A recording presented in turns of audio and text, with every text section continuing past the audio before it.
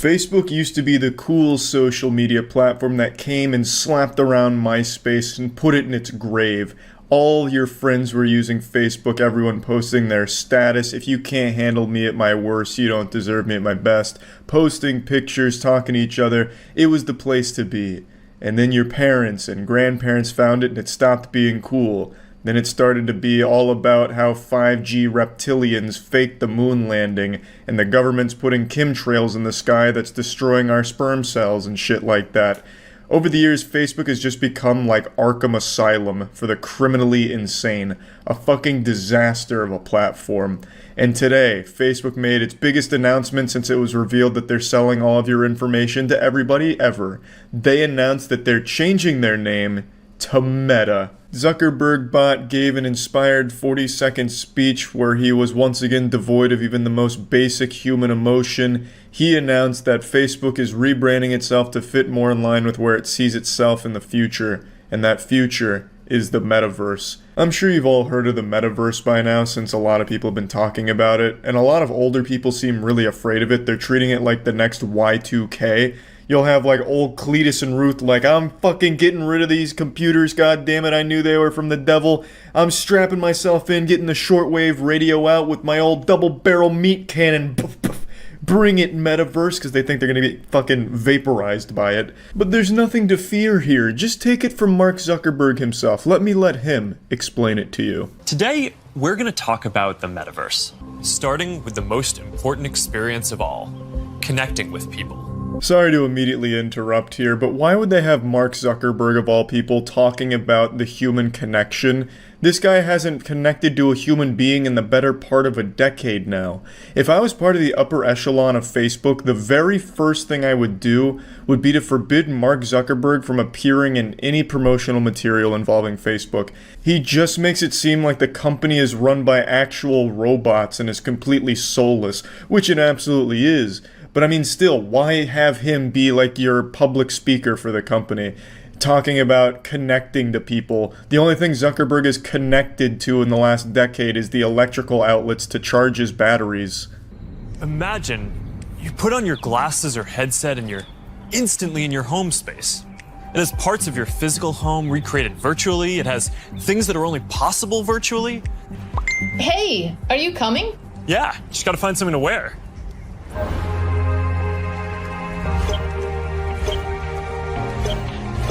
Alright. I love how the in-game avatar looks more human than the real Mark Zuckerberg does. Hi. What's up, Mark? Whoa, we're floating in space? Who made this place? It's awesome. The metaverse will be like. Imagine if you could be at the office without the commute. You would still have that sense of presence, shared physical space, those chance interactions that make your day all accessible from anywhere. Yeah, if you've played VR chat before, you basically know what to expect with the metaverse here. That's the impression I get. Obviously, there's a little more to it, especially when it comes to the augmented reality elements, and I do think it's pretty cool, to be honest. Like, I think it's a cool idea if it was anyone but Facebook doing it, but I love the idea of you going to work and you have like a Ugandan Knuckles or Big Chungus skin, and your boss is like, what the fuck is this? And you're like, I'm in my ideal workspace, baby. I'm connecting. I also absolutely love the idea, like the wet dream of Mark Zuckerberg and his team having a serious meeting in the metaverse, and 4chan raids it like they did back in Habbo Hotel with the pools closed. They just come in, shut that shit down. Zuckerberg scrambling like, oh my god, get your meta blasters, we're going to war. And it becomes like some kind of all-out, like, absolute metaverse catastrophe. In the real world, there's not a huge chance that a Facebook meeting gets invaded by people wearing a Shia LaBeouf skin. But in the metaverse, I feel like that could happen at any moment. Facebook's not exactly known for their optimal security and privacy, so I feel like it's just a matter of time before people figure out how to, like, go into other people's work, kind of like how they already do on Zoom and just crash it. So that'll be pretty wild, and by far the most exciting part about the metaverse is being able to be advertised to right in your fucking shit. Like, right up in your shit, you'll be getting ads. Whether it's ads for, like, in-app purchases. Like he even mentions in the press conference, like, yeah, you won't even need a full TV. You can just buy like a dollar TV and put it in your house. So just like all of these constant ads for all of these different items and utilities, as well as just different products. Shopping in the metaverse is probably going to be the most intrusive advertising of all time. I don't exactly know how that's going to look when it launches, but I am guessing it's going to be fucking rough. Just picture this, you're kicking back with the boys in the metaverse, you're watching basketball, you got a dope-ass house, you got it placed in the middle of Mordor, and then all of a sudden, football game goes out, bang, it's Zuckerberg, and he's got something to tell you. It's just like, fucking picture a Goatsy, he's like, hey Charles, we saw you visited Goatsy recently, you like spread buttholes, here's some butt plugs, you know, and you have to like exit out of it or wait 20 seconds for them to play their ad or something. It's like, damn, just ruined the whole mood. Just trying to watch football and now I'm just getting blasted with ads. I imagine it's going to be big on advertising since this is a way to feed an ad directly to you. It's really easy to ignore ads on a screen, but when you are in there, like in the fucking trenches, living it, I think it's going to be a lot easier to convince people to buy things they don't need. Like just look at it in the real world. You can sell something to someone's face far easier than you can just passing out flyers or putting on like a commercial. So I think it's going to be a lot more successful from like brands and shit. And I feel like people are going to spend far more money in the metaverse than they currently do on Facebook. That's just a guess. I'm just speculating, but I do imagine that's going to be pretty huge there. Like I said though, overall, I love this future-y idea where we're all just really jacked into the fucking cyber mainframe. I think it's cool. I've always thought that would be cool and be able to do things in a virtual reality space, though I don't know if Facebook is really the company to lead the charge and make it the best it can be. Facebook is probably the company I have the least amount of respect for, so it's not like I'm super happy that it's them that's leading this charge. But yeah, I can't call them Facebook anymore. They're Meta. Which, you know, maybe that name is scary enough to get people off of the platform. I know, like I said, old people are already afraid of the metaverse, so perhaps they'll just up and abandon Facebook entirely. It's like, oh my god, it's Meta? They're revealing the true colors. It's Demon 666 Meta. It's evil. We gotta get the fuck out, quick. So maybe just them changing their name to Meta was enough to scare people away. That'd be pretty fucking cool. But I mean, yeah, anyway, I just wanted to talk about this real quick because I found it really fascinating that a company as large as Facebook would change their name like this. Now, of course, they're in so much hot water with all the crazy shit going on with Facebook right now and all the trouble they're in. So I imagine maybe rebranding from Facebook to Meta was a way of like pushing all of that under the rug. So it's probably more than just like, hey, we believe in the metaverse so much. It's more like, hey, this is pretty helpful timing. Let's just change our name and hope people forget a lot of the stuff we are now being outed for. So that's probably the most likely scenario, the more I think about it, honestly. But I thought it was worth at least talking about anyway because, you know, everyone's heard of Facebook and now it's called Meta, which is a stupid name, to be honest. That's about it. So yeah. When was the last time you heard about the metaverse outside of it being the punchline to a joke? It's a complete disaster, an all-around failure that only exists to be point and laughed at, ridiculed and insulted. But it really is the comedic gift that just keeps on giving. It's kind of like the Morbius of technology, where certain companies are being gaslit into thinking that it's popular and a worthwhile investment. So every now and then you have these delusional suits that try and make the metaverse work, and try and capitalize off it and monetize it for their own company. And that's what just happened, where they tried to have a fashion week in the metaverse, but nobody showed up, and it was a just downright catastrophe. Luckily, CNN just ran a story on it, so we get to see exactly what it looked like, and holy shit, it actually looks like something out of Transformers Beast Wars from the late 90s. It is repulsive. It is so awful to look at, and they're huffing this copium that it was like a success and that the only reason it wasn't more popular is because not a lot of people have adopted the technology yet. It's too cutting edge. Our simpleton minds can't really grasp the magnitude of this technology. That's why it's not catching on like wildfire. Bold, bespoke, and entirely digital. This is high fashion that you can't touch. Fashion Week in the metaverse as brands turn to the internet for haute couture's new horizon. This shit looks like a fan-made event in Second Life, but this is Haute Couture's Fashion Week. Hopefully I didn't butcher the pronunciation of the high fashion brand, but I swear to God, the costume contests in City of Heroes back in 2005 looked better than this. And also, you can see the attendees there, all 4 of them. That's the whole crowd to look at the avatars walk through and then emote. It's so shitty. Like, even worse than I would have imagined it. This seems like they threw it together in 5 minutes and tried to capitalize off of some kind of like metaverse hype that is completely non-existent. There hasn't been hype in the metaverse for quite a long time now. Even the parent company is trying to kind of like bury the metaverse and focus more on AI these days. It's just so sad and pathetic.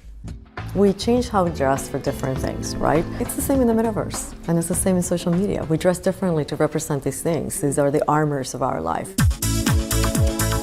Last year, participants bought 7,000 wearables for their avatars, averaging around $10 per sale. I love how they're not even bothering to do the bare minimum of the fashion in-game. It's the fucking digital landscape. You can make anything happen there. You can have fucking 5 laser titties on the dresses going fucking wild if you wanted to, but instead they're just making boring, normal dresses. Like, take a page out of Left 4 Dead Modders playbook where you can have, like, Shrek teaming up with 5 T-Rexes or something and then have them walk across the metaverse runway. Like, they're just barely doing anything at all in there, calling it the armors of their life, which is super cringe. So they sold a few thousand wearables, and I guarantee every customer right now is spitting and shitting in rage at how worthless of an investment that was. Luckily at $10 each, it wasn't life-ruining unless you bought a ton of them, which hopefully no weirdos thought was a good idea. But yeah, I guarantee all those wearables have done nothing but collect dust and have seen no use at all. An e-outfit can easily cost as much as a real-world dress, even if it's still far less than the price of haute couture. But this year, unique visitors and sales were down nearly 50%. That's probably being generous. It's probably a lot more than 50%. There is nobody left in the metaverse. That shit looks like the Fallout 3 wasteland. Like, there is absolutely no signs of life in the metaverse anymore. It is completely flatlined. I also love how, even in this segment here, they can't get the fucking thing to run at more than 3 frames per second. It looks like they're playing the metaverse on the Nintendo Switch right now. Like, they can't even bother to get it to be a smooth video here to showcase the haute couture fashion. Organisers blamed the lackluster turnout on the relative newness of this online world. In only its second iteration, the virtual event faced criticism about its user experience, its value, and whether digital fashion is really necessary. I'll go ahead and quickly rapid-fire answer all of those questions for this soulless, stupid company here. There is no value. It's completely worthless. It's not relatively new. This actually looks like something out of Roblox, but significantly worse and runs far worse at fucking 2 frames per second. And then that final wacky question and criticism about if digital fashion is even necessary, the answer is a resounding no. To extend that topic to a broader point, there is obviously a place in the digital landscape for cosmetics. Take, for example, CSGO skins. I always use this as an example. The skins are purely cosmetic. They are there. They are expensive because they look cool and they are rare. But they're part of a larger ecosystem. They're part of a game, an incredible, timeless game. So when you're playing that game and you have these cosmetics you spend a lot of time opening cases for, or if you saved up and bought on the marketplace, you can use them. You get value out of them for your own user experience. However, in haute couture's runway wasteland, you get nothing. You buy a fucking dress, then what? You can't do anything with it. It's not a game. There's nothing to do with it. You are actually just flushing money down a toilet. That's it. Except it's far less embarrassing to just flush money down a toilet as opposed to spend it on a fucking worthless Victorian-era dress in a dead game, in a dead universe. Even Mark Zuckerberg's Meta has recently shifted its attention from virtual social spaces to artificial intelligence. But some brands and content creators are continuing to experiment regardless, alongside some of fashion's biggest names. I don't know what content creators are doubling down on the metaverse. Even the ones that were really on board with it initially are no longer, at least not from what I've seen, but maybe I'm completely ignorant to a blossoming community of metaverse fashion enthusiasts somewhere out there. But even still, there's clearly not that many of them, considering what a flop the fashion week was in the metaverse. I think it's about bringing some utility to what they have been creating in the crypto virtual space. So for example, BNG, they are not presenting their own creations, they are presenting the result of a creators competition. So I think it's like really reversing the discussion about, okay, what you guys are creating, how we can take that as our food for creativity. So you're making furry fashion here with this showcase. This is the opposite of utility. It's the absence of utility. It's actual just greed to make a fast buck off people that are buying into this fantasy of the metaverse being popular or the future. They're basically just trying to capitalize on fear of missing out, constantly driving home the idea like it's really new and it's really early, you might want to get in here and get some of these cat dresses or whatever the fuck all of that was, space cat line. I have no fucking clue. It's all literally just there to be a predatory monetization model for an idea that didn't pan out. So I think everybody became more comfortable saying, well, maybe this is the way we communicate. So definitely from a customer adoption, we saw that. People trying on filters, be more comfortable, testing NFTs. This poor lady's brain must be trapped in some kind of time dilation. She's perpetually locked mentally in 2021. She just dropped NFTs unironically in a positive light. Like, it has nothing to do with people being comfortable in the metaverse or wanting NFTs. NFTs are pretty dead and buried for the most part as well. That whole trend is 6 feet under for the most part. The metaverse has already come and gone, and it never even came in the first place. It never even got there. Like, there isn't this world, this ecosystem that she thinks there is there. Clearly. Like, they didn't have incredible sales off rip, and then they experienced a 50% drop at least in the following year. Like, that should be a very clear sign that this was not the direction the industry or humanity is going right now. For designers too, more at home working with silks than lines of code, it's been a new arena, some reimagining old designs digitally.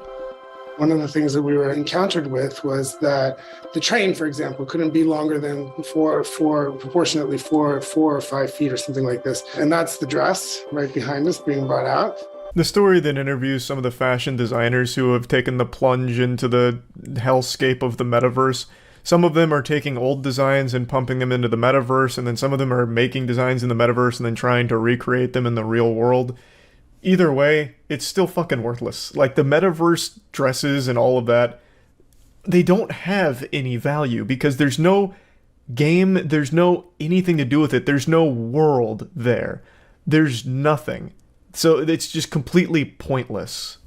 Powered by blockchain technologies, metaverse fashion in spaces like Decentraland still require a huge amount of energy to run. Neither will the metaverse likely eradicate our demand for fast fashion, but some hope it will bring about positive change. This is just a horrifying segment here. Not only does the game look like a PowerPoint moving in like an actual flipbook speed, but it is just horrifying to look at. If someone recreated me in the metaverse and I looked like that, I'd be shaking my fist in anger and researching how to send a cease and desist notice. Because, good lord, that is criminal how fucking unappealing the game looks. I don't even know how you make a game run this shitty or look this bad in the modern age. That takes a special level of incompetence. I think that it will become a space where people will be able to buy and wear clothes that they may not be able to afford in real life, and I think that's one way of bringing our fashion to the masses. I've heard that sentiment a few times from a few different places. I just don't see that happening because, again, you don't have anything there besides just buying that dress and having no reason to ever equip it or any use for it, because there is at its core no game and no world and no people. So what is the point in spending the money on that dress? If it's a lower price point than the real world equivalent, it doesn't matter when there's nothing to use the dress for. The reason people buy the expensive dresses in the real world is a status symbol for their friends or people in public and people around them. Like, they buy those items because they want to be seen in those items. Whereas in this game, no one will ever see it, thus why would anyone ever want to purchase them? The whole thing is so nonsensical. It's once again just desperate clinging to this idea that the metaverse isn't dog shit, but unfortunately the reality is it's very shitty, and there is no value in the metaverse currently. So yeah, I just wanted to talk about this because I saw the story today on Twitter. That's about it. So yeah. I'm sure all of you have seen at least one of those extreme over-the-top PSA commercials where it delivers its message in the most frightening way imaginable, like it's fucking Michael Bay directing it. So, like, the most popular one I think is the "Be careful with speeding," and it's a car that, like, breaks it out in front of another car and then starts tumbling because it was going so fast, and then it crashes through some bushes into a child's birthday party and just fucking splatters, like, 8 kids, gets, like, a goddamn Kilimanjaro Halo 3 style with, like, just this car blasting through them. It's like, you could have not killed all these kids if you just were going the speed limit. Or another really popular one is workplace safety, and it's this lady who has this giant pot of boiling water, and she's like, I'm about to have a workplace related accident, and then she slips like it's fucking Looney Tunes on a banana peel, slips, throws the boiling water on her face and lets out a blood curdling screech, ah! And her face is melting like Harvey Dent. It's just fucking putting the fear of God in people with its message. Well, I'm sure we've all seen that, but what if we had that level of extreme nature, but for sadness, and unintentionally? Let me show you the most recent metaverse commercial that's airing during the Super Bowl, apparently. The metaverse is just getting sadder and sadder with every advertisement. I've got to mute the music here because of DMCA, but it's Don't You Forget About Me. But let's just imagine they were playing like 2019 Guy or a Boner Jam like that here. Yeah, but full-blown Five Nights at Freddy's security breach style shit here.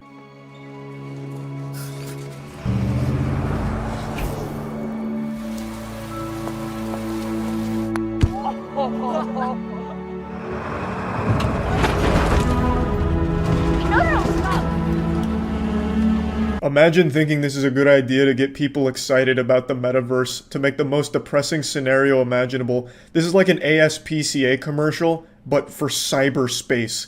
I think the audience is supposed to relate to the dog and project their life onto the dog's sad existence here, like, man, look how happy that dog was. I remember when I was happy too, singing and dancing, having a hoot and a holler, and then everything just slips away. The melodramatic existence cycle continues. You know, we're just a cog in the wheel of time. The machine keeps turning, life's passing you by, you're down on your luck, falling out of the back of a pickup truck, living on the streets, and then all of a sudden you're caught in a goddamn hydraulic press ready to end it all. I just truly can't wrap my head around this idea at all. Who is this even marketed towards?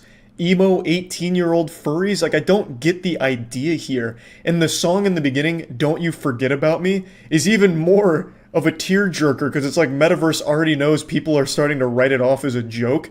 So it's like a last-ditch effort. Like, this is very meta of the Metaverse. Like, hey, we know you guys don't really appreciate us and we just took like a 50% nosedive in the stock market, but check out this animatronic dog that's about as depressed as we are. Who's hyped for the Metaverse Quest 2, huh? Closing time! Get out, please. Stop playing, please. Let's go, folks. Come on. Let's go.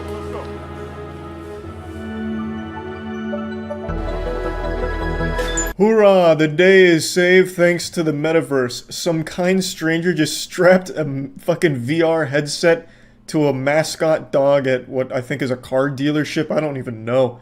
Comic-Con or something. I don't really get it. I don't know who would even do that. It's not like a prank or anything. Maybe this dude knew that the machine had a soul. So he's like, here, might as well just lock them in this sarcophagus of the metaverse here. It just makes no fucking sense. Now this poor guy's forever trapped in VR chat or like the Roblox Meep City, whatever the fuck's going on here in the metaverse. Because he can't take it off. It's not like the dog has any means of getting that headset off, so this is just going to be his tomb. So if it ever runs out of battery or, God forbid, a power outage, he's going to be trapped in eternal darkness there. So it's actually a pretty cruel existence.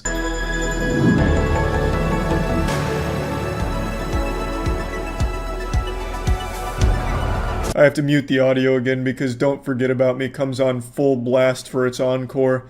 Don't forget about me, more like, please forget that this commercial ever existed. So the takeaway from this advertisement, as I understand it, is the only way to escape the meaningless tedium of existence is to retreat into the metaverse.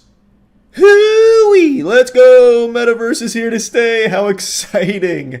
Wow, I mean, if that doesn't make you feel good, I don't know what will. Everything Metaverse is doing is like the worst thing it could be doing in every given situation. Every little bit of detail and information they show or talk about with Metaverse makes it more and more of a joke.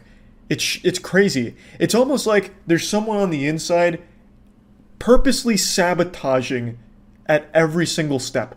Like, I don't know how else to explain it. And yeah, I just wanted to share this because this was one of the more confusing ads I've seen. This is up there with like that Coke ad where it's like professional gaming for World of Warcraft PvP, and for some reason instead of finishing the championship battle, they all throw down their axe and drink a Coke instead to be friends. At least that has like a feel-good message. This has nothing. It's like, yep, you're miserable? Might as well go to the metaverse so you can be miserable less. Because you've escaped it now into a fantasy make-believe world. Not exactly like the most optimistic look of the future. That's about it. So yeah. Over the last year or so, I've been very hard on the metaverse. I've made multiple videos insulting it, pointing and laughing at it, calling it stupid and dumb, and just overall kind of bullying it, just putting its head in the toilet and flushing it. But the metaverse has persisted in the only way it can, with a very slight beating heart. It's kind of a failed project at this point. It's more or less a joke to everyone now, and it still keeps trying, even in the face of adversity. You know, it's saying sticks and stones might break my bones, but in the metaverse, nothing can hurt me, except massive financial loss, which they continue to take. Mark Zuckerberg today put his head down, went back on the grind, and released an update video on the metaverse with some shocking new developments, something to get everyone excited. All 6 people in the metaverse. He announced that they'll finally have legs. I'm not kidding. That's their big groundbreaking announcement. The metaverse avatars now have legs. Something VR chats had for years. Hey, we're here together in Horizon, and this is the first time that we've done this at Connect. Did you see that, asshole? Mark Zuckerberg's coming in here with his trademark jeans in the metaverse. He's got legs. He's got his little stompers going on. This is groundbreaking. What an achievement. They're finally catching up to technology that's been around for fucking 8 years now. The only thing sadder than the metaverse is the ending to Marley and Me. What an absolute train wreck of a project. And yet there's still people huffing copium saying it's the future, but it is just such an unbelievable waste. It's so useless. In fact, even in this presentation, the main selling point was, look at all the things you might eventually be able to do in the metaverse that we don't really have yet, but one day we might. The whole advertisement campaign for the last year of the metaverse is saying, one day the metaverse might be fun or useful, but that day's not today. Like, that is their actual marketing.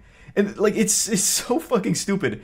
And it's not just the metaverse that continues to fucking flounder around like a fish out of water. I read an article yesterday that really warmed my heart. It's one of those feel-good stories. It's about a $1.2 billion metaverse crypto project called Decentraland, and it only has 38 active users. Which is, of course, a shockingly low number. That's not even like a full classroom at most high schools. That's probably less people than you have in your fucking local church choir. And to put it in even more of an interesting perspective, it's the same amount of active players Tom Clancy's Splinter Cell Conviction has right now, yet it still has a higher 24-hour peak for Conviction, and that's a game that came out in 2010. I just love seeing all of the metaverse fat L's that keep stacking up. It's just beautiful, honestly, because it's such a dog shit implementation of a moderately interesting idea at the moment. Just a cash grab. It's just soulless, passionless cash grab. And it is great to see it just fucking fall on its face. And this is a preview of our next generation of avatars. They're so much more expressive and detailed than anything else today, and they have this unique meta style to them. They're not that detailed, nor are they that expressive. They certainly do have that meta style, because that style is synonymous with actual diarrhea, But like even Roblox characters are more expressive than most of these metaverse avatars. They're very stiff, very robotic. It's just not good. The metaverse, Mark Zuckerberg's metaverse, is a much worse version of VR chat. VR chat is a significantly better metaverse at the moment, and it's not even close. Hey, Igram. Hey, Mark. Hey, want to update everyone on the latest with the avatars ecosystem? Yes, we have so many exciting things going on. Our first milestone is making it so you could use your avatar across all of our apps and in VR. Whoa, hold the phone, pump the brakes. I can use my avatar in multiple places? What? How is something like that even possible? Get out of town. We don't have that kind of technology. No. It is just baffling to me that they say these things unashamedly. Even on the Xbox 360, you could take your little avatar into multiple games like in the Kinect, or even like racing games. I think it was Sonic Team Racing or something, whatever the fuck it was called back then. You could just take your avatar that you made on the dashboard in 5 seconds, and you could take it in game.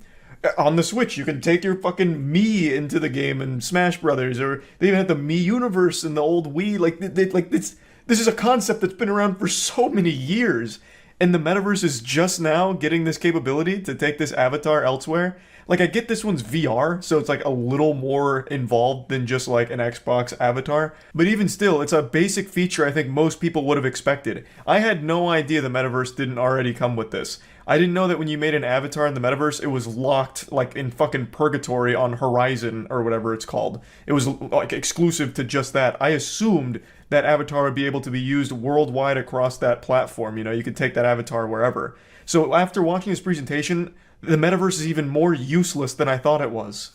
Already see avatars showing up in stickers, stories, comments, and more across Instagram, Facebook, Messenger, and in the future, WhatsApp. And we're working on bringing them more to life through animation and to more places like, for example, Reels. We want you to be able to use avatars anywhere you want to express yourself. Now, maybe this is just because I'm not the kind of person that would ever use this, but I truly feel like this is a completely worthless feature for 99% of human beings in this world. Being able to use your fucking metaverse avatar in Instagram Reels, why would anyone use that? If you want to take a picture saying, missing California summer with like a selfie of you in bed, you'll just take a picture of you in bed. Why would you put on your VR headset, lay in bed, and then take a picture of your avatar? Or even if you don't have to go through all that effort, why would you still use an avatar to represent that story? I don't really see what the point would be. I mean, I could kind of understand it for text messages to like replace a Bitmoji with your avatar.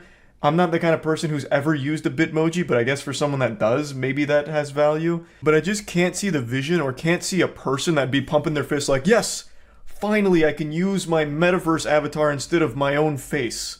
Like, it doesn't compute with me. Like, in any situation you'd use your avatar, why wouldn't you just use yourself, right? Unless, of course, you fully, like, bought into this and, like, you know, the flesh is gone and now it's just all machine. Like, Charles, you know, in the corporeal dimension is kaput. Now it's only Cyber Charles in the metaverse. So now all my shit's just like my avatar. I don't know if I'm making sense or if I sound like a raving lunatic on crazy pills, but I just don't see why you'd start fucking Fortnite default dancing in the metaverse as opposed to just doing that normally and posting it on your reel. You know, you're getting the same effect but with more work through the metaverse, and it looks stupider. Yeah, we're working on this now and expect to launch it next year. And in virtual reality, there's already head and hand positions, so I love the camera pans to the audience reception here who are still without legs. Mark Zuckerberg has still stolen their lower half like a rogue magician here, and all they can do is just throw confetti, just... And in fact, today we're announcing partnership with Zoom that will let you show up as your avatar on Zoom calls. Yeah, but why? Again, this might just be because it's a feature I would never ever use, but let's say I'm on a Zoom call and I don't feel like turning on my camera, which I imagine this is for people that don't want to turn their camera on but still want to be able to display emotions, I guess, like a fucking Five Nights at Freddy's animatronic with the metaverse avatar, but still. The idea is it's in between video on and video off, so you still get like an avatar, but you don't have your camera on. What the fuck is the point, though? Just don't turn your camera on. The people that are, like, let's say it's a job interview or something, and you're having a bad day, you know, like maybe you fell down while skateboarding and you cut up your face or something, you don't want to turn on the video. You know, turning on the avatar is not doing you any favors either. I'm sure the employer would be like, no, no, no, can you put away the cartoon, please? You know, this isn't Pixar. We want to see you. I just don't see a situation where you don't feel like turning on the video and you put the avatar there instead. Why not just keep the video off? It's not like the avatar really brings anything to the table or elevates the experience or makes it more human-like somehow. Just don't turn the video on in the first place. Like, that would be probably more respectful. You know, I think that'd be far more professional as well. As opposed to going into like a serious Zoom meeting or something and you don't feel like turning the camera on, so now you got like this goofy little Snapchat filter here. You know, just keep the video off. I just don't see it. And again, it might be because I would never use it or be in a situation where it would have any kind of practical use, but to me it just seems like another worthless thing. Yeah, so right now, a lot of developers are building their own avatar systems since the tools that you can import are pretty basic. But over the next year or two, as all these new tools and styles become available... I just wanted to quickly take that excerpt there because they've already said this multiple times for pretty much everything. Like, oh, we're expecting maybe about a year from now. We're expecting about a year. Oh, you know, right now the functionality and, you know, all of it's pretty basic, but, you know, over the next year or two as things become available and evolve, like everything is just, you know, in a year, perhaps. To me, that wouldn't inspire confidence. That just keeps, like, stalling. Like, oh, a year. Oh, okay, another year. Like, it's already been quite a while for the metaverse to be out here, and what it has is very lacking. So to keep pushing everything like a year or 2 years down the line, it's like, man, what the fuck am I supposed to be excited about? Legs. Legs! I know you've been waiting for this. I think everyone has been waiting for this. Pretty epic. You see Mark Zuckerberg stretch those puppies out? That was like a 55-inch vertical leap right there that Mark Zuckerberg did in his room. This guy is an athletic freak, a specimen to be studied for his raw athletic nature. But yeah, legs are now in the metaverse. Yeehaw. Yeah, so that's where we're going to bring legs to Horizon first. And we're going to keep bringing them to more and more experiences over time as we improve our technology stack. Oh yeah, also, they mention at the end, legs are only going to Horizon right now. It's not even across all of the shit, I guess. So, you know, they said sometime, you know, at some point, the legs will make it to other shit in the metaverse, I suppose. But yeah, anyway, I just wanted to talk about this a little bit because it's just another metaverse L, and who doesn't love seeing those, right? That's about it. See ya. Meta plunged $700 billion in value today, and Zuck's net worth is down from 150 to 30 bill. Meta's the future. This is an investment into the advancement of human species. 700 billion is nothing in the grand scheme of VR chat brought to the mainstream.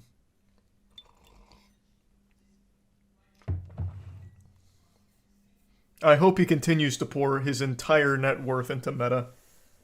An actual money pit.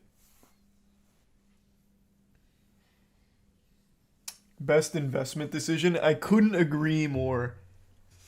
I pray that they continue to go all in on Meta and completely ruin themselves. Here, hold on. Let me pull up the graph real quick. Oops.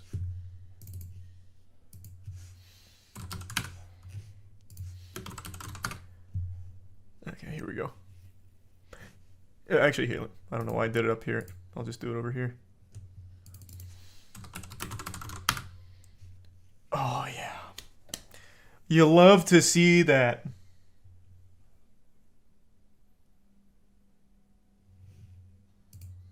Looks so good. Oof. Oof. You can't help but just celebrate. You gotta love the metaverse. The gift that keeps on giving.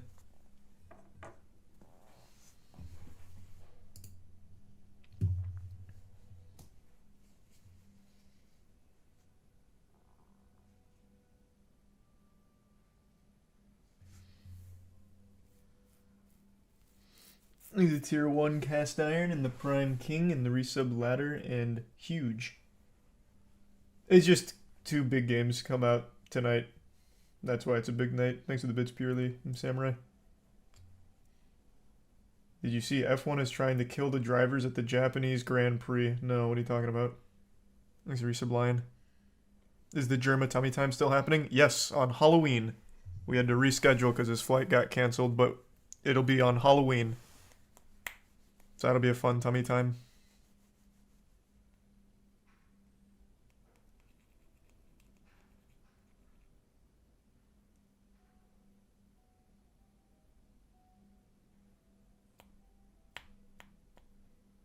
Why do you think Modern Warfare 2 is shit? Where are people getting that I think Modern Warfare 2 is shit? Where is this coming from? Is this just assumed because I think the last, like, 5 Call of Duties have been shit? I have not played the multiplayer yet. I have only played the campaign, and I said it was fine. The ending is shit. It's a terrible ending. It's an underwhelming, abrupt ending. The post-credit scene slaps. But the campaign overall was fine. The beta was also fine. It's just slower than Modern Warfare 2019. But I haven't played it since beta, and when it comes to multiplayer.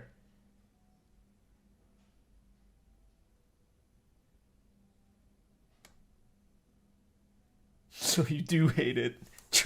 True.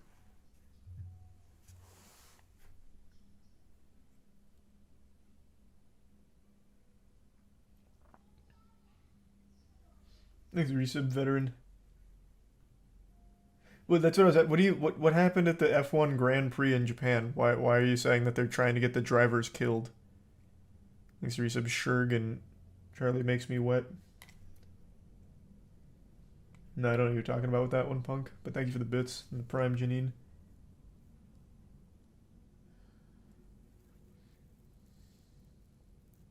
They put a tractor on the track.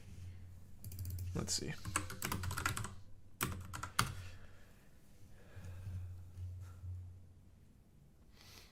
Verstappen reflects on the difficult F1 race director. Leclerc reveals positive signs that Ferrari can fix key issues. This is all I'm seeing from the Japan headlines. Pierre Gasly's near miss in Japan. How did it happen and what comes next? Is this what you're talking about? Oh. Formula One drivers and team bosses have called for answers from the FIA after a recovery vehicle entered the track at the Japanese Grand Prix while Pierre Gasly was still circulating a soaking wet Suzuka circuit. Okay, so it looks like they just went onto the track during the race, and he almost hit them. They got a little excited.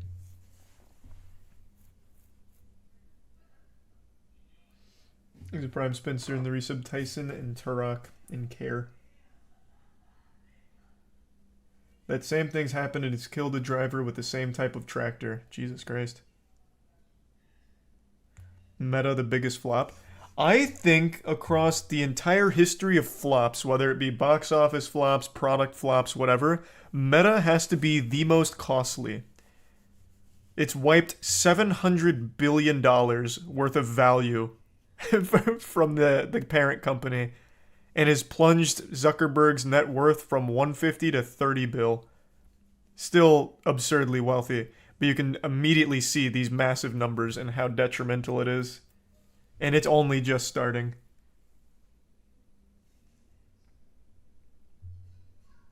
At least I hope it's only just starting. I don't think it can recover. It's such a failed, useless product.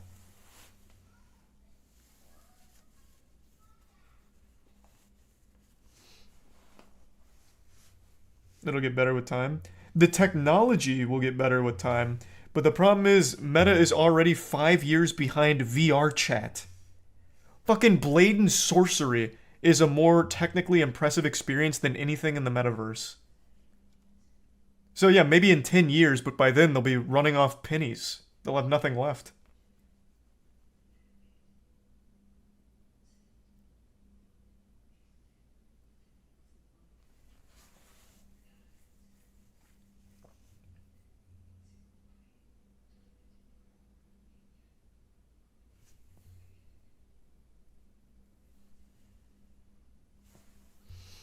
He's the resub Space Cat, and the Prime Waka, and the Bitch Tori.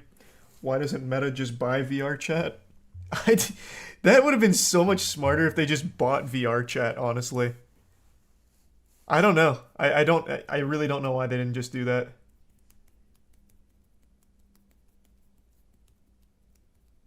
It's literally a direct competitor to VR chat, but it's worse in every possible aspect.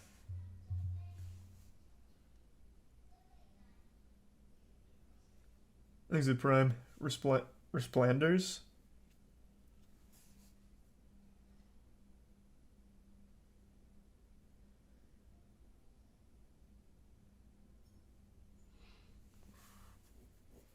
Can you even be a furry or anime girl in Meta? They have like 6 customization options, man. You can't even be yourself. Like, it's just not ready yet. Just give it some time. They're cooking it up.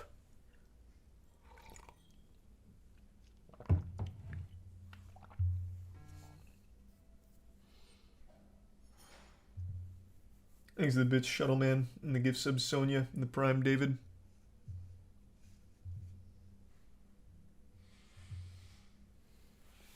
No, they have legs. They just had a huge announcement about how they've added legs finally. But as I pointed out in the video I made about it, every single Meta conference always is the same thing. Eventually, we'll have things that currently exist in other things like VR chat. So like their whole conference is, we have these really cool things planned for the future. And that's it. It's like, this is coming maybe in a year. Within the next few years, we might see. That's their whole thing. They have no fucking clue and no idea how long it will take them.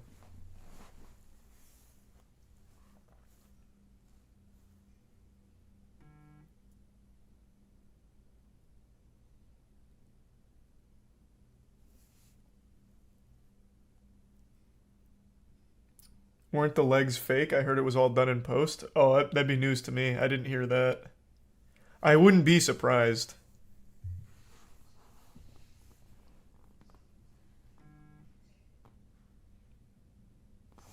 Really? It was fake? Holy shit. No, hold on. I have to look that up now. Meta... Okay, how about Metaverse legs?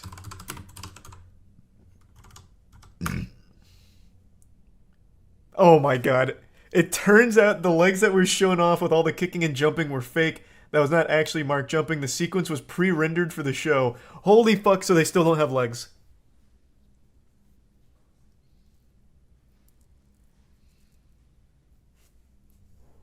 This is a pretty... As much as I hate Forbes, it's a pretty reputable source. So I'm going to assume this is accurate. My god.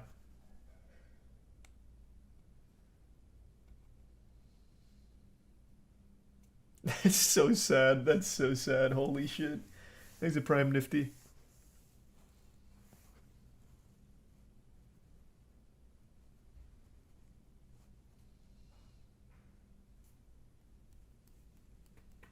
Have you done anything with Meta yet? No, I planned on going in there as a joke, but every time I try and convince myself it's a good joke, I'm reminded of the fact that I'd still have to go into the metaverse and it loses all the fun appeal. I know RT Game just went in there recently, and it seemed pretty miserable, like even as a joke.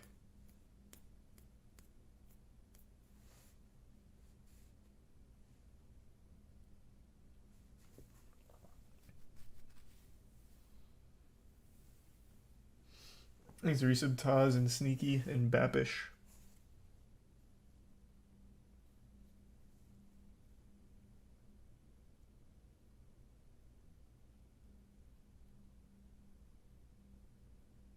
They have the money and resources to make it good, so why is it so bad?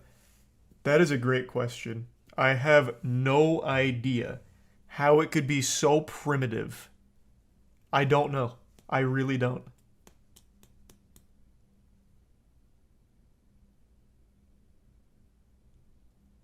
There's a Prime Frank. And the resub toe.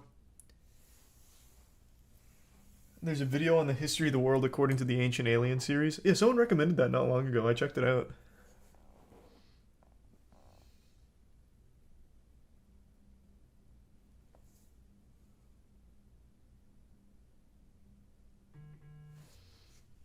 Do you think his dev team is just ripping him off and bleeding him dry? How can you spend that much money and literally only have Meta to show for it? I don't know. I definitely think there is some tomfoolery afoot. Unless he has only hired the least talented developers of all time, I don't know how it could be in such a poor state and so far behind things like VR chat. I mean, shit, even Second Life. Like, this is barely more technically impressive than Second Life.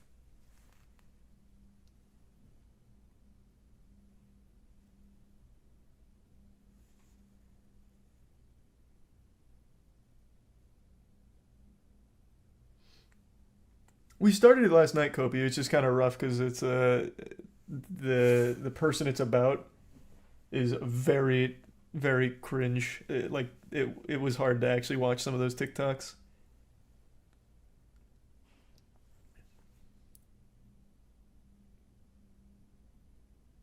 It's because it has to run on a mobile chip. It's not that complicated. Why does it have to run on a mobile chip? I actually don't. That's news to me. Why would it have to run on a mobile chip?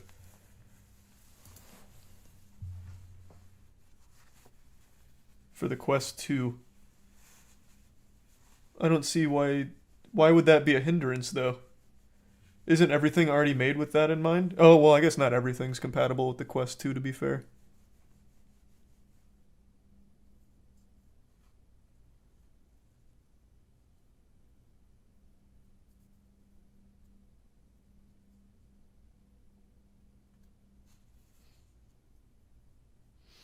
I don't have the Quest, so I don't really know much about it.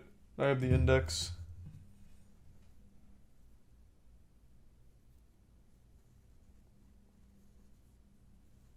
Like the resub Shinju and Sparlight and Cardboard. Do you think it's actually possible for Meta to go bankrupt?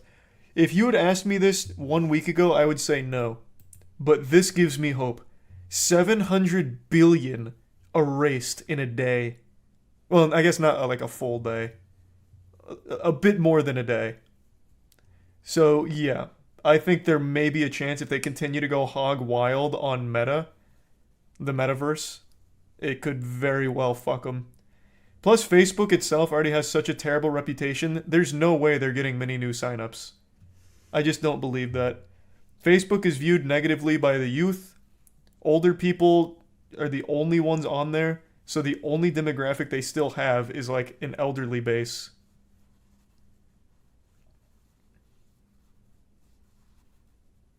So like they're not fucking prospering.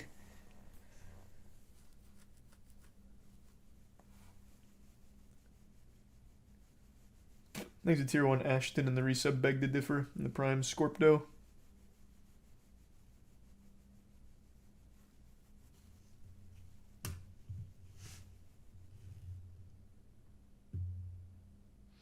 Everyone says that, but there's still mad 20-year-olds there. You could be right. Maybe, I guess. But, like, I know for a fact kids are not signing up to Facebook. Why would they when you could just use TikTok? And that's what all of them do. Facebook is just seen as the not cool platform because your mom, dad, and grandma are on there. Why would you want to be on the platform, like, shit posting with your friends when your parents can fucking supervise you?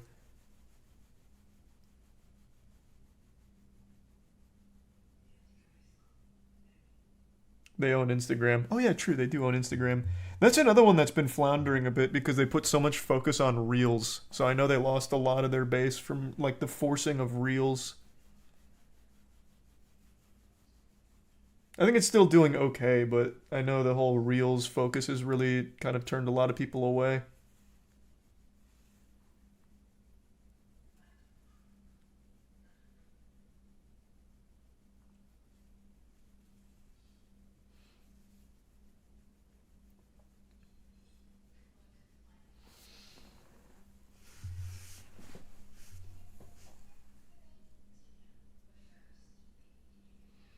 %95 of Instagram is just stolen TikToks. I don't really go on Instagram, so I couldn't tell you, but that sounds about right. Everything wants to be TikTok right now.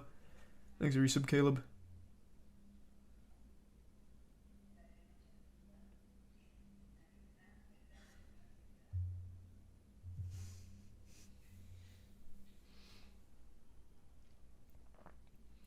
Yeah, but YouTube isn't trying to be TikTok. They're just trying to have their foot in the TikTok market. Things like Instagram are legit putting like their entire focus on being TikTok. But yeah, YouTube Shorts are a direct competitor as well. But that's just like a spin-off, not the focus.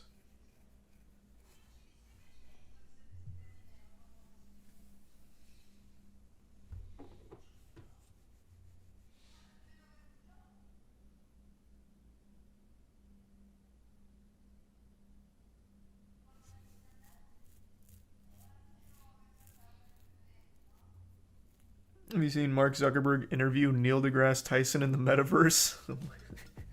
No, I can't say I've seen that.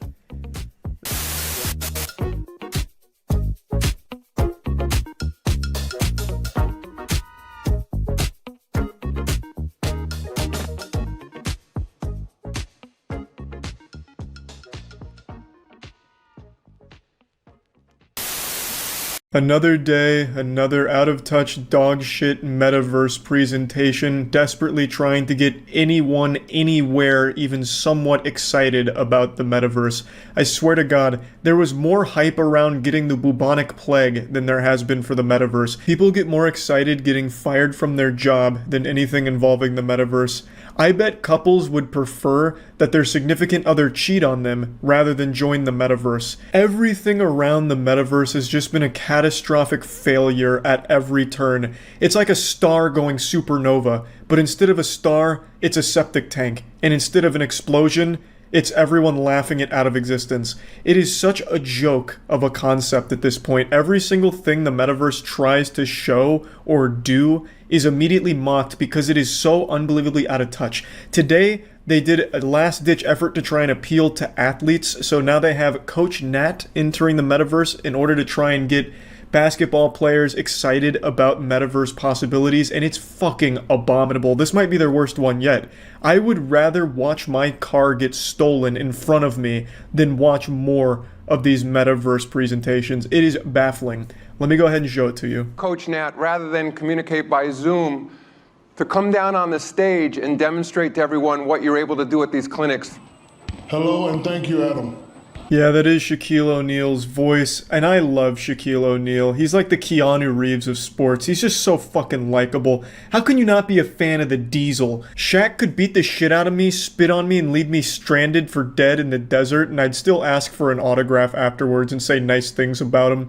He's definitely the best part of this awful event here, but you can tell he's phoned it in. It's just a paycheck for him. Now, all of the astute observers out there will have noticed that in the Zoom call, there was a lot of big names. Probably the biggest amongst them was Obama. I don't know why Obama was there. Maybe he was like the chief engineer behind the Coach Nat programming. I couldn't really tell you. I don't know why, but what a power move. Maybe they're crediting Coach Nat for Obama becoming president. Like, without Coach Nat, Obama would have never been elected to office, which would be a crazy selling point, but my God, that would be pretty fucking hype. But I don't know exactly what the Zoom call was about. Maybe they were all brainstorming like, how can I get better at basketball at 80 years old? You know, what does it take? Oh, Coach Nat, the local geriatrics athlete instructor.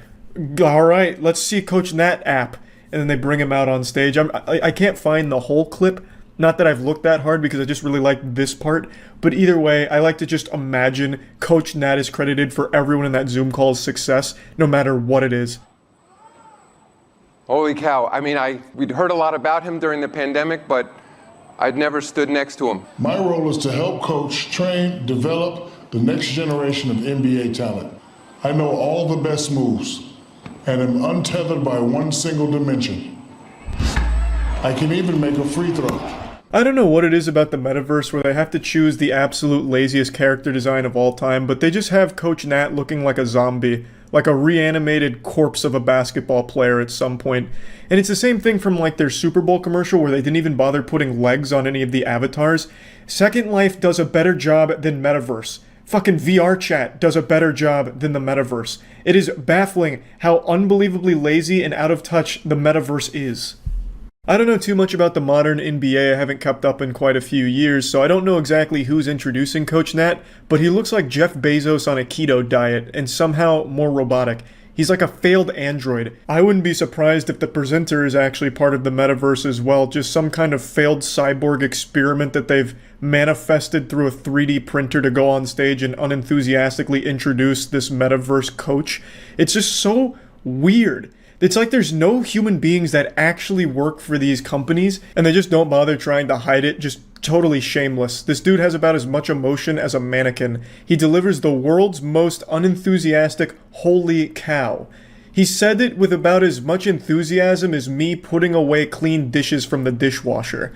It's just, why even have this guy presenting your product? It's gonna like kill any potential hype it might have accidentally garnered, because you have this guy who just doesn't seem like he gives a fuck about it at all. And you have Shaq clearly reading off the script, and this guy doing his best to memorize his lines like a child in middle school for a presentation. It just doesn't work at all. Like, how the fuck can this be your best foot forward for the metaverse? Before you leave, anything else you can do that you want to show the audience? I can even be the real Superman.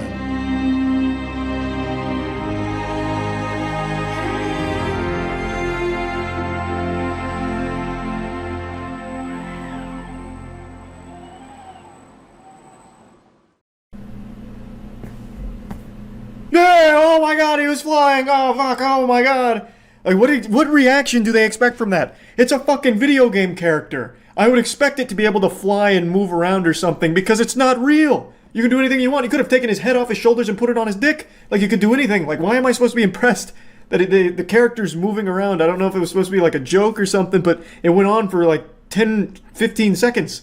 It's so fucking weird. What do they expect? Because it's not like a good joke or anything like that. It's silly.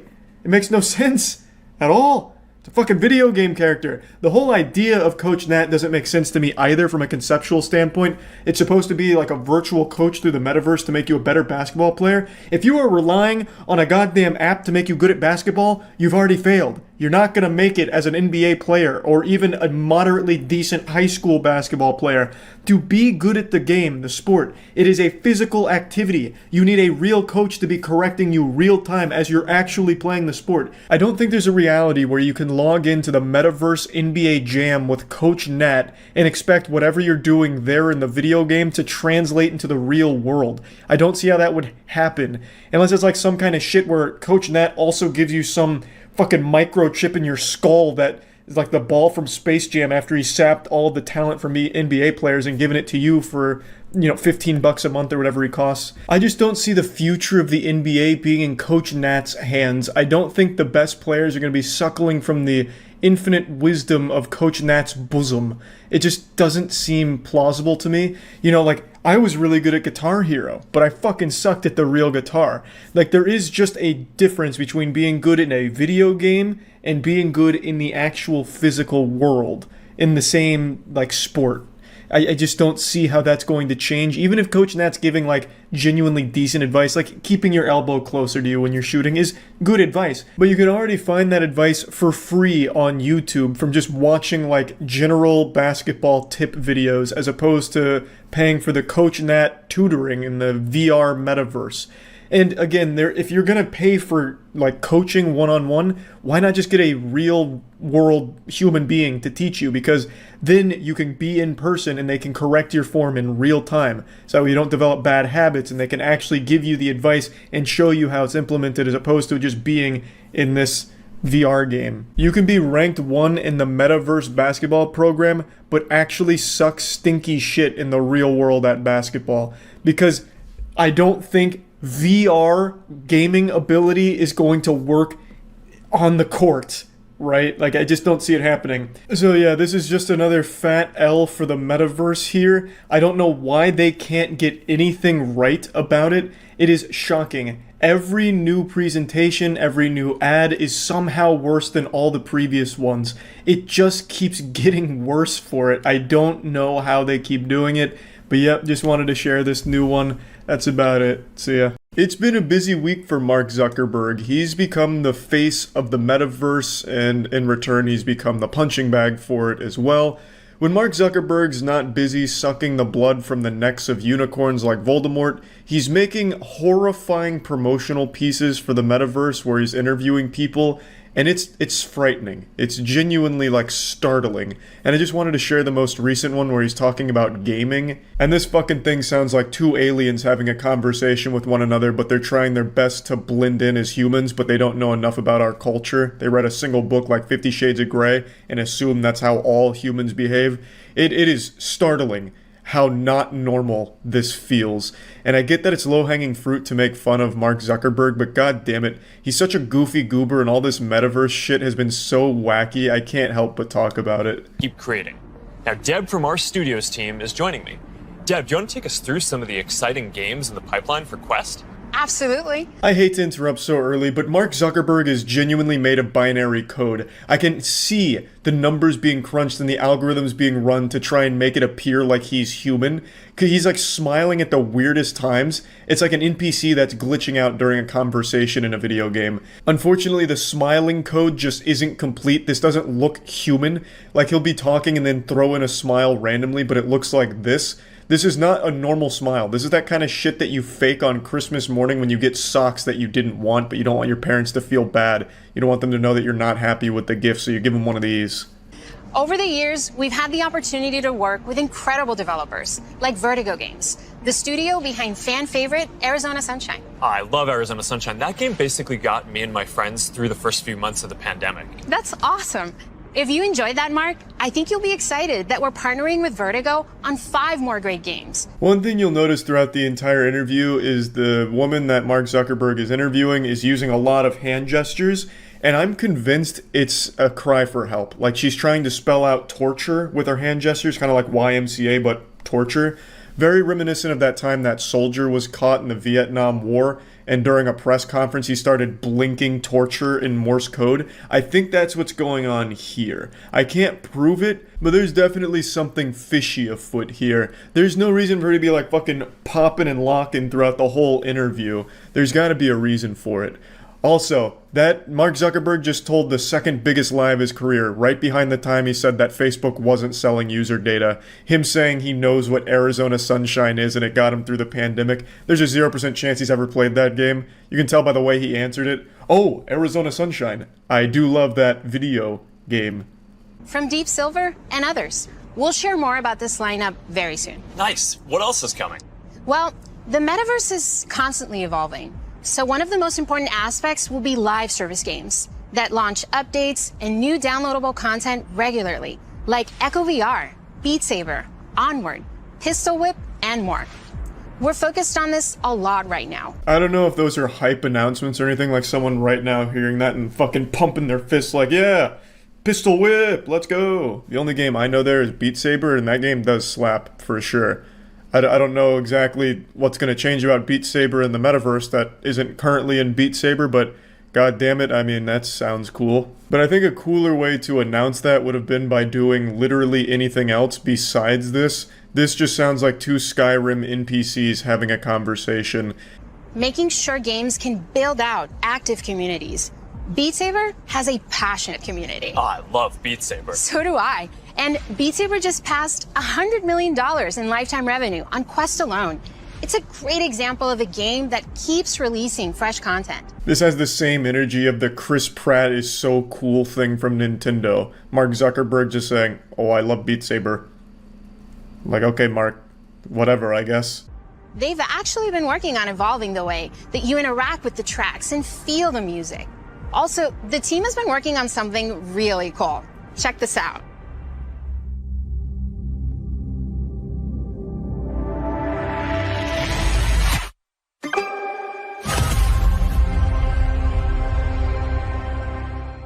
I can't wait to play this. Oh, Jiminy Cricket, I cummed. Wow, I see why Mark Zuckerberg gave Beat Saber a stamp of approval with an announcement like that.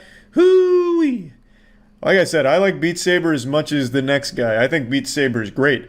A fucking talented mapper once mapped the entire Shrek movie in Beat Saber to play through, so I think the game's incredible. But what the fuck is this? And they keep partnering with incredible artists to release new music packs all the time. Did you play the Billie Eilish music pack last month? Yeah, a little more than I should have. I probably should have been working more on this metaverse presentation. Well, they have a great lineup of artists for 2022. And there's one more epic surprise before the end of the year. So stay tuned. Okay, have you played Population 1? I mean, yeah, I love the game Well, so much that... For those who haven't, Ooh, shit. She just cucked the Zuck. Interrupted him as he was about to lie about liking another video game. Apparently he's a huge Billie Eilish fan, and she just came in and then fucking slapped the dick out of his hand there. He was about to go in like, oh yes, actually, Population 0, one of my favorite games ever created. Of course, you know, a masterpiece by all accounts. And she said, no sir, not on my watch, putting the kibosh on that shit right away. Interrupted him, and he never tries to get back in the conversation. She just takes it. She takes control. Population 1 is a thrilling battle royale that is only possible in VR. Since its launch at Connect last year, it has become one of the highest earning games on Quest and the biggest multiplayer FPS on the platform. You can have up to 24 people in at once for a match. I won't play any more of this. You get the idea. It's a very weird conversation that just doesn't sound normal. Mark Zuckerberg has this incredible ability to make not only himself, but everyone around him sound and act like robots. I bet she does not normally talk or move like this, but just being in the presence of Zuckerberg, like, fucking lobotomized her and had her like a puppet on his strings. She was the marionette, he was the puppet master, and this is the result.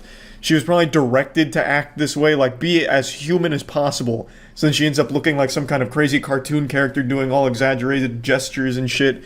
And it's just so weird. Every time Mark Zuckerberg tries to promote the metaverse or really anything, it's just uncomfortable. I just want to talk about it again. I mean, that's about it. See ya. I hope you've got your dancing shoes on, partner, because I'm about to hit you with a story that's so beautiful, make you so happy, you won't be able to stop yourself from getting up and busting out a boogie. The laughable catastrophe of the metaverse has lost the overall parent company nearly $700 billion and has begun taking a toll on Mark Zuckerberg's personal net worth. Zuckerberg could plant his entire tongue in my ass and it still wouldn't leave a worse taste in his mouth than the ongoing failure of the metaverse.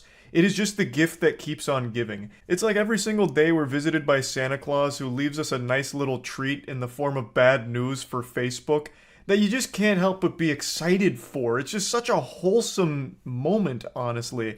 It's a very short list of people and things that I'm always praying on the downfall of, but at the top of that list is Facebook/Meta. That shit sucks so much dick, it is embarrassing. That shit sucks more dick than my mom on Xbox Live Call of Duty lobbies. Now, I want to make it clear, I actually don't think the whole idea is trash. Marcus Brownlee just made a really good video about VR and AR as it currently is, as well as the potential it could have for the future. And it is very interesting, and I do see some practical usage for it, and I've always said I think there is a time in the future where it will be pretty impressive, but that time is not now, and it's certainly not with the metaverse, and I really don't feel confident in Meta being the company to lead this charge when they have so little to show for most of their work right now. Let's take a look at their stock price real quick. I went over it on stream and I let out some real primal celebratory noises I didn't even know my vocal folds were capable of producing. I sound like a little kid who just tried pizza for the first time and I'm making happy noises. Looks so good. Oof. Oof. You can't help but just celebrate. It's so joyous to see the incredible delusion on display here from Zuckerberg and the entire Meta team who's continuously pouring billions of dollars into this shithole called the metaverse and just flushing it all down the toilet. It'd be more effective to just burn the billions of dollars. You'd get more value out of just burning the money as opposed to putting it into the metaverse. It is such a dog shit product. It's worse than Roblox. There's no reason to ever hop in the metaverse like with Horizon World or anything. Why not just go into Roblox? It's like a better metaverse experience. Like, the metaverse is 10 years behind VR chat. I made a video recently about their big conference where they announced they're going to have legs for their avatars for the first time, as if that's some kind of new innovation, like a breakthrough in technology. Even though we've been able to do that for like a decade now, and you want to know what's even sadder? It was a lie. The demonstration of the legs for the avatar was fake. It was pre-rendered. They couldn't even get it right for their own fucking conference. They scammed them. Like, they didn't even actually have the leg technology ready yet. It is so mind-boggling. They've poured billions and billions of dollars into the metaverse only to have less to show for it than a team of like 30 people with VR chat. The metaverse is just barely above Second Life from almost 2 decades ago. Like, Second Life might actually be technologically more impressive than the current metaverse, honestly. It is such a joke, but it's a beautiful, costly joke because it is just wiping value out from the parent company. $700 billion just sent straight to hell over the last year or so. How can you not be happy to hear that? Facebook is awful, Meta is awful, but metaverse is the key. Facebook is a disease, and the metaverse is the cure, and the cure is just killing the host. Once Facebook's dead, all the problems go away. It's a pretty impressive solution. The metaverse is just that plague to finally just wipe out the trash that is Facebook, which I think is beautiful. Of course, I'm being exaggeratory. I don't think Facebook's going anywhere anytime soon, but it is on an incredibly remarkable downward spiral, a death spiral. But they have their fingers in so many pies they might be able to recover in other sectors, perhaps. But Metaverse is doing everything it can to bankrupt them as quickly as possible. It's doing the speedrun any percent dead business route. And it's doing an impressive split right now. It's going for a gold split. Now, I think it's important we shout out a couple of heroes of this story. So, big hats off and a salute to all of the developers that are hosing Facebook and Meta for all of this investment money. I don't know how you can pour billions of dollars into a project like this and have so little to show for it. They have to either be hiring the most untalented developers the world has ever seen, like literally going to local middle schools and asking who wants the code for Meta, because they are not getting shit done, or they're going to developers that are overcharging for almost no service and laughing about it in their face. So I'm thinking it's the latter. They're just going to the developers and they're just overcharging the fuck out of this, scamming them, and giving them nothing. You could give 10 grand to 3 people on Twitter, and they would probably be able to put legs in your VR game before Metaverse does. I also think I should clear up some confusion here because the company themselves does a horrible job of explaining what exactly all this shit is. Unironically, Marques Brownlee's video is a better presentation for the Metaverse than anything Zuckerberg or that entire team has put together. When I'm talking about the Metaverse, I'm more specifically focusing on Horizon Worlds, since that's Meta's really flagship Metaverse title. And that's the one where you walk around without legs. You walk around like SpongeBob with the anchor arms. It's fucking laughable how dated and behind the times it is.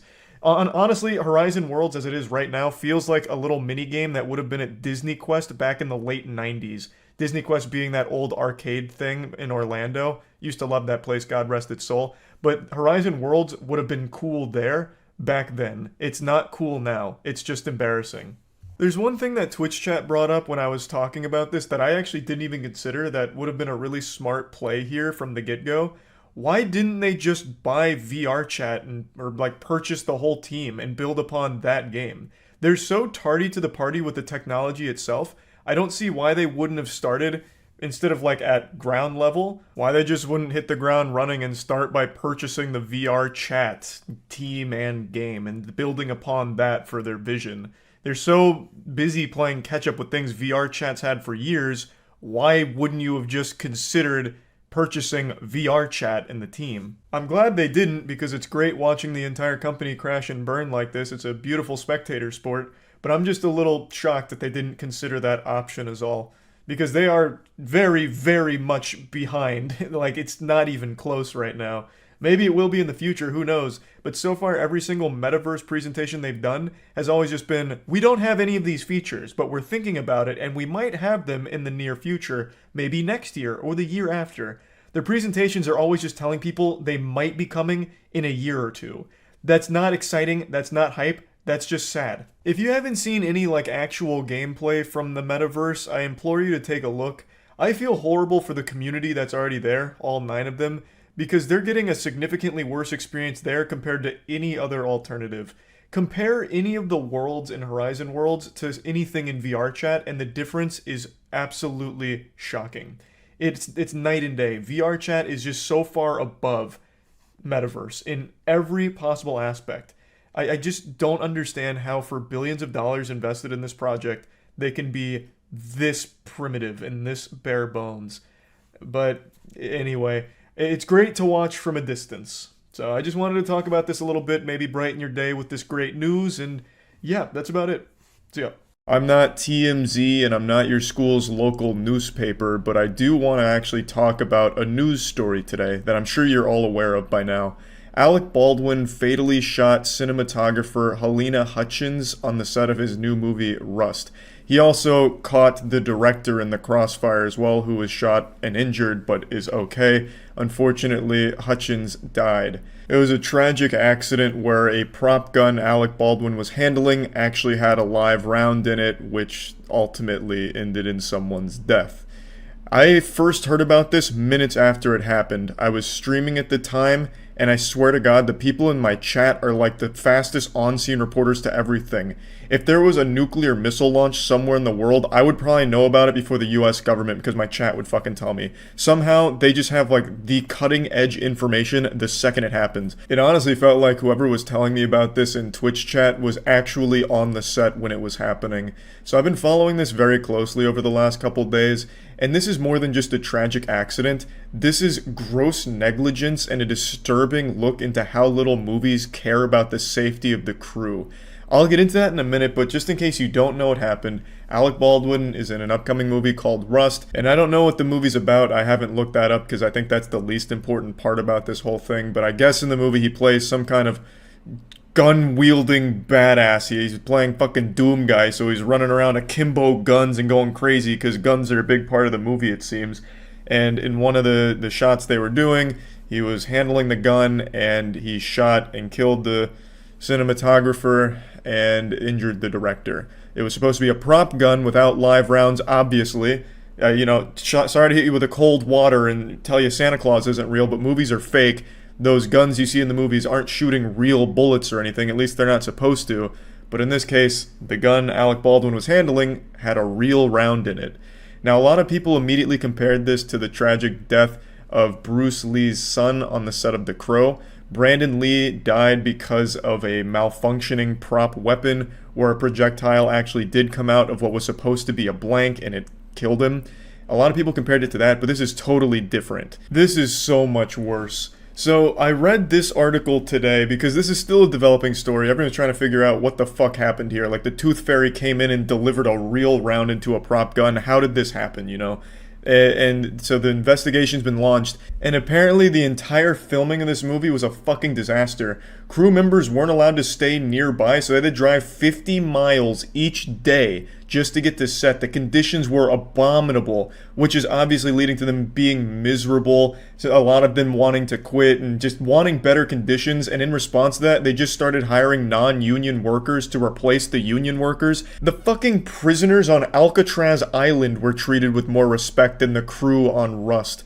It sounds like working on Rust would have been worse than working as a custodian in hell. At least maybe in hell the demons would have treated you better than the Rust team did. I would have rather been licking gas station toilet seats clean than go work on Rust. But not only were the conditions absolutely horrible and unacceptable to a damn near criminal degree, I would argue, but it was also like going to an active war zone every time you stepped on the set of the movie. Because this wasn't the only time there was an accidental discharge of the firearms on set. It happened 3 times, allegedly.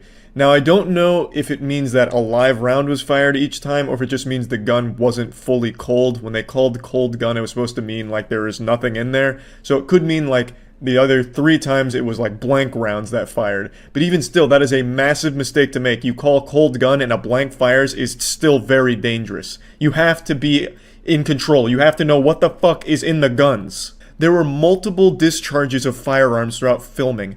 So it's like that scene in Zoolander where they're having like a fucking gasoline fight. Like, they didn't care. They were using like real guns, it seems. It wasn't even like props at that point. They just went to like the local, gun store, just purchased a lot and like, yeah, this will be fine for the movie. We'll just dodge the bullets or some shit. So I guess you just show up the set and every time there's a scene with a gun in it, you have to like be ducking for cover just in case. People just wandering around fucking dual-wielding pistols, firing them to the air like that guy from Looney Tunes, what's his name? Wiley Shatterton, the fucking guy with the beard. Yosemite Sam, just over there fucking blasting into the sky. So obviously the crew didn't feel safe, which led to half a dozen of them leaving just hours before the fatal shooting. Like, all of the signs were there for a disaster, but they were ignored because apparently they were trying to really rush the movie out, so they just didn't care. So I don't know how the fuck Like a firearm discharges one time and you're not like, holy shit, this is something we really need to, take a hold of, grab by the fucking nutsack and fix. Because that is just that's a recipe for disaster. That is asking for a tragedy, and that's exactly what happened. They were begging for it. Just read this again. Alec Baldwin's stunt double fired 2 rounds in a gun that they said was cold. That shit is not cold. That is clearly not cold. If that's cold, then my cock is 16 inches long. Like, it's unreal. They had so many chances to fix the problem. They had 3 discharges, according to that quote there. That means they had multiple opportunities to get things under control, and they just didn't. Dude just kicking back, smoking a pipe, saying, surely it won't happen a 4th time.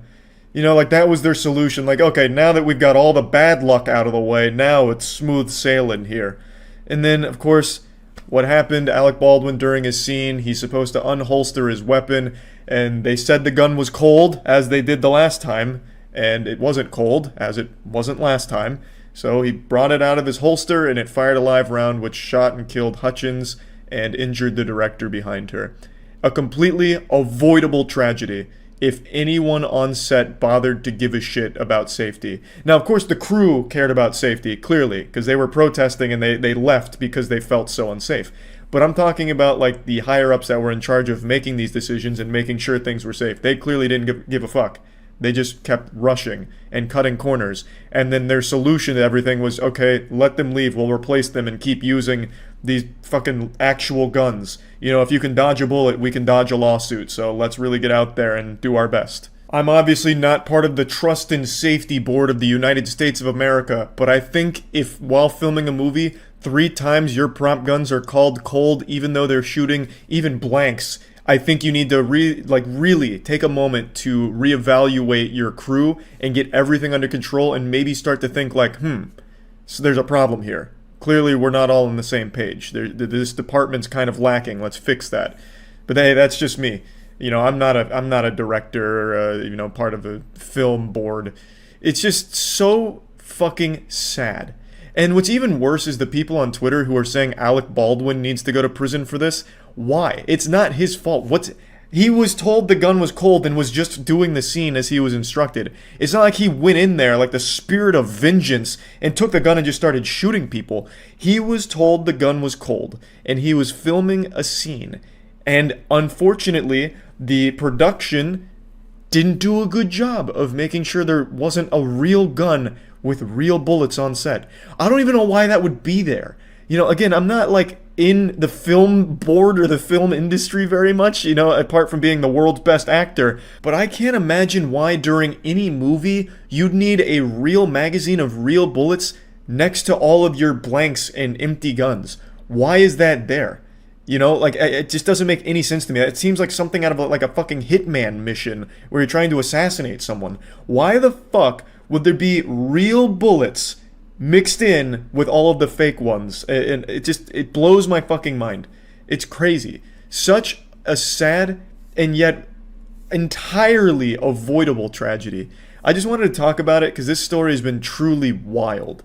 And I feel horrible for Alec Baldwin. I feel horrible, obviously, for the family of Hutchins and everyone on that crew. Because what a sad set of circumstances and an awful thing that happened. So yeah, anyway, I just wanted to talk about this. That's about it. See ya. I'm becoming more and more convinced that TikTok is actually a weapon used to weed out stupid people. Because this story is not the first of its kind. This is not an isolated incident where a TikTok trend or challenge leads to a lot of fatalities. It's honestly getting to the point where these headlines feel like they're AI generated. Like the one we're talking about today feels like a fake story put into Grand Theft Auto as a joke. Just something they slid in there as something silly. But it's apparently legitimate. There's a TikTok trend called the boat jumping challenge, which is responsible for at least 4 people's deaths recently. And the challenge, as the name would imply, is jumping off of a boat going extremely fast. You don't need a master's degree in physics to figure out why this is dangerous, but just in case, I'll lay down the brass tacks. So I'm gonna sit you down in the classroom here for the lecture, so spit out your gum. Since the boat is moving so fast, when you jump off of it, you hit the water hard as shit. you generate a lot of force behind that impact. It's a goddamn wallop. So, what's happening is, when people are jumping off of the boats, they're hitting the water and then snapping their necks and drowning. It's an easily preventable and probably the most embarrassing death imaginable because you killed yourself for a goofy-ass TikTok challenge. And I also hate that everything in the world is called a challenge these days. That word has lost all meaning. There's nothing challenging about this. Jumping off a boat doesn't have any level of difficulty or skill to it. The only challenge, I guess, is surviving it. Like, avoiding being banished to the fucking Shadow Realm for it. But I'm so fucking tired of everything getting called a challenge, you know? Here's the poop without wiping challenge. You take a shit and you don't use any toilet paper or a bidet to clean your anus. Expert difficulty, ultra nightmare mode, impossible challenge. You won't last 5 seconds. It's so dumb. I'm so tired of everything getting labeled a challenge. But anyway, this trend of boat jumping is responsible for at least 4 deaths. And like I mentioned, that is just the saddest way of going out. Not only is it like an agonizingly slow, painful death, but that is just, you're probably getting made fun of in the afterlife for that. Dying for a stupid TikTok trend, you know the angels are shooting spitballs at you. Like, that is, like, it's just a shameful way of exiting this corporeal realm and shedding the mortal coil. That is so fucking sad. Like, I feel horrible that, you know, people have, you know, perished from it. But I honestly am stunned by just how quickly the human brain is devolving. This is like human instincts 101 shit. Like, this is common sense. This is an instinct you're born with. Not to, like, jump off of something going fast because it'll create bad ouchie boo-boo moment. Fucking cavemen probably would know not to jump off of, like, a speeding vehicle like this. I just don't understand how anyone would see this challenge and think that it was somehow safe or wasn't dangerous. Like, you'd have to know. You would have to know. And another thing is, it's so traumatizing, like, dying this way, not only because it was extremely avoidable, but because it's most likely done in front of your family and friends. Like, if you're on a boat, you're probably not on a boat with strangers. That's not exactly like you can call up an Uber to do this with. You can't just call up, like, a boat service, right, to pick you up and do this TikTok trend. So you had friends and family around you filming you, and then you did the TikTok suicide challenge right in front of them, and they watched you die and fucking filmed it. That is scarring. That is incomprehensibly nightmarish. So, like, this whole thing is, it's shocking that anyone would actually even do this. Like, 4 deaths from it is surprisingly low, actually. I imagine that's only the reported ones so far, assuming this is a popular trend. And I decided to look it up myself on TikTok to see how big the trend was. And it seems like it was pretty big, and there are still quite a few surviving videos of people doing the challenge, but all of them seem to at least had the foresight to recognize that, you know, pushing that bitch wide open on the boat going like 60 would have been a complete disaster and led to a Mortal Kombat fatality. So the ones that are on there right now are slow boats. They're going slow, so that way they don't hurt themselves doing it or, like, get seriously injured from it. Whereas most people, I guess, didn't recognize that and amplified the danger, fucking Evel Knievel, and actually just warp-drived their boat and jumped off, which led to these 4 deaths in Alabama. This whole situation proves to me, with my fucking tinfoil hat conspiracy theory, that there has to be some kind of shadow organization, the puppet masters pulling the strings of TikTok, that are in this think tank coming up with the most dangerous trends and challenges, knowing that stupid people will die doing it as a way of, like, population control or something. Like, not only is TikTok legitimately rotting the brains of so many people, but they're not satisfied with that. They're gluttonous for more punishment of the human species. So they're coming up with challenges like this knowing that people will die doing it. Because like I said, this is far from the only one. There's also, of course, like the blackout challenge, which was literally suffocating yourself. And some people died doing that. Which, obviously, but that was the whole fucking challenge, basically. You just strangle yourself until you're about to pass out, and some people died from it. But point is, there's so many of these challenges now. This is just the most recent one. And what's even crazier is I think back to the Tide Pod challenge, how everyone all at once recognized the stupidity and the danger of it, and yet that didn't have nearly as many deaths or injuries as any TikTok trend that comes out. Like, every big TikTok trend has, like, at least a handful of deaths associated with it at this point. And even extending further beyond Tide Pod Challenge, many people forget this one, but it's one I look back on with a big fucking smile on my face that someone even tried it. There was something called the Hot Coil Challenge, which was only ever done by one person. It was a dude who just turned his fucking stovetop on and then put his bare forearm on it and let it incinerate his flesh. So he just slams his arm onto the stovetop and lets that motherfucker simmer. He is in there just letting it cook. So he holds it there for a little bit, obviously just melting the flesh off, fucking cremating his forearm, and called it the Hot Coil Challenge. And that would have been less detrimental to human health than fucking TikTok trends like the boat jumping challenge. There would have been less deaths in the Hot Coil Challenge than there are in things like the boat jumping challenge and blackout challenge and all of that. That's so crazy. Now, this isn't exactly related to the boat jumping challenge, but I want to illustrate just how dangerous water speed is. There is a record for the fastest water speed ever achieved, and it was set back in the 70s. And you'd think upon hearing that, like, oh, we've advanced well beyond that with technology. How have we not been able to beat a record from the 70s when it comes to water speed? And that's because it's considered the most hazardous thing to ever engage in. It's the most dangerous record to ever try and break. There's a whole Wikipedia page dedicated to it. Of the last 13 attempts to break the water speed world record, there have been 7 deaths. And the 2 most recent attempts both ended in catastrophe and death. It is a record that most people don't really want to challenge because it is so fucking dangerous. I feel like a lot of people just don't recognize how dangerous water can be, which is a silly thing to say, because I feel like most people should be able to, but we're living in clown times right now where people are just, they're not thinking anymore. They see internet engagement and all rational thought goes right out the window. So it's fucking dangerous. Obviously, this boat jumping challenge was going to lead to serious injury and death. And yet, people were blinded in the pursuit of clout. A story as old as time now. Well, not really. A story as old as 3 or 4 years now with how desperate people are for clout, that they are actually killing themselves for it. So yeah, just kind of wanted to talk about this a little bit. That's about it. See ya. Going to a gender reveal party is like taking your family to Chernobyl. Everyone's at risk of dying. Gender reveal parties these days is basically just acts of terrorism to reveal the gender of your upcoming baby, whether it's starting legendary wildfires in California or just straight up killing your relatives with pipe bombs. It's just absolute chaos. I've been very outspoken against gender reveal parties. I'm like mothers against drunk driving, but for gender reveal parties. Fucking gamers against gender reveal parties. I feel like people should know by now that they're not that special. Your family, your friends, and especially the internet doesn't give that much of a fuck about the gender of your upcoming baby. So just give them the news plainly so they can pretend to be excited and happy for you like everybody else. And if you want to get real wacky, goofy, and silly, bake a cake, pink or blue if you want to. I mean, that's simple and it's harmless.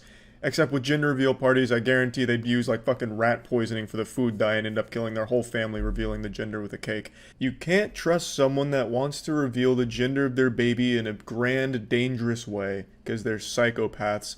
In fact, I even looked this up. You are twice as likely to die at a gender reveal party than you are swimming in shark-infested water. There have been 2 shark attack deaths in 2021, whereas there's been 4 gender reveal deaths in 2021. This is becoming a big statistic. Like, you know, you used to read that shit about a vending machine falling on someone and killing them, and it turns out, like, well, this happens quite a bit, like, 15, 20 deaths a year. Gender reveals are about to make that look like child's play. People are fucking dropping like flies at these parties. And the fucking worst part about it is, the deaths are always like this Looney Tunes fucking Wile E. Coyote kind of thing. Like, one of them this year was a family shot a fucking cannon at their friend and killed them. Like, it's terrible stuff. The reason I'm talking about it is because yesterday there were 2 more deaths at a gender reveal party with a plane crashing. A family hired a plane and a crew to fly around doing an aerial acrobatics show while dropping colored smoke in a banner to reveal the baby's gender to the family that was watching from a boat. And while doing these stunts, they nosedived into the ocean, and the one person on board died on impact, and then someone else died after they were picked up by the rescue team and given first aid. I'll show a clip of them flying around. I'm obviously not going to show the crash, but you can see just how fucking dangerous this shit is. ¡El niño! ¡Rosa! ¡Niña! ¡El niño!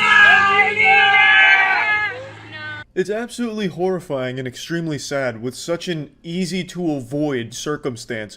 Just don't do this kind of crazy dangerous shit to reveal the gender of your baby. It's so fucking trivial. People don't care. Your friends that go wild pumping their fist, whoa, good work, you fucked your wife and now you got a girl on the way, woohoo! They're just putting on an act to make you feel better. They don't care. They're not gonna go home and talk about it for the next week like, man, I can't believe they're having a girl. This is fucking incredible. And the way they revealed it with the magician making the Statue of Liberty disappear and then reappear covered in pink dust, man, I'm gonna be thinking about that for months now. People don't give a fuck. It's this narcissistic attitude, like wanting to be this center of attention, like, look at this, we're having a boy. So we're gonna burn down all of California to celebrate, which is what happened last year. Well, fucking one of the largest wildfires in history was started because of a gender reveal gone wrong. Like, the amount of death and destruction these fucking stupid parties hold is wild. Woo! Our baby's gonna have a penis, he's gonna have a fucking dick! To celebrate, I'm gonna fire this fully loaded cannon at Great Aunt Mildred. Brace for impact. Like, to be honest, at this point, I wouldn't be surprised if the fucking meteor that took out the dinosaurs was actually just an alien revealing the gender of their baby and using Earth as a way of doing that. Like, it's crazy. Like, they keep ramping up in danger. Like, pretty soon, gender reveal parties are just gonna be families open firing on each other using pink or blue guns. It's fucking weird, it's stupid, and it's so easily preventable. You don't have to kill your friends and family revealing your baby's gender. You can just bake a cake if you want to get real wacky. Like, it's that simple. It's gonna have the same effect. And I can promise you the internet doesn't fucking care how big your gender reveal party is. No one gives a fuck. Like, a lot of them do it for internet points because for some reason some people cheer them on just trying to make them feel better, but don't. You're encouraging awful behavior. It's so fucking sad. It's so dumb. So just a little friendly advice to anyone considering throwing a party for the reveal of their baby's gender. Maybe just use pink or blue lollipops. Be like, surprise! The lollipops are blue, it's a boy, and then people clap, and then, you know, no one dies. Unless, of course, you've dipped those lollipops in the fucking cyanide or something, but you probably wouldn't do that. Like, there's just play it safe, you know? Or just don't bother at all, because again, people don't give that much of a fuck about it. So yeah, that's about it. See ya. This is another one of those sad situations where I have to admit Twitch chat was right, and I look like a bumbling imbecile now. About a month ago, chat was trying to convince me that there was a viral TikTok challenge that was getting people to steal cars and sometimes crash them for views, and I wrote that off as a bunch of baloney. I said, I doubt that's an actual trend, probably just one stupid asshole did it, called it a challenge, and no one ever followed. But it turns out I was wrong. Not only is this boogeyman real, but it actually has led to the death of 4 teenagers this week. Somehow, the challenges continue to get more and more brain dead and dangerous. This generation of Tide Pod eating and hurting yourself for views on TikTok is reaching an absolutely absurd level of wildness. So, it's called the Kia Challenge. It's also not really a challenge, it's more of just a ruin your life speedrun tutorial. Basically, the only goal to be completed with the Kia Challenge is to steal a car and post yourself stealing the car on TikTok. It honestly sounds like it's something made by the CIA to catch potential car thieves. You're fucking instructing them to post evidence of their crime online, making it the easiest slam dunk arrest ever. But anyway, the Kia Challenge was videos that were teaching others how to steal Kias and Hyundais specifically because of a massive vulnerability in many models from Kia and Hyundai. For Kia vehicles, many of them built from 2011 to 2021 have this problem, and for Hyundais, those built from 2015 to 2021 also have this problem. I'm not here to teach you how to do it, I'm not your Thieves Guild sensei, but I will tell you, it is shockingly fucking easy. It's mind-blowing how stupid and simple it is. These cars are more insecure than me going through puberty. They basically steal themselves, honestly. It takes seconds, like actual seconds, not even like mini seconds, like maybe 2 or 3 tops. It's fucking baffling, honestly.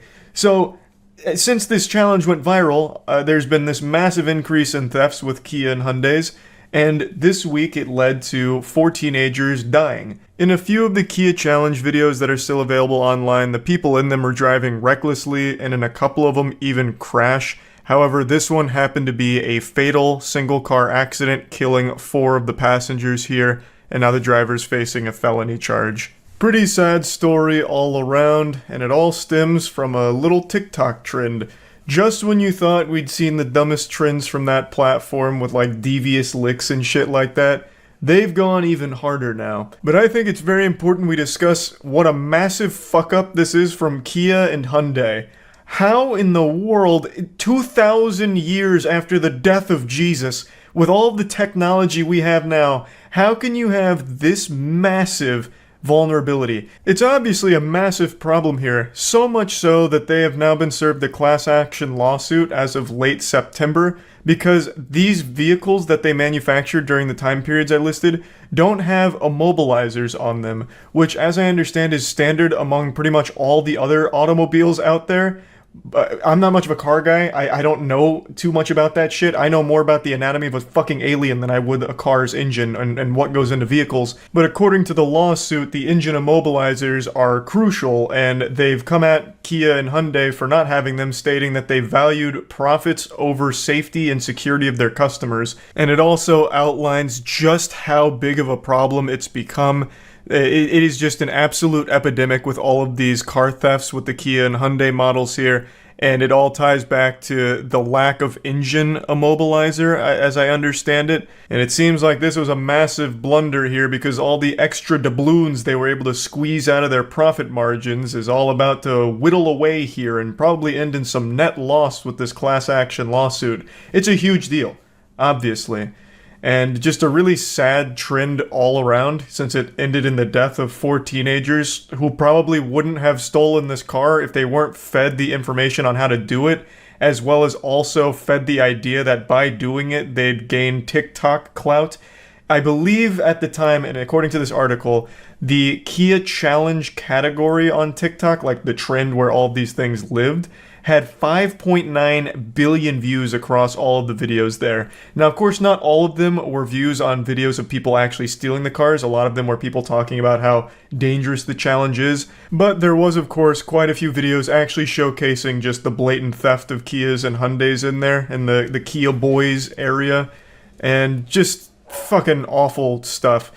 TikTok cracked down on it and banned those accounts and shut all of the Kia Boys, Kia Challenge stuff down, but even still, you can still find quite a few of them, and it clearly does still exist in some capacity because this only happened this week. So it's still a rather popular idea, even if not like a direct trend on TikTok anymore. So just wanted to talk about this a little bit, since this was just a situation where I was just absolutely wrong when Twitch chat was bringing me some new information here that I just refused to believe. It was so outlandish, I didn't believe it. I didn't think anyone would ever actually start a trend of just crime, and I was proven wrong. And it's very sad. Not sad about me being proven wrong, just the actual subject matter here being sad. That's about it. See ya. I've said for years now, one of the most evil companies on the planet is Disney. I imagine the board of directors is a who's who of supervillains. You probably got Mickey Mouse right next to Lucifer in that seat. It is always shocking to see just how low they'll stoop for the sake of a couple extra doubloons. They're like a real-world Umbrella Corp, but instead of manufacturing the T-virus that turns people into zombies, they manufacture the D-virus that turns people into Disney Defenders, where they'll always fight their PR battles for them and constantly empty their piggy bank for anything Disney slaps its fucking logo on. It's sickening, even when they are completely in the wrong. I've been following a story for the last couple days, and I imagine some of you have as well. It's a very sad story about a woman who had an allergic reaction and died after eating at a Disney Springs restaurant. And the holly jolly old assholes at Disney are arguing that because the husband signed up for a Disney Plus trial in 2019, he agreed to terms that would basically turn this lawsuit into toilet paper. To any sensible human being on the planet with a functioning frontal lobe, you're probably asking yourself, how does a Disney Plus trial at all have any grounds for this lawsuit when the allergic reaction happened at one of Disney's parks? It's not like his wife had an allergic reaction to the dog shit Disney Plus is feeding them. She passed away because of a complete failure from the restaurant. It is entirely their fault. So the couple chose to eat at a restaurant called Raglan Road Irish Pub, and they told the waiter that she had severe allergies to dairy and nuts, and she was unequivocally assured the food would be allergen-free, and they chose this restaurant because it is apparently very accommodating to people with allergies. So when the order arrived, there was no allergen-free flags, so they inquired again if it was allergen-free, and were once again assured that they were safe for her to consume. 45 minutes later, she had an allergic reaction, even after administering an EpiPen, she had difficulty breathing, collapsed, and later passed away. And the husband is rightfully trying to sue Disney for this because it is a colossal fuck up here.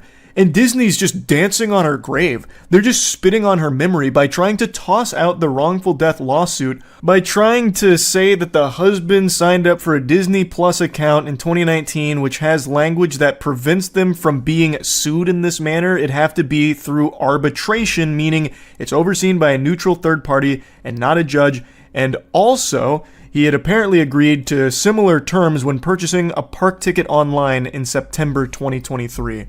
So this opened up a massive can of worms here about all of the sneaky, scummy shit companies sneak into their terms when you sign up for services or if you purchase things online. You know that shit that every human being on the planet skips through with agreeing to terms and conditions? Yeah, it turns out sometimes there's some really awful shit in there. I wanted to wait before talking about this because I've been talking to a lawyer about it because I was very curious if there is any legs at all for Disney to stand on here. But I just couldn't wait because I've already seen a couple of conversations about why it's entirely this couple's fault for gambling with their food allergies. The state of the world is so fucking saddening. How is it a gamble? So she was allergic to dairy and nuts, and this was made abundantly clear to the staff of a restaurant that is well known for being accommodating to allergies. Apparently this restaurant has a commitment to being very conscious of allergens. So they chose this restaurant for that reason and made it very clear multiple times that dairy and nuts were a problem. And they were assured multiple times that the food they had ordered was not going to pose any problems for that allergy. They did everything they could. That's not gambling, you absolute Cro-Magnon that are arguing that it's actually their fault, Disney's blameless. This is what I'm talking about with the D virus. People falling over themselves to try and take bullets for Disney. It is a fuck up from the restaurant and by extension, Disney.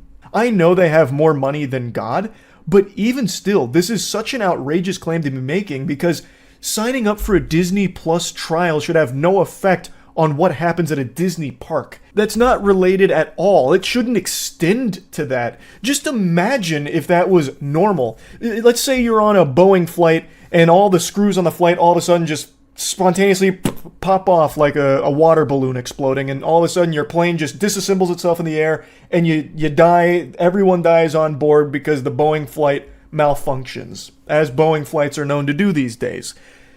Well, what if Boeing said, that's a real shame about that, but, we can't be held liable for this because every single one of them, when purchasing their tickets online, agreed that no matter what happens, it's going to have to go to arbitration, so sorry about that, but really condolences. I am super confident that wouldn't work. You can't just have this blanket statement of, whatever happens, not our fault, and you agreed to it. See, you said right here, doesn't matter, you're fucked. Like, that can't work. And from what I've heard from a couple of lawyers that have talked about it online, as well as a couple conversations I've had, this doesn't really protect Disney, but this has become so common in contracts as a way of trying to weasel big corporations out of liability. But it's still scary because it does give them some leverage to fight on. It gives them an angle, and with the amount of money they can pour into defending themselves, it's going to make it very hard for normal people to fight back. even when Disney is 100% responsible for the tragedy that occurred. But at least Disney's very apologetic here. We're deeply saddened by the family's loss and understand their grief. Given that this restaurant is neither owned nor operated by Disney, we are merely defending ourselves against the plaintiff's attorney's attempt to include us in their lawsuit against the restaurant. They're fundamentally going, oh, we don't know those guys. They just use our land. We're kind of just like a landlord. We are not associated with those scoundrels over there at all. No, not us. Nope. You're coming after the wrong guy, bub. Go after them. Not our fault. And if you do want to go after us, you can't really because your Disney Plus free trial from 2019. Did you forget about that? Eek, sorry. Now, the lawyer representing the family called it absurd and preposterous, saying that the case is based on the incredible argument that any person who signs up for an account, even free trials that are not extended beyond the trial period, will have forever waived the right to a jury trial, which is pure insanity. And they also argue that Mr. Piccolo, the husband, agreed to the terms of use for himself. But he's now acting on behalf of his late wife, who never agreed to the terms, which I think is a really strong point. I think the lawyer is right here. His wife never signed up for the Disney Plus trial, thus she shouldn't be subjected to the fucking shackle and chains that apparently every Disney Plus subscriber is now succumbed to. The lawyer then goes on to say, the notion that terms agreed to by a consumer when creating a Disney Plus free trial account would forever bar that consumer's right to a jury trial in any dispute with any Disney affiliate or subsidiary is so outrageously unreasonable and unfair as to shock the judicial conscience. It really is exceptionally evil, and from what I've read here, it's not exclusive to Disney. So apparently there was even a time where they were going to get close to protecting consumers from this kind of shit with like these arbitration clauses that get snuck into contracts that you sign up for unknowingly, because it is unreasonable to expect anyone to read all 65 pages of every terms and condition for every service you sign up for. There's no human being on the planet that has the chutzpah to sit through and read all of that. But apparently that ruling that was going to protect consumers got fucked in Congress. So it's just, corporations really do operate on a different level than everything and everyone else. So no matter how much they are pushed to stop this shady shit, they can always pay their way out of it so it never actually sees the light of day and they can continue to do the scummiest things. Another quote here is, most of the companies in the U.S. require mandatory arbitration and allows them to, by and large, cut off much relief. Companies love it, but individuals who are harmed by these corporations really don't have any access to any form that would give them relief, as that's a real problem. It just limits consumers' options. It protects companies by fucking consumers in the face. The Supreme Court's view is, if you don't like it, don't sign it. Which is a super easy position to have for all the troglodytes in Supreme Court, because they're so ancient and archaic that these geriatric fossils don't sign up for anything or any service because they don't even know what a goddamn computer is. They're still learning about that mystical, magical thing called the cyberspace and the internet. So they don't even know what the fuck this is. All they need to know is what the corporations tell them they need to know. But every normal person in the world all has different services that they have to sign up for. I'm not talking about just like entertainment services. Like, no one needs to have like a Netflix account or anything, or a Epic Games account or something. But even just like, I remember 10 years ago when I was in my apartment, there was an online sign-up I had to do that had pages upon pages upon pages of terms and conditions. And I didn't read through all of them. I feel like most people don't read through all of them. Banking online, all types of services that are literally required for most normal people all have tons and tons of terms and conditions, and they are probably sneaking in some truly heinous shit. And this story right here helps shine a light on some of it and how unreasonable it is. And the Supreme Court saying, if you don't like it, don't sign up for it, is just, that's not realistic. It's just not at all. But yeah, anyway, this shit is super horrible. Disney super sucks. That's about it. See ya. I know this gets said all the time, but it's true. And it's sad. People will believe in anything. Today I just learned about slapping therapy, which I'd never heard of before. And you would think me, of all people, someone who has covered slapping tournaments for years, would have heard about slapping therapy, but even I couldn't imagine something so stupid. And today, a practitioner is being jailed for 10 years due to the death of a 71-year-old woman at one of his slapping therapy workshops, and it turns out he's also responsible for the death of a 6-year-old boy at one of those slapping therapy workshops. Now, when I first read the headline, I thought he was going in there and just like KOing people with slaps and trying to convince them that it was a good thing. He was healing them through like, you know, slapping the soul out of their body temporarily, like in Doctor Strange when she like fucking palms his whole spirit out. Like, I really thought these workshops were basically just like a fucking fight club where he was throwing frying pans at people's faces with these big meaty slaps and saying like, all right, all of a sudden your cold is healed. But that's not the case. It's actually far more ridiculous than that. Catching cold. Once you catch cold, you may have different symptoms. You feel weak, you got a runny nose, easily find a big bone sticking out here. So you can just, whole area, just do the slapping here. Either with this hands or with this hands, or on both sides, also with this, or you can do this way. That's the entire healing method. If anything's going wrong, start slapping yourself. I'm not shitting you. That's actual baby brain stuff like, ooh, I got a tummy ache. Let me slap the tummy ache away. Oh, geez. That's the entire method. It's called Pas de la Gene, I think is how you say it. And this is like their preeminent expert in it who now has 2 corpses under his belt from it.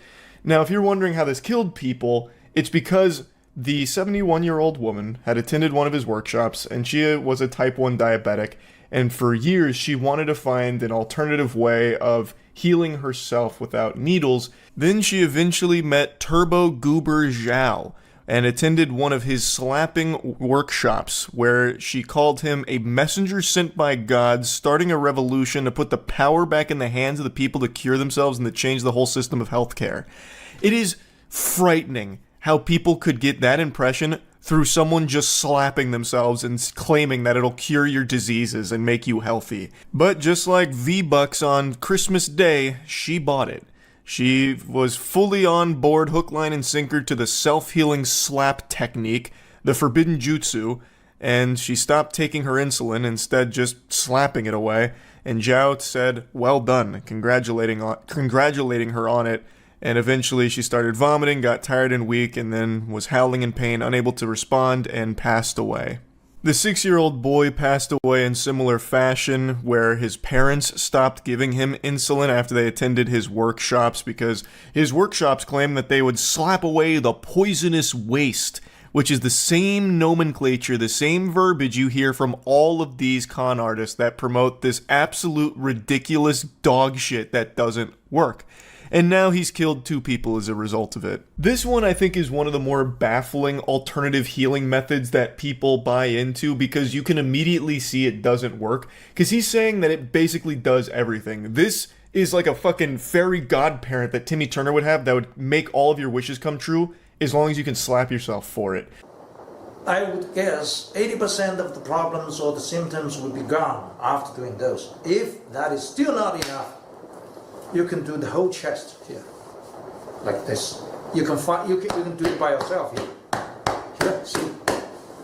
This side, see here, here. Then the whole area right in the middle.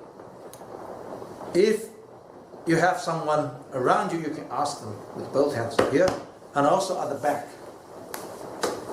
After doing what we call carpet bombing, all these areas. This asshole watched Patrick Star ham bone in an episode of SpongeBob and then said, I can make an entire business out of that. So now his whole thing is that you can cure anything through slapping yourself. So he calls it carpet bombing on your chest when you're slapping a cold away like this. But what's crazy is anyone who would watch this and maybe think for even a fucking millisecond that this might work would try this when they had a cold and learn that it doesn't work. You can't fucking slap away a cold. But that's not enough proof for them. Even though it doesn't work, they still believe in it. He actually made a video addressing the death of that 6-year-old where he doesn't actually say anything. He doesn't actually address anything. He just keeps saying, it's an accident over and over. And the comment section is nothing but swallowing his meat. Know more about the accident happened in Australia for that little boy. What I want to say is, first of all, this is an accident. When I say this is an accident, that means this has nothing to do with the workshop. It is purely an accident. It actually has everything to do with the workshop because he encourages everyone to just slap everything away to get that poisonous waste out of their body, all that toxic sludge that's infesting their body through some of this, some of that.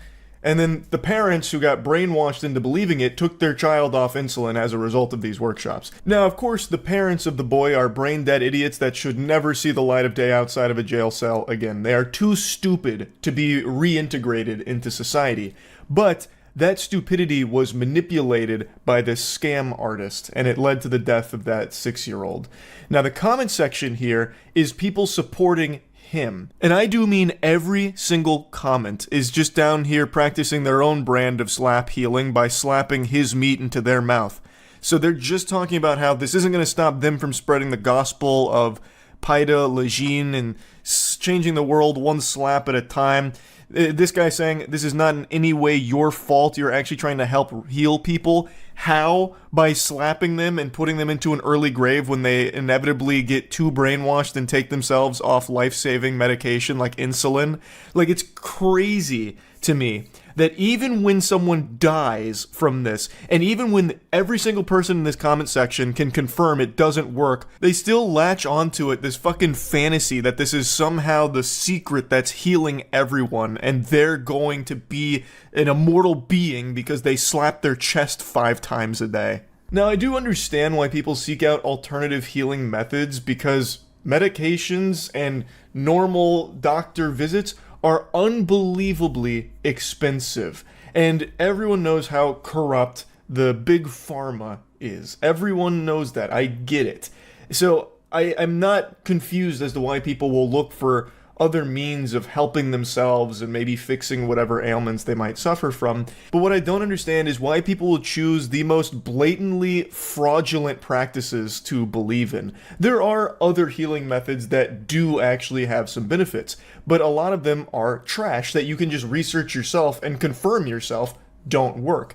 But people will still just, for some reason, become this lifelong believer in it based on nothing. I don't know how someone could sit there and watch this dumb asshole slap a guy's arm and say that it's healing him. For 1 minute, ask me to stop, okay?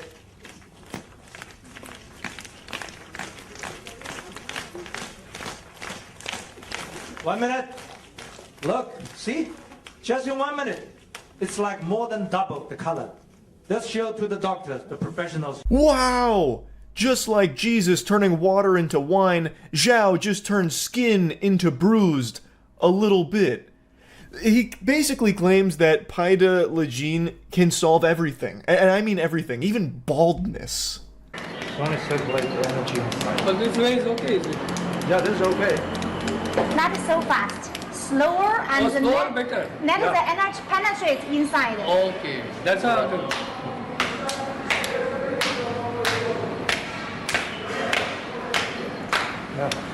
Man's actually teaching the Homer Simpson dough as a real method of curing your baldness.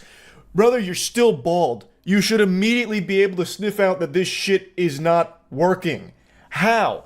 He can look in the mirror and recognize that his slapping head baldness therapy isn't working, yet still believes in it. I know it's overused with people saying this, but it is the truth. People will believe anything. Absolutely anything. Even something as comical as slapping therapy. And this is only the tip of the iceberg. He has so many videos and so many workshops and so many seminars where it's the same thing every time. Like there was one I saw for leg pain where he was saying, well, just slap the leg. That'll free it up. Just slap it a lot. It's everything. He's actually teaching people to fucking do like a knee slap when you hear a good joke, and it's gonna fix your fucking, sore muscles. Or, well, not sore muscles. What was it? I think he was looking to cure some kind of like chronic pain. I can't remember now. But the point is, even something as over-the-top absurd as this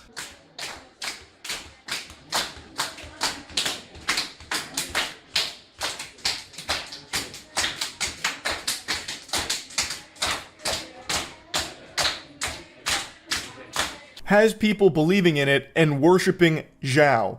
It's actually fucking crazy. Just sitting there playing people's head like drums. And they're like, oh yeah, he's curing him. He just fucking cured him. Amazing. Absolutely amazing. Extraordinary work. In fact, actually clapping is a form of slapping. So every time you clap, you're actually cleansing your body of toxins. Did you know that? I bet you didn't know that. I just figured that one out through Zhao's teachings, actually. And the most pathetic part is no one will ever be able to get through to people that have already bought into it in this way that it is fake, that it is bogus. Even the death of the 71-year-old woman and the 6-year-old boy is not enough. That will only strengthen the believer's resolve in it, saying things like, oh, they must have done something wrong with the Paida Lejin teaching. Zhao would never have misled us. He's healing all of us. He's a messenger sent by God.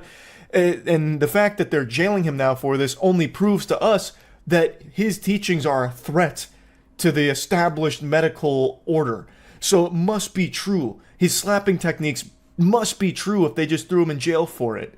There is nothing you can do to get people out of this. It sucks, man. Like, it's actually so sad. I'll stop ranting about it now, but it's fucking crazy. That's about it. So yeah. Raise your hand if you've ever heard of the restaurant Panera Bread. Now, I hope none of you raised your hand, because if you did, you'd be an absolute buffoon, you straight up imbecile. I can't see if you do that.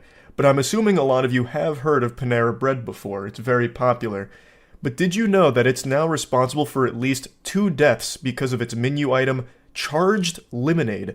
This is a fascinating, concerning, and pretty sad story that I just had to talk about, because with 2 deaths under its belt, the charged lemonade is almost as dangerous as just eating Tide Pods. Now, while 2 deaths doesn't seem like a lot, statistically speaking, that's from one menu item on just innocent people whose only crime was looking for a tasty beverage. Like, this is very alarming stuff. So yeah, it may not be like piling up corpses to the sky or anything, but 2 people dying from just drinking lemonade from the menu is a problem. Now, when I first saw the headlines, I assumed it was like contaminated product or something, like something must have gone wrong with the lemonade. I thought it'd be like a, turns out in their charged lemonade, the secret ingredient was pink sauce, so people were dying of botulism and cringe or something. But it's actually not that. Their charged lemonade is a caffeinated drink that was improperly advertised, so people that shouldn't be consuming caffeine, or like huge amounts of caffeine, were consuming the charged lemonade, and unfortunately 2 people did die from it. And it is a lot of caffeine in the charged lemonade. It's not like just a couple tiddlywinks worth of caffeine, it's a lot. Now, the most recent death is that of a 46-year-old man from Florida whose family has now filed a wrongful death and negligence lawsuit against Panera. Now, his name is David Brown. He had high blood pressure and didn't consume energy drinks, but in the lawsuit, he said he believed the charged lemonade was safe since it was not advertised as an energy drink. It was offered in the same place as the restaurant chain's non-caffeinated or less caffeinated drinks, which is obviously a huge problem because there are people with underlying conditions that should not be consuming a ton of caffeine. This is the perfect example of that. That's why you need to properly label these beverages, because they can be legitimately dangerous to people that aren't aware of what's in them. According to the lawsuit, on October 9th, Brown had the drink 3 times during a visit to Panera Bread. Apparently this was part of like their endless sipping offer. I don't know what it's called at Panera, fucking Super Sippers Deluxe something, the sip package, where you can get like refills, multiple refills. So I'm assuming he got this refilled 3 times in Florida, and on his walk home he suffered cardiac arrest and died a short time later. He had ordered a Panera charged lemonade at least 7 times over the course of 2 weeks from September to October. An extremely sad situation that was easily avoidable. David Brown knew about his underlying condition and did everything he could to avoid anything that would cause him problems, but he simply didn't know that the Panera charged lemonade was a highly caffeinated drink. And unfortunately, it led to his death. Now, I do think this information is worth sharing here. Brown had a chromosomal deficiency disorder, developmental delays, some blurred vision, and a mild intellectual disability. He had worked at Publix for 17 years and would regularly go to Panera after work for meals as many as 3 times a week because, according to the lawsuit, he said the chain advertised as being a healthy alternative to other restaurants. This is something I see a lot of people say. This is a sentiment shared by many that they perceive Panera as being a healthy restaurant. And unfortunately, I too once believed this, but that's just not true. Panera is not healthier than most other chains. It's just genuinely not. If you actually look at the nutrition facts of what they serve, it's just as unhealthy as pretty much anything else you'd find elsewhere. You could probably find a Wendy's meal that might have more nutrition than some of the macros that Panera's offering. It is not necessarily a healthy place. It has some healthy options, sure, but so does fucking McDonald's too. Panera is not a healthy restaurant, especially not its soups. Its soups, some of them still have trans fat. I thought that shit got outlawed by the Geneva Convention, but no, like their broccoli cheddar soup does still have fucking trans fat in it. So it's not a great place to be eating if you're looking to be eating healthy, and it's certainly not a safe place to be drinking, I guess, with the charged lemonade out here like a fucking assassin taking people down. So I did want to just briefly mention that. Now let's talk about the other death that is being blamed on Panera's charged lemonade. A 21-year-old university student named Sarah Katz died of cardiac arrest after drinking the beverage in 2022. She was diagnosed with a congenital long QT syndrome type 1 when she was 5 years old, so she had an abnormal heart rhythm, which could be life-threatening. And according to the lawsuit, the charged lemonade was not advertised as an energy drink at the time that Katz ordered it. So Katz's family claimed that she didn't know that the drink had high levels of caffeine because it was inadequately labeled, and alleged her death is a direct result of drinking it. Which I think is a very fair assessment. I imagine that a highly caffeinated beverage like the charged lemonade would be extremely bad for someone with her condition. So I do think that is a huge component of what led to her death. And according to this lawsuit as well, Panera just wasn't advertising the charged lemonade as being like a super caffeinated drink when they should. According to what I can find, the caffeine levels on the small are about 260, whereas if you get the large, it's 390 milligrams of caffeine, which is a fucking ton. And once again, the claim is being made that it was offered side by side with all of the store's non-caffeinated or less caffeinated drinks. It was not advertised as an energy drink, nor were there any warnings to consumers, which is completely unacceptable, because again, there are just people that can't drink that. But they wouldn't know that they can't drink it if it's not properly labeled as being a highly caffeinated drink, thus led to these situations, allegedly. It's just so easily avoidable if they had just said, hey look, charged lemonade, packed out the fucking wazoo with caffeine. Have your entire week's worth of caffeine allowance in a single sip. A goddamn chug jug of rat poison would do less damage to your body than the Panera charged lemonade. And especially with like the refills, what a diabolical combination. Now, Panera has responded with the most expected response. Panera expresses our deep sympathy for Mr. Brown's family. Based on our investigation, we believe his unfortunate passing was not caused by one of the company's products. We view this lawsuit, which was filed by the same law firm as a previous claim, to be equally without merit. Panera stands firmly by the safety of our products. It's not so much the safety of the lemonade, because most people can have one or two lemonades, though if you go to like 3, 4, even 5 charged lemonades, God rest your soul, it's gonna look like a crime scene. Your fucking heart will explode with this amount of caffeine. If you have like 5 charged lemonades from Panera, you better start writing down like your last wishes, because you're not making it out alive. So it's not so much like the product is unsafe to consume, it's that it wasn't properly labeled or properly conveyed to consumers how much caffeine was in there, so people that are sensitive to caffeine or have underlying conditions were drinking it, and it potentially led to these 2 deaths. Now, in the case of Sarah Katz, her friend said that she was very aware of her health and was very vigilant to avoid caffeine. She never drank coffee, so this indicates that she would be very much in tune with avoiding the charged lemonade had she known that there was so much caffeine in it. So Panera told ABC that there is still an ongoing investigation, but they did say we were saddened to learn last week about the tragic passing of Sarah Katz. While our investigation is ongoing, out of an abundance of caution, we have enhanced our existing caffeine disclosure for these beverages at our bakery cafes, on our website, and on the Panera app. Which is the whole point. You didn't do enough to make sure consumers were educated on how much caffeine was in there, or even if it was a highly caffeinated drink in the first place, if it was surrounded by other non-caffeinated or less caffeinated drinks. Like, you can't just fucking sneak it in there in between, like, the orange juice and the water. People are going to make the assumption, like, oh, this is probably just some kind of wacky lemonade. Most people wouldn't draw the conclusion, like, oh, this is probably a 400 fucking milligram bomb of caffeine. So it's just a matter of you needed to more effectively communicate to consumers that this is extremely caffeinated because it's dangerous not to. So yeah, buyers beware out there for any Panera enthusiasts. Maybe avoid the charged lemonade just in case. Just wanted to go over this a little bit. Pretty sad situation all around though. That's about it. So yeah, I just saw a crazy story I have to talk about.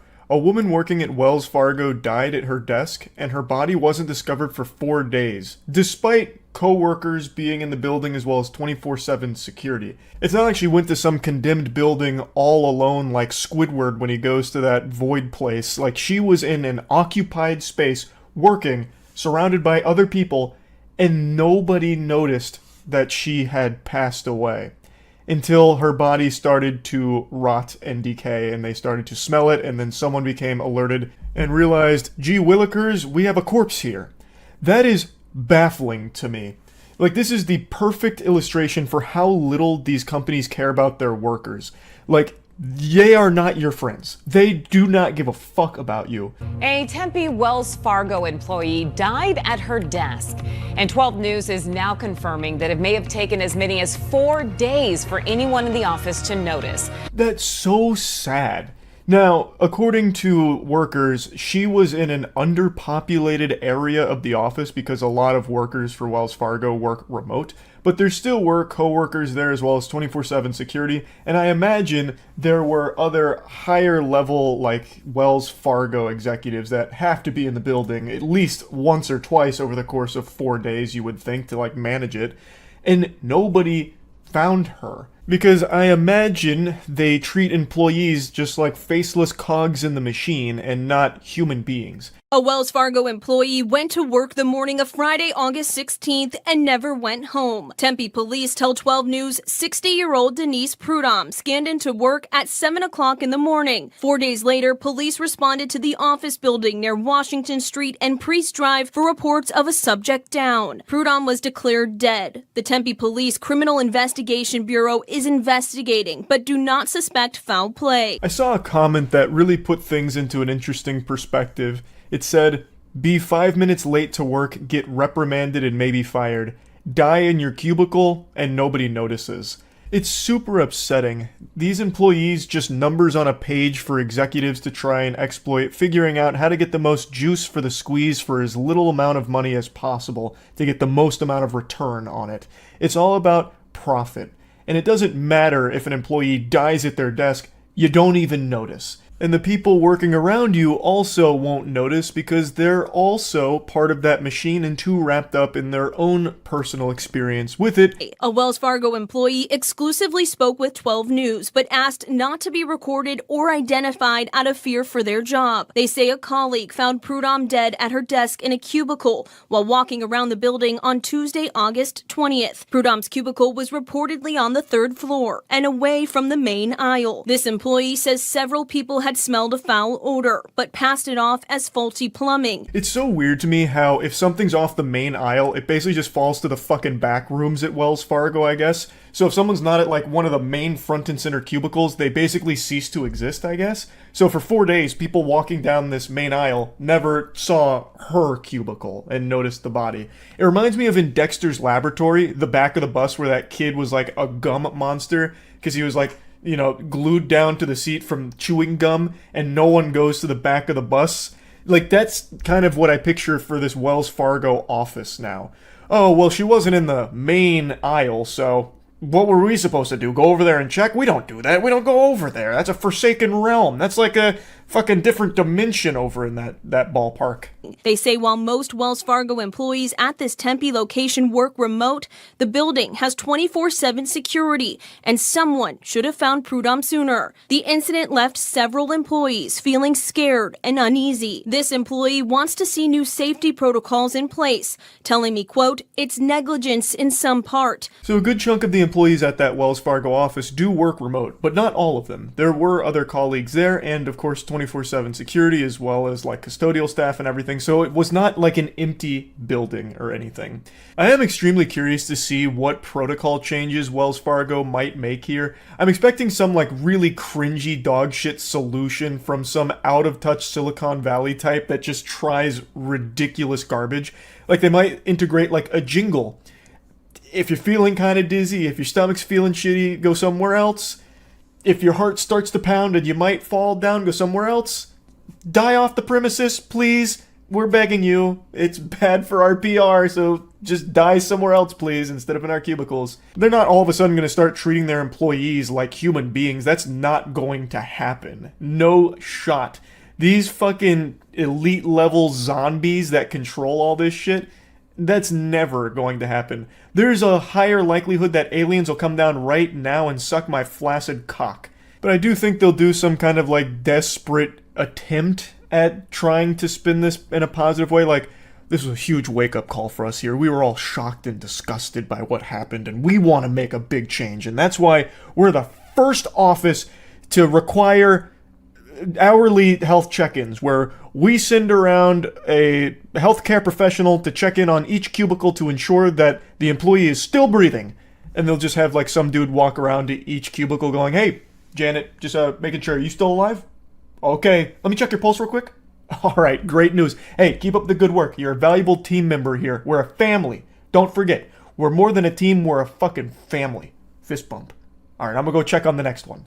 A different worker also spoke with 12 News anonymously. It was just uncomfortable. Again, calling on the company to do more. Body was there about 4 days before anybody found it, before anybody walked up to her and just to say hi, make sure she's okay.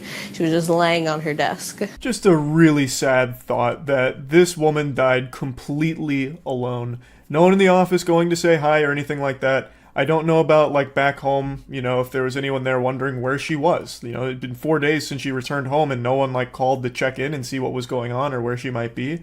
It's just really upsetting. A Wells Fargo spokesperson previously sent 12 News a statement saying, in part, "We are deeply saddened by the tragic loss of our colleague at our Tempe office," adding counselors through our employee assistance consulting service are available to support employees. An employee tells me their direct management offered those services, addressed the incident, and told workers the building was thoroughly cleaned. We here at Wells Fargo are deeply saddened by the tragic loss of what's her name.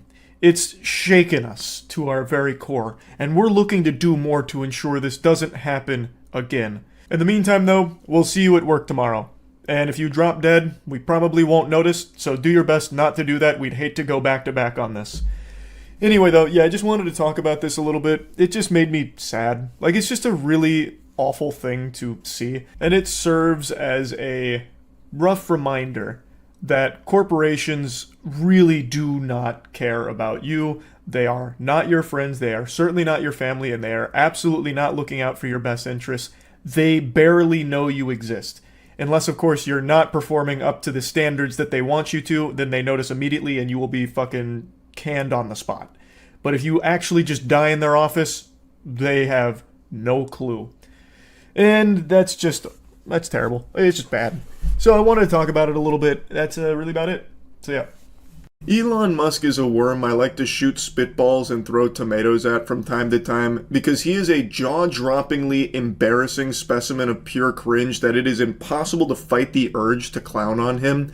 Yet, whenever I do, and whenever anyone mentions Elon in a less than flattering way, you will have the most unlovable Cro-Magnon swarm you, dogpiling like it's World War Z zombies, to try and defend Elon from whatever the slight criticism or jokes were about him.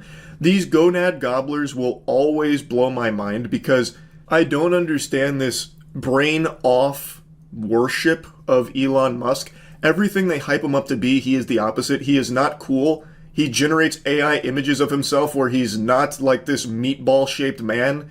He is not for free speech like they like to hype him up as. He's not a champion of free speech by any means. In fact, I personally think he is someone that is firmly against it in almost every single instance. Like, he personally banned the word cis. He actively bans things that hurt his feelings, and today I think is a great example of that, and hopefully will be a mask-off moment for a lot of people, and open their eyes to the fact that this is not a guy who's for free speech and is not for you. Like, I'm not going to get into it, but do we even need to talk about the H-1B take? Like, come on. He's not looking to hire you. He doesn't want to know you. He doesn't want to employ you. He wants the cheapest labor, and he wants everyone to be constantly fondling his sack and being really, really nice to him because he's our special boy. It's so embarrassing. So, what I want to talk about today is what I think should be a very clear example of how Elon uses his power and where he actually stands on free speech. He is having a textbook crash out over gaming. Earlier this week, Quinn made a beautiful video that's breaking down the fact that Elon Musk is not the one who piloted his Path of Exile 2 account to the top of the leaderboard. It's not a conspiracy, it's not grasping at straws. When you finish that video, and I highly recommend you watch the whole video, it will be very clear, beyond a shadow of a doubt, Elon Musk was not the one who actually got the account to where it was. He instead gets permission from the boosters to play on it and flex it for his Twitter streams. He didn't know the very basic fundamentals of the game. However, I will say that his catastrophe of a stream, while trying to show how great he is at gaming, was enough to make me get back into grinding Path of Exile 2, because I've been slow rolling it for a while. I was still on cruel difficulty, but then watching Elon the bumbling buffoon try and play Path of Exile was like actual rage bait to get me to go back in and grind hard. So now I'm up to tier 3 waystones in the end game. It's so fucking fun. But anyway, I'm getting sidetracked. The point is, Elon Musk knew nothing about the game. It was very clear. And the big thing about it wasn't even that he had someone boosting his account for him. It's that he was just in this complete denial and trying to convince people that he is the best gamer alive. Like, this game's a little too easy. I'm on max difficulty, swagged out mode, and I'm just kind of breezing through it because I'm just that good at games, that kind of thing. It's his reluctance to just be honest about, like, hey guys, I like this game. I don't have time to grind it, so I paid these people to grind it for me so that way I can get to the end game and, play the content I want. It wouldn't have blown up to this degree. I still think that would have been a little silly, and people would have still absolutely made fun of him for it, but to a lesser degree. It just, what's the point? Why are you paying someone to boost your account? If you like the game, why not just play it on your own time, even if it's not that fast, and even if you're not top of the charts? But for Elon, the reason is because he wants everyone to view him as God's gift to humanity. So, like, I'm one of the best gamers. Check the stats. And he didn't achieve it. It wasn't him. And when Quinn made this video, it very much hurt Elon because the gamers that he's trying to appeal to were privy to the fact that he's not the gaming god he claims to be. And that damaged him. So I knew he was going to have a comical response, but I didn't expect it would be this absurd. To set the stage for what happens next, Asman and many others covered Quinn's video, as well as other people's content talking about how it was impossible that Elon was the one that actually played on that account because he is just dog shit and knows nothing about the game.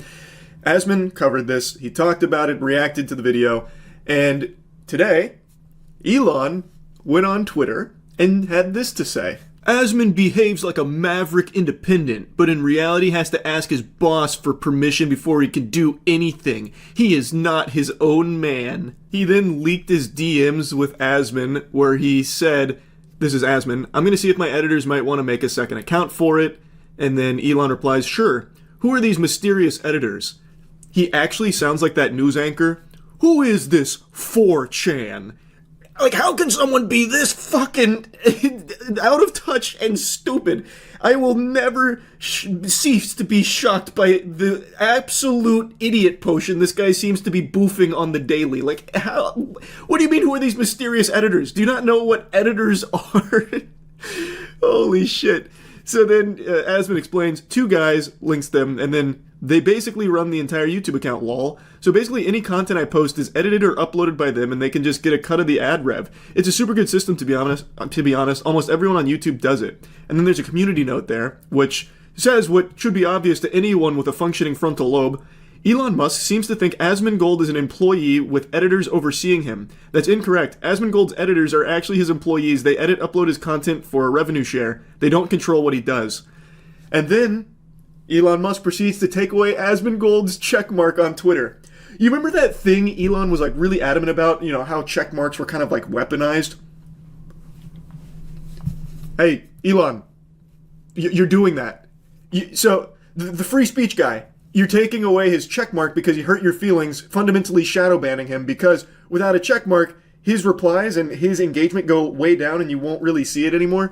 You're shadow banning someone who hurt your feelings. Elon is just that fucking sensitive. In fact, sensitive doesn't even really cover it. Like, my cock gets sensitive when it gets sucked for too long. I'm like, ooh. But, like, that's sensitive. Elon has reached a new level of sensitivity I did not think was even achievable by a human being. It is just fucking flabbergasted by how soft he is. He has all the money in the world, but is beyond insecure to the point that I can't believe he's a real person. This has to be some kind of like Android protocol that's been sent from space, from like space Redditors, in order to see like the limits of cringe that can be pushed. Come on. He's talking about editors and then saying Asmund needs his editor's permission to post things.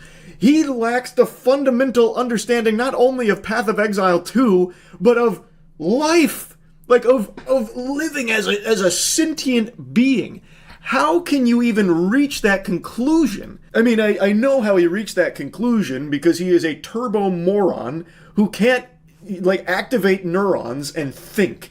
So he saw the word editor and made the assumption that it's like the editors that will oversee someone's work in the journalism sector. And he gets these dots, these breadcrumbs that he starts connecting from out of fucking nowhere about how, well, Asmund is actually just a pawn of his editors. That's not just wrong, that is just blatant misinformation. He is actively engaging in misinformation, making it seem like Asmund has a puppet master above him, these editors, that he has to answer to.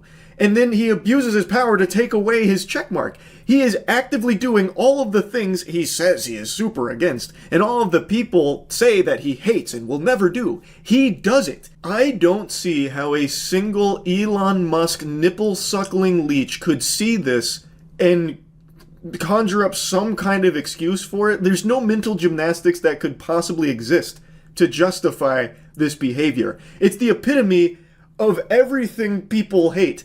It's cringe. It's sensitive. It's an abuse of power. His feelings got hurt, so he used his power as the fucking chief general of Twitter to take away his checkmark because he hurt his feelings. And then he goes on to leak DMs. How could you possibly look at that and be like, no, that makes sense. Elon was in the right here. Like, let's say you just love Elon. You know what? I'm not your dad. You can like whoever you want, like whatever you want. Doesn't matter to me. But why do you have to like something and then love everything they ever do? Why can't you be more receptive to like, you know, I really like Elon, but this was a bad look. I didn't like what he did here. I think this was pretty embarrassing. That's called being normal. For some reason, people just can't be normal anymore. If you like something, you have to be obsessed with it. You have to fucking love it. You have to be, like, snorting that drug constantly and shut out and hate everyone who pokes holes in it. It's so weird. I don't know why people want to live their life this way. They just want, like, the black and white. Elon good. Anyone who said Elon not good, they're bad. Elon good. I don't know why people want that. No one likes to think anymore, and with the way the internet's gone, you don't have to think anymore. You can just wait for tweets to tell you what to think, or even ChatGPT to tell you what to think. I guess it's just easier to live your life on, like, drooling autopilot mode. But I would argue that you are doing yourself a huge disservice in life if you just live this way, where even if you really like Elon, whatever, why not just be receptive to the idea that he's not infallible? Maybe he does make mistakes. Maybe he is cringe sometimes. And you can acknowledge that, recognize that, and then at the end of the day, still like him if you want. It just doesn't compute with me. And of course, it's not exclusive to Elon. It's a very normal thing now all of a sudden where if you like something or like someone, anything that is brought up that's negative about it is like the end of the world to you, and then you spend hours a day arguing with bots on Twitter about it and defending the thing you like. I just don't get it. Elon Musk, I think, is just the best example of this phenomenon because his fan base does PR for him as if it's their actual job. Like, they are professional PR drones for Elon that he doesn't even have to pay, because they are in the trenches every single minute of every single day, suckling on him, arguing on his behalf, shutting down any criticisms against him. It's just so embarrassing. Almost as embarrassing as Elon himself. So yeah, anyway, I had to talk about this.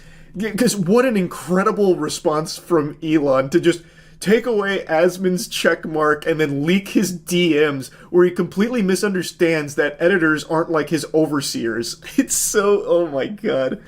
So yeah, anyway, that's really about it. See ya. I was going to wait a little bit longer before fully diving in on this, but I've talked about it on stream, tickling the subject here and there, with Elon Musk's weirdest lie so far about being a Path of Exile 2 top player. For as long as I can remember, Elon has always touted himself as basically a gaming god, where anytime he picks up the sticks, he becomes one of the best to ever do it. And he's been trying that with Path of Exile 2, puffing out his chest, popping his collar, letting people know that he has one of the top characters in the game. Which he does, except it's very clear from the live stream he did, it's not actually his character. He has one or a team of people that actually pilot this character, and they just give him permission to go on the account to flex it. It's not a hurricane machine conspiracy theory, it is beyond a shadow of a doubt true that Elon Musk does not play this game. His account that he showed is definitely not played by him. And it's very clear through the live stream, which we'll go through in a moment, because Quinn made a great video breaking it all down to show just how obvious it is. So let's start off with some context. Elon Musk's character is currently level 97, aka rank 12 on hardcore, that's permanent death mode. Currently, what is their highest ranked player? They're level 97, same as Elon Musk. So, I mean, he effectively has been playing, pretty much just doing nothing except playing Path of Exile. So let's just go over some of the things that happened. The reason I wanted to wait a little longer before diving into the spaghetti and meatballs of this is because I wanted to see Elon's response to it, because I know he's seen it. He is more addicted to social media than an Overwatch gooner. He is glued to this shit 24/7, so I am confident he is well aware that the entire gaming community is privy to his fraudulent claims of being one of the top Path of Exile players, and I just wanted to see how he would tackle that, because his responses are always glorious. It's always the most cringe shit imaginable, where he posts like an AI photo of himself as Iron Man. I am Irony Man. You call yourself the Joker, yet you can't take a joke. Ironic. And I wanted to see him do some garbage like that for this, but he hasn't yet, and I just really want to talk about it, because it is so clownish. And he opens up his bank, and he goes to a tab called Elon's Maps, which immediately is a little bit of a red flag, because I don't know why you would refer to yourself in third person, but okay, he does that. He then proceeds to walk up to his map device and go to put a map in. The literal first thing you learn upon getting to the end game is how to operate this map device. You're going to start off at a node, and then from that node you can go to adjacent connected maps. Now, Elon, he's trying to click. Oh, he's trying to do the map that's not in the chain. He's just clicking a map repeatedly, trying to access it. He was not eligible to enter that map. I just want you guys to understand, this is one of the highest level hardcore characters in the game. He would have played thousands of maps at this point. I don't know how many of you have ever subjected yourself to the torture of trying to watch an Elon Musk stream, but they are agonizing when he tries to stream a game, because it's like 30 minutes of actual nothing burgers where he will sit there AFK and all you get is just background noise. The banging of pans sounds like shit falling over. It's like listening to Legos exploding, and then he'll like occasionally talk and he's still doing nothing, and then maybe he'll do like briefly one map. Watching Snoop Dogg stream when he left and just left it running for like a day was more entertaining than trying to sit through an Elon Musk Twitter stream. They're fucking brutal. So Quinn, going through this, cut out a lot of that, and when he's actually trying to play the game, he doesn't know what he's doing. So what he's showing here is he has that tab called Elon's Maps, which is a weird thing to do, but he's a quirky guy. Maybe he refers to himself in the third person. You could maybe try and conjure up some kind of argument there, because he is just so peculiar as an individual that he would do that. But the big smoking gun in this intro is that he doesn't even know how to use the in-game map. He doesn't know what he's doing. Like, I'm not even to that point in the game, yet looking at that map, I can tell you what is and is not accessible just through the basic understanding of how games work. He is clicking on a grayed out node. He is repeatedly clicking on it, expecting something different to happen. It's fucking grayed out, goofball. You clearly can't go there yet. But he doesn't understand it. Anyone who's level 97 is... And you know, we're talking one of the most efficient players in the game, period. There is no way you would do that. Why just like sitting there like some sort of geriatric old man clicking this node, expecting something to happen, and then he finally kind of gives up after a while and then realizes his mistake. We then get a look at his inventory. So Elon Musk is stuck going into the map and with full bags. If you're an efficient player, you're going to clear a map, you're going to loot the valuable items, And, sell the trash, keep the good stuff, salvage the bad stuff. Everyone knows that. It's not just being an efficient player, it's just being a player in general. Elon Musk goes into it with a full inventory. You don't have to be a Path of Exile player to know that that's pretty stupid. If you're playing a game that revolves around getting loot, why would you go in with no ability of collecting loot? It doesn't make sense. Unless, of course, you're Elon, who doesn't actually play the game and can't wrap his head around that concept that, having a full inventory kind of defeats the whole purpose. You'd want to get rid of your trash. Or if all of that is just treasure, just absolute beautiful loot you don't want to part with, you'd put it in your stash. You wouldn't take it into the map with you because you need the space in your inventory. That is like actual basics. And he's already failing on the most fundamental aspects of playing not only this game, but any games even similar to it. It's actually a rookie mistake that I myself was making when I was first starting this game, where I was just taking unnecessary shit with me. I didn't realize just how quick and easy it was to just go store it or sell it. You can just click a single button, it'll make a portal to the town, and you can just sell it and then go right back through that portal to where you were. You don't lose any time or anything. It's not a hassle or a chore, and it's something that once you start playing the game, you become privy to. But Elon Musk doesn't really play this game, it seems, yet somehow has one of the top accounts in the whole fucking hardcore space. How odd. So what I've been doing here is just boosting my shield before battle via meditation. Meditation before battle is always good. And he starts killing monsters. He starts obliterating monsters with his character. But what becomes obviously apparent... Chaos Orb, no loot filter. Is like, no, he's just running past Chaos Orbs! He just ran past the Chaos Orb! Chaos Orbs are one of the most important currencies, and they're also really rare. I have about 140 Exalts. I have like 9 Chaos Orbs. Just so you guys understand. This fucking goober doesn't even have the wherewithal to loot one of the most valuable currencies in the game with a Chaos Orb. So I'm 30 hours deep. I've seen one. I've seen one in 30 hours. And he just runs right by it. He doesn't know the game at all. The only thing he loots are completely meaningless waystones. They're not fully meaningless, but for where he's at in the game, it's not what you'd be prioritizing for loot. But the reason he's clicking the waystones is because those are what's highlighted. Meanwhile, Chaos Orb wasn't highlighted, so in Elon Musk's little caveman brain, not shiny, not need. So he just ignores it. He doesn't know the game. It's unfathomable for someone to be in the top ranks without a loot filter. Yet Elon Musk, the god gamer, he doesn't play with a loot filter. The only thing Elon does pick up are maps, because the default in-game loot filter highlights those. Those things are worthless. The actual items of value that he should be picking up, that he would have had to pick up in order to get the gear, leave it on the ground. He gets to the boss, he's fighting the boss, and I want to say for about 10 seconds, he sits there and he's out of mana. Mana is a resource in this game where you need it in order to use your abilities.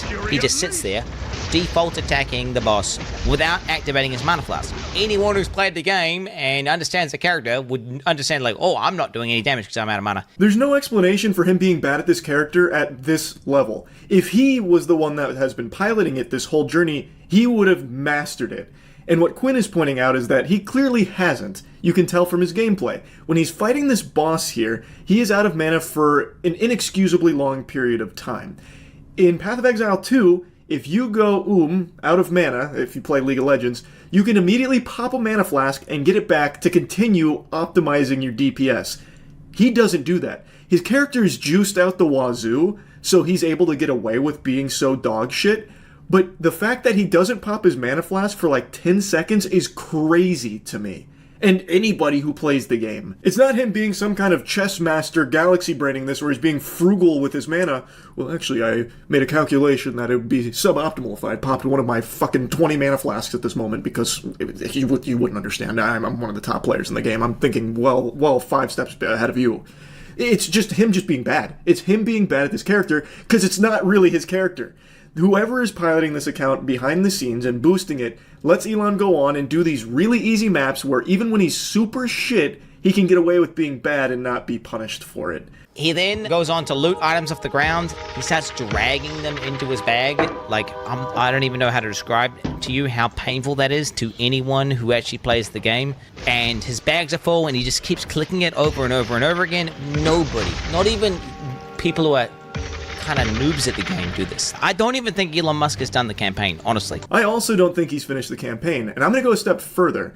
I don't think he has ever really played an ARPG to a high level at all, including Diablo. Nobody, I mean actually nobody, is going to drag their loot into their bag once they spend any amount of hours in Path of Exile or Diablo or anything. No one's going to be doing that. That is a mistake that only your grandpappy would make if you sat him down to play this game, where you just slowly drag in the loot. Nobody fucking does that. So I really question the authenticity of his claims of being one of the top Diablo players through his own sheer blood, sweat, tears, and elbow grease and cum. I think something similar has been happening for him on Diablo, where he has people behind the scenes playing the game for him, and then he just goes on occasionally to do a couple maps to flex on Twitter streams. You're also an innovator there. Yeah, I've played a lot of video games. You think about like StarCraft, any game where a lot of people are playing. To rise to the top, you have to be exceptional, period, as a human being. Yeah. There has to be something exceptional about you. Yeah. Are you in the top 20 in the world or top 20 wow, in Diablo? Yeah. A ton of people are calling this into question now after watching the Path of Exile stream, because those are transferable skills. If you're really good at Diablo, you should at least be pretty good at Path of Exile. And he's just not. And he lacks the basic understanding of ARPG fundamentals. So how the fuck could he be one of the top Diablo players and be this clueless for Path of Exile? It just doesn't make sense. It just doesn't compute. His settings on the map transparency are turned on by default. His life values are turned on. All these basic settings that anyone in the top 100 would do, he is not doing. Maps can effectively have different content on them, and that content will be signified by icons on the map. So it could be a map which has an expedition in it, a breach in it, or it could be corrupted. Elon starts looking through the atlas, and he finds a map with, I kid you not, 4 things on it. There are 4 things there. So this one has a real risk of dying. 4 things. What are those things? God, dude. 4 things. It's 4 things, dude. You can't just write this off as him being lazy and trying to put it in layman's terms, because this stream of him flexing his Path of Exile 2 achievements isn't made for, you know, your uncle or something who's a big Elon meat swallower. This is like specifically catered to gamers. So it makes no sense that he would just write that off as just 4 things. And also, his settings make no sense for someone in the top 100. No loot filter and all of the basics still on. That's how I play. And I am nowhere near a top player in Path of Exile 2 at all. It doesn't work. That excuse of him just being lazy, it doesn't work. He could not achieve what he has in Path of Exile 2 with these settings and the way he approaches the game. It's clearly just not him that has got the character to this point. He doesn't know what those 4 things are, which is why he calls it that. He then goes on to say, This is max difficulty on hardcore. If there's a way to get higher difficulty, I don't know what it is, but this is everything maxed out. Path of Exile has boss fights and endgame bosses, which are quote-unquote difficult battles, which Elon actually did do in one of his streams, where he just went into the endgame boss and died repeatedly to it. Maps are just farming. You go into maps and you farm them for loot and experience.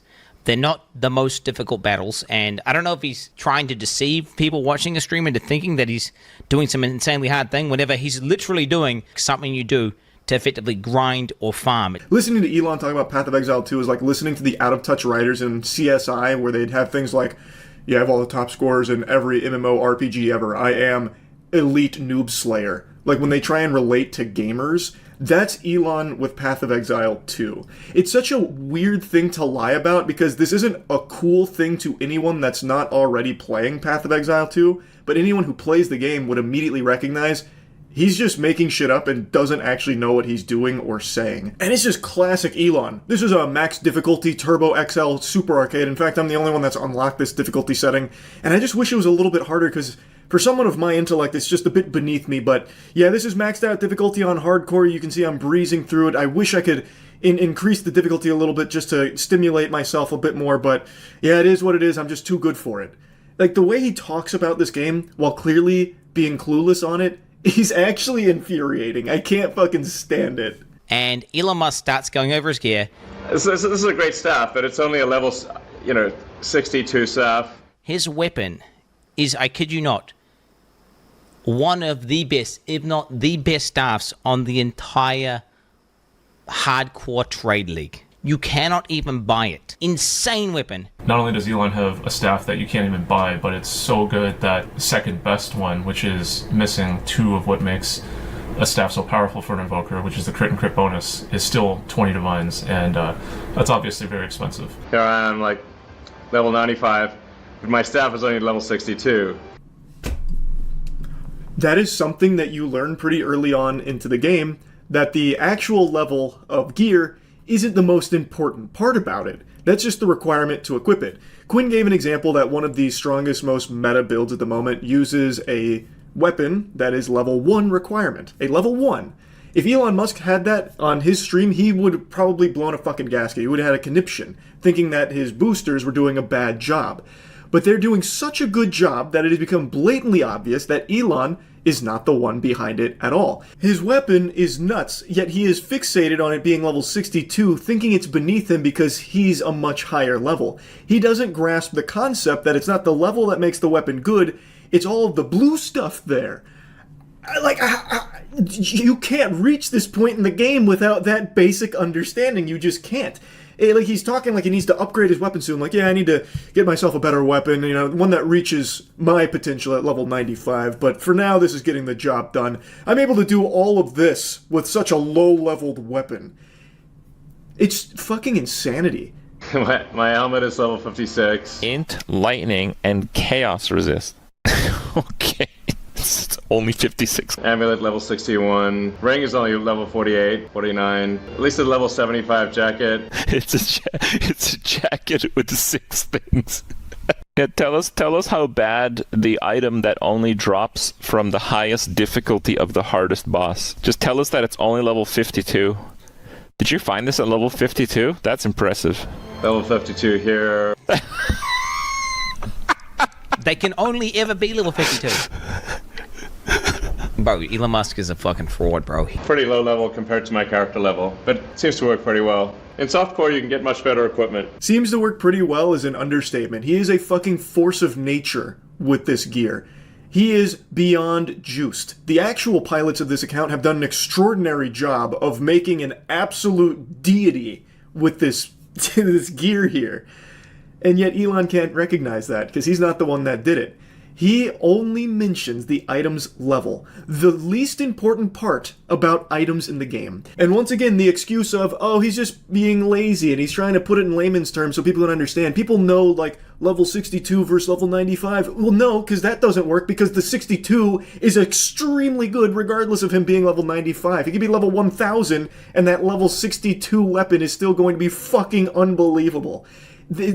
He just doesn't understand how the game works. He just doesn't.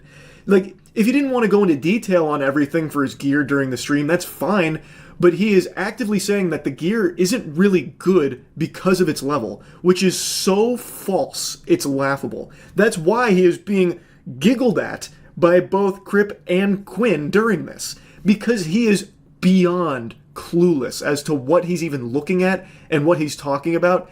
And from his gameplay, it seems he doesn't even really know how to play the game itself either. I would wager a guess he's maybe spent a couple of hours actually playing the game, but only, like, clearing maps. I don't think he has ever picked up a piece of fucking gear in his life or worked on a build or anything at all. I don't think he even knows how to use, like, skill gems or support gems or anything. I bet if you asked him to bring up, like, certain things, like explain why this gym is where it is, he would have no clue why. If he brought up his skill tree, he would have no idea what's even on it.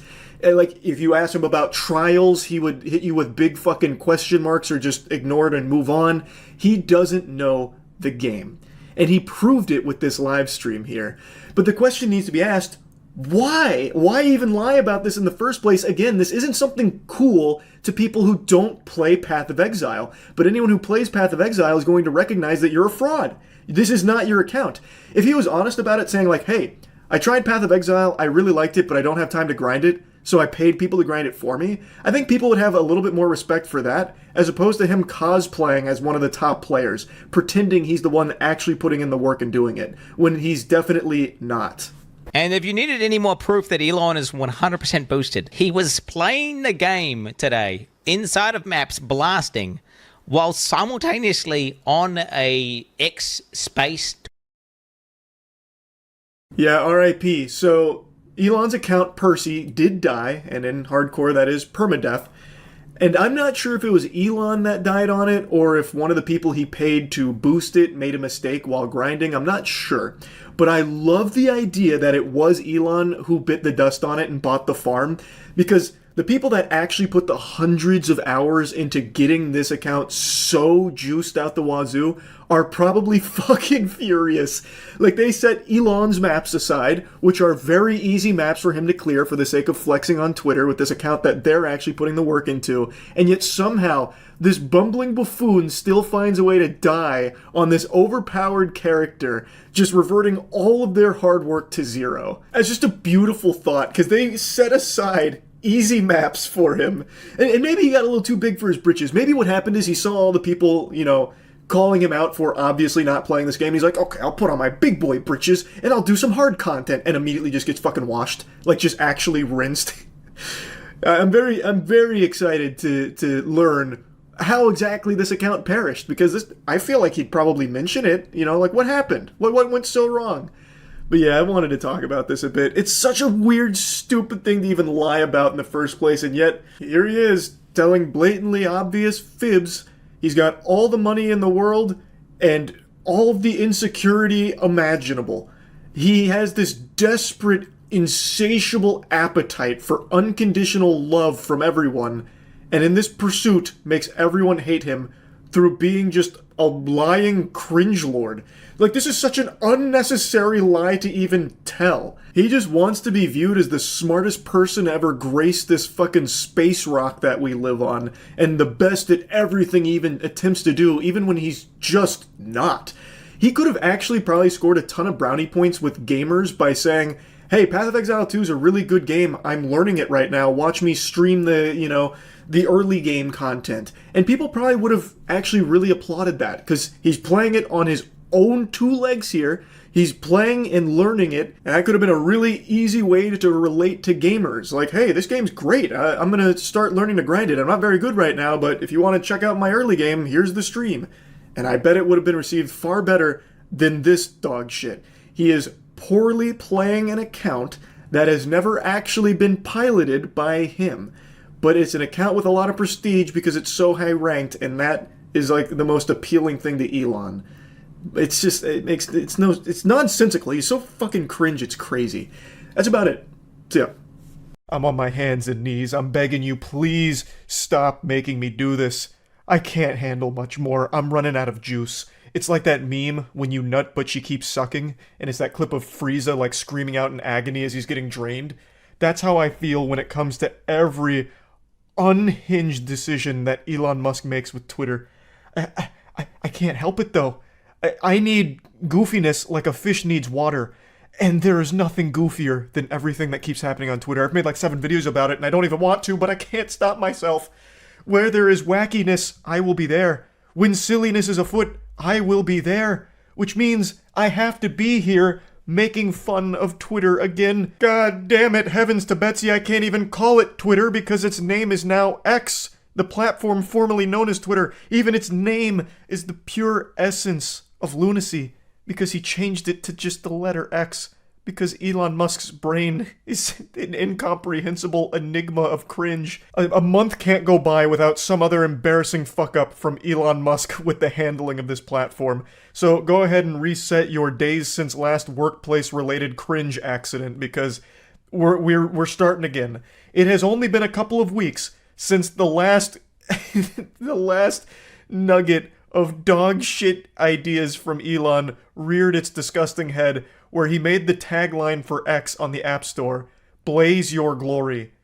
Brother, my glory is still blazing. I want it to stop. I am so tired of making fun of this platform and Elon, but I can't stop myself because he just keeps doing dumber and dumber shit. Today, this homunculus goober must have taken some ayahuasca and hatched an unfathomably ridiculous idea, stating that the block feature is soon going to be deleted except for DMs, and then even had the gall to reply to that, saying it makes no sense.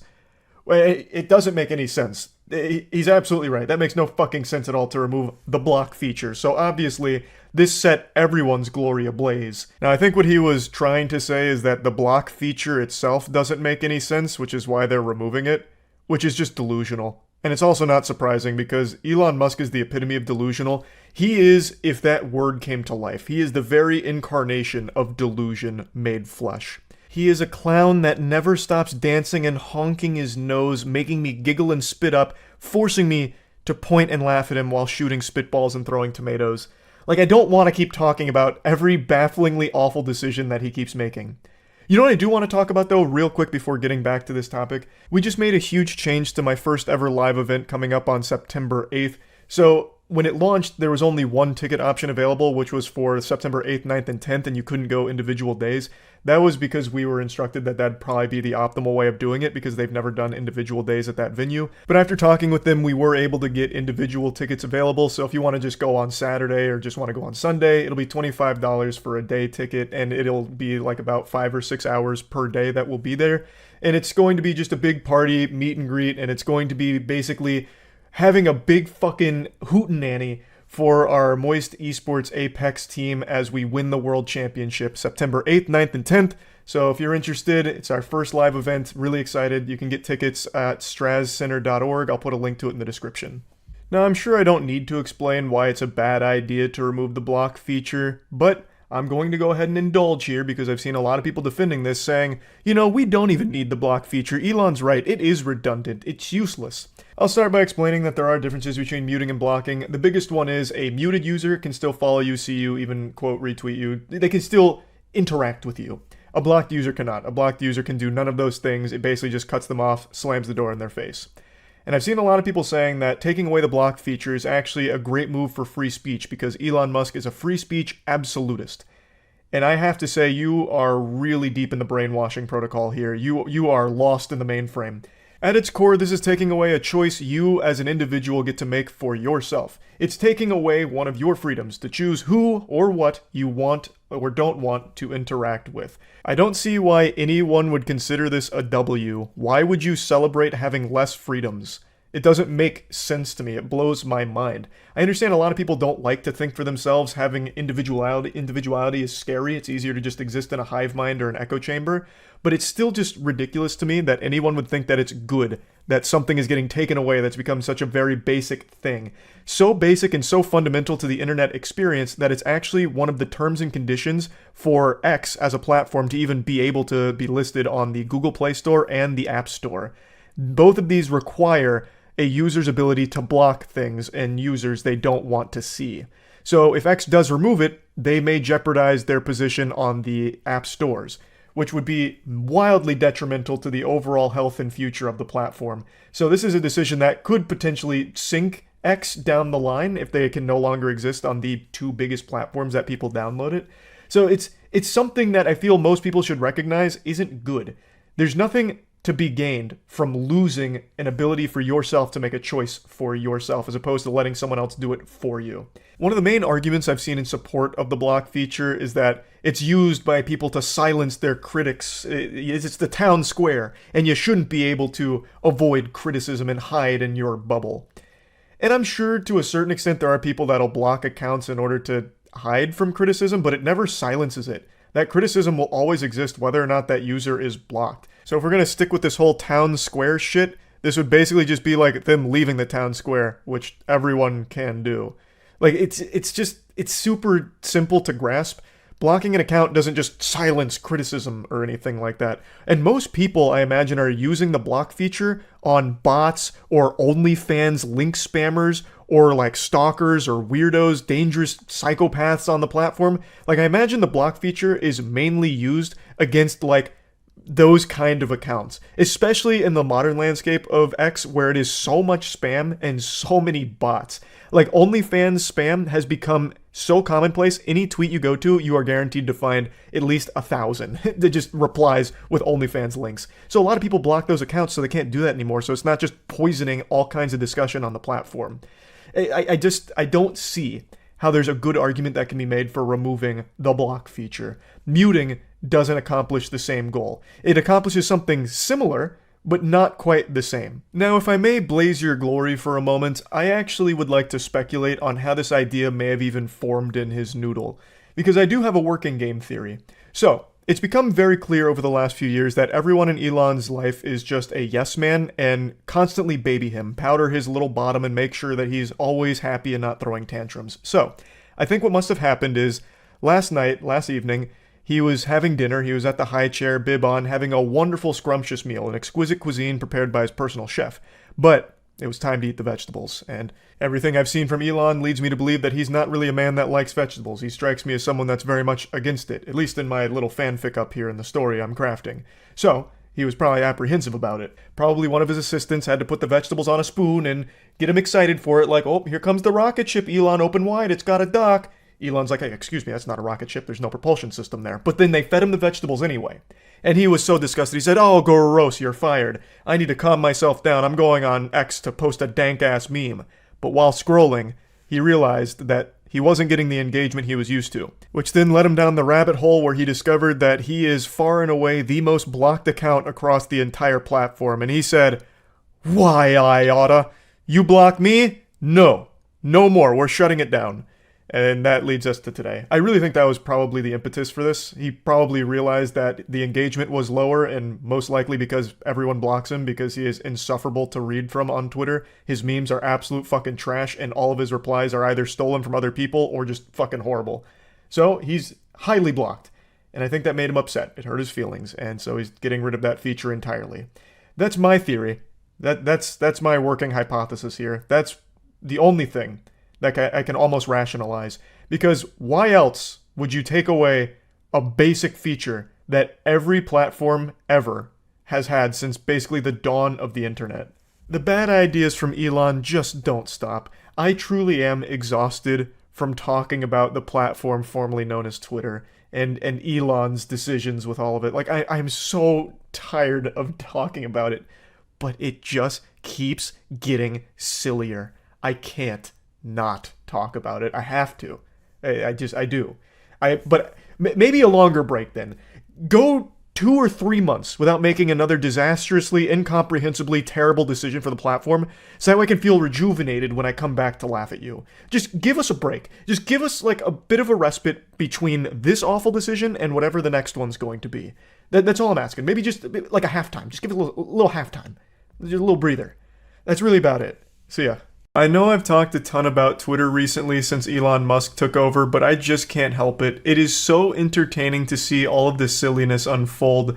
It's become my go-to soap opera. I'm more captivated by this than I was Better Call Saul. I'm waking up each day to new Twitter drama, a new catastrophe, and it is putting a massive smile on my face. Elon's been celebrating the active user records they've been hitting recently, and I don't doubt that they're breaking records with active users right now. I imagine there's tons of people just like me signing on every day just to laugh at the state of the site and laugh at all of the impersonation accounts that are all verified now and costing real companies billions of dollars. I'm going to talk about that in a second. It is so wild. And yeah, he's absolutely right about one thing. Comedy is legal again on Twitter. He has unleashed it. The floodgates are open and the goofs are coming in hot. So let's just get right into it. I'm sure a lot of you have seen by now, but maybe some of you haven't, and I can't wait to open your third eye here to true enlightenment.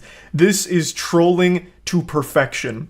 So Elon Musk announced for $8 a month you can get a verified checkmark. Doesn't matter who you are, it's open to the public, you just have to pay for it. This has also led to some confusion, especially surrounding my personal Twitter account because I'm still verified on there, so a lot of people have been accusing me of being a hypocrite, saying, interesting, you still have a checkmark, clearly paying $8 a month even after you criticized it so heavily.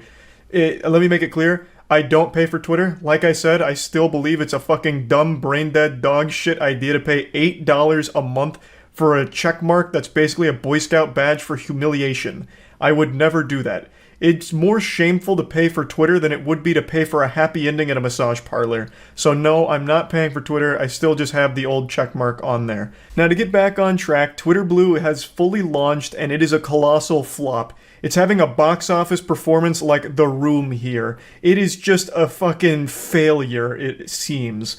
A lot of the numbers that are being reported are all over the place. They range between 100,000 on the low end up to 440,000 on the highest end that I've seen. But let's go ahead and round that up. Let's say there's 500,000 Twitter Blue subscribers, and all of them are paying $8 a month.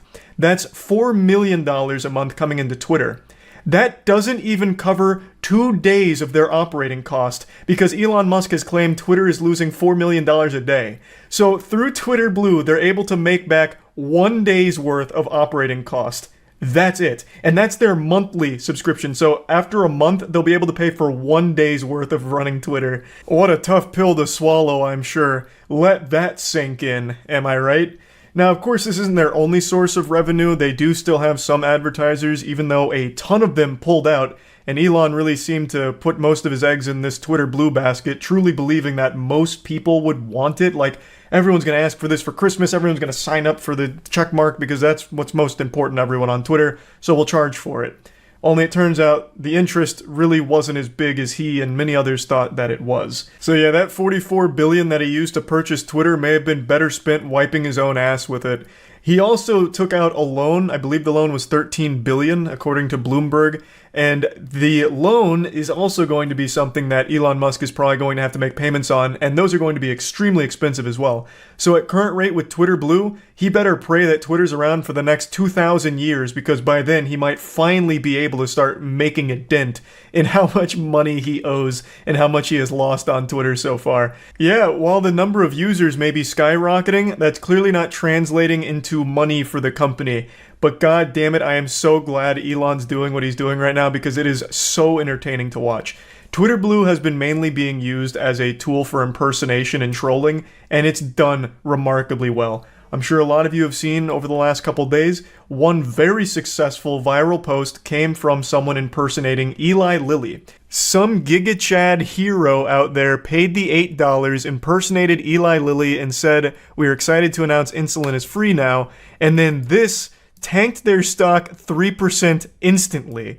Just from one shitpost from someone impersonating them on Twitter with the check mark. Now, of course, my heart isn't breaking for Eli Lilly here. I think what they're doing with the price of insulin is very fucked up and shady, but that's not what we're here to talk about. We're here to laugh at this. Because, my god, this has to be the most expensive troll ever. Fucking beautiful. I actually just wiped out billions of dollars there. Now, there are people that are saying this is just a theory and it might just be a coincidence that that viral tweet from the Eli Lilly impersonator coincided with the stock drop, because apparently there were other market factors that may have led to this drop in stock. I'll go ahead and share that with you now. Now, I'm not smart enough to really opine on whether or not it was the tweet or other market factors here, but I'd like to share all the arguments here from both sides for the evidence. Now, I will say, of course, it's very possible this tweet has no impact on it, and it truly was just a coincidence, but this also wouldn't be the first time a tweet has had massive market effects as well. It's far from unheard of. In fact, Elon Musk himself has even done this a couple of times where some of his tweets have real implications on the Tesla stock. The most infamous being, "Am considering taking Tesla private at $420. Funding secured." This, of course, had a huge effect on the market for the time and even resulted in Musk having to pay a $20 million fraud settlement as well as Tesla paying a $20 million penalty. So these kind of things can result from tweets. It wouldn't be the first time. And Eli Lilly wasn't the only victim. Lockheed Martin also found itself in a tough situation when someone impersonated them on Twitter and made this post. "We will begin halting all weapons sales to Saudi Arabia, Israel, and the United States until further investigation into their record of human rights abuses. #WeAreLM. And after this went viral, the Lockheed Martin stock dropped 5%. Now, this of course could be chalked up to yet another coincidence, and a lot of people do believe that's the case, because the entire defense industry was down on this day. So yes, it is very possible that, again, this was just a big coincidence. I do think it'd be a little odd that the same thing happened in two different industries under similar circumstances, and it just happens to be coincidental, but of course, it's also a hard sell to claim that those tweets actually had that huge market effect. There's really no telling, but regardless, it's super entertaining. It seems most of the people that are buying Twitter Blue are doing it just for this shit, because even if they're not trolling massive companies to cost them billions of dollars, they're making impersonation accounts for people in positions of power and saying really goofy shit like, anyone else up right now playing with their Johnson? I've got lotion on my dick right now. And it's all verified accounts from people like Barack Obama, Bernie Sanders. Like, it makes me laugh every time. It actually does. That little check mark and then taking their profile and just mimicking it and then saying shit like that is somehow just a recipe for good laughs from me, as well as many others, which is probably why the usage is at an all-time high. It's just been so entertaining. But unfortunately, Elon Musk must have felt the pressure because both Eli Lilly and Lockheed Martin have shown that they're really not happy about what's happening on Twitter. Nintendo was also a victim of someone impersonating Nintendo of America and tweeting out a picture of Mario giving everyone the finger. But Elon Musk, in response to all of this, has shut down Twitter Blue for the time being to try and put a halt to all the impersonation. You have to wonder how Elon couldn't see this coming, or how anyone could have possibly convinced themselves this wouldn't happen. If you go back to the videos I made talking about this system and how it would likely be abused, there were so many people huffing copium that saying things like, no, this wouldn't happen. You think you're as smart as Elon? He's clearly thought of this. There must be fail-safes in place to prevent this from happening. And then bang. The exact thing that everyone knew would happen, happened. And some people are acting shocked about it. This was the most predictable outcome. This is the most predictable situation imaginable that would arise from this system, this Twitter Blue $8 a month system. Everyone who even thought for a single second about this knew this would happen. It doesn't take a galaxy brain intellect to figure this out, yet somehow Elon Musk, as well as I guess many others, for some reason didn't think this would happen. Which is wild. That's just absolutely wild. But it has been so entertaining to watch. I'm really glad he went through with it. So hats off to him for actually pulling the trigger on this dog shit idea. Because fuck, man, it has been so fun. So I just wanted to share all of this with you. I'm excited to see where it goes next. And yeah, that's really about it. See ya. Did I jump scare you? Yeah, I bet I did. You coward. You make me sick. Your weakness is pathetic. But now that I got your heart pumping a little bit, I want to talk to you about an absolutely wacky lawsuit that I read about today. Elon Musk is being sued for $258 billion because of Dogecoin. This is the story of how one angry Dogecoin enjoyer named Keith teamed up with Saul Goodman to try and win more money than some country's entire GDP, all from a shitcoin. Now, not much is known about Keith other than he invested in Dogecoin in 2019, thanks almost entirely due to Elon Musk's tweets about it, promoting it. He was under the impression it was a legitimate investment and a good idea.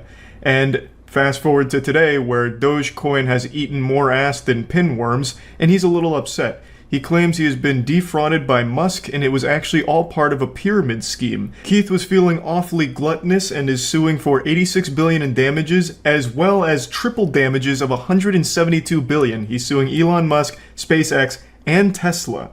He's aiming to score a hat trick here. He's arguing that Musk and his companies falsely and deceptively claim that Dogecoin is a legitimate investment when it has no value at all. Man, who could have seen that coming? What a surprise. Dogecoin actually doesn't have value? It was started as a joke in 2013. It was a meme coin. And you know what they say? Live by the shit coin, die in shit. This was always going to happen. This was always the predetermined fate for every Dogecoin enthusiast. Unless you were a galaxy brain gigachad like me, who put a little bit of money into Dogecoin right when the hype train really started just because of pure FOMO. I put in it like 20 cents and just turned my brain off and dumped into like a lot of other shit coins as well. But Dogecoin I got in on like 20 cents and then I sold it hours before Elon Musk was going to appear on SNL because I knew nothing good ever comes from SNL. So I sold it at like 66 cents and made out like a goddamn king. I turned like $100 into like 300 or 400 or something because I fucking predicted it. I knew if Elon Musk was going on SNL to mention Dogecoin, it was going to kill it on the spot, and it did. It's never recovered. I fucking calculated it. But for that one good decision, I also made 1,000 bad ones. I put money into like 20,000 other rug pulls as well, but god damn it, this is the one that mattered the most. I will say this, though. I do feel bad for people like Keith who had no idea what crypto was and only learned about it from Elon Musk. For some reason, Elon still has like a following that worships him as a god and will take everything he says at face value and just go hog wild with it. Keith was no exception, and he lost a lot of money from it, allegedly, and is now aiming to try and at least fight for it back. And then some. I don't know if Keith necessarily lost 270 or 58 billion, but god damn it, he's coming for scalps right now, I suppose. It continues saying that Keith wants to represent a class of people who had lost money trading in Dogecoin since April 2019, asking for 86 billion plus the 172, as well as an order blocking Musk and the companies from promoting Dogecoin and declaring that Dogecoin trading constitutes gambling under US and New York law. Well, good news for Keith, Elon Musk and his companies haven't mentioned Dogecoin in like a year. That name has become like Voldemort now. They don't touch it. I can't even remember the last time I saw him say that. So that one's already good without a court order. They've completely stopped because they've had their fun memeing around at the expense of people like Keith who lost a ton of money on it. Any money lost on Dogecoin to Elon Musk is negligible. But to an average octogenarian that only learns about it through Elon convincing them that it's a good idea, the money they lose, that means a lot. That's a huge difference maker in their lives. And I also don't think Elon Musk lost money on Dogecoin either. I wouldn't be surprised if he never put money into it in the first place and was only joking from the get-go, just to fuck with people and just to fuck with the entire market of it. But regardless, a lot of people did legitimately lose tons and tons of money on it, like Keith.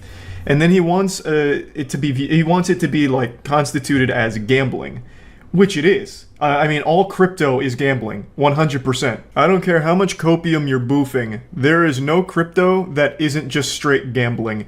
Take, for example, Luna, which was like the 4th most traded crypto for like the last year, and then over the course of a week, it went from $100 per token to less than like 1/1,000,000th of a penny. It died in a week. It just completely spiraled and died. It was a stable coin and died in a week from 100 to 0, well, way below 0. So yeah, I think every sane person would agree with Keith here. If you're putting money into crypto, you're gambling with it. And I pray that Keith never finds games like Diablo Immortal after reading this. I'm no lawyer, and from what I've read, Keith actually does have a legal team behind this, but to me this sounds like an unwinnable case. It feels like something that they're trying to drum up as much headline and hype for as possible, to get people to rally behind them like other Dogecoin enthusiasts that lost tons of money on it. I don't call them Dogecoin investors because they've just been deluded into thinking it was an investment. They've been scammed, basically. If you put money into Dogecoin, you fell for the scam. So I don't really call it Dogecoin investors, but hobbyists perhaps. So I think the whole goal here with Keith and his team is to get this lawsuit out there so a lot of media picks it up, which they have. And a lot of people come forward like, yeah, I also got fucked by Elon Musk here promoting it and this and that. And then hopefully the public pressure will mount to a point where the Elon Musk and the companies will settle with Keith outside of court for whatever undisclosed amount. I don't think there's any law firm or any human being on the planet that actually thinks Keith is going to win $258 billion here, and I don't think they're trying to win $258 billion here. They're trying to get some kind of settlement out of court with the pressure that the public can mount.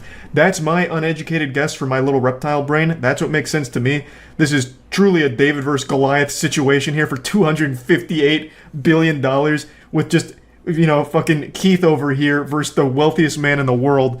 It seems like it's unwinnable, but if he has a team behind it, then they must have some kind of strategy, because there's no self-respecting lawyer or law firm that's going to represent a case like this without some kind of plan.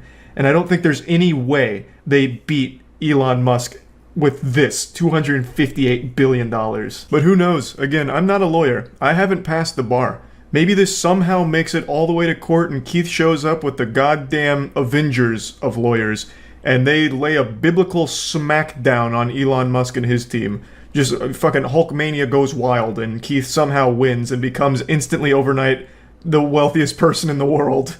I don't think we're living in that fantasy, but hey, again, I guess it could be possible. No, I'm just kidding. I really don't think it's possible in any dimension in the multiverse.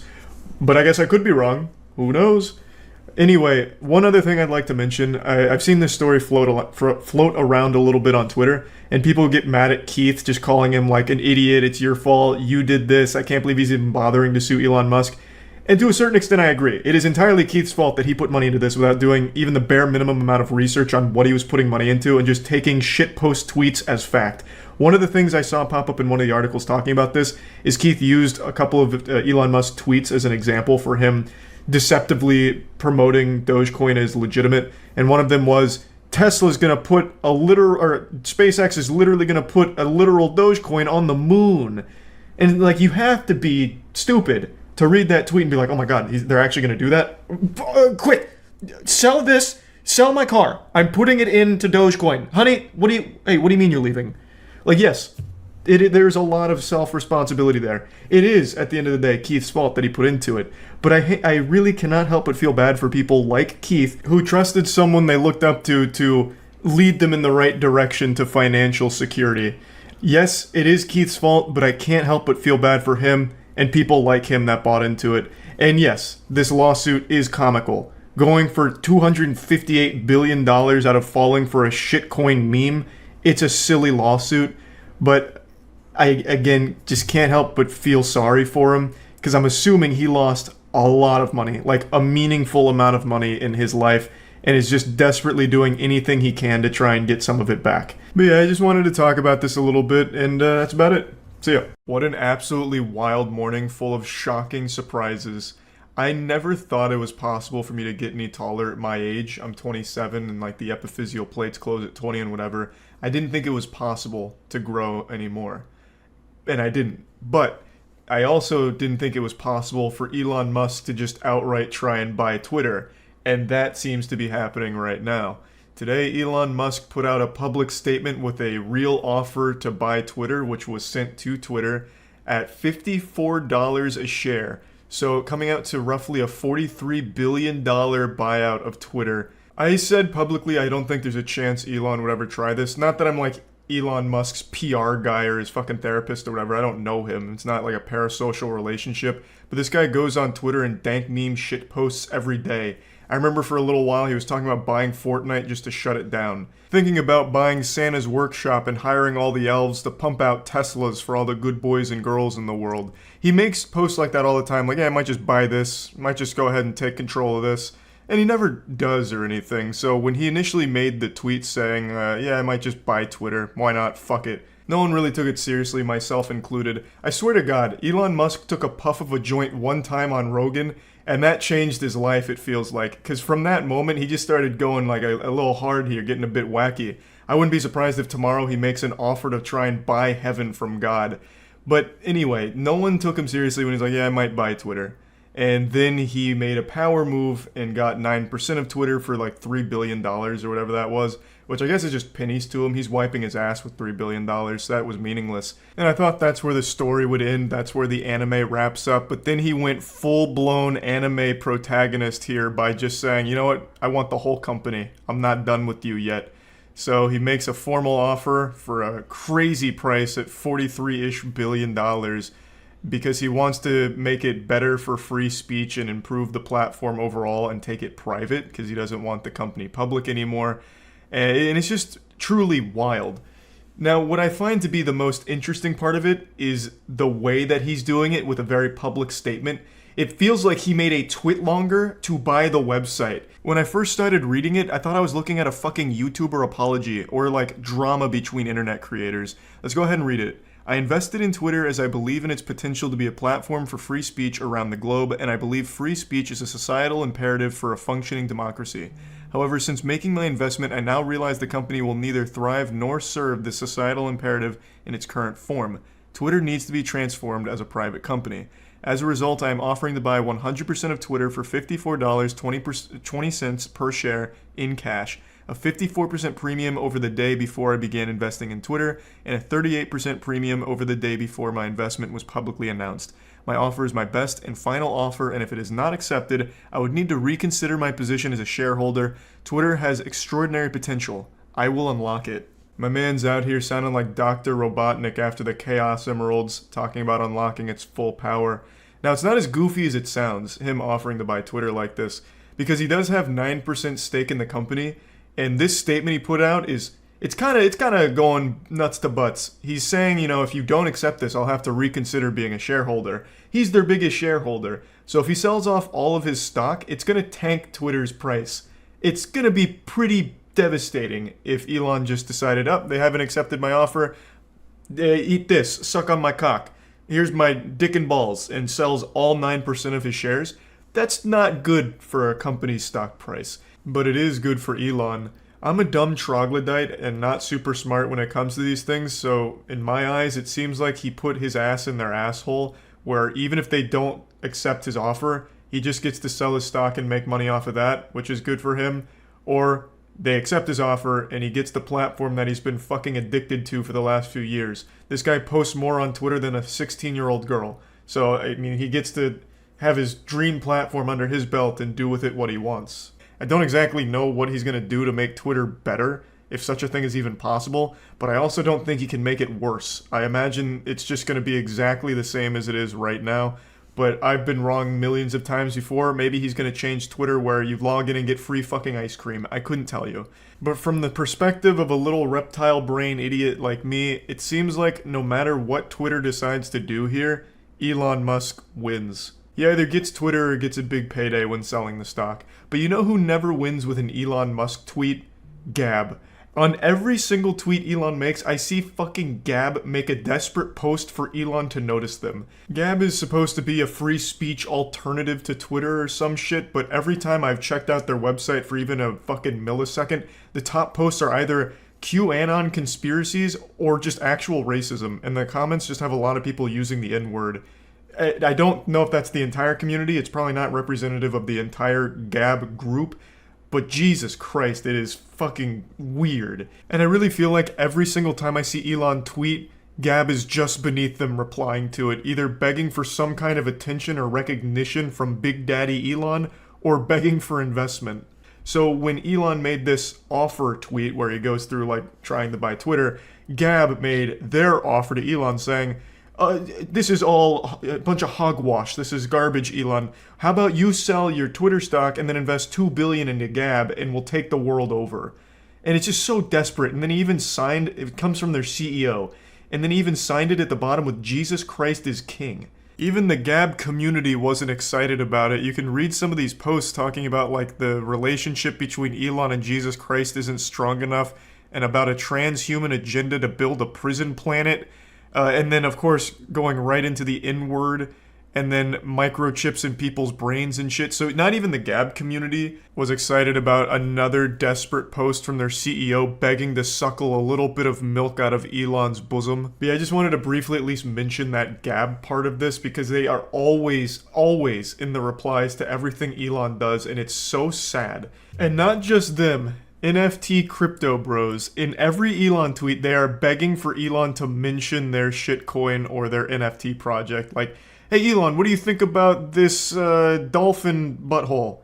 Is this the next big NFT craze? Or like attributing a quote to Elon where it's like, in quotes, this is the best NFT ever made, Elon Musk. Thanks Elon for the endorsement from some garbage crypto thing. It is always in his replies now since the whole Dogecoin shit. It's wild. I don't know how there is so little shame on Twitter. But anyway, I just wanted to at least mention those two things briefly. So the whole situation is wild with Elon attempting to buy Twitter. I think even if successful and he gets Twitter, I don't think anything changes with the platform. I don't know what he could possibly fucking do to make the platform any less of a giant cesspool than it currently is. But, I mean, good luck, I suppose. To me, it just seems like he's throwing $43 billion or $41 billion. I actually can't tell because a lot of different places are reporting a different number. Between $41 and $43 billion, it just seems like he's flushing it down the toilet. And it's the grossest, filthiest toilet imaginable since it's Twitter. But, yeah, anyway, just wanted to at least talk about it since it's such a crazy topic. That's about it. See ya. Elon Musk has done it again, ladies and gentlemen. Yesterday was the grand unveiling of the new Cybertruck, fresh out of Dexter's laboratory. He made a big live performance showing off the truck, and man, it was fucking wild. Expectations were subverted harder than in Game of Thrones. The design is like nothing I've ever seen before. Let me just show you some clips from the unveiling. So I present to you the Cybertruck.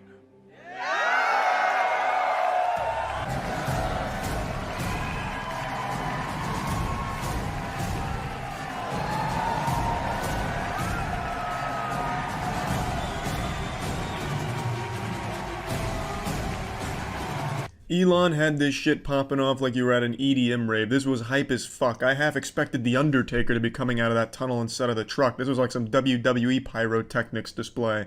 This is the Super Bowl of truck announcements.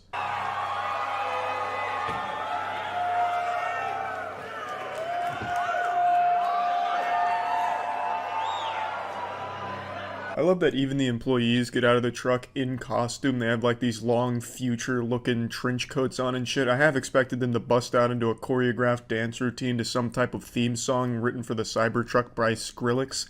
But that didn't happen, unfortunately. But I love the costuming. It's fucking great.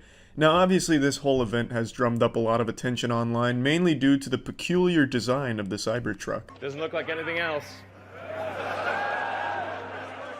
And he's not wrong, the Cybertruck looks like a lot of things, and none of them are a truck. The first thing I thought of when I saw it was Lara Croft's tits from the PlayStation 1 game. It's so goddamn pointy at the top, like you're driving around like a fucking paper sailboat. It just looks so low polygon, like as if you entered into a Halo game but the Warthog's textures haven't finished rendering, so it's just like this mess of polygons on your screen. I don't know why it's so goddamn pointy. I feel like you'd cut yourself just getting in and out of the vehicle. But to be honest, I actually kind of like how over-the-top goofy this looks. It's like you're driving around the spaceship from the old Atari Space Invaders game. I think there's a certain charm to it, but the rest of the performance here at the unveiling is spectacular, so let's continue. It's a regular truck door.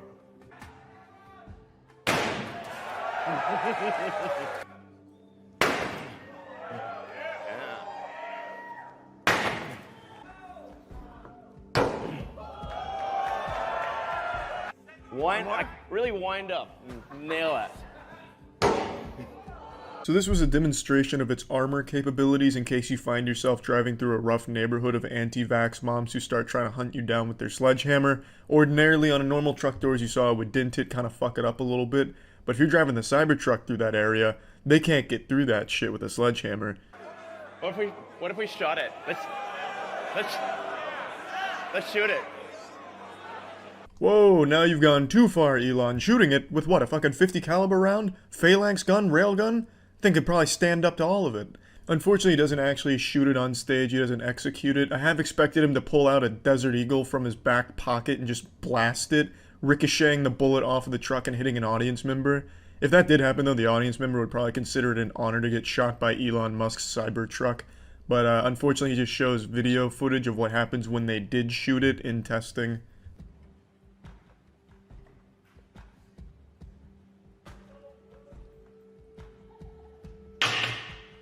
Nothing. Yeah, it's still doing it, I guess. Yeah, not bad. Yeah.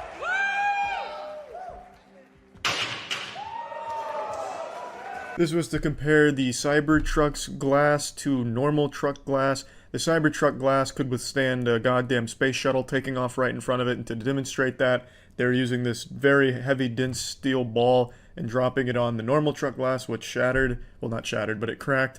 And using it on the Cybertruck glass where it didn't crack at all. So you had Danny Sexbang going up the ladder and dropping it on it, and you saw it didn't crack or anything. Very impressive stuff, but I would have done it a little differently. If I was in Elon Musk's shoes doing that, I would have had like a Cirque du Soleil juggler juggling those steel balls and then just dropping them one at a time onto the piece of glass. It would have been a really cool performance, and I think it would have added a lot more to the display. Sure? Yeah. Oh my fucking god. Well, maybe that was a little too hard. It didn't go through. So that's a plus side. Let's try the right. Try that one, really? Okay. Sure. Oh, man. It didn't go through. Unfortunately, that man's arm is just too strong. A professional pitcher throwing that steel ball at the glass, it never stood a chance. He could take down a fucking building with that. He's got like a little wrecking ball for an arm, and he's just throwing it at it. Yeah, there was no chance. So unfortunately, the glass cracked quite significantly, which wasn't in the script, but god damn it, Elon Musk's recovery was pretty solid.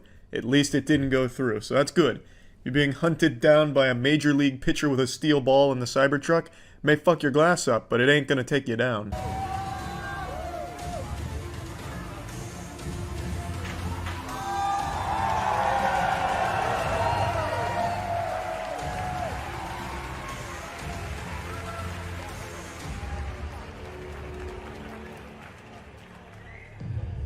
you can see the truck. This whole thing was so goddamn hype, I half expected that man to take off the helmet and it's Jeffrey Epstein underneath or something crazy like that, fucking Steve Jobs or something. But no, it's just a normal man. He was driving that ATV that looked like it was a huge paper cut hazard up into the bed to show that it can sustain big weight, stuff like that. And that's pretty much where the truck unveiling ends. I think the truck is super goofy, which makes it cool to me. And yeah, it's... what a design. Elon Musk has done it again, baby. Fuck yeah. See ya. Wow, what a crazy day, huh? No foreplay, we're just gonna get right into the actual meat here. So, there's been a big falling out between Elon Musk and Donald Trump. I'm not sure all the particulars around it. I wasn't a little fly on the wall that observed everything that led to this crumbling relationship, but it is messy. Maybe Trump found out about Elon's stolen valor and Path of Exile. He said, you're a fraudulent Path of Exile player, scram, get out of here. I don't know. It was pretty shocking to see, considering that only like a month or two ago, Elon made this post about loving Donald Trump as much as a straight man could. And it really seemed like they had a really, like, bubbly relationship. They were always giddy around each other, like fucking frolicking through flowers, it seemed. And then out of nowhere, it just blows up like a fucking septic tank here. Now there's shit spewing everywhere. So it was... a relationship ended on not good terms. And it culminated with Donald Trump threatening to cut Elon Musk's government contracts. And that is when the dam really broke. Elon got out his best ketamine cocktail and hit the Thunderdome, the only arena he's ever known, Twitter, saying things like, without me, Trump would have lost the election, Dems would control the House, and the Republicans would be 51-49 in the Senate. Such ingratitude. I can already just picture Elon at his desk doing one of these. Such ingratitude. Like a 90s anime villain. And then he really rolled up his sleeves and said, no more Mr. Nice Guy, bub. And he hit him with a big-time uh-oh spaghetti-o when he dropped this. Time to drop the really big bomb. At the real Donald Trump is in the Epstein files. That is the real reason they have not been made public. Have a nice day, DJT.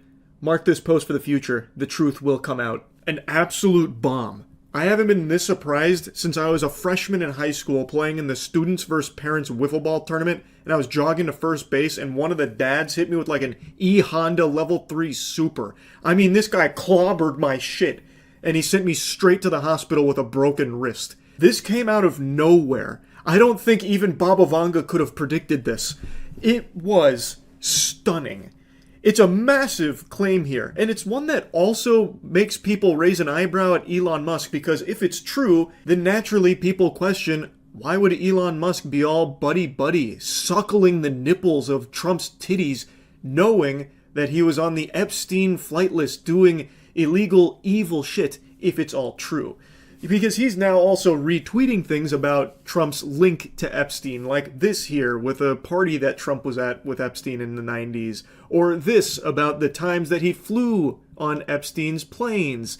And he puts his cringe fucking emojis every time. Half of his tweets are usually just like emoji reaction shits, but he's very clearly making the accusation directly, like in his own words, that Trump is on the Epstein flight logs, and that is the whole reason that he is prohibiting their release. And then he's retweeting these things with, like, raised eyebrow emojis, like, curious, interesting. He's retweeting this connection that he's showcasing here, and clearly making a statement about it. He's not just saying, like, Trump had a connection to Epstein, you know, he flew on these planes, but nothing happened, probably. He is clearly trying to say that something must have happened there, because he's using this as a way of attacking Trump. He even retweeted this from Ian Gobbles Dick for Miles Chong, saying that Trump should be impeached and J.D. Vance should replace him. He not only retweets it, but just agrees with it flat out, saying yes. This is crazy. And again, if this claim is true,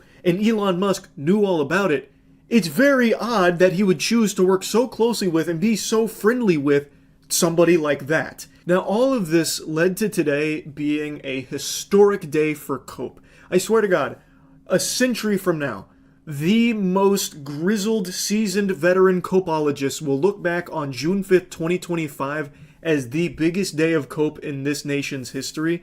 the amount of mental gymnastics and shit I've seen with people trying to explain what's actually happening here as like a 5D chess maneuver between Trump and Elon Musk is just pathetic. It would be comical if it wasn't so sad. I have seen so many posts speculating that all of this is a genius ploy, a ruse, in order to force the Epstein files to come out. Let that marinate for a moment. I really want you to stew with that thought process. Those are living, breathing people that actually think that. Why the fuck would that be their plan? Or anybody's plan for that matter? What a dog shit strategy. That is a worse idea than Concord. You're telling me that the President of the United States would willingly work with Elon Musk to have him be insinuated a pedophile in order to try and get the Epstein files to come out? Just stop for a minute. Just fucking put down the stupid pills.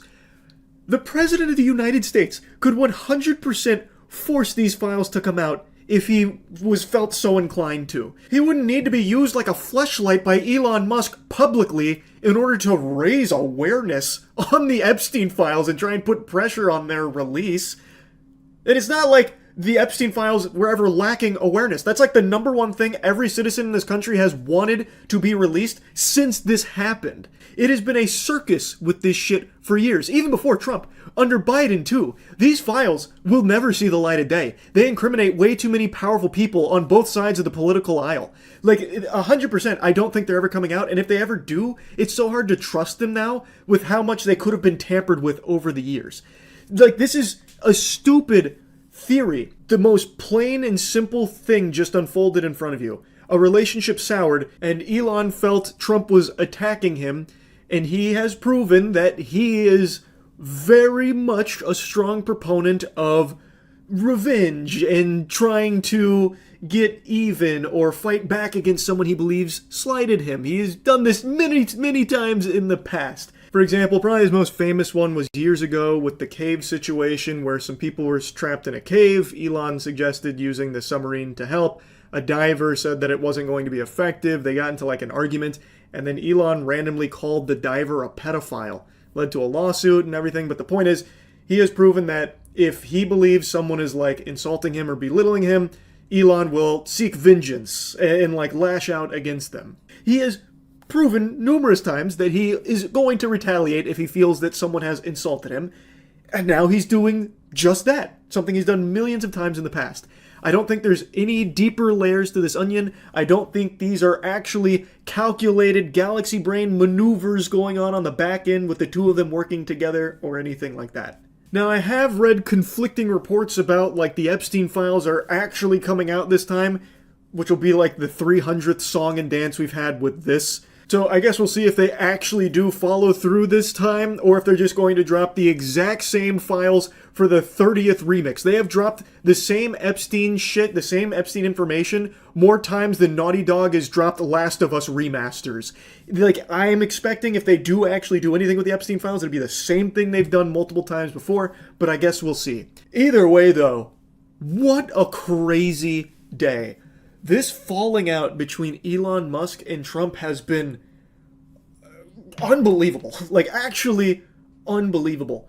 And I wonder if Elon's going to continue just, like, tweeting out bombs like this. Like, he had so much access to, like, government information and shit. Like, is he just going to start leaking national secrets and all of that? Like, the amount that even just came out today was astonishing. Like, he was leaking more shit than my butt after eating anything with dairy in it. And I wondered, is he going to keep doing that? Or are tempers going to, like, I don't know, like, simmer down? Are they going to try and meet in the middle and, like, try and shake hands once again and not be on bad terms? Like, I do wonder, because he was deep in the government. He probably did have access to, like, very sensitive information. And he has just proven today, like, he is more than willing to just go on Twitter and just air some shit out. Again, they are just allegations right now. He hasn't proven anything about this, but still, crazy day for sure. That's really about it. See ya. When it comes to making predictions, I'm wrong more often than a March Madness bracket. If I was a meteorologist, they would have me publicly executed at the town square while people throw tomatoes at me because I would legitimately never predict the weather correctly. And I almost think that that's more impressive, the fact that I can't even accidentally get a prediction right. But that doesn't mean that I don't like to keep trying, so that's what I'm doing today. I may be 0 for 100 on predictions, but we're about to change that. The curse will be lifted. Statistically, you gotta get one right eventually, and this is my one. I know for a fact Elon Musk will never fight Mark Zuckerberg in a real fight. Now, maybe they get together in the octagon and play a game of patty cake or a little slap boxing with headgear like it's straight out of SpongeBob karate episode or something, but they will never actually have a fight. For those that don't know, for the last couple months, Elon Musk and Zuckerberg has been posturing that they're going to fight each other, like in a legitimate fight. But I just don't think that's going to happen. I think this is all just publicity and attention because Elon Musk loves attention. He feeds on that more than a plant feeds on sunlight. Elon Musk photosynthesizes attention the same way plants do. It's how he lives. So I think that's the actual motivation here, is just to keep his name in people's mouths. Because there is no way he has ever thrown a punch in his life. His body is built like a tub of mayonnaise. It looks like he's smuggling 6 bowling balls in his torso. I don't think his confusing body geometry would even allow for him to throw a punch. It'd be like trying to stretch a wet spaghetti noodle. There's no way he's ever trained, nor ever even thrown a punch at a punching bag, I don't think.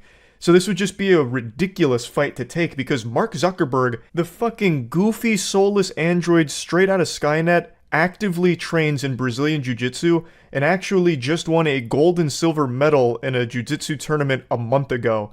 Which initially that headline didn't impress me because I just assumed Zuckerbot went in there, opened his wallet and paid everyone to just throw against him so he could feel good about himself. But there's footage of the event and he is pretty solid. He is actually pretty talented. It's clear he takes it seriously. He's also just been training with experts as well to become better at it. So this is something that he's serious about. Meanwhile, the only thing Elon Musk is serious about is shit-tier memes. Like the crustiest, dankest memes ever that no one can even ironically laugh at. If this was a fighting game, Elon Musk would be in the unusable below F-tier ranking. Meanwhile, Zuckerberg would be like C-tier. So there's just no chance. Like, there's literally no chance Elon Musk would win this fight, and he knows it. Mark Zuckerberg would smoke his meat. Mark Zuckerberg would rip his fucking tongue out and lick his ass with it. Like, Elon Musk would truly get brutalized, I think. Even though Elon Musk definitely has some size on him, it doesn't matter, because there's no way Elon Musk can use his size unless he tries to do some kind of weird forbidden jutsu where he like oils himself up to get real slippery and like slides around and attacks him like that. Like, I don't know what else he could possibly do because he doesn't train. He hasn't trained and he won't train. So he's already planted the seeds of doubt. He made a tweet not too long ago talking about how he might need back surgery. So he's already like alluding to some excuses he could use to get out of this fight to weasel his way out. So I just don't see this fight happening. I really don't see this fight happening at all. But it hasn't stopped the hype train. Elon Musk keeps talking about how it's definitely going to happen, and he even makes like these bold claims about where it's happening and when. Meanwhile, Zuck on Threads, and also, God rest the soul of Threads, that didn't make it more than a month before it died. What a tragically fast demise that platform had. I don't know anyone that still uses Threads except for Zuck now. That's just like his quarantine zone, his containment unit. He just goes in there and speaks, and that's the only thing left on Threads. But anyway, Zuck made this post in response to all of the posts Elon had made about how the fight's, coming up pretty soon. Zuck said, "I love this sport and I've been ready to fight since the day Elon challenged me. If he ever agrees on an actual date, you'll hear it from me. Until then, please assume anything he says has not been agreed on." Which I 100% believe Mark Zuckerberg here, because Elon Musk does nothing but make false promises and just make shit up. Like, the way Elon Musk talks about it, you'd think the fight's happening this weekend. But meanwhile, there's not a single date that's been agreed upon or anything like that. So, there's nothing confirmed here. It is still just a bunch of brouhaha, but I don't think it's ever happening. But it doesn't stop Elon Musk from puffing out his grotesque chest. He keeps making statements like this. So this was in response to Mark Zuckerberg saying, just take everything he says with a grain of salt, but I'm ready to fight whenever. Elon Musk said, "If Zuck wants my tongue," I guess. I don't really know what this emoji's supposed to mean. And now it just seems like he's more flirting than anything. So I'm having a hard time deducing these hieroglyphics here. I don't know why he's using that emoji in this fight context, but whatever. If Zuck wants my tongue, really wants a lesson in why there are weight categories in fighting so badly, I could just head over to his house next week and teach him a lesson he won't soon forget. Elon is legitimately a 14-year-old on Xbox Live trapped in the body of a 50-year-old grown man. It is incredible. Like, this is actual old Call of Duty lobby energy here. Elon would never actually fight Zuckerberg. That's what I truly believe. If he did, that would not go well, I imagine. I really do think Mark Zuckerberg would fuck him up. I really think Zuckerberg's got psychopath energy. That man's probably got so much pent-up rage from the colossal historic failure of the metaverse that this man is just looking for an excuse. And Elon Musk might be that excuse. I think he would just absolutely destroy in this billionaire beatdown against Musk. But once again, I don't think we'll ever know for sure because it's not going to happen. That is my prediction. I wanted to put it out here because sometimes I like to get my predictions out, and so far every single time they've been wrong. Many of you may remember I made a video talking about Halo Infinite not being real. I made that video like 4 years ago or something when they first showed like the early trailer, then a year went by and they didn't show anything else, and then like 6 months went by and they showed like actual pre-alpha level footage, and I proclaimed that the game is probably not real and even close to being released. But then it came out like a year and a half later, so it looked like they did have it cooking in the oven. And unfortunately, you know how the story goes, they served it raw. It was missing like half of the game's overall content it was supposed to have, and then it remained in a completely barren wasteland of a state where they weren't adding or changing anything about it, and then they eventually just canceled a lot of the components. And well, it's actually a very sad story, the post-release of Halo Infinite. Good news though on that front, they're getting it together. Halo Infinite's made quite a few new updates that are actually pretty well received. I haven't personally tried them myself, but they do seem like quality updates. They finally got Forge in the game, you know, like 2 years late, but they got it. Like, baby steps, damn it. They finally started adding some shit to the game, finally starting to turn it around. Maybe too little too late, but the point is, I'm way off topic now. Point is, they did at least start making improvements there. But I did make the prediction that it wasn't even real, which I was wrong about, and that to tie it all back to what I was saying. Point is, I'm bad at predictions. I usually get them wrong. This one I am very, very confident on. I don't think there is a world where Mark Zuckerberg and Elon Musk have a legitimate fight against each other. I do think there is a chance that they'll have some kind of really embarrassing, silly show match where it's clear that it's not a real fight, it's just some kind of scripted mess, or some kind of very haphazardly thrown together disaster where neither person is really fighting. It's just like they're toying with each other and pretending it's a fight. Like, I'm talking CW level choreography of a fight. Like, I don't think they'll ever have a real one, but I do think there's a chance they'll have a fake fight against each other just to try and capitalize off the hype. But anyway, just wanted to get that out there. That's really about it. So yeah. Lord forgive me because I'm about to sin again. I have sworn time and time again that I would do my best to resist making fun of the platform formerly known as Twitter, but I can't help myself. They keep giving me little layups that I can't help but just finish at the rim on. Just when I thought I was out, they pulled me back in. I just made a video making fun of the Twitter rebrand. It's now just called X, the letter X and nothing else, which, as I said, is very embarrassing because it sounds like something on Xbox Live in a Call of Duty lobby from 2009 where every 12-year-old thought having X's in their name was cool, and I thought I had finally got it all out of my system. There's no more jokes left to make about this low-hanging fruit. Until just now, with breaking news, they released their new official tagline, and I couldn't believe it. My jaw was literally on the floor. I was more stunned by this tagline than I was with the ending to Inception when I first watched it. I shit you not. The report said that their tagline was "Blaze Your Glory." And I didn't believe them at first. I thought this was propaganda because surely no one is that uncool. What does this even mean? Blaze Your Glory.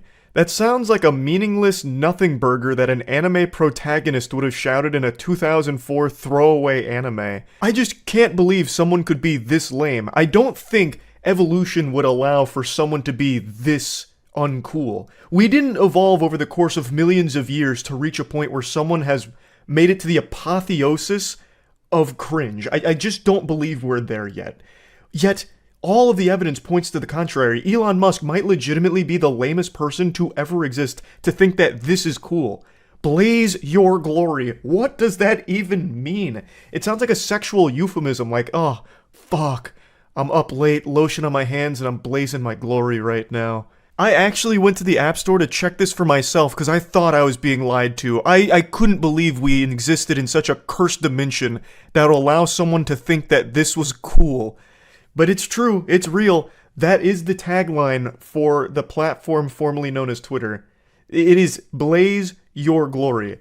That is worse than those old Discord cringe messages that would pop up when you try and launch the program where it was like, calculating RAR meme threshold, need to construct additional pylons for optimal memeing, quick get to cover, Wumpus is a fire in his laser.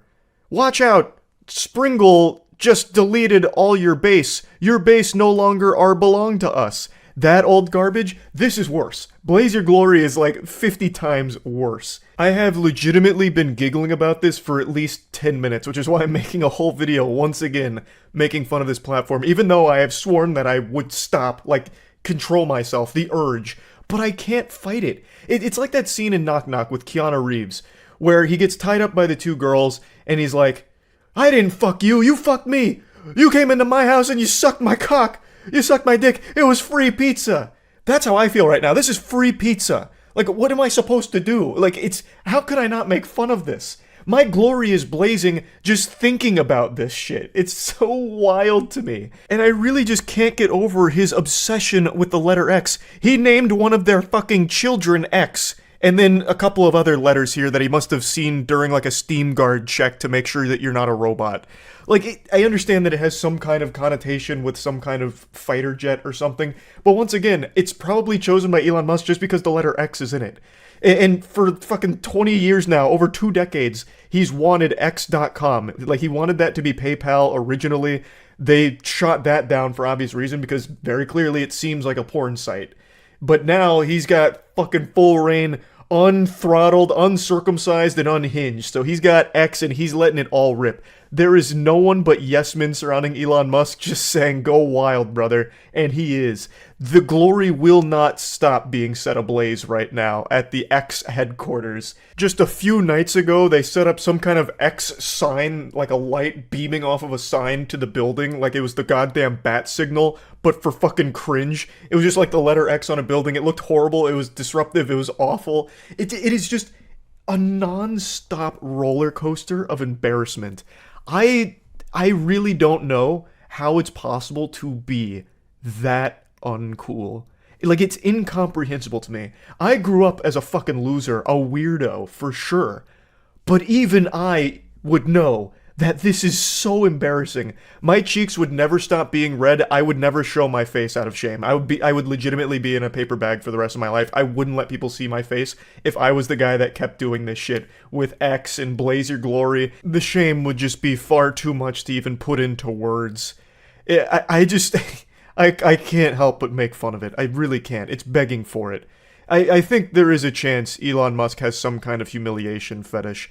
Like, the more people say that it's lame, the more he wants to be insulted for it, it feels like. This seems deliberate. This can't be accidental. No one is this accidentally uncool. It's a plague because it's infecting other people into being just as lame. There's a lot of people that will just defend anything Elon Musk does with the platform, and then get mad when people make fun of it. So it's not just him, he is infecting and spreading the lame virus. He's like the Axe body spray for online losers, where a lot of people will flock to him as like this group feeling of being like successful and cool, and like they're always going to battle for their leader Elon Musk, which makes no sense. Again, I don't really care about Twitter's success or its failure. I'm just laughing at the goofy decisions made along the way. So I'm just going to bring up one tweet here. It's not even this person in particular I have a problem with or anything. This is just the general attitude about how when I make fun of it, I'm just coping with the success of Twitter under the leadership of Elon Musk. I don't give a fuck. If Twitter burns to the ground tomorrow, I don't care. If it's 20 times more successful tomorrow, I don't care. I think the platform sucks. I'd prefer if it was in the dirt, buried 6 feet under. I think it's been a net negative for the entire world, but overall, its presence isn't something that disturbs me or makes me upset. I'm not coping with its success. I'm making fun of it. So even if it's 20 times more successful tomorrow, I will still make fun of it. You know what else is extremely successful? Selling soiled used panties online to degenerates. I'll make fun of that too, but it is successful. It's very successful. A lot of women make a ton of money doing that. But just like X, blaze your glory, it's something to laugh at because it's so fucking silly. It's so goofy. So no, this has nothing to do with jealousy over a platform's success or its failure or anything. It is just legitimately comical nonsense along the way that is something to point and laugh at as a spectacle and shoot some spitballs at. It's a circus, and the clowns are dancing, honking their nose and making me giggle. It's just not that deep. There's really nothing to psychoanalyze here. You don't need to be holding up Rorschachs to me in order to get down to the bottom of it. It's just super simple. So just stop being so upset when people make fun of some goofy shit like this. Keep your glory blazing, take a step back, and share in the laughs. It's just that simple. You're not on the board of directors or anything. You don't have any, like, actual investment into the company. So whether it's successful or it's not, it shouldn't matter to you. Just have fun. Like, just enjoy the silly ride that we're all on here with watching all of these goofy things unfold in front of us. Maybe it'll end up making the platform 1,000 times more successful and becomes extremely profitable. And maybe, 10 years from now, Blaze Your Glory's on t-shirts. He's even got its own little mascot, like fucking Ultra Lord out of Jimmy Neutron, the Glory Blazer or something. Like, maybe it's the biggest thing in the world, but it will still always be a fucking goofy, uncool thing. Always worthy of being joked about. But anyway, I won't go on too much longer about it. That's really about it. May your glory be forever ablaze, my ex-friends. That's about it. So yeah. I don't like talking about Twitter. I want to make that very clear. Even just saying the word Twitter burns my mouth leaving it. It feels awful, like I'm gargling sewage. But I just can't resist. The platform has become a factory of goofs. It's like Willy Wonka's chocolate factory, but instead of producing candy, it produces the weirdest ideas ever. How can I resist pure, refined silliness like Twitter's decision-making process? Every time I swear I'm done talking about Twitter, they announce something that drags me back in. I'm like a drug addict that just keeps falling off the wagon again. They just keep putting the heroin in my veins. But honestly, laughing at Twitter has become a harder drug than anything currently out there. It's baffling.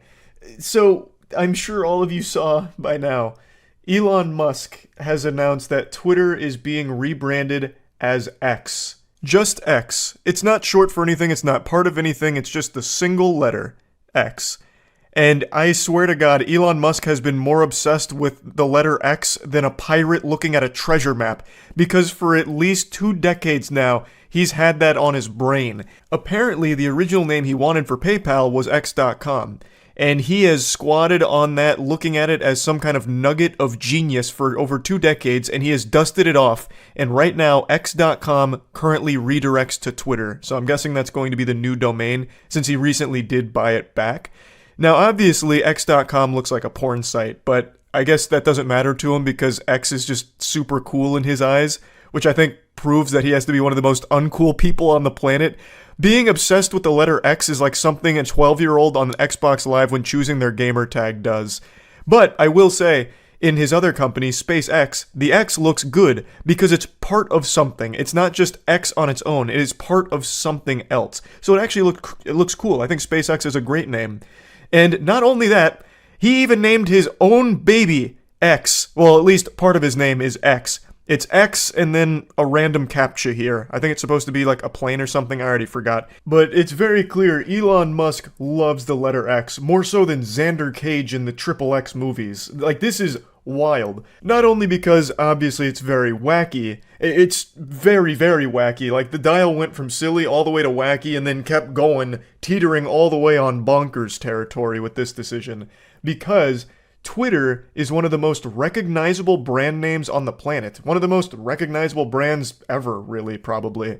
And now Elon Musk has executed the bird, getting rid of the bird. It is transitioning over to X now. Here's what the logo looks like. I think it very much looks like something out of the Call of Duty game battle scene from way back in the day. It looks like one of those really quickly put together emblems.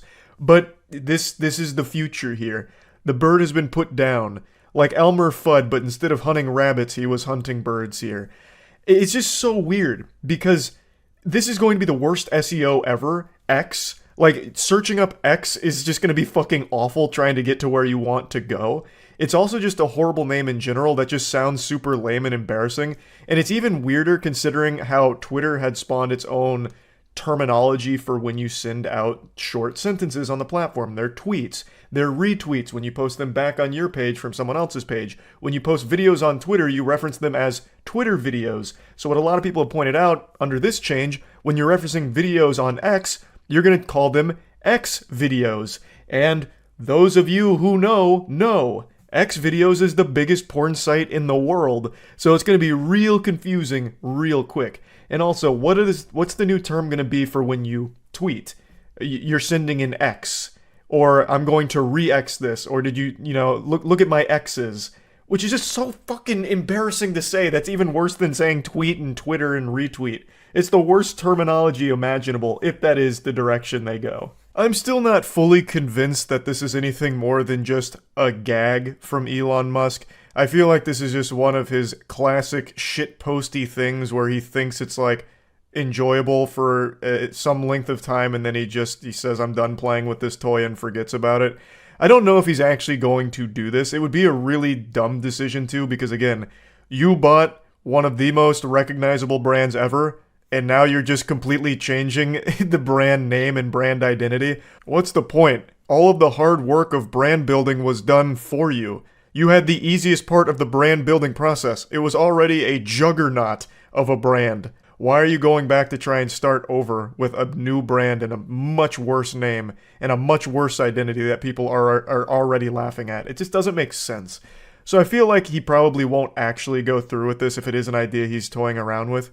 I feel like this is just going to be a short period thing that he's kicking around and maybe goofing a bit with.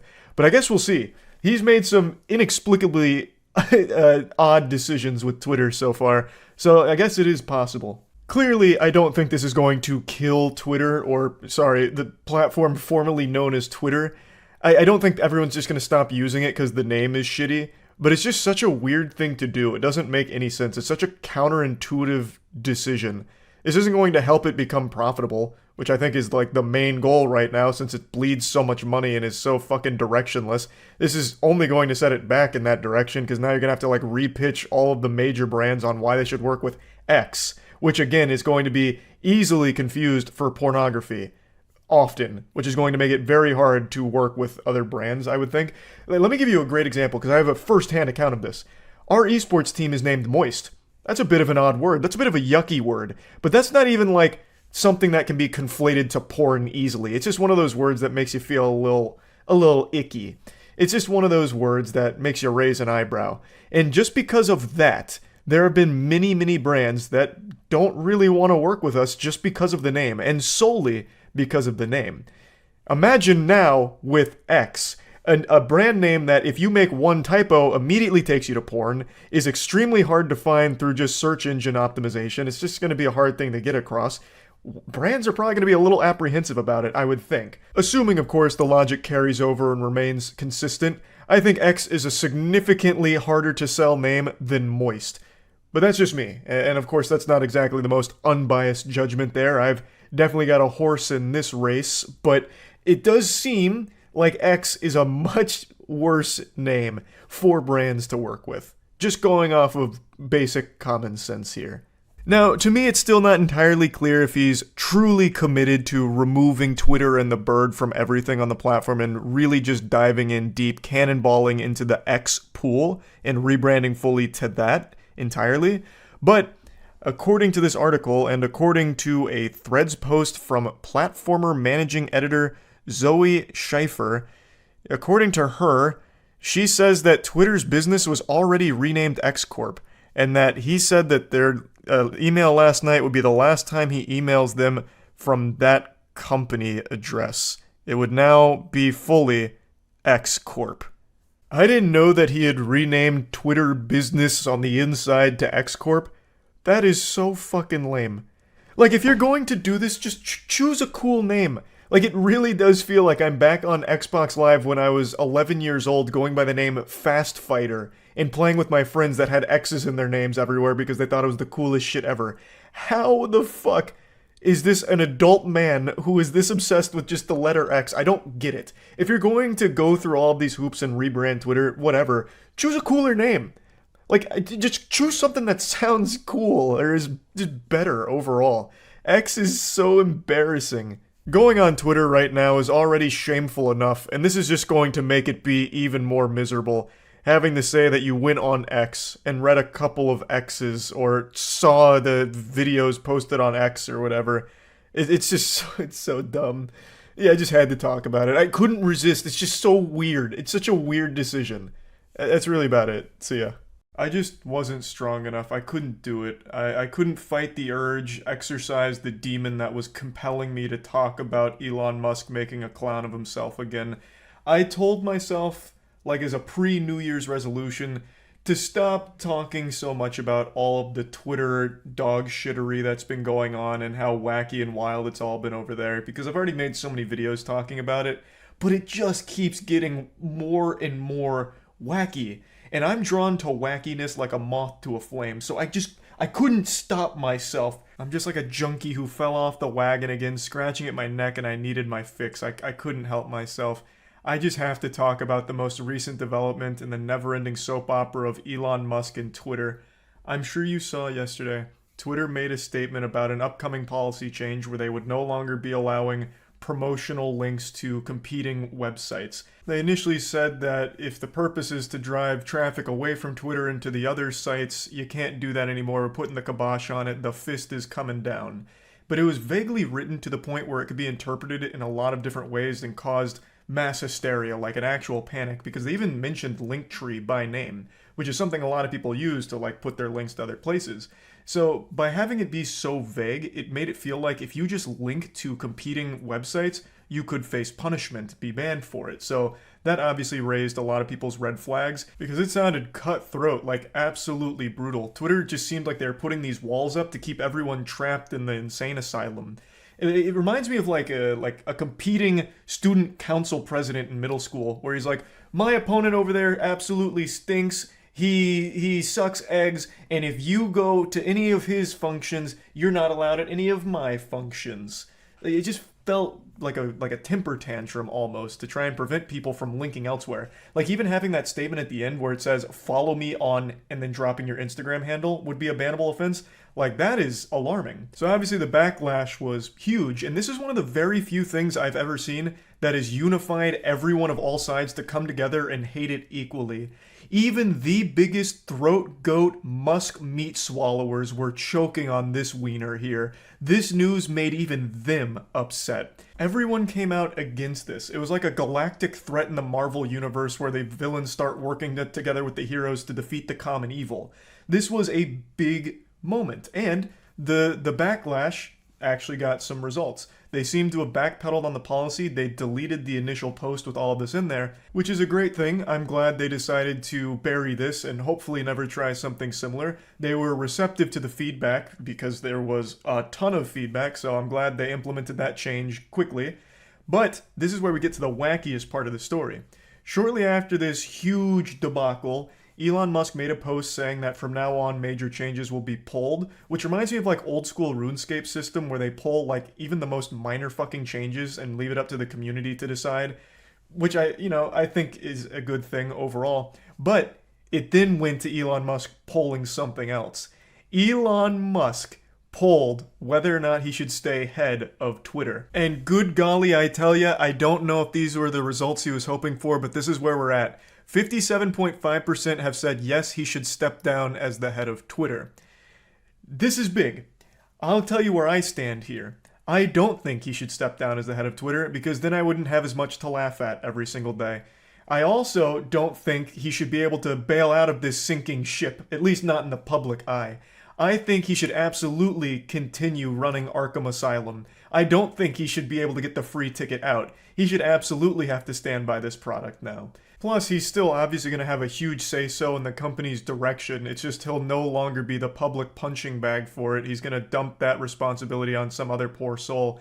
I've talked about this before, and it seems a lot of people must have flown under their radar, but this doesn't actually mean anything either. Elon Musk has been actively looking for a CEO since purchasing this fucking pile of shit anyway.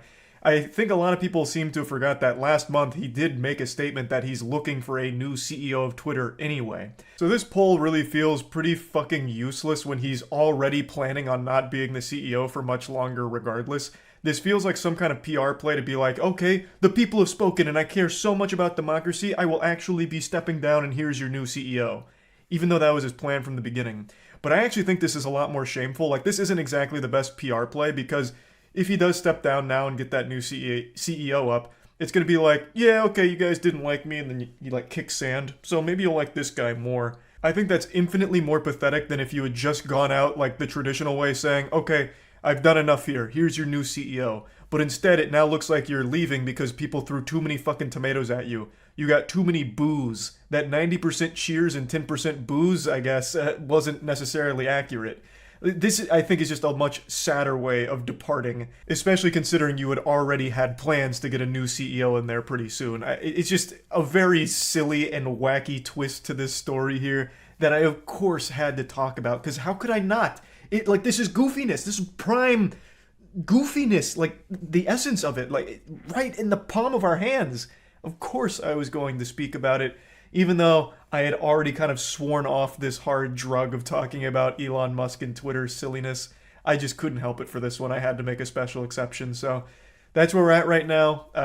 Not sure when or even if Elon Musk will be stepping down anytime super soon, but it's definitely worth mentioning that this is going on because, man, it is just a never-ending ride of fun and thrills. That's about it. See ya. When I was growing up, I was an extremely religious kid. I stole my friend's Digimon cards in 4th grade and I never forgave myself. I was convinced I was going to be banished to the Shadow Realm, sent straight to hell. I knew that I had just broken one of the 10 commandments, but I couldn't, fight the demon that told me to take those Digimon cards. I thought the Lord was up in heaven wiggling his finger saying, no, Charles, enjoy your time with Lucifer for this. But then I remembered what I was always taught, that the Lord could forgive any sin, no matter how great. But now that I'm an adult, I've learned that that's just not the truth, because there is one sin that is unforgivable, and that's cringe. And nobody is more cringe than Elon Musk.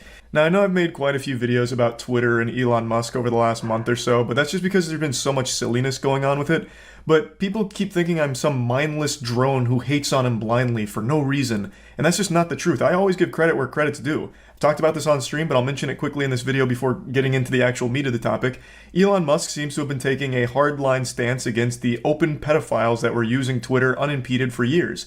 I read a report recently that he's banned thousands of accounts from these predators that were openly sharing explicit child materials on Twitter. Those accounts are now gone, and I think that is a wonderful, great thing that he's done. I never have any problem giving appreciation for good things done by people that I might not like. Like, I don't just assume everything that someone does is evil just because I'm not a huge fan of them. Now, getting on to today's topic. Elon Musk has embarrassed himself publicly yet again. He was invited on stage at Dave Chappelle's most recent comedy show and got booed. Extremely booed. It sounded like when Valve revealed Artifact at E3. Ladies and gentlemen, make some noise for the richest man in the world.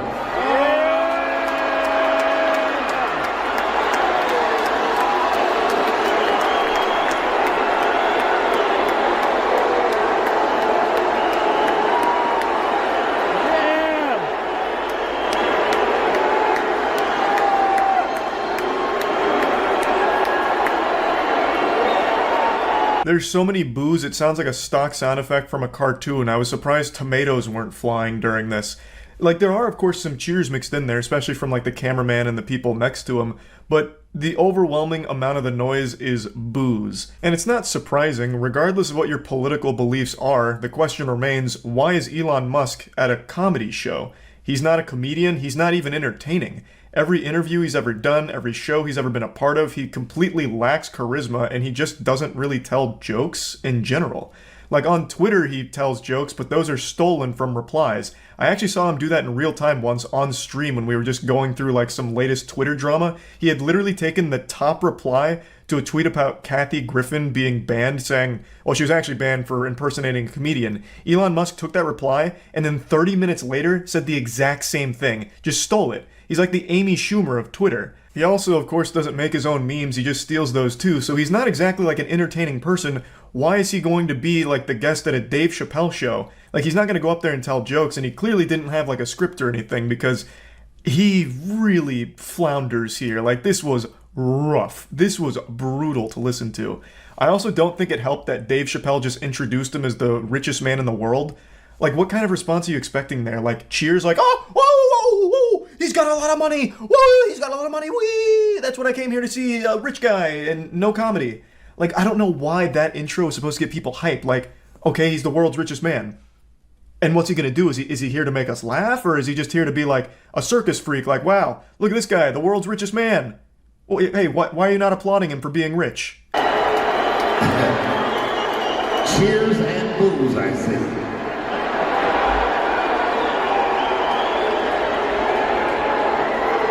Elon. Hey, Dave.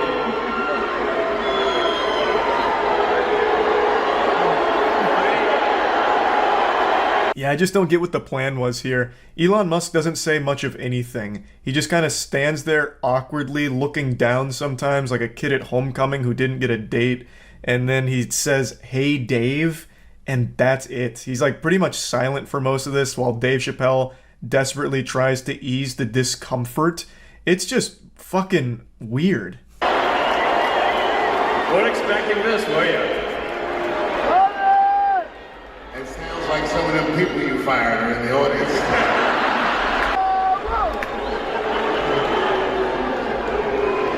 Hey, wait a minute. Those of you booing.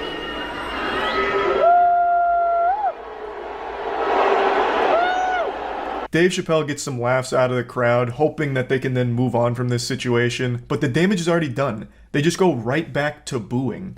I don't know what his thought process was here, bringing Elon Musk out, as if that was like going to go over well. It's a comedy show and he is not entertaining.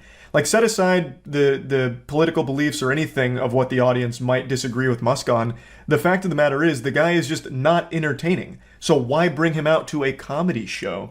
Like, he's already come out here and now has killed the vibe of the entire atmosphere, like a cop showing up to a frat party to shut it down.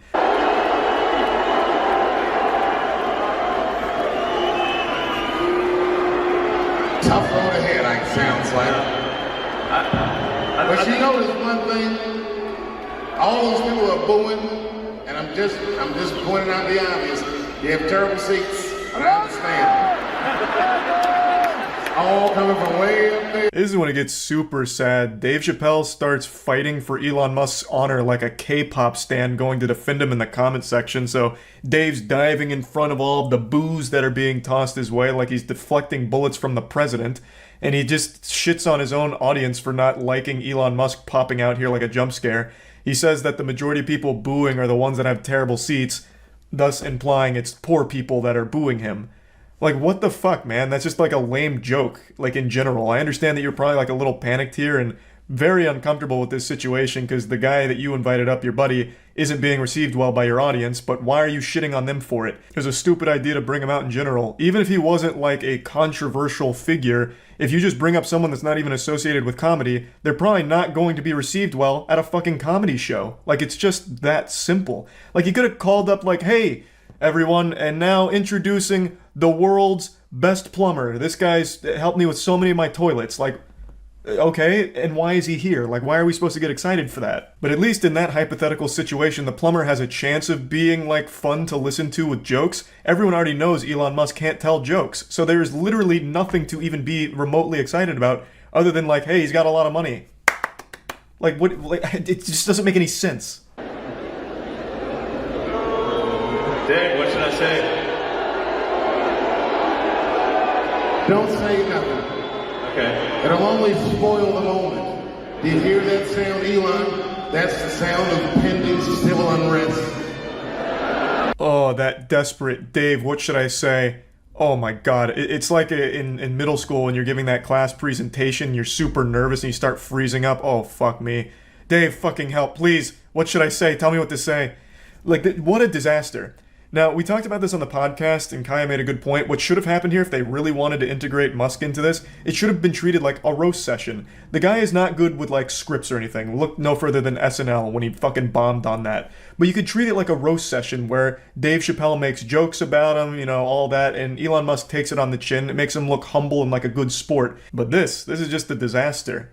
And speaking of disasters, the first 2 accounts that posted footage of this got deleted.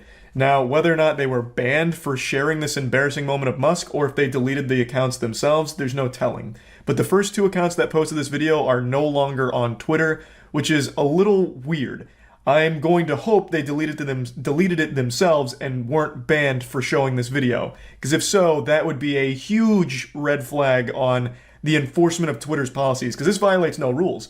This is just showcasing a really embarrassing moment from Elon Musk and Dave Chappelle here. Like, that's not against the Twitter terms. There's no reason why that should lead to a ban. So I'm hoping that their accounts were just deleted, and that them being banned is just a conspiracy. But there's no telling. What is confirmed, though, is Elon Musk made this tweet about 2 or 3 hours after being booed off stage at Chappelle's performance. Now, whether or not this is in response to getting booed, I don't know for sure. But he said the woke mind virus is either defeated or nothing else matters. So he leaves the stage with tears in his eyes, his ego shattered, and then shortly after, this tweet comes up. I don't know if this was just weirdly timed pandering or if he's actually blaming woke people for getting booed off stage, but to me it feels like he really believes the only people that would boo him are woke people. My man, you were at a Dave Chappelle show. That is not a woke audience. You can't keep falling back on this woke boogeyman and just writing off people that don't like you as being plagued by wokeness. You went to a comedy show, you're not a comedian, and you're not entertaining. Of course that wasn't going to be received well in any universe. Oh, also, I think it's only fair I mention how the show actually wraps up. Elon Musk gets into a crouch position, makes a huge gesture, gets the mic and says, "I'm rich, bitch." And that's it. And he actually butchered that line, by the way. He delivered it like there was peanut butter all in his mouth, so he couldn't actually get all the words out properly. And then the music plays and they walk off. It was rough. This just goes to show you no amount of money in the world can prevent you from being cringe. That's about it. So yeah. I couldn't have been more wrong. When Elon Musk took over Twitter, I was convinced there really wasn't a lot he could do to make it worse. And he has absolutely slapped me around here and spit in my face, letting me know that no, it always could get worse.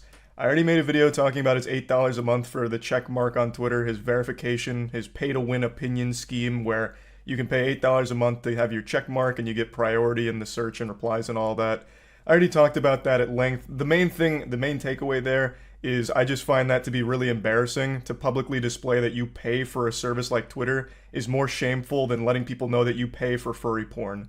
So I just thought that would be a little Boy Scout badge people would always point and laugh at you for, and that was the worst thing about it. I just thought it was silly, especially because you don't even get an ad-free experience. You're paying $8 a month and he says you only get half as many ads, which is just a fat L. Imagine paying a monthly subscription and still getting ads. Yucky. But today, Elon Musk actually made a much more concerning announcement regarding this new program, where if you don't pay $8 a month for Twitter, if you try and use Twitter for free, as it's always been, you're basically shadow banned. At least that's how it sounds coming from his mouth. Your replies aren't really going to be seen. He says verbatim, you'll have to scroll far to see unverified users, which sounds like going forward, you'll need to cough up $8 a month in order to have a voice. To anyone with their brain even remotely functioning properly, you'll recognize this is the exact opposite of free speech, which he claims to champion for the platform. But I'm just going to publicly beg all Elon Musk meat riders to hop off his cock for just a few seconds here, put away your little sausage fingers before writing your comment about how upset you are that I insulted your savior, and just listen. Just join me on a magic school bus ride through this absolutely terrible idea and why this is such a fucking outrageous program. So how do you prevent the use of the N-word? We should be able to figure out with software how to moderate this and prevent that from happening. Is that true or not? What I'm trying to achieve with this sort of enabling everyone to be payment verified with Twitter Blue is to try to get as many people payment verified as possible. It's only $8 a month, although for some people that were complaining about that, and these are people who pay more than that for their latte. Elon was asked his strategy for combating hate speech, racism, anti-Semitism, all of that, and he brought up the payment subscription plan as a way of fighting against it. But I wanted to highlight this part here where he compares the price of a Starbucks latte to the subscription plan, because he loves this one. This is for some reason like his smoking gun. He's already posted this dank meme about it, so this is pretty much his anime signature finishing move. This is his Kamehameha. He really thinks this is just a checkmate, like, so you'll pay $8 for a Starbucks latte and it only lasts you 30 minutes, but you'll cry about $8 a month for Twitter and it lasts you 30 days. Curious. So you'll pay $8 for a drink and it only lasts you a couple of minutes, but you're gonna go ahead and whine and throw a temper tantrum for the same price for having a voice on a shithole platform? Very interesting. I'm not a Starbucks enjoyer. I don't like Starbucks. I don't go there. Maybe the drinks are overpriced. Couldn't tell you. But that's neither here nor there. This is just like a gotcha moment that a child would think is clever. Like, Mom, Dad, why won't you buy me the new Call of Duty game? We spend more on groceries every week, and this is just a one-time purchase. And some of those groceries are so yucky, like broccoli and shit. We're paying more for that than Call of Duty, so just get me Call of Duty. Or back in the day when streaming services first started popping off, streaming service to nutbutt.com is only $6 a month. That's less than a single meal from Burger King. It's just so silly. You're comparing things that aren't even comparable. You're comparing food to a checkmark on Twitter.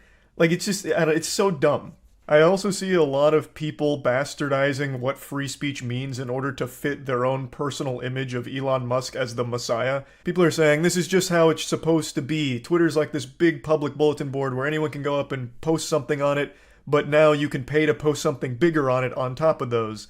And I guess you're not, like, wrong, but why is that something that's good?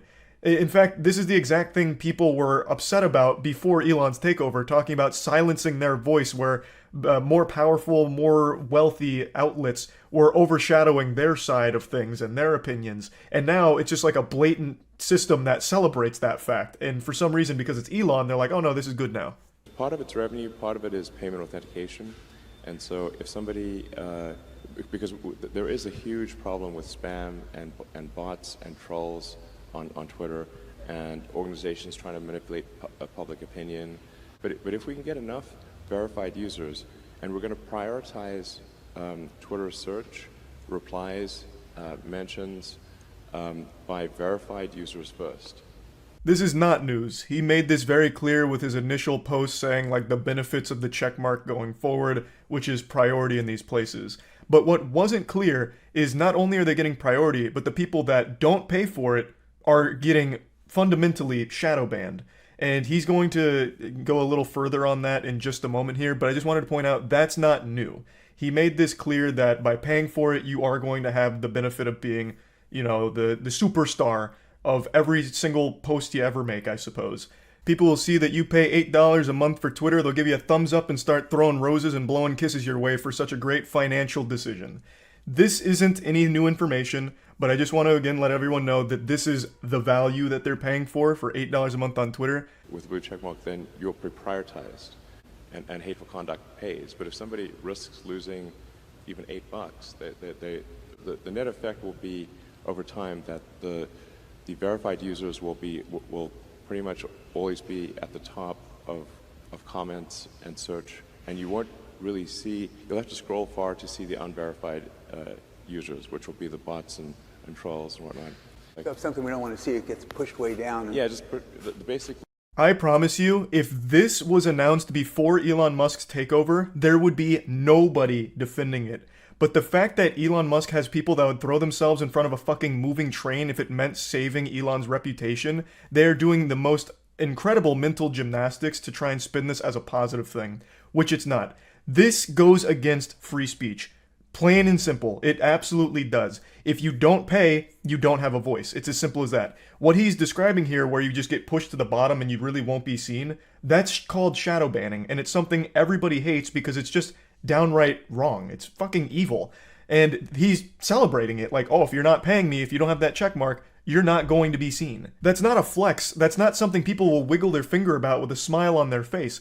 That is a Wumbo-sized box of ass right there. What a load of shit. It's so dumb. And another fundamental misunderstanding Elon Musk can't wrap his brain around is the fact that there are people that aren't bots, aren't trolls, that won't pay $8 a month. He says you won't see from these unverified users, that's the bots and the trolls. So in his mind, the only unverified users are bots and trolls. He can't comprehend that there's going to be real people with real voices that either can't afford $8 a month or just don't want to pay $8 a month.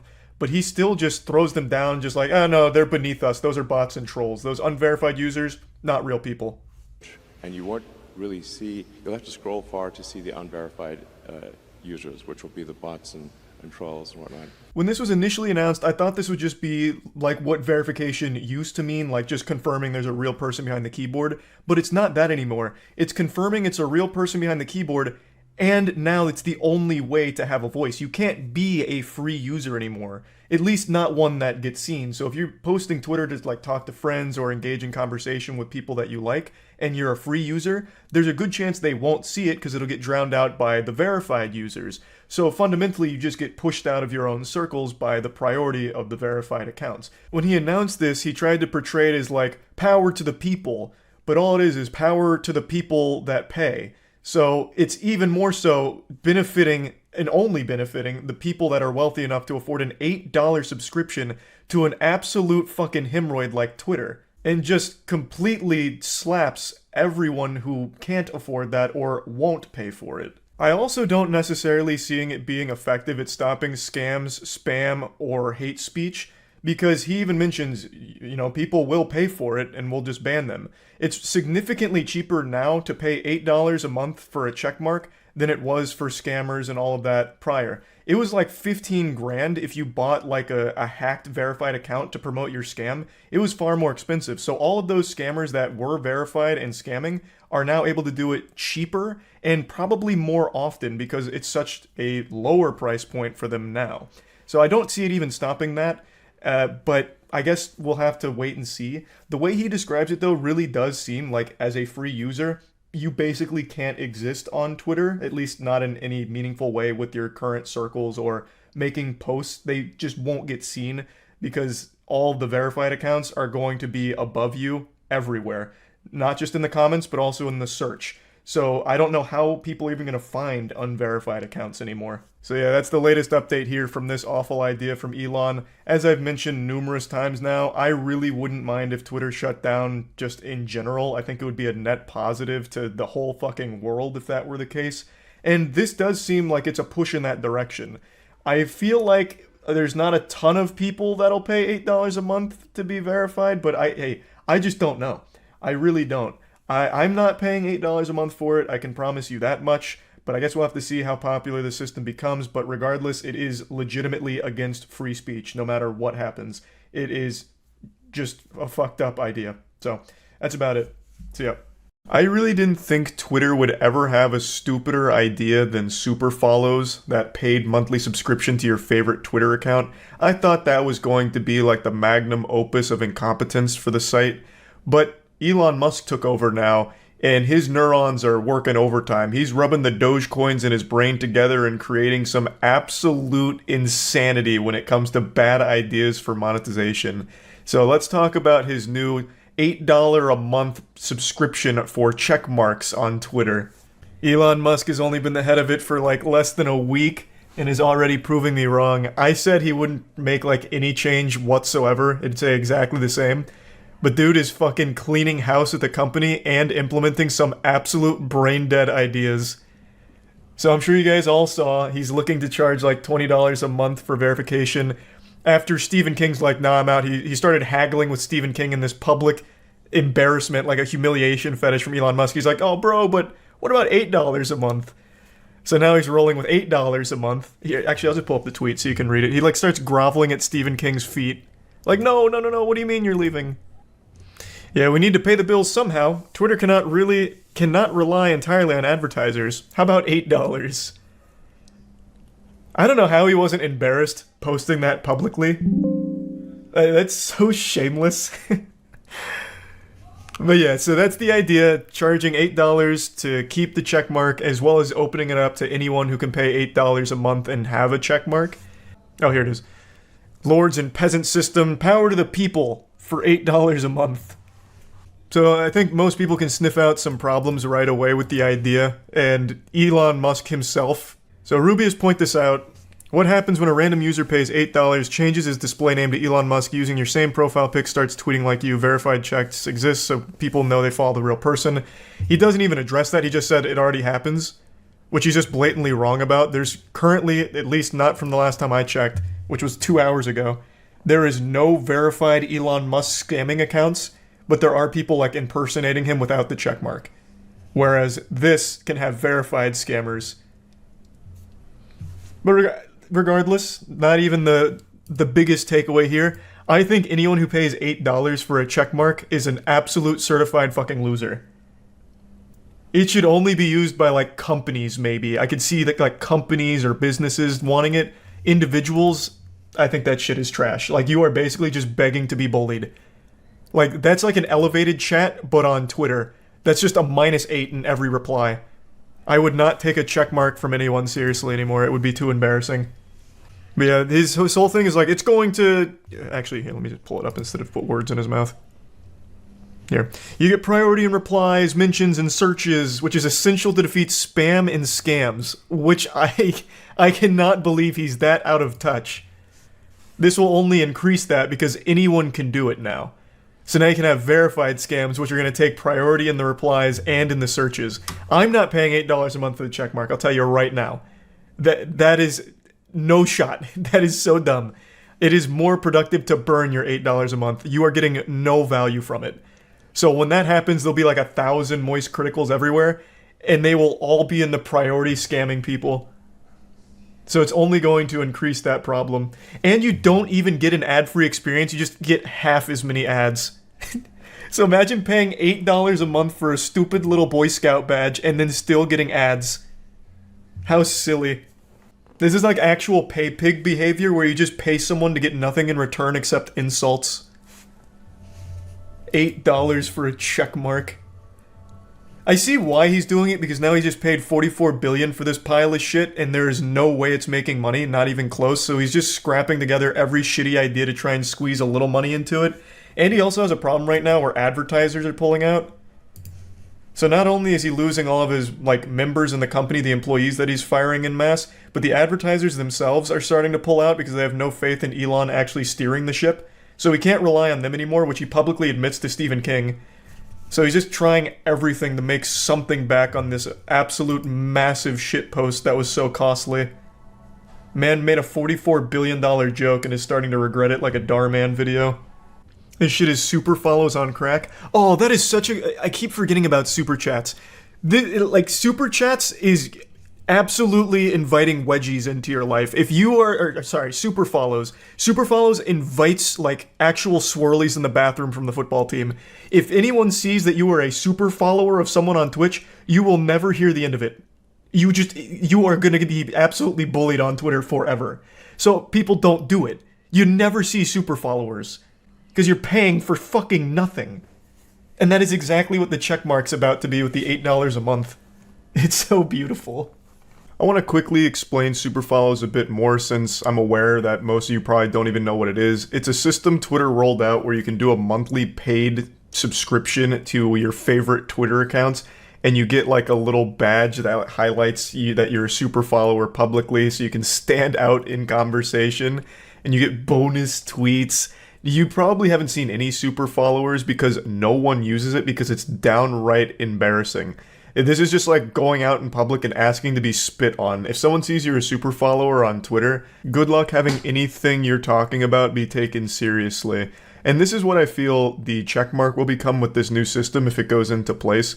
Because you're paying for nothing, and it publicly shows that you are wasting your money. So of course you're just going to be insulted for it, and I think that's going to be a deterrent for people buying it. Like, I just don't see why anyone would, when you don't get anything in return for it except for a public badge that lets people know you're wasting your money. Oh, to all complainers, please continue complaining, but it'll cost $8. Fucking epic.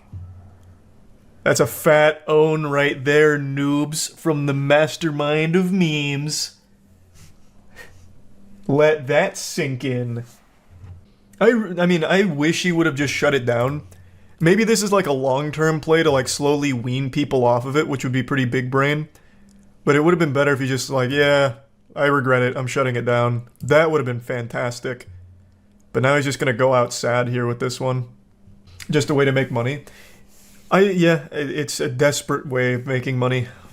One that I don't see going super well. The only people that are gonna use it are people that do it to troll or scam. Why the fuck is a normal person gonna care about having a check mark on their name? Yeah, I'm Biff Cheeseburger from North Baptist University. I want to be verified on Twitter. I'll pay $8 a month for it. I saw, like, even the Elon meat writers that pretty much support everything are kind of scratching their heads here. Because for $8 a month, you're getting nothing. You get priority in replies, yeehaw, so you can say L plus ratio quicker than most people and have it at the top. Like, you don't get anything out of that subscription. They keep comparing it to things like Netflix or Hulu subs, but think of all the content you get from anything else with a subscription. Fucking RuneScape, you get an entire thousands hours worth of gameplay. World of Warcraft, and then any streaming service ever. You get fucking tons of content. On Twitter, you get a check mark, you get a badge. It's worthless. Like if it was a one-time payment, I could see some people doing it. But a subscription, a monthly subscription to have that, nobody's doing that, except for businesses maybe. No shot. And you don't even get an ad-free experience, so it's even worse than like anything else, like alternative. O.J. Simpson finally getting his checkmark. True! O.J. Simpson made that post to Elon. Now that Elon's got Twitter under his control, maybe now I can get verified. And he can for only $8. So we finally got the real OJ with that check mark. You can be like OJ Simpson on Twitter. Let's go. Fucking huge. So I can make fake government accounts for only $8. We were talking about this on the podcast and someone in the chat made like a really fun suggestion of just impersonating foreign policy like higher ups. Because you can do this infinitely, right? Even if you have to verify via photo ID and you get banned for impersonation, you can just do it again. You can just keep doing this over and over again and keep changing your handle to like anyone with a position of power and just going fucking hog wild. He said the $8 will help fund content creators. Is there any info on this? Oh yeah, he did say that. No, that just seems like buzzwords to get people more on his side because people love that kind of sentiment. I don't know how the fuck that's going to fund content creators on Twitter. Like what the fuck is a Twitter content creator? Like just anyone with a big following on Twitter? I think the payable verification at this point is meant to reduce bots and not meant to signify that an account belongs to a public figure. Yeah, but it's not going to stop anything with bots or scams or anything. Because it's open to anyone. You can just pay $8 a month. It's just going to be a little costly to promote your scams, but you're going to get more out of it because it's going to fool more people because of the check mark. And since it floats to the top of the replies now, and since it's going to be the first things that come up when you search things, scams are going to be much more prevalent. Assuming it goes as he has it stated so far. Maybe he has fail-safes in mind, but he certainly hasn't said that yet. How will this stop bots? Bots already exist now, and when you implement buying verification, you'll have the same bots plus easily verified bots. I don't know, like, he's not very in touch. It doesn't, like, I don't see how this stops spam or bots. It seems to me to only increase spam and scams, but I guess we'll see. Like, it doesn't seem to stop bots. The bots are still there, and now some of them can be verified. The day of reckoning is upon us. The Armageddon the Bible warned us about has finally come true. The demon of Dogecoin has taken over Twitter, and he's already made some massive changes internally. It took only a matter of minutes with Elon Musk at the top of the Twitter food chain for him to let WrestleMania run wild and start firing people, including 3 top Twitter executives, the CEO, the CFO, and the chief legal officer. All of them were immediately just let go by Musk. Now, of course, they're not leaving without some compensation. They're getting a lot of money in this firing, but even still, he just took 3 of the top executives and just said, pack your bags. You're going home. But before I get into those changes, I want to go over the reception to this news because I've already seen some wacky tantrums being thrown about it, and overall people are more divided than my butt cheeks on how to feel about all this. So I want to give my perspective right away. I'll toss my take out there. I think this is just going to be a huge nothing burger that most people are going to forget about in 2 weeks because there's not going to be any meaningful, noticeable difference in the platform itself with Elon Musk at the helm. I think the problem with Twitter isn't necessarily a platform problem, it's a people problem. It's just fucking dumb, stupid idiots on there, and since everyone has a voice that's amplified because of just how big Twitter is, those things gain steam, gain traction, and then you have people always arguing with each other over the stupidest shit. Biff Cheeseburger over here is talking about how women are sexually abused because it's their own fault for what they're wearing, and then that ends in like a giant viral conflict where people are somehow debating this as if there was ever even like a legitimate argument in the first place, besides just the incoherent ramblings of a raving lunatic. So I don't even think the biggest problem with Twitter is with the platform itself. It really feels to me like the main issue is just the people. Twitter is a more toxic place than Chernobyl. Twitter is like the modern age equivalent of using asbestos in everyday life, just slowly killing your brain cells instead. It's just awful. And I don't know what Elon Musk could possibly do to make it better, but I also don't think there's anything he could do to make it worse. I think currently Twitter is in the worst possible state it could be, and even if he starts unbanning accounts, I don't see that somehow making the platform worse. Like, it really feels like it's genuinely rock bottom, like the bedrock in hell itself. So really, the only way to go is up from here, but I just don't see it happening. I can't imagine a world where all of a sudden Twitter rallies and becomes a positive force for good in the world. But maybe I'll be proven wrong. Maybe Elon Musk has some grand vision for the platform that I'm too stupid to see. Though I highly doubt that he has any plan at all besides he thought it'd be a fun joke and he wipes his ass with $40 billion, so why not buy it? So anyway, that's my whole take on it. Oh, I will say though, as I've been very upfront in the past, I'm not a huge Elon Musk fan. I'm not like a diehard Musketeer or whatever the super fans call themselves, or the cult-like following he has with crypto bros who huff copium every single day, replying to all of his tweets, praying that he'll at least give them a crumb of attention to try and save their dying shitcoin. Yeah, overall, I'm just not really an Elon Musk supporter, and even I don't think this is going to somehow plummet Twitter into an even deeper shithole status.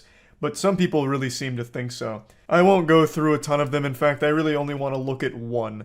Most of the responses were very pretentious and exaggerated about how this is like going to ruin the entirety of society. This is going to plunge us into a deeper divide and everything's ruined now that Elon Musk has Twitter. But the one I want to focus on is one that I saw floating around all over the place, and it said, "The gates of hell opened on this site tonight." As if they weren't already. There are pedophiles using Twitter openly. Zoophiles that get viral posts talking about how zoophile acceptance is important. Twitter is already the gates of hell, and we are constantly taking a look into the abyss. That's not going to change with Elon Musk at the helm now. It's not like it was in a good state before Elon Musk. It's not like Elon Musk came in here like a burglar in the night and stole the crown jewel of society. He basically came in here like a garbage man and swept up a pile of dog shit and kept it to himself. Nothing is really much worse right now. I don't know what this journalist who made the tweet was seeing. I don't know where they were that all of a sudden Elon Musk taking over suddenly sprung forth all kinds of foul miasma that just spread throughout all of Twitter like a plague. It's exactly the fucking same. The only thing that has changed is internally, and they are big internal changes. By firing these top executives, he's sending a message that he's just gonna run this shit with an iron fist, and he's been very adamant about making Twitter more welcoming to free speech and less censorship. I'm not a fan of censorship, I've made that clear. I have an overall dislike for censorship, so it's not like I'm exactly crying over him firing people that were very for it. So him firing these people doesn't make me upset. It seems to have made other people upset, which surprises me considering most people don't like the state of Twitter pre-Musk anyway. So I don't think there's anything wrong with trying to change course and experiment with other options to make Twitter somehow marginally better. He said in a Twitter post that he's going to be forming a content moderation council with widely diverse viewpoints and that no major content decisions or account reinstatements will happen before the council convenes. And so far, this is the only strategy he's revealed publicly with this team that he's going to be setting up. And I guess we'll see how it all plays out. I, again, don't think this is going to lead to any massive changes, positive or negative, to the user experience on Twitter or the platform as a whole. I guess we'll see, though. I'm always up to be pleasantly surprised. Well, if it's positive. So yeah, that's about it. So yeah, let me go ahead and ease your worry. Don't panic. I haven't fallen off the wagon. I'm not back to the addiction of clowning on Twitter / Elon Musk and a lot of the unbelievable cringe that he indulges in. That's not the purpose of the video today. I know I've made a lot of videos about that platform, X, formerly known as Twitter, which no one calls it X for good reason. It's an absolutely atrocious name. I'm already getting off on a tangent here because they're making fun of Twitter is more addictive than heroin and Magic the Gathering card collecting. Like, there's just something about it. It just feels so good to insult, to spit on it. But again, that's not what I'm doing today. So don't worry, I made you a solemn vow, a promise, that I wouldn't just keep making fun of that platform. I want to talk about what they're trying to do right now with streaming because I legitimately do think it is a good thing.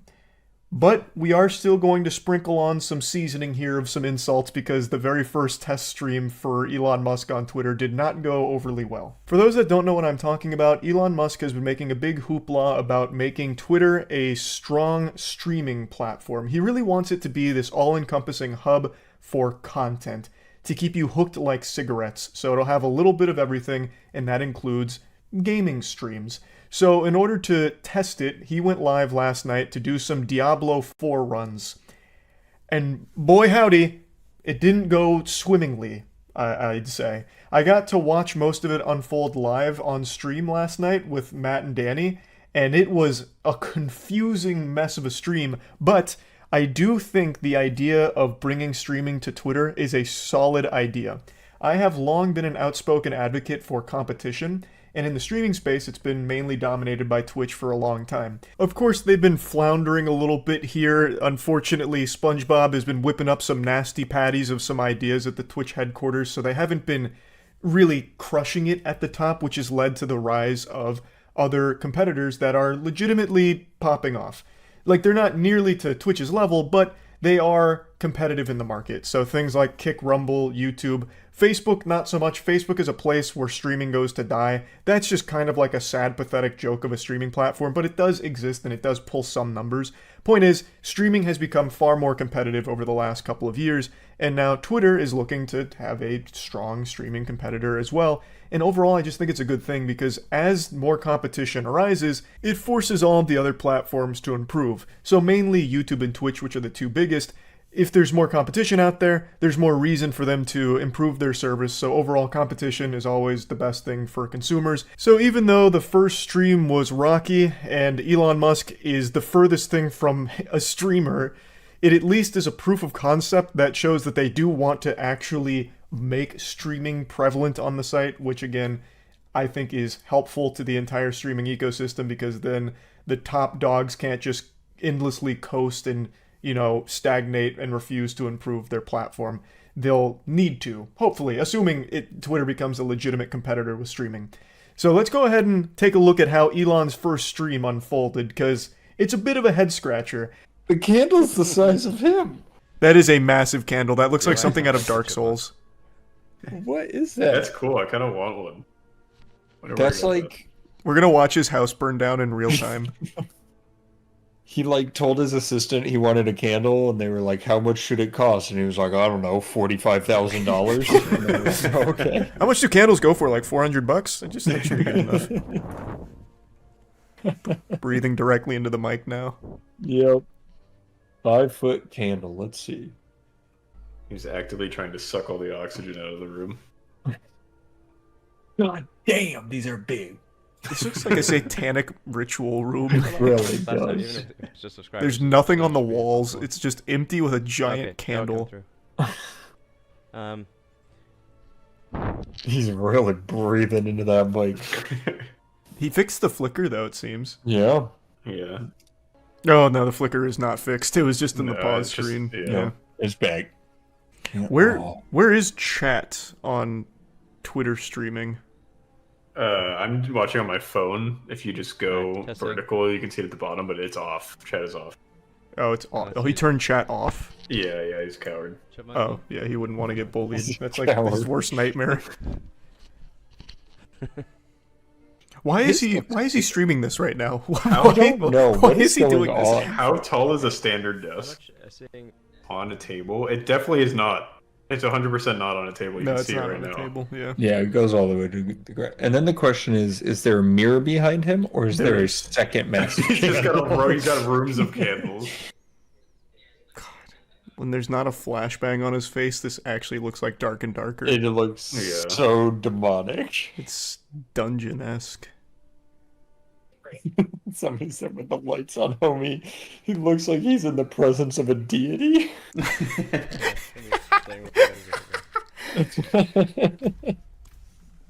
Just watch a YouTube tutorial, Elon. Like, goddamn. Yeah, please. Do anything. The first thing everybody yells is turn off VSync. Try that. Or turn it on. I think it's just his OBS settings. He just said OBS, I'm pretty sure. I think it's just the settings. I just wonder why it's not happening in menu. That's okay, I guess. Oh, good question. That shit is so bad. See, like, it's not even on his inventory. It's just the game. Good point. It's weird. Elon, give me in there. You know what he probably did? He probably set his bitrate to like 40,000 or some shit. Oh, so I now, can't handle. Yeah, so now it's kind of cooking it. So I like just look at the replies to the live post and just occasionally Sir. What was that statement? What the That fuck? was not a complete sentence. What was that? It sounded like he casted a spell. Yeah. This is supposed to be a speed run, right? I don't know. I think that's what he was advertising.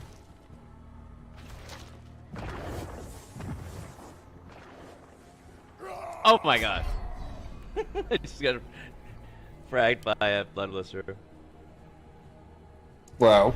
Well then, the first mob. What a speed run.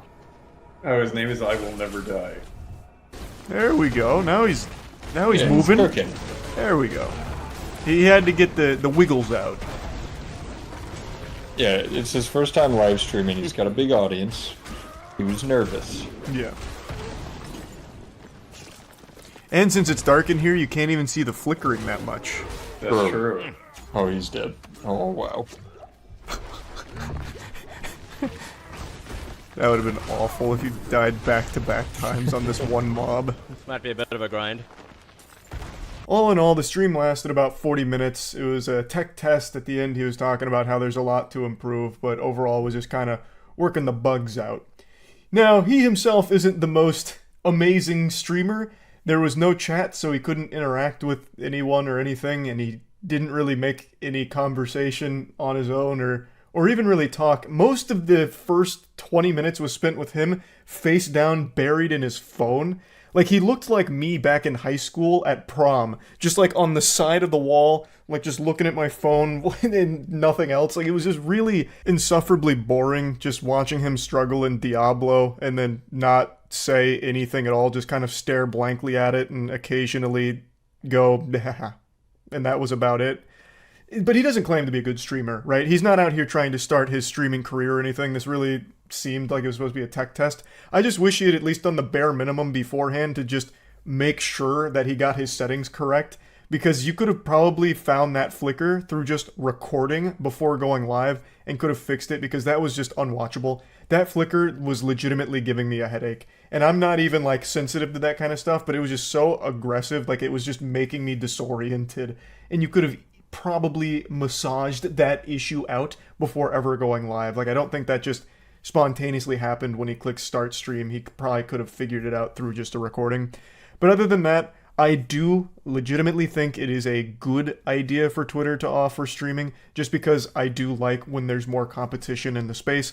And since we've seen so many other streaming platforms that are performing well, it shows that there is room in the market for more competitors, which again just makes the entire industry more competitive, which makes everything better, because they have to be better in order to stay competitive. So yeah, anyway, just wanted to kind of talk about this a little bit. I guess we'll see where streaming's at in a year from now on Twitter. Maybe they never actually get it together or make it super functional or super great, or maybe they do and it becomes a legitimate competitor in the industry.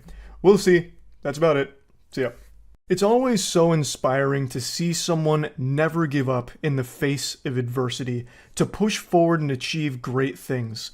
like Rocky or Will Smith in I, Robot when he was telling people like, hey, these robots are a little fishy. And they said, hey, pal, you're just blowing from Stupid Town? And then turns out he was right and he still protected us anyway. Point is, this is the backbone to so many of the best stories ever told in books, movies, TV shows, and anime. It's like one of the 10 commandments of anime for every protagonist, just that never quitting attitude. But in the real world, when companies in particular adopt this never give up mentality, it's pretty embarrassing and pathetic. In particular when it comes to Meta. Or, as you know them, Facebook, because nobody really knows this fucking clown company as anything other than Facebook. Meta's been on a bit of a cold streak recently, with the most recent embarrassing blunder being the Metaverse. More like Meta reimburse everyone who bought into that scam.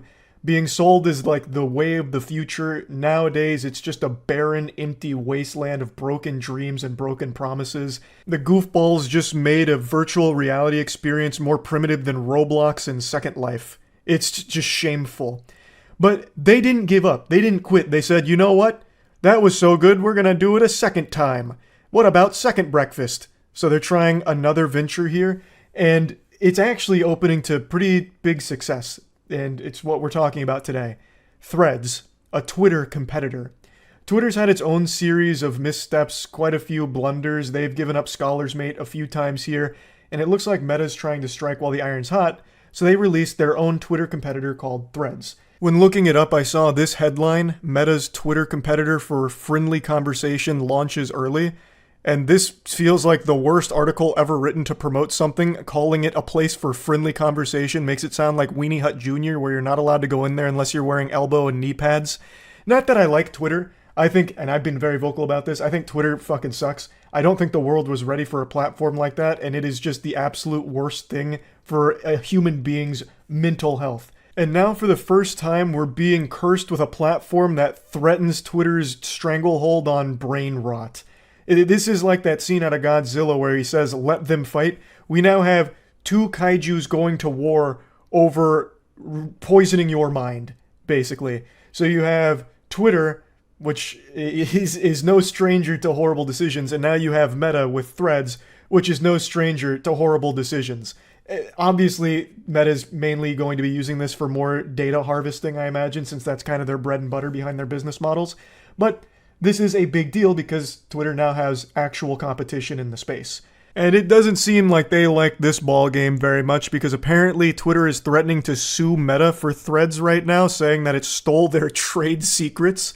I don't know what Krabby Patty secret formula they think they cooked up there, but Twitter itself was already derivative of some of the old message boards from way back in the day. It just kind of became streamlined on Twitter, and everything just got so concentrated on the internet as a whole that everyone flocked to Twitter for the experience.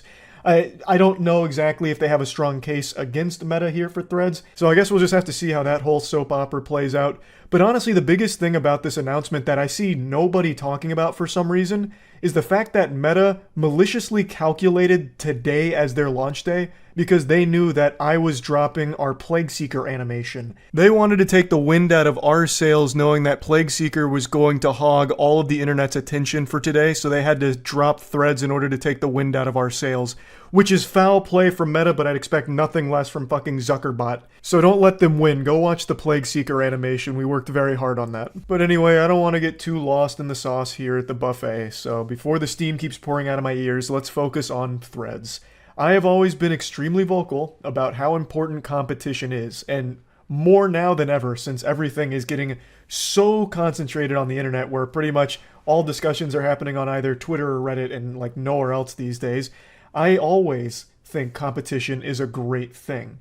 But that being said, Twitter sucks shit through a crazy straw, and I am not thrilled about making another Twitter account on something called Threads. I don't need a Twitter 1.5. I already don't like current Twitter, so why would I come around for the sequel here? I don't need too fast to Twitter, so I'm not going to make a Threads account, but I'm glad that it exists, and I hope it does become successful, so that way Twitter doesn't have a stranglehold on brain rot anymore. They can now share the neural load, and maybe, now we're just spitballing utopias. Maybe Threads actually does become a great social media platform somehow, and Twitter can just kind of be like this quarantine zone for, wild, wacky nonsense. It could just be like the fucking loony bin, right? then I'd make the switch to Threads. But for now, I don't need another Twitter. So I'm not going to be signing up for it. I'm not exactly, scratching at my neck for more of that experience. But like I said, competition is great, and I do hope Threads can at least threaten Twitter enough so that way both can improve. So that way you're not stuck with constant dog shit changes that make the user experience worse. The most important thing to remember about competition, that it is always the best thing for consumers. You want competition. This isn't me trying to hypnotize you. I'm telling you a fact. You want competition. You don't want one entity to have all of the power when it comes to a market share like this. So it's good. But I don't like Twitter, so I'm not making a Threads account for more Twitter. But I'm out here rooting for it, even though it is one of Meta's. But at least now you get the choice. Do you want to stay on Twitter, or do you want to go to fucking Mark Zuckerberg's booby here and suckle on that for the Twitter experience? You get choices now. And since I don't have a Threads account, I've just been reading people's personal accounts of the site. Apparently they're not allowing pornographic material, and they're also censoring people, individuals. I don't know how true these claims are right now because I'm getting conflicting information from different sources. And if both of these claims are true, the censorship is a big L, but not having it constantly feeding you pornographic material, I actually think is a good thing. I don't know if that's a hot take or not. I was talking about this on stream last night. I never stopped to think about just how weird it was that Twitter's a platform that you have to be 13 or older to sign up for, and it just has porn plastered all over the place. And it's super common, especially in replies. And this is a platform that is, again, 13, which is below the legal age for porn consumption, which is 18. And it just wasn't even something I even thought about until a couple people on Twitter started mentioning it, and I was like, that's an interesting point. And the majority of the time, it's not age-gated at all. You just immediately get fed the content with no, safeguard in place or anything. You'll read a goofy tweet that you're giggling about, such as the timeless classic, dude walked into the pee store and said, "Is this the poop store?" It's like, brother, look around. And you're, busting a gut laughing at it, having an old belly laugh, and then you scroll into the reply section to see who else is laughing with you, and then bang, just a full picture of a gaping, leaking butthole, and an OnlyFans link. And it's like, what the fuck? So yeah, I'm not exactly going to be crying about the lack of porn on Threads if that is the decision they decide to make. But I did look up some complaints that a couple of articles have noted, so I'm just going to go through those real quick, because again, I'm not making an account on Threads right now, so I don't know firsthand what the experience is like. According to this article, you can't set Threads to view only posts from accounts you follow, which, again, this just feels like they rushed it out and just didn't bother putting this in yet, but will be coming shortly if I had to guess, because this is a pretty obvious one that they'd need to have set up. There's also no web interface, but you can read the threads on the website, but you can't post them or interact with them in any way. And apparently you can't delete your Threads profile without deleting your Instagram, which seems like a pretty big oversight, but it seems like something a lot of people will have an issue with down the line. According to the quote here, you can deactivate it, but you can't delete it without, also annihilating your Instagram account. Also, there's no search functionality right now in Threads. It only lets you find user accounts, so they do say that they'll be adding more features to help discovery, obviously. That's very clear. This is just a rushed job getting it out, so it doesn't have all the features at the moment. And then the other thing is that it's not currently available in the EU, which I imagine it will be shortly. But yeah, anyway, like I said, even if I'm not making a Threads account right now, I am happy that there is competition in the space, and hopefully it can be a legitimate competitor to Twitter. So yeah, that's really about it. So yeah. No need for dilly-dally, you already know what we're here to talk about. Twitter is the gift that just keeps on giving, like a birthday party clown that never runs out of ribbon to pull out of his thumb, and it makes me continue to burp and clap while smiling.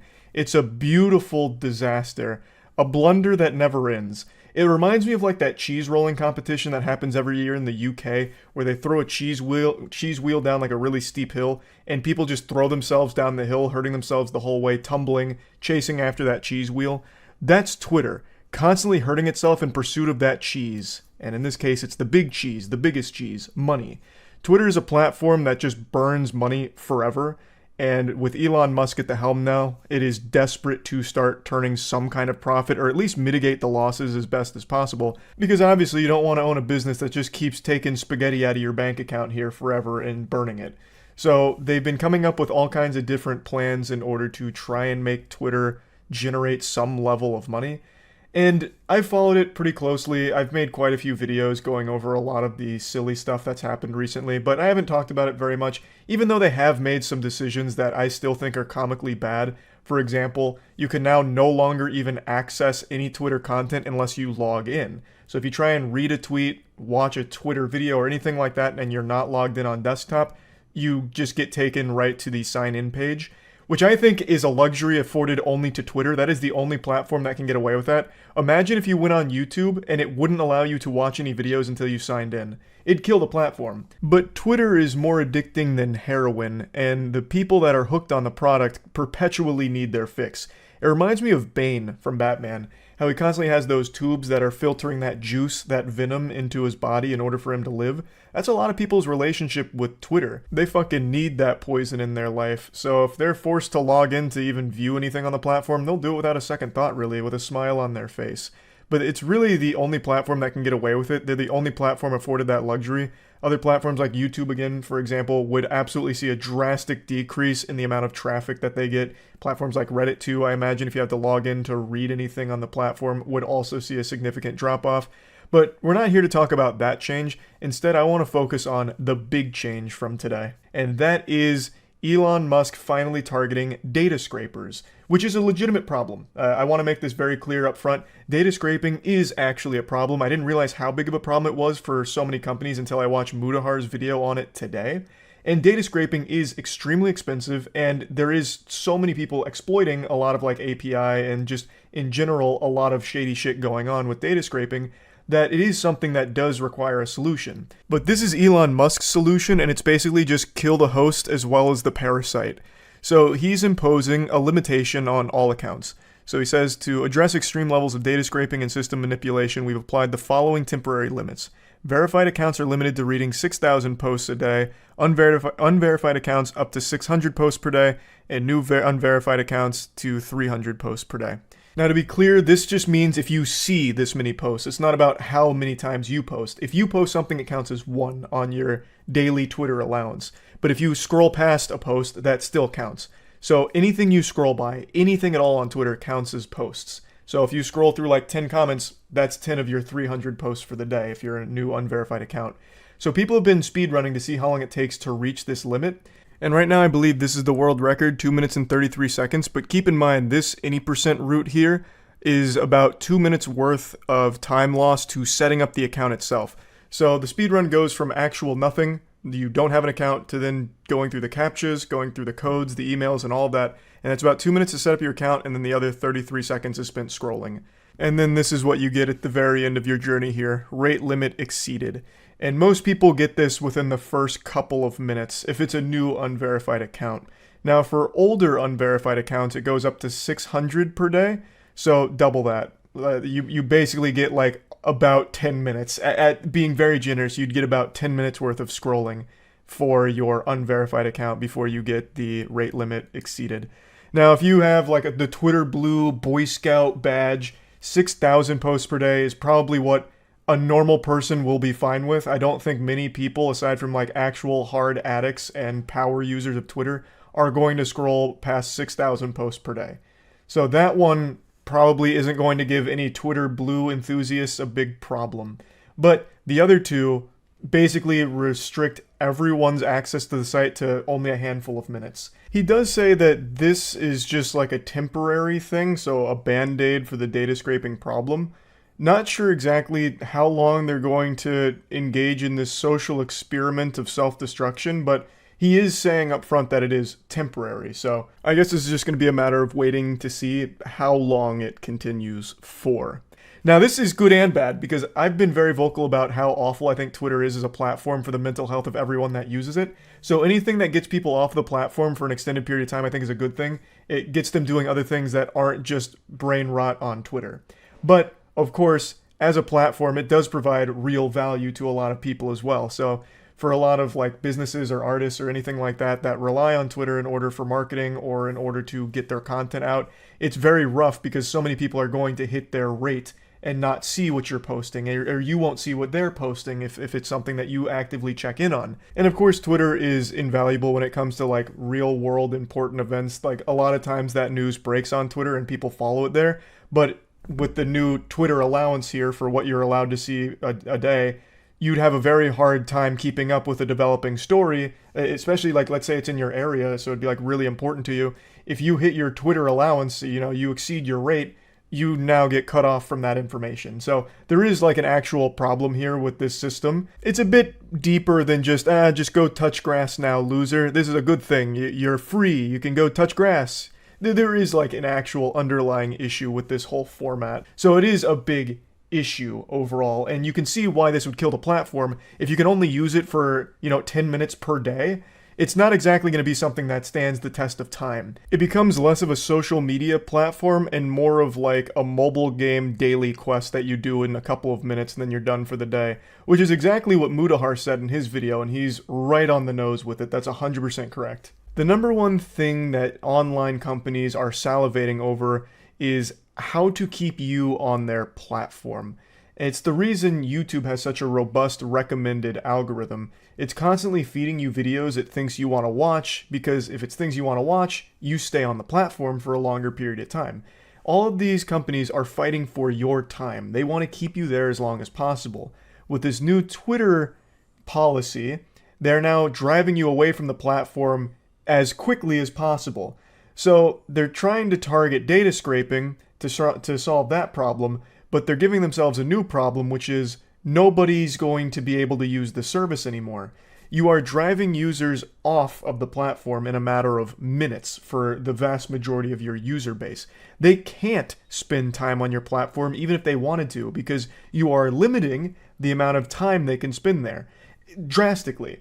Again, unverified accounts can't spend very long on the platform at all, a handful of minutes per day. So they're going to go to competing services.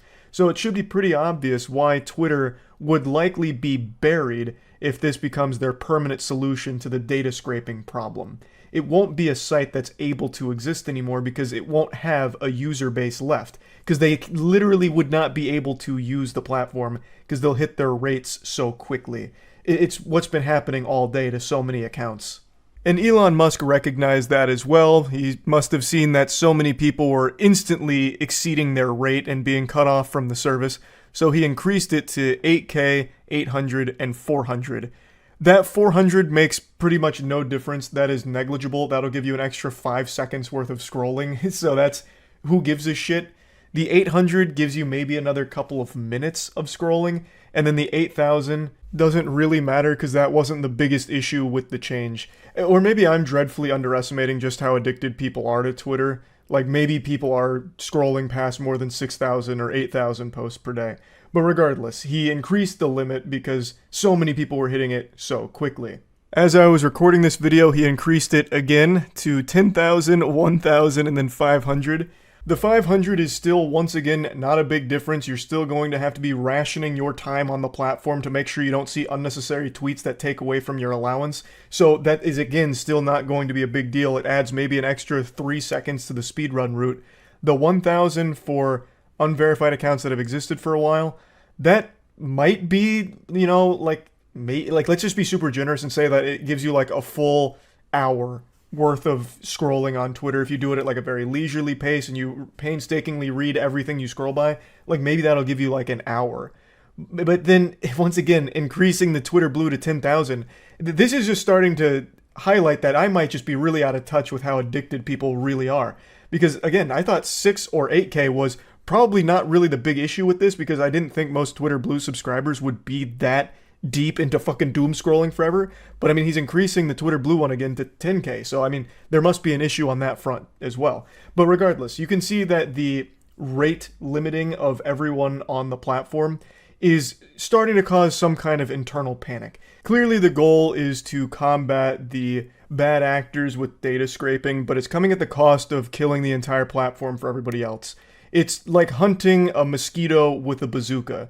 You'll kill the mosquito, but everything else around it too. And in this case, it's your users that aren't paying for Twitter Blue, which is the vast, vast majority of your user base. It's obviously trying to push all of the unverified accounts to paying Twitter Blue subscribers. It's trying to convert them into handing over some money out of their wallet so that way they continue to spend all day on Twitter like they're used to. So all the goals are pretty obvious here. obviously trying to stop losing as much money as they are to data scraping, and also trying to convert the people that aren't willing to drop some doubloons on Twitter into people that will pay money for a Twitter Blue subscription, so that way they can unlock the, bigger allowance for the site. They can spend more time on there. They get to unlock more time with Twitter. I don't know how successful that's going to be. Hopefully it won't be at all. I really don't see a world where people hit their rate and then just immediately grab their fucking credit card because they are scratching at their neck for more Twitter immediately. I hope that isn't the case. But regardless, should this system carry over for a long period of time, I really do see it being the legitimate end of the site. Again, most people aren't going to be paying for a service that has been free for as long as it's existed. So I just don't see a world where all of a sudden they're going to be okay with it now. But like Mudahar, I recognize that data scraping is a problem that requires a solution. And somehow Elon Musk found the worst solution to the problem. I don't have the answers though. So don't look at me to, cough up something genius here to stop data scraping without ruining the entire platform for all of the users that aren't paying for it. Because I don't know how to even begin combating it. But surely there's got to be something else that doesn't immediately nuke the whole platform.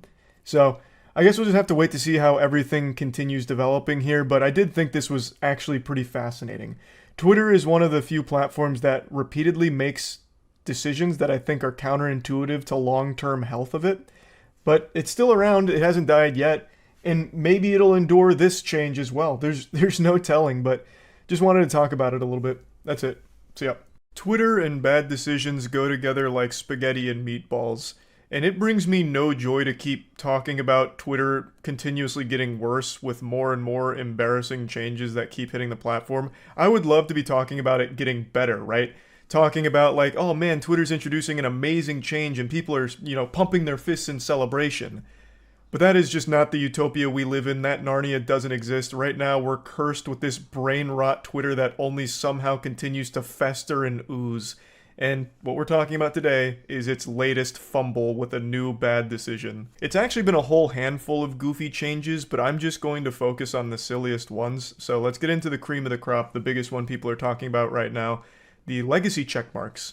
For a few months now, Elon Musk was saying it needs a drastic overhaul. I've got my finger on the trigger and I'm about to just blow the fucking brains out of these check marks. He was going to eradicate the old blue check marks, letting everyone know it's about to go extinct like the dinosaurs. Elon Musk was coming in, dropping the asteroid. The only check marks that would exist after April 1st of this year were going to be the Twitter blue check marks, the paid ones, $8 a month, flushed right down the shitter. Those would be the only blue check marks left.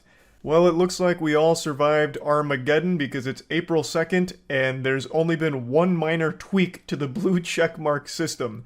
This is kind of like when the Mayan calendar stopped at 2012, but then we hit 2012 and kept going, so people were curious about oh wow, how did we, what happened to the end of the world? That's what's got everyone scratching their head right now, because the blue checkmark system is exactly the fucking same, except now the wording on them is changed. So everyone that had a legacy checkmark before the purge still has it. There was no purge. It was a false flag operation, I guess. All that changed is how they explain it. So now, if you look at any checkmark, they all say the same thing, which is this account is verified because it's subscribed to Twitter Blue or is a legacy verified account. It's such a minor tweak and not at all what it was hyped up to be. This really feels like it was running defense for the feelings of people who paid $8 for Twitter Blue and kept getting bullied because it proudly showcased that they are verified because they paid for it. So they were being relentlessly bullied all over Twitter for anyone that bought the service. Now, this muddies the waters, so you'll never know if that checkmark is from someone that paid for it or if they were a important person with a legacy verification checkmark. It really feels like it was just to protect the feelings of those pay piggies that were dumping the $8. So that was pretty lame and disappointing, but if you are a Twitter Blue subscriber, now's the time to rejoice. You'll be able to sleep easier at night knowing that people won't be able to laugh and spit on you as easily as before, since they won't know if you're dumping the $8 a month for that checkmark. But there have been a couple other changes that I think are worth mentioning here since we're talking about it, and one of them is about the other two badges. So there's also a gray badge in addition to the blue one. This is a completely different badge, and it's reserved for government officials or politically powerful people, it goes to them. That's not something you can buy. That is something that you have bestowed upon you, like Elon Musk personally knighting you with the gray badge on the platform for the politically powerful people. And there's really nothing I think that's wrong with that. I actually think that's probably a pretty good idea, so that way people don't ever really get confused. But one thing that I don't really like about it is that it's gray. And sometimes when I'm just scrolling, since I'm on dark mode, I don't even notice if there's a check mark there. So sometimes I just think that it's a troll account or something. They should make it more obvious. They should have made that one fucking glisten. Like, have it be red with flames coming off of it. Maybe like sound effects, fucking fireworks blasting off like you just hit 99 in a skill in RuneScape. Like, that one they should have went hog wild on. But regardless, there's another badge as well, and this one's for corporations. That's the gold badge, the little Mario coin. So the gold badge is interesting. The gold badge is for brands and companies, non-profits, any of that, and it costs $1,000 per month in addition to an extra $50 per month for each affiliate sub-account, i.e. employees, brands, or divisions. But there is an exemption here. The top 10,000 most followed brands, companies, and organizations that have already been verified will be exempt from the $1,000 monthly fee. So if you're like a startup business and you want the gold badge to help solidify to customers that this is the official brand account, well then I hope you've got your pocketbook at the ready, because you're going to need to pony up at least $1,000 per month for that bitch. That is not cheap whatsoever. And I actually would be super insulted if I was a startup business that would find value in that gold badge, because the top 10,000 most followed corporate accounts, as well as just its 500 largest advertisers, are being grandfathered into it for free. These are massive corporations that could easily afford the $1,000 per month charge without feeling shit. Meanwhile, you got mom and pop Wiggleberry, who just launched their artisan candle business that really wanted the gold checkmark to try and extend their reach online, and they're gonna have to fork out a fucking ton for it. So that would be pretty insulting as a small business owner who might want the gold checkmark. I don't think it's necessary whatsoever. I don't think the gold checkmark's going to necessarily be hitting home runs for your bottom line and getting you more customers. But I have heard from a few small businesses and nonprofits that aren't going to be, with the waived fee here, that were very upset about it. And I do understand why they would be, because again, that is expensive for smaller businesses. Meanwhile, the businesses that are already huge that could easily afford it don't have to. They don't have to eat the cost at all. Instead, it's coming from smaller businesses, which is weird. That seems kind of backwards to me, but whatever. I thought that was at least worth mentioning, because $1,000 per month for a fucking badge on Twitter is in and of itself a wonderful joke. Now, the last change that I'd like to discuss is one that kind of branches off of a bigger topic. What is the value of even being verified on Twitter? Well, I think the answer is nothing. I think there is absolutely no fucking value in being verified on Twitter. One of the things Elon Musk has been hyping up for a while is monetization options, but as of right now, they're non-existent. There's really no such thing as like Twitter monetization. You're not going to make a living off of just fucking shit-posting tweets with a verified account. At least not yet. Though I do wonder if he is like genuinely exploring that to see if there is a way to have content on Twitter generate ad revenue for its Twitter Blue subscribers to incentivize them to keep posting.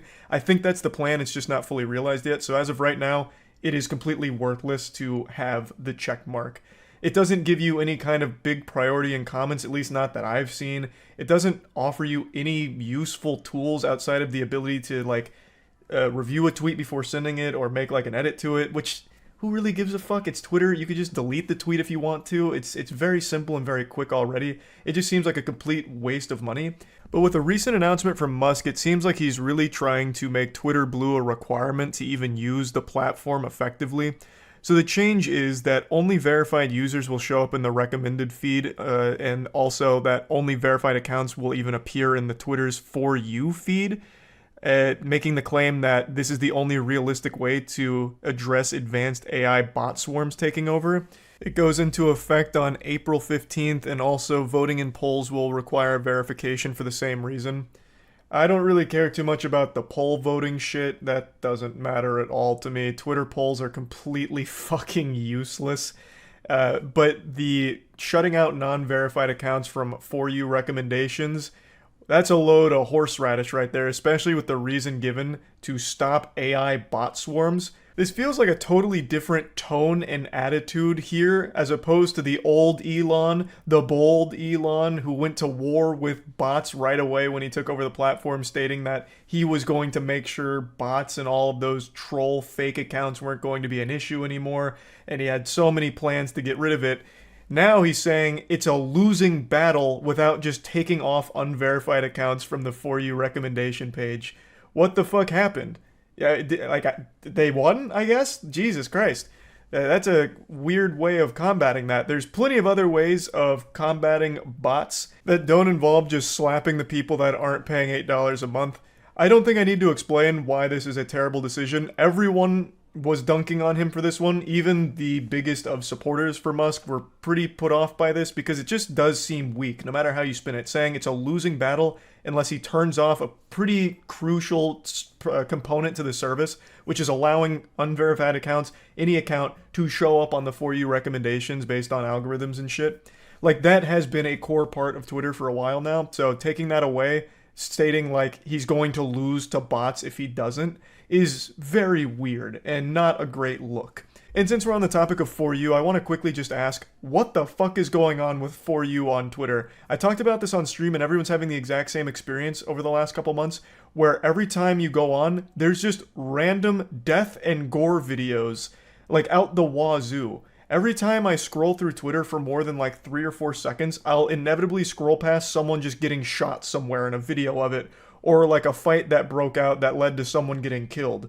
And it's not even based on my previous viewing. Like, I don't go out of my way to watch like best gore on Twitter or anything. Like, it's out of nowhere, and everyone seems to be having a similar experience. And if it's not death and gore videos, it's for some reason other horrific shit that's not even viral. Like, they're not even viral clips. I don't understand why it's doing that.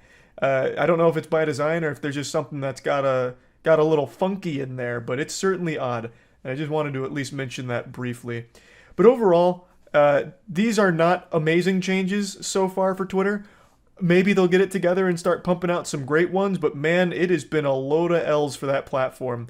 Elon Musk bought it not too long ago for $44 billion, and it is currently valued at roughly like $20 billion. So not exactly seeing the best of returns at the moment, and doesn't really seem to have the best of ideas. But who knows, maybe it'll start to really pick itself up. That's about it. So yeah. I find it so fascinating how often people just film their own crimes or post on Twitter about illegal activities that they're doing, and then it eventually comes back to haunt them where they lose their job or get arrested. It's just wild that so often people have this complete lack of self-control and inability to stop themselves from saying or doing dumb, stupid things on Twitter. Like, posting cringe on Twitter has cost more jobs than the invention of machines. And today I want to go over a disturbing new case of gross shit. This was something that went viral a few days ago, but I've only just now caught up on it. It's really gross, and I actually think that this is a deeper onion than most people realize. I think that this was all a manufactured marketing campaign conducted by a shameless degenerate in order to get OnlyFans subscribers. So, let's take it from the top. I'm sure if you were on Twitter a few days ago, you saw this post floating around. This little bit of eyeball poison was getting dunked on by everyone around the globe. And if people weren't shitting on it, they were shitting themselves out of just pure repulsion.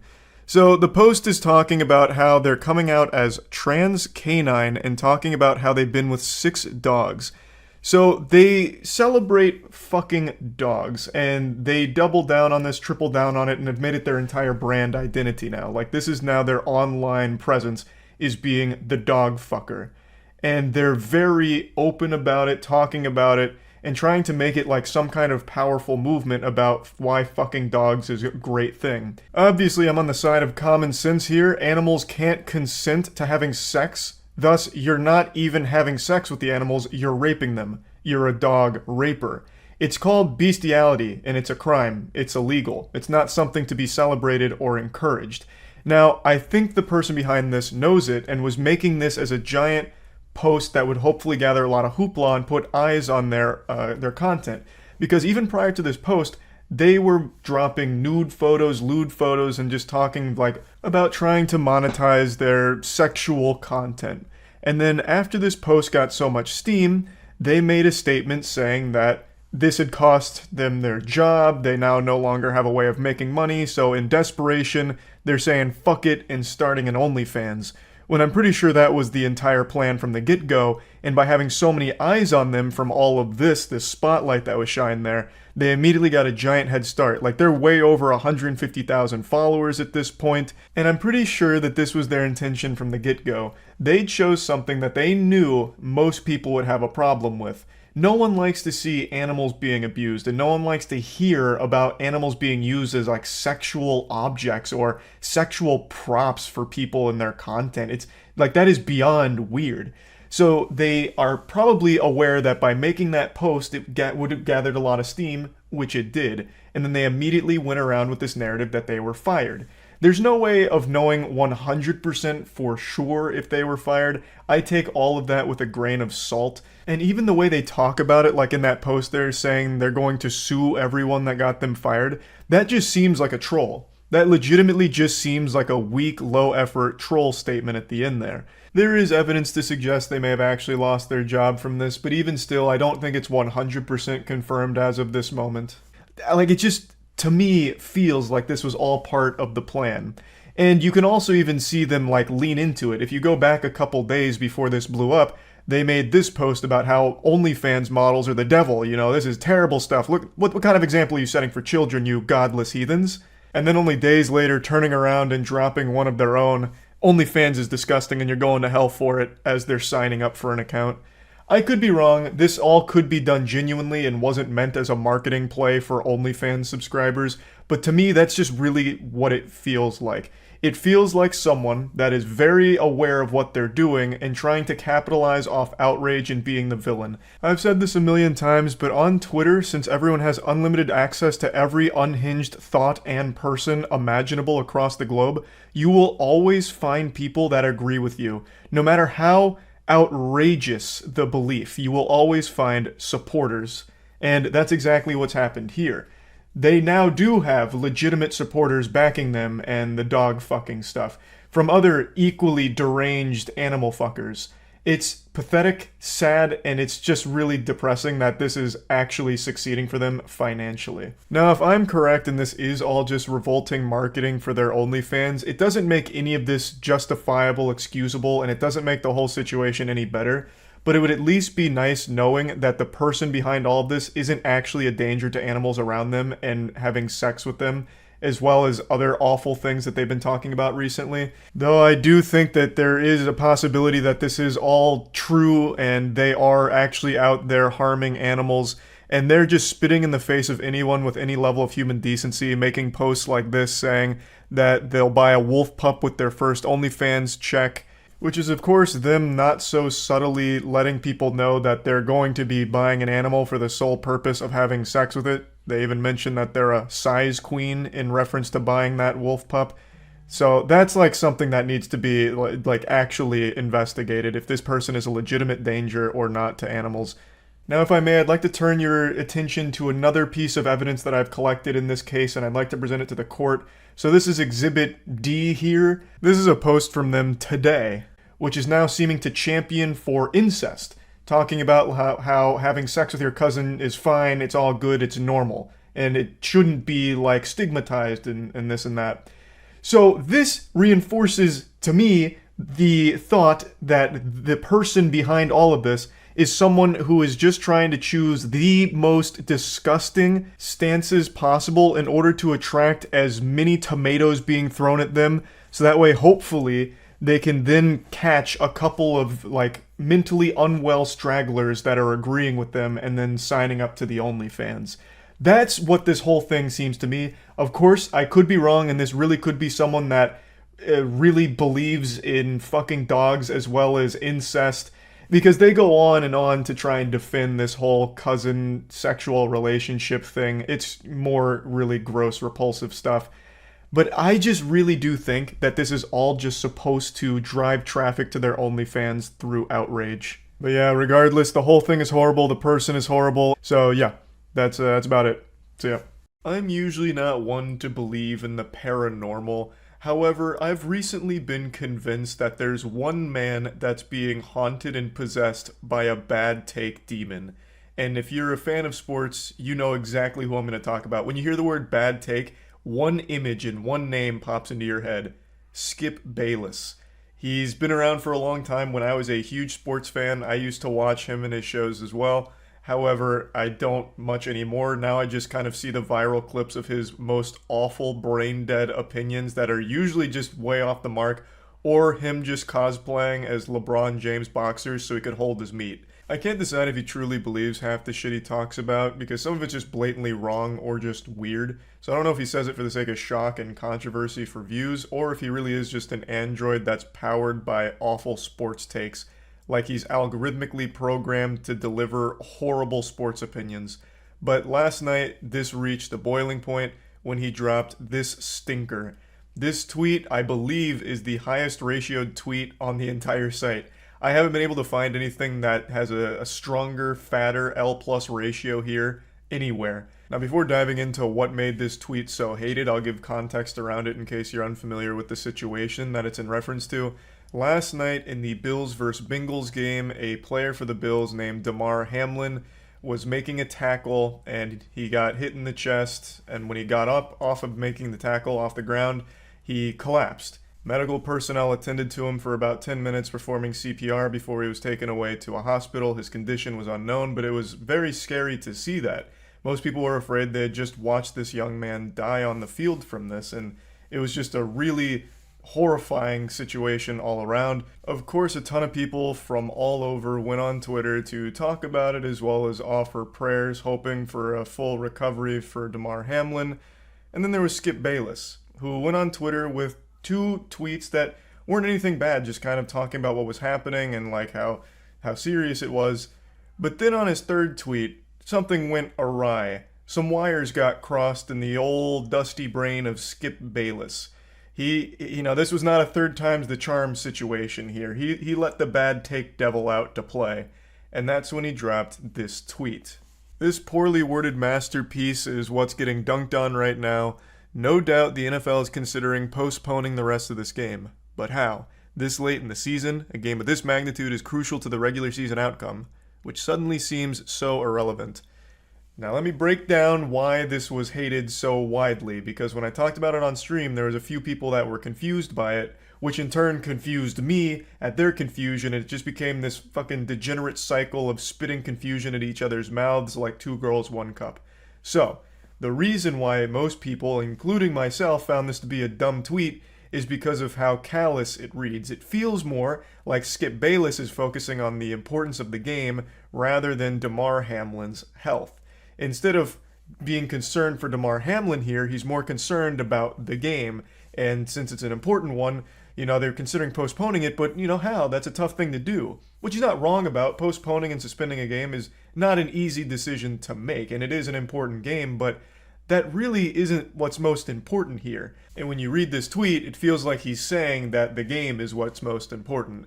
And that last line where he says, which suddenly seems so irrelevant, well, that little zinger had more interpretations than a Rorschach painting. So some people are saying this is Skip Bayless saying that, the game's important, but now it's not because of Hamlin, so he is putting focus on Hamlin.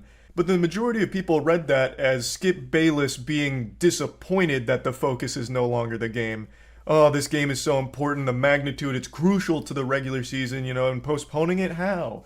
It's such an important, crucial game to be played, but now it just suddenly seems irrelevant. Like, it sounds like he's disappointed that the Hamlin injury has taken the focus off of the game. So his tweet is to put it back on the game. It's a poorly worded, jumbled thought here that reads badly and reads very callous. And it doesn't even, do anything. He's just talking about the difficulty of rescheduling or postponing a game. And he's not wrong. It is hard. But what the fuck is the point here? Why even mention this? Everyone knows it's not an easy decision to make on whether or not to suspend a game in a situation like this. That offered nothing, and it just seemed like you cared more about the game than Hamlin. He did then drop this apology tweet. Nothing is more important than that young man's health. That was the point of my last tweet. I'm sorry if it was misunderstood, but his health is all that matters. Again, everything else is irrelevant. I prayed for him and will continue to do so. This one rubbed me the wrong way. This one grinded my ass. This is a little petty, but he's saying, sorry if it was misunderstood. Like, just take responsibility. You poorly worded it. Don't say, like, I'm sorry you guys didn't understand my wise words, my sage wisdom. I'm sorry it went over your head with what I was really saying. Just be like, yeah, I didn't word my thought properly. Because it is just poorly worded. Like, it is just not worded correctly. Like, if your point is all of this isn't relevant now because we should all care more about Hamlin's health than the outcome of this game, then you should have made that more clear, because the way it reads is that the game is more important than Hamlin's health. Which is obviously why Skip Bayless became a public toilet for everyone to shit in last night. Now, to give an update on Damar Hamlin's condition, as of right now, the most recent update, his vitals are back to normal, but he remains sedated. So things are trending in the right direction. The official statement for what happened here is he suffered cardiac arrest following that hit, and that's what was going on. So it's just a very scary situation overall. He remains in critical condition as of right now, but with his vitals being normal, things seem to be stepping in the right direction, so hopefully everything continues to improve for Hamlin's condition. Now, I do want to mention something wholesome that's happened in the face of all of this awfulness. Damar Hamlin had a charity that was doing a toy drive, and after this hit, they've raised over $3 million for that charity. So I just really thought this was something very positive from the community to come together to show support for Hamlin. So I definitely wanted to mention that. Overall, Skip Bayless does what he does best, make a fucking fool of himself. The tweet was horribly worded. I don't not believe him that he cares about Hamlin's health more than the game. I feel like you'd have to be a real evil son of a bitch to actually think the game is somehow more important than Hamlin's life.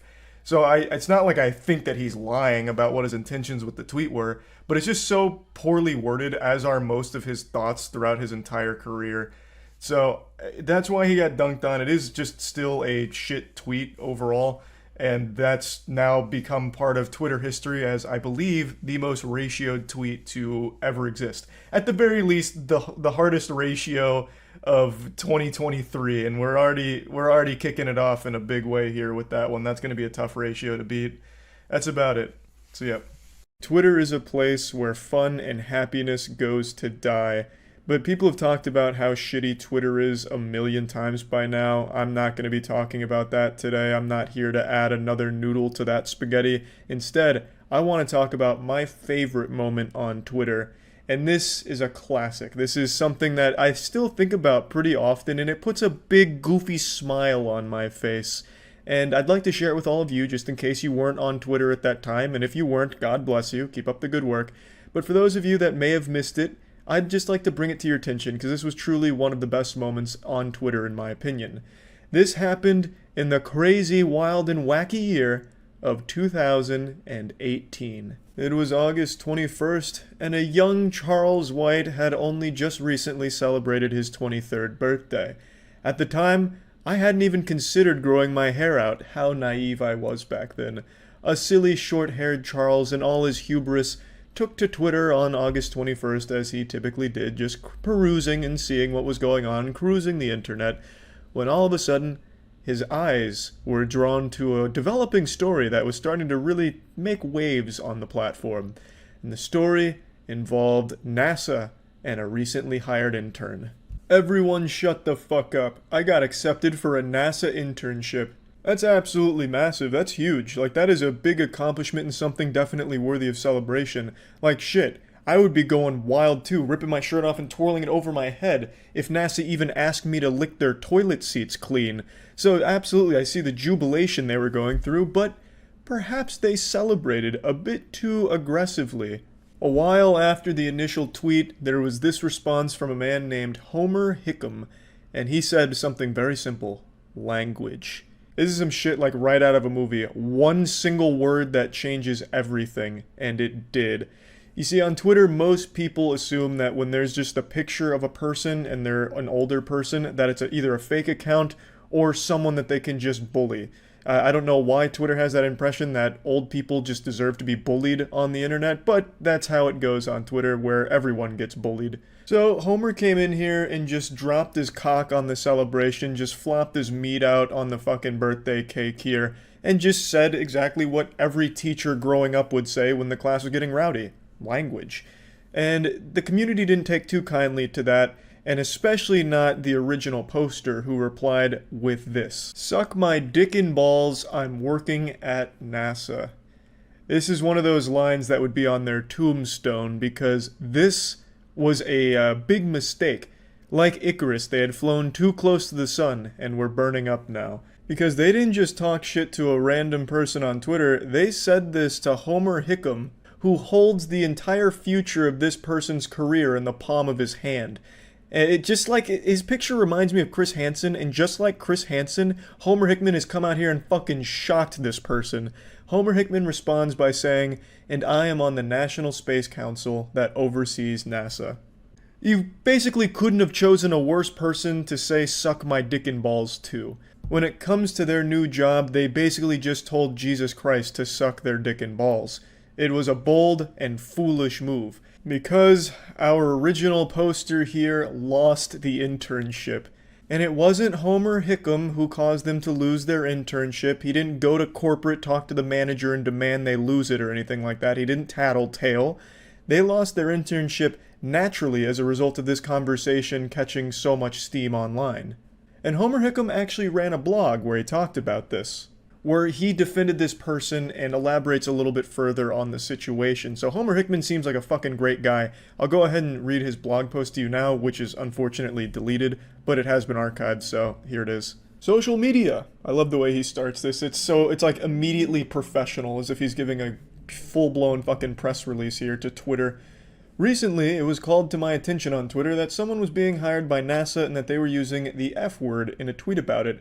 I'm a Vietnam vet and not at all offended by the F word. However, when I saw NASA and the word used together, it occurred to me that this young person might get in trouble if NASA saw it, so I tweeted to her one word, language, and intended to leave it at that.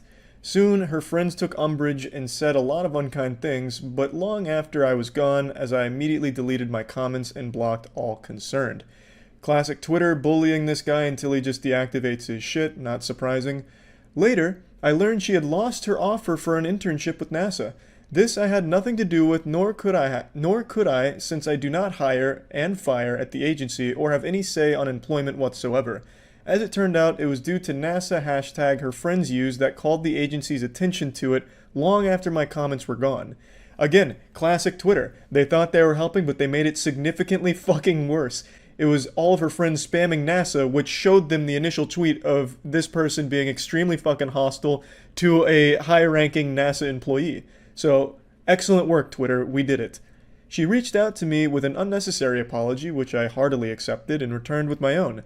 After talking to her, I am certain she deserves a position in the aerospace industry, and I'm doing all I can to secure her one that will be better than she lost. I have also talked to the folks that had to do with her internship and made absolutely certain that there will be no black mark on her record. Signed, Homer Hickam. It would have been such a power move and a huge mic drop if he didn't sign Homer Hickam and instead just ends it with, "Suck my dick and balls now."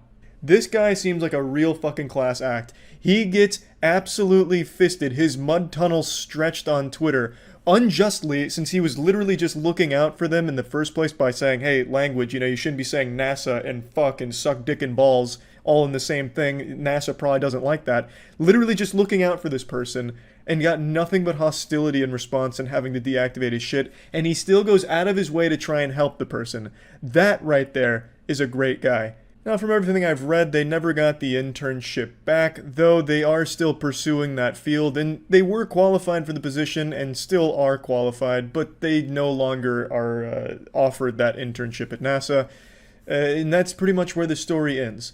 I just thought this was a truly fucking wild ride since I watched it happen in real time for the most part, and it was just so fucking crazy to see it go from like, I'm so happy, suck my fucking cock and balls, loser, I'm on NASA. Oh, there goes my internship. Just like this, it was like a full 4-act play, and it played out beautifully. And it was just great. So I just wanted to share that with all of you in case you never saw it, didn't know about it, and yeah, that's really about it. So yeah. I've recently been in my oversized, comfy shirt era here, and by oversized, I mean I cranked it all the way up to a large for these purchases. That's why you've been seeing a wide array of different colors of shorts. Shorts as well. I get very quirky with my short selection, but That's why I've been seeing like this wide variety of shirt colors outside of just the standard plain white tee. And there's a couple big reasons for it. One, as I get older, it feels real good just being real breathable here and having all this room for playtime with my appendages, you know what I mean? Without it feeling all tight and stuffy. And two, underneath these pump covers, I have been diligently sculpting a body of steel from this canvas of marble that is my upper body and lower body. And so, like a prized luxury car, I'm keeping the cover on here, so that way when I take it off, it'll be a big reveal, you know what I mean? Maybe. I don't know. It's hard for me to, like, get big. I get stronger, but getting bigger, I get, like, meatball mode. I don't, like, it's, you'll see. Over the last, like, 3 months, I've gained 10 or so pounds, and I'm getting closer to my strength goals. I'm getting there, but we still have quite a ways to go. But the only reason we've been yapping about this, by the way, is because since I've been getting so serious about this, I've been using I've been using YouTube as a resource for a lot of, like, wide variety of things, and as such, YouTube has felt the need to push, like, steroid-based content onto me now. Really wants me to start getting on a nice, like, trin regimen. So I'm getting fed all kinds of, like, lifters who are juiced to the gills, which whatever, as long as you're upfront and honest about the usage of it, I don't really give much of a fuck. You do what you want to do. But it is very crazy to me how normalized it's become in the fitness industry, where it's almost like a mandatory thing for a lot of people just breaking into that industry. It's pretty nuts. But anyway, today, instead of feeding me content that was like lifting and steroids, it was just showing me roid rage. And one of them came from Midwest Safety with this goober who is clearly on the tartar sauce, going ballistic after getting his 37th noise complaint. On September 27th, 2023, in Joliet, Illinois, officers were dispatched to a gym for the 36th consecutive noise complaint. This time, they'd had enough.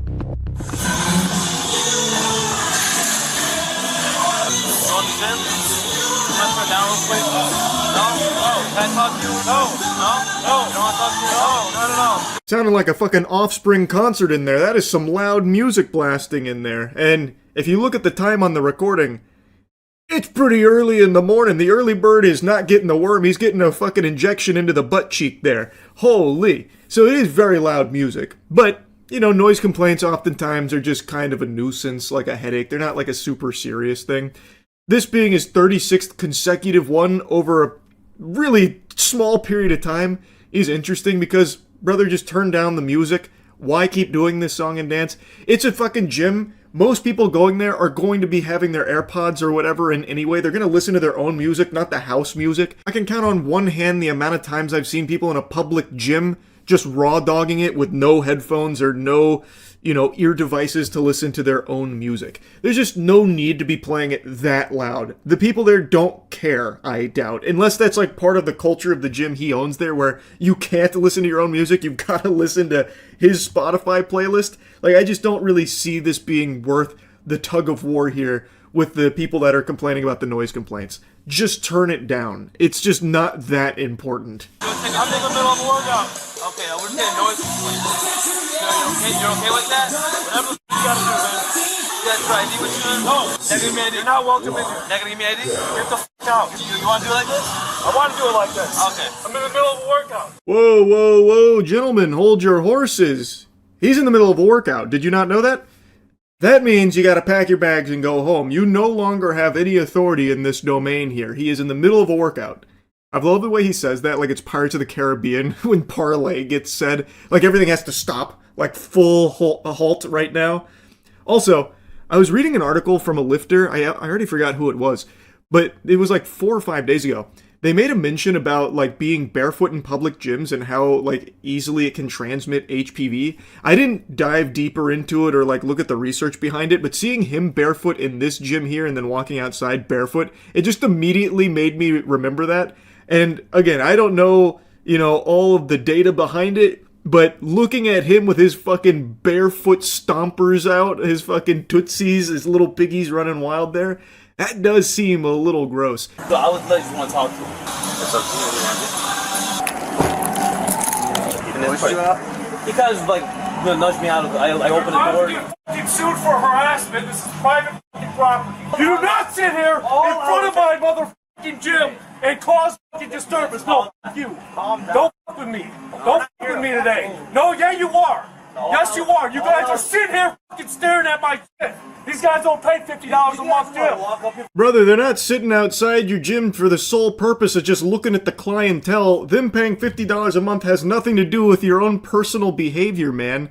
Again, this whole thing could have been avoided by just turning the music down one of 35 other times, 36 times. Like, it's super simple. And now, one of the officers showed up, he asked for ID, that was it. He immediately blew a gasket, having a conniption about it. So now they rolled out in force, and now it's escalated to a much bigger deal. It's all his behavior, because he can't control his fucking emotions. He's now in just full tantrum mode here. He is now having roid rage, and it's only going to get worse from here, when it didn't need to. It has nothing to do with how much your members are paying to be at that gym. You're the one that's making it worse for them. I don't give a fuck. I think she's a fucking...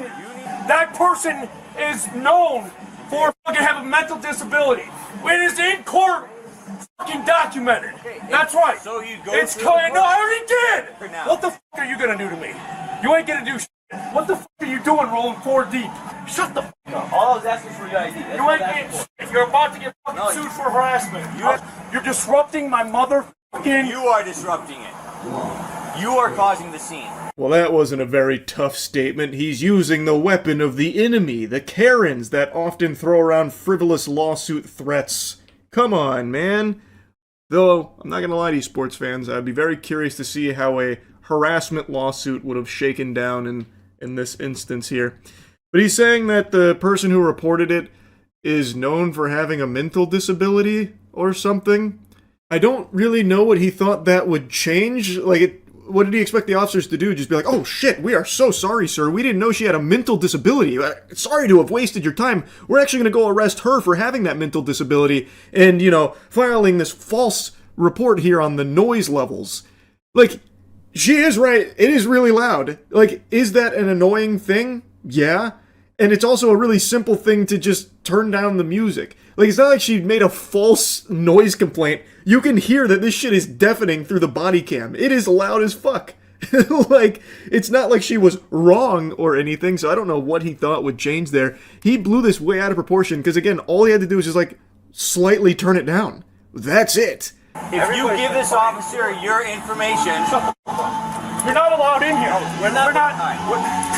You're not allowed in here. You're not allowed in here. Relax. You're ripping my fucking shoulder. Get off his back. You're ripping my fucking shoulder. Yeah, so it escalates. It ends in a big old scuffle there with the gym owner. He's like a kaiju right now. He's holding all of them back. He's got one guy pressed against the glass. He does end up getting tased, and then one of the gym patrons here comes up and is giving them an earful, a stern talking to. Don't know who he is or his relation to the gym owner. Maybe he's the spotter for his nutsack when he's teabagging the members' wallets. I really don't know why he's so personally invested in this guy, because again, he was the one causing the scene. He immediately blew up the second one officer arrived, just asking him, hey, can we get your ID and, get this solved real quick? Fuck tasers in. Okay, hang on.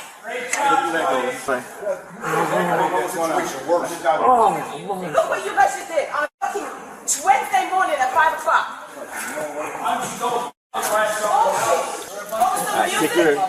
While they're arresting the guy, pretty much all of the gym members come together to insult them. And that one guy, the initial responder there, even gets on the horn with someone to complain about the officers. I'm guessing he tried to get in contact with their manager or something. I don't really know. But yeah, they all come together to start insulting them. I literally was just going to ask you for your ID, bro. That's it. We're going to have to do all this. Oh, man, it's been fucking... I had to go through court for all this shit again. I get it, man, but, when I first got here, I was cool with you. I was just trying to talk to you, and right away you started screaming at me, okay? He simmers down a lot in the back of the cop car there. He really takes a chill pill there. The high wore off, and he's coming down from the roid rage. Anyway, though, this just got fed to me by the YouTube algorithm, that enigma, and I just wanted to yap about it a bit. That's it. See ya. Today there was a situation so big that it actually got my dad to text me about it, and that's not something he usually does. The only time he ever texts me about news is when it involves aliens, or even something adjacent, like remotely related to aliens. He'll be like, "Hey bud, you see that new discovery at the pyramids? It's aliens, Charles, aliens." And I'm like, "Dad, they just found an old rock. It's not anything to do about aliens." It's like, "Aliens!" caps locked. But point is, this story is so big that even my dad has become aware of it. One of the biggest streamers in the world, Kai Cenat, announced he was doing a giveaway at Union Square in New York City. And things got way out of hand. This shit went insano style real quick. It ended up going into complete pandemonium and chaos. And people were like scrambling to get out of there because things got like dangerous with cars being climbed on top of and windows busted out. Like, it was go gadget, get the fuck out of New York if you happen to be going to this giveaway here expecting to get anything other than your ass beat, basically. There's tons of videos showing, like, fights that broke out as well as this, like, breaking windows of cars, and there was even a part where Kai and his team tried to get away in their vehicle, only for a ton of people to jump on top of it, and they just kept driving with bodies actually flying off of their car. That is why you're seeing that crowd there chase after. That's it. That's the vehicle right there that they believe Kai Cenat is in right now. As Safan was saying, he was there. He was in the crowd for a little bit of time, but clearly this was an out-of-control crowd, and I can't show the part where the people start falling off because that might be against YouTube's terms. They didn't get, like, seriously injured, I don't believe. It's not like they fell off the car and then, like, blew up, just, like, gore and body parts flying all over the place, but I'm just gonna play it safe. People do start falling off the car because they're just trying to get away from the madness that happened here. Obviously, this giveaway event went a little differently than Kai and his team anticipated. A few thousand people showed up here, which I don't think they thought would happen.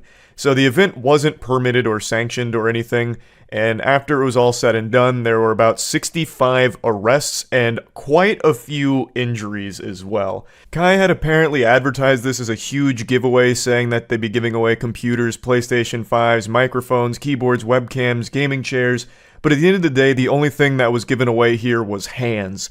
Everyone was catching some fucking hands. There were quite a few videos of fights that were breaking out there, which of course only escalated, shit popping off. So not only were vehicles damaged and windows blown out, but some other nearby places were destroyed, like food stands and things like that. So overall, it just got really out of hand really quickly, with so many people showing up for this giveaway. Apparently, the police department even activated a level 4 response, which just sounds terrifying. That sounds like something out of a sci-fi film during an actual invasion event. That is just a horrifying term, a level 4 response. That's like some DEFCON 1 shit. So it's apparently their highest level of disaster response, and earlier they had activated a level 2 to handle crowds. So this sounds like they got the 6th star in GTA 5, basically. A fucking level 4 highest level disaster response. That sounds like it's usually just reserved for actual apocalyptic events. Like if an EMP detonated in New York or something and they're scrambling at a level 4. So this was a huge deal.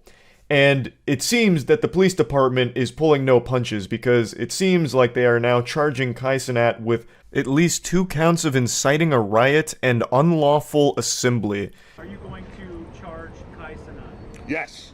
The influence is charged. He's going to be charged with multiple counts, at least 2 counts of inciting a riot, unlawful assembly, and a few other charges. Yeah, they're not fucking around here. This was a level 4 interview response.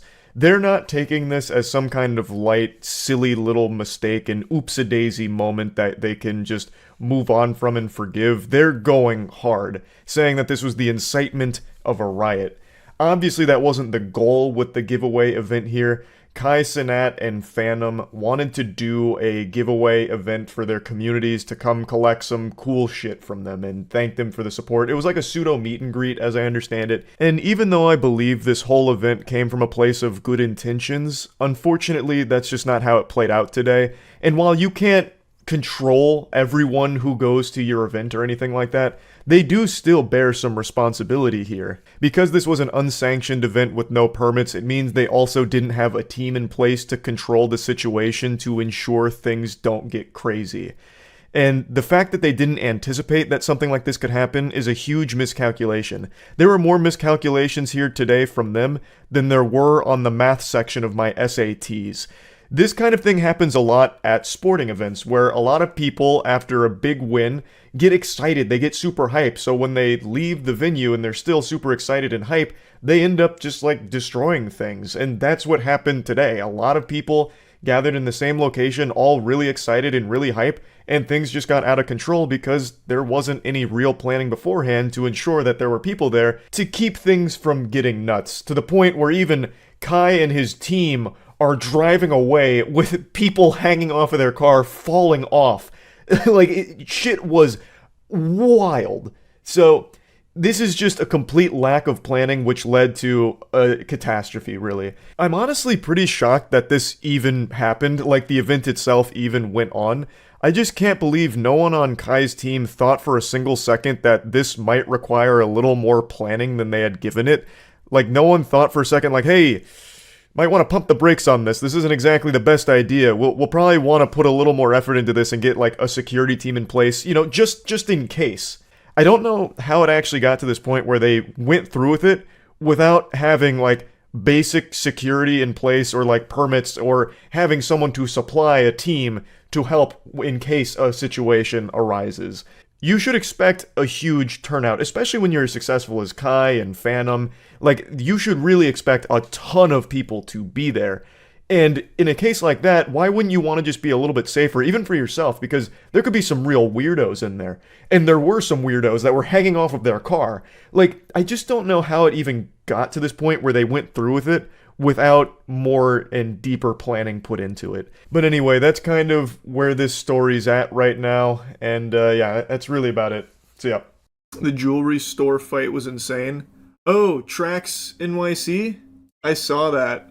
That was a crazy saga, actually. Hold on, let me pull that up if you haven't seen this. A buddy of mine sent me the entire thing. Receipt from this disgusting company that pretends to be me, says they're Trax NYC, sells my customer a bracelet, rips them off, and rips them off on the gold. Shit, they're saying it's 14 karat gold? Well, we're gonna test this bracelet right now. Spoiler alert, It's not. It's a scam. So basically, in a nutshell, Trax NYC has an impersonator, Akai Jewelers.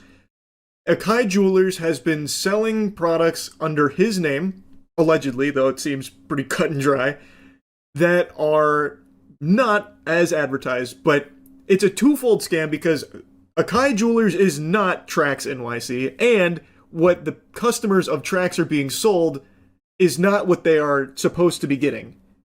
So it's a big time scam. Start the test. Trax NYC found out about it today. Gold. So did they say they were Trax NYC? Yeah, he tried to portray. He tried to sell one of your products. He said that he ran out. Right. One of your rings that you purchased. Right. That we sell. So you came with a picture of Trax NYC. Yep.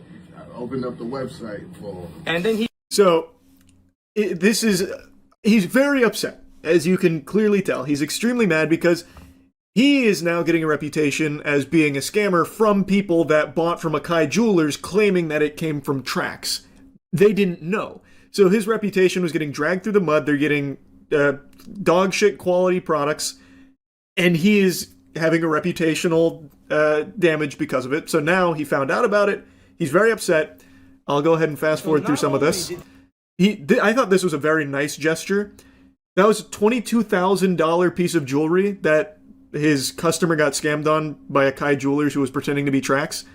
So what he did is he actually made him whole again, giving him $22,000. These fucking pieces of shit, okay, rip you off on this fucking thing. It turned out to be 9 karat gold, right? Yeah. You had a check? Yes.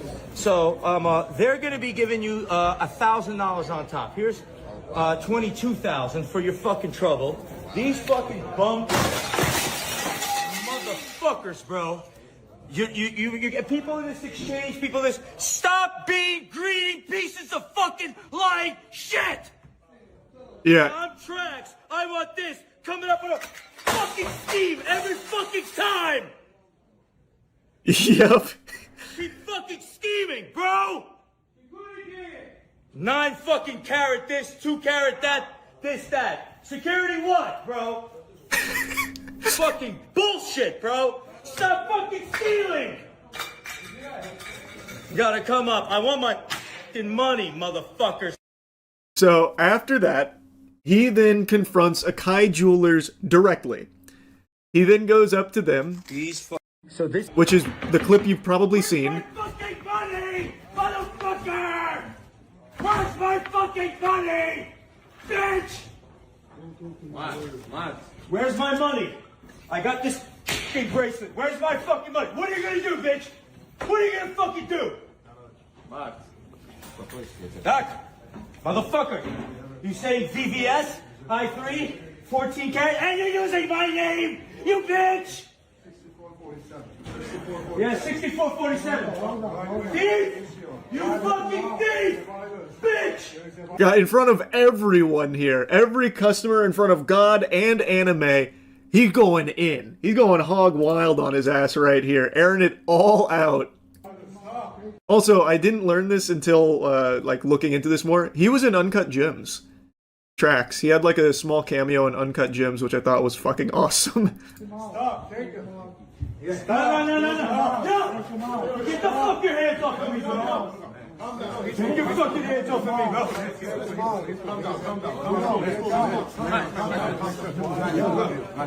Calm down. Yeah, bro.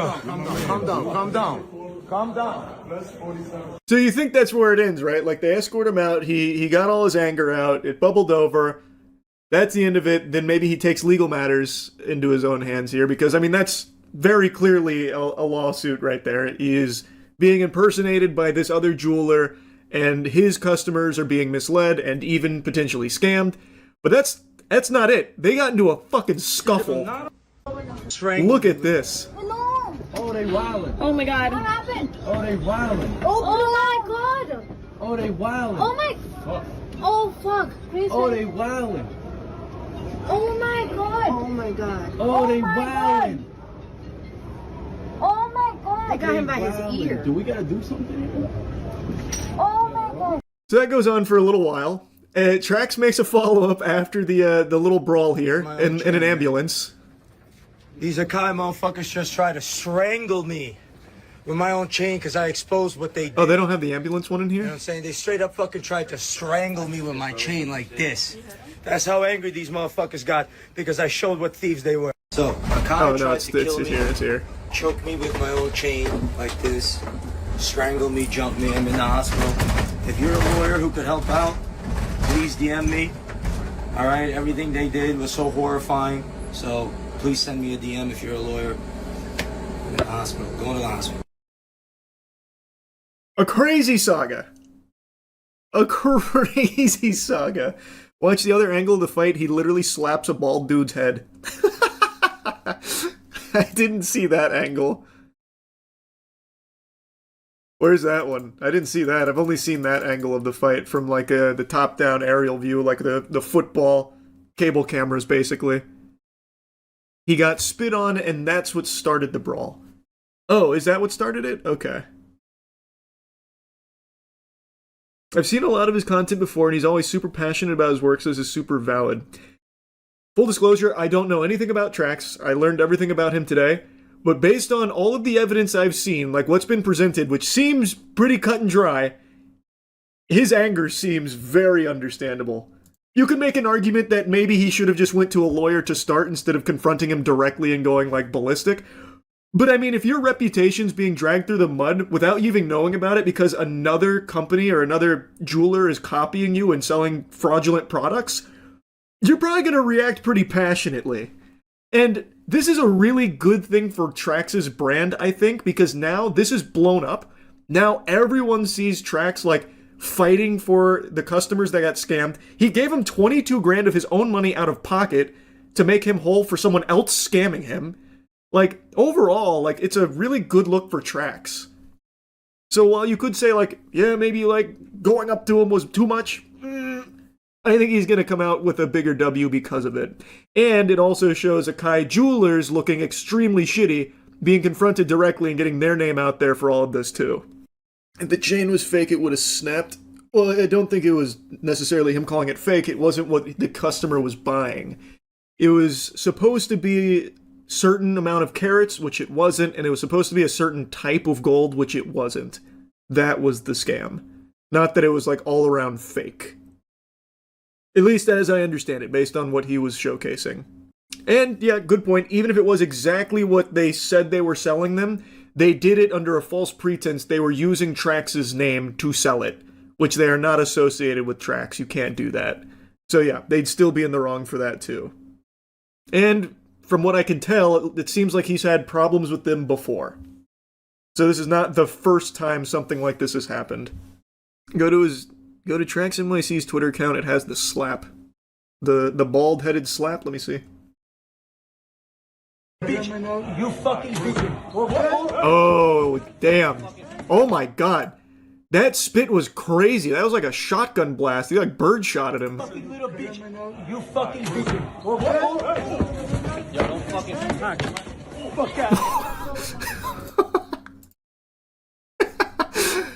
That did make a very satisfying slap sound effect. Fuck out of here. And then that's the brawl we saw.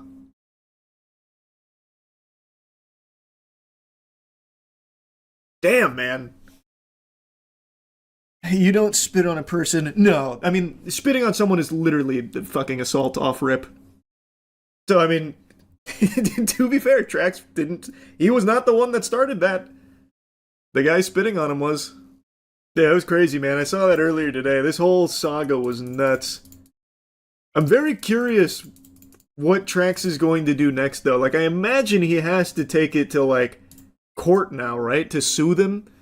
Because they're not going to give him, like, any of, like, the money or anything. And even if they did, that doesn't fix what happened, right? So I imagine he has to take it, like, through the system next.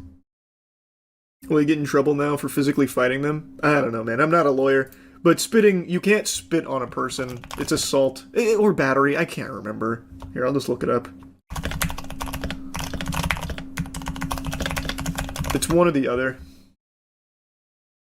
Battery. Spitting on someone is considered battery. It is legally classified as battery, not assault. I knew it was one or the other. I couldn't recall. Damn, I didn't know that. Really? I thought most people knew that. You can't just spit on someone. Like, that's fucking disgusting shit. And that is literally... If you get spit on, you're starting a fight. No one is just going to take that spit and walk away. Well, I guess I wouldn't say no one. I guess in some circumstances people would, but for the most part, when you spit on someone, that is you starting a fight. Would have leaped that counter. He almost did, man. When he got spit on, he fucking threw that thing up, but the bodyguard pulled him away. He's literally ripping it up, and the bodyguard pulls him away. That man, he was about to get Goldberg speared by Trax. Play the clip one more time. Oh, for the slap. Yo, don't fucking fuck out. That does make such a nice, satisfying little donk sound there. I think it's staged. Oh, no, I don't think so either. At first, I could maybe seeing... When I first saw it, like, the first couple of clips, I thought maybe being performative. But once I saw him, like, actually approach him, this is genuine anger. This is 100% genuine anger. It's a real brawl. He is in an actual ambulance. Like, I do not think this is staged by any means. Plus, what jeweler would agree to playing the scammer? That is a business ruiner. That just wouldn't make any sense. At Crash Out breaking shit behind the counter is a tell too. True. Vince McMahon. Yeah, I'm sure this goober from Akai Jewelers is playing Vince McMahon right now. I'm sure that's what he wanted. When you think of go-karts, what do you picture? Kids in go-karts having fun? or greasy, grisly men competing in a blood sport for the sake of glory, fame, and a place in the history books. If you picture go-karting as some weenie hut junior sport only enjoyed by children and young adults for some fun, then you're a disgusting, pathetic vermin who doesn't understand real high-octane nuts-to-butts motorsports. In the world of racing, go-karting is the most extreme, a sport only fit for the most high-caliber athletes chosen by the Olympian gods. And yesterday, during one of the go-karting championships, madness erupted. Chaos engulfed the championship circuit as two drivers really got into a heated battle with countless deaths. They're still trying to get an accurate body count for the amount of corpses they piled up in this feud, which you would expect with stakes as high as the go-karting championship. I'll just go ahead and play the clip for you because it is truly unbelievable stuff here. What's he doing? What is Luca Corberi playing at? Oh, Luca Corberi, what on earth is he doing? I'm sorry, that is absolutely unacceptable. As Kramers makes the move on Bas Lammers, Luca Corberi makes himself public enemy number one. So Slenderman over there that tossed that front bumper in the go-kart track is Luca Corberi, a massive douchebag and insufferable asshole who got very upset at this championship race yesterday because he fucking sucks as a driver who's been stuck in the go-karting league for like a decade now with dreams of making it as an F1 driver, which he is absolutely fucking burned with this right here. And he gets upset because he got into an accident that was probably his own fault, and he's blaming one driver in particular out there, so he throws the bumper, hoping to cause an accident and hurt the kid. Luckily, Luca is bad at everything he does, so he wasn't even able to succeed with that plan, couldn't even sabotage the kart, and in fact, the kid just hits the bumper right back at Luca and hits him in the foot. Hopefully it left a little bruise or something as a constant reminder of his ineptitude. It's just really pathetic stuff. Luckily no one was hurt with this little stunt here, but Luca wasn't done. This isn't where his road rage stops. His insecurities are very deep.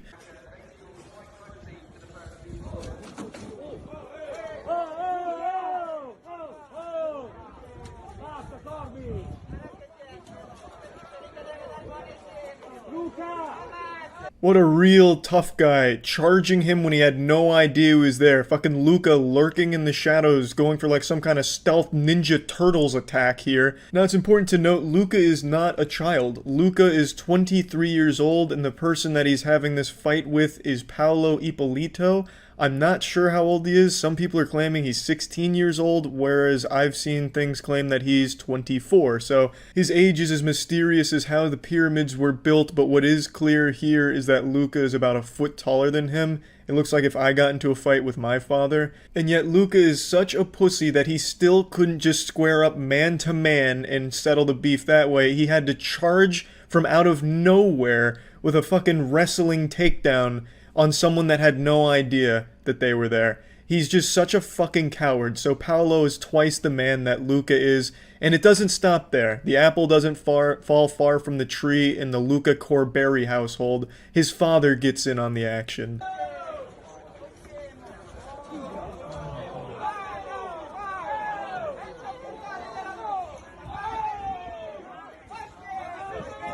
The older man in the coat that comes storming in is Luca Corberi's father, who again goes for a cheap shot on Paolo. It's so fucking pathetic. I know that it's not the Middle Ages anymore and honor doesn't mean anything, but if you're throwing a sucker punch or attacking someone that doesn't even know you're there, you're a giant coward and a huge fucking pussy, and I have no respect for people like that.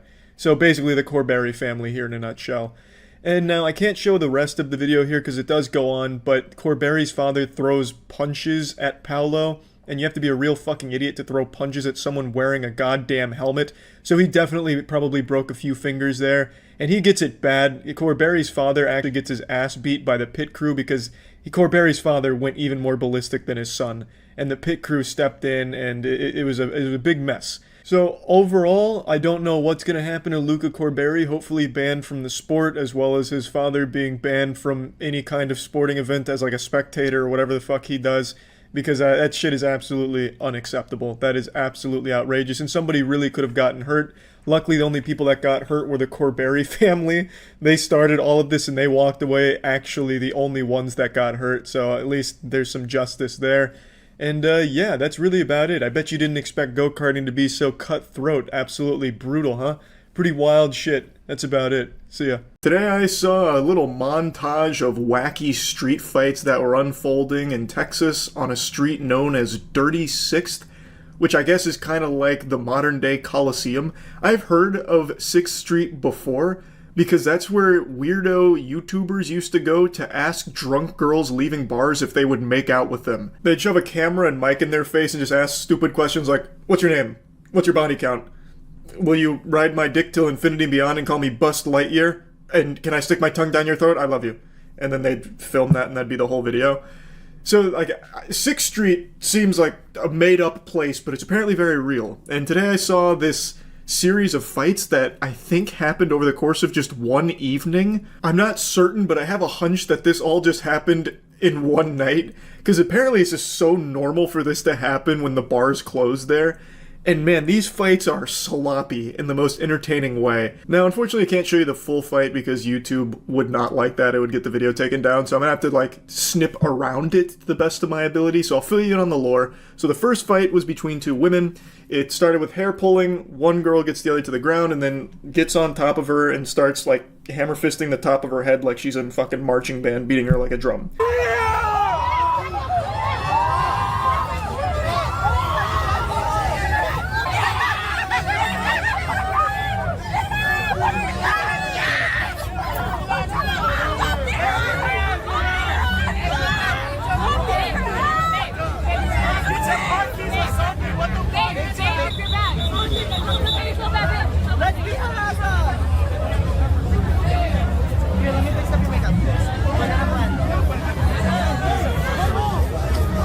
Of course, I don't know the story behind the fight here, but as you saw in the beginning, it was one-on-one, then like another girl tries to break it up. She kind of just gets tossed aside like dirty laundry, and she's like, okay, I see this isn't effective, so she crawled away and she was not seen again. So after she departs, she says, I see when I'm not welcome here, I do say I'll take my leave. Then it goes back to a one-on-one. She still has full hair control, and then gets her more to the ground, gets on top of her, and then, as I mentioned, she gets the hammer fists going. They eventually separate the two of them, and I love that the spectators start trying to fan the flames again. Like, come on, that wasn't good enough. We need a round two. So they're trying to tell the girl who just lost this fight to go beat her ass. Like, go chase her down and continue this. And then you can hear the cops blowing their whistle. They're coming in like referees. They're like, all right, wrap it up. We heard there was an ass whooping over here. That's a 5-yard penalty. Move aside. Repeat, second down. They just walk through blowing their whistles and then just stand to the other side and that's it. They almost look disappointed that they were tardy to the party and missed the fight. So they just walk through and then just hang out after they make sure everything's settled down. And then another fight breaks out. Again, I think this is all one night. I could be wrong. This could be like multiple fights that they just spliced together for a montage. But I don't know. I just really get the feeling that it all happened on the same evening. I feel like this is very normal based on everything I've seen and read now from Dirty 6th Street, as it's called apparently.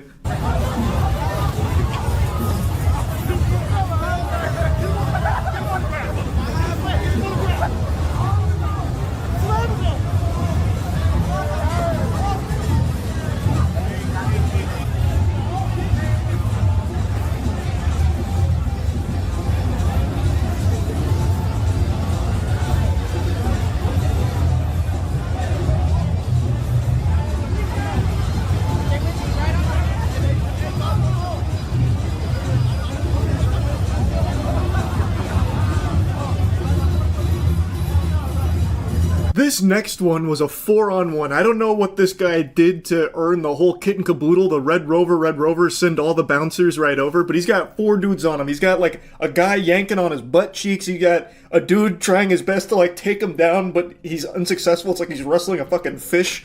And then like 2 other guys that are just like haphazardly like swinging on any part of his body they can find. And even with all that, they still weren't able to like knock him out or anything. So he stands up and he's smiling and having a good time. The cops do like break it up. And once again, the cops just look disappointed. They're like, all right, come on guys, really 4-on-1? You couldn't have an honorable duel? What is this? It's supposed to be a 1-on-1 fight. This is ridiculous.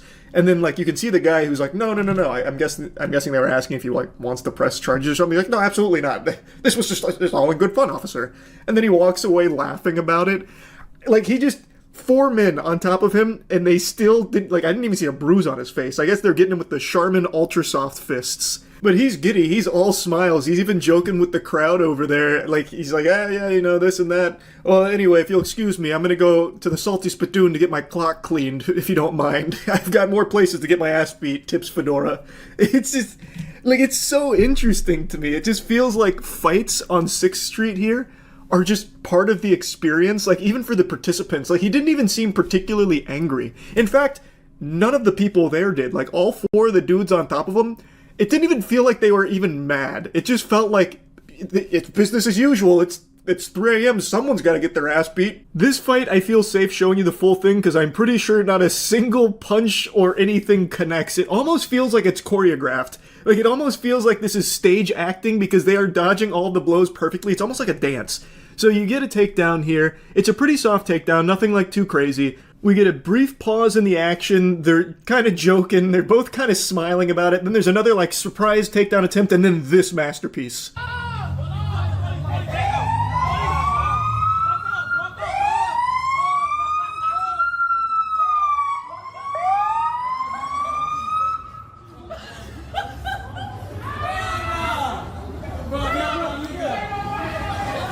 Absolute fucking cinema. Like, in the middle of the fight, if I didn't see, like, the whole fight, I would think this was just, like, a skit. Like, this was a planned skit. But it's not. Like, they were actually, like, throwing on each other. And then, in the middle of the fight, as he's going for, like, a double leg takedown, they hear the sirens, and immediately, they both know, hey, we gotta stop this shit right now. Let's be friends. And then they got their arms around each other. They even walk up to the police window there, and I'm guessing they're saying, like, oh, no, we weren't fighting. What do you mean? We're hugging. We're embracing. And, like, it actually does, like, if the officers just came in at the end, they probably would have no idea there was a fight, because look at this frame right here. When he was going for, like, the takedown, he's kind of just grabbing on his thighs, and it looks like the other guy's, like, bringing his face in for, like, a warm smooch. So they go for this fighting to friendship true combo to fool the officers, so that way they don't get, like, arrested or anything, and it works. Like, it absolutely works. Definitely think that was the right call. Friendship conquers all once again. You know, the same lessons anime taught us. With friendship, anything's possible. So they go from fighting to now I think they're probably good buddies. Like, I feel like there's a chance. I definitely think it was the right decision because it's not worth going to jail over at all. So yeah, I just had to talk about these because these fights, like, they had me giggling. It doesn't even feel like they were even mean-spirited fights at any point. Like, it felt like, well, we're on 6th Street, might as well fight. Like, it feels like that's just, like, 6th Street brings that demon out of you, and it makes you start swinging on somebody, and it's not even like, because you don't like them, it's just, hey, it's 6th Street, we gotta fight. It almost reminds me of the plot to the first Kingsman movie, where you just, like, you hear that frequency and you just start attacking each other. Like, you go to 6th Street and that frequency plays in some people's ears, and you just, fights start breaking out, and they don't know why, it just happens. So yeah, I had to talk about this a little bit when I saw this. That's really about it. So yeah. Yeah, I threw the spectacles on for this one, so you know it's serious business. When I started stream tonight, chat told me something I could have never expected to read. News that you never want to hear.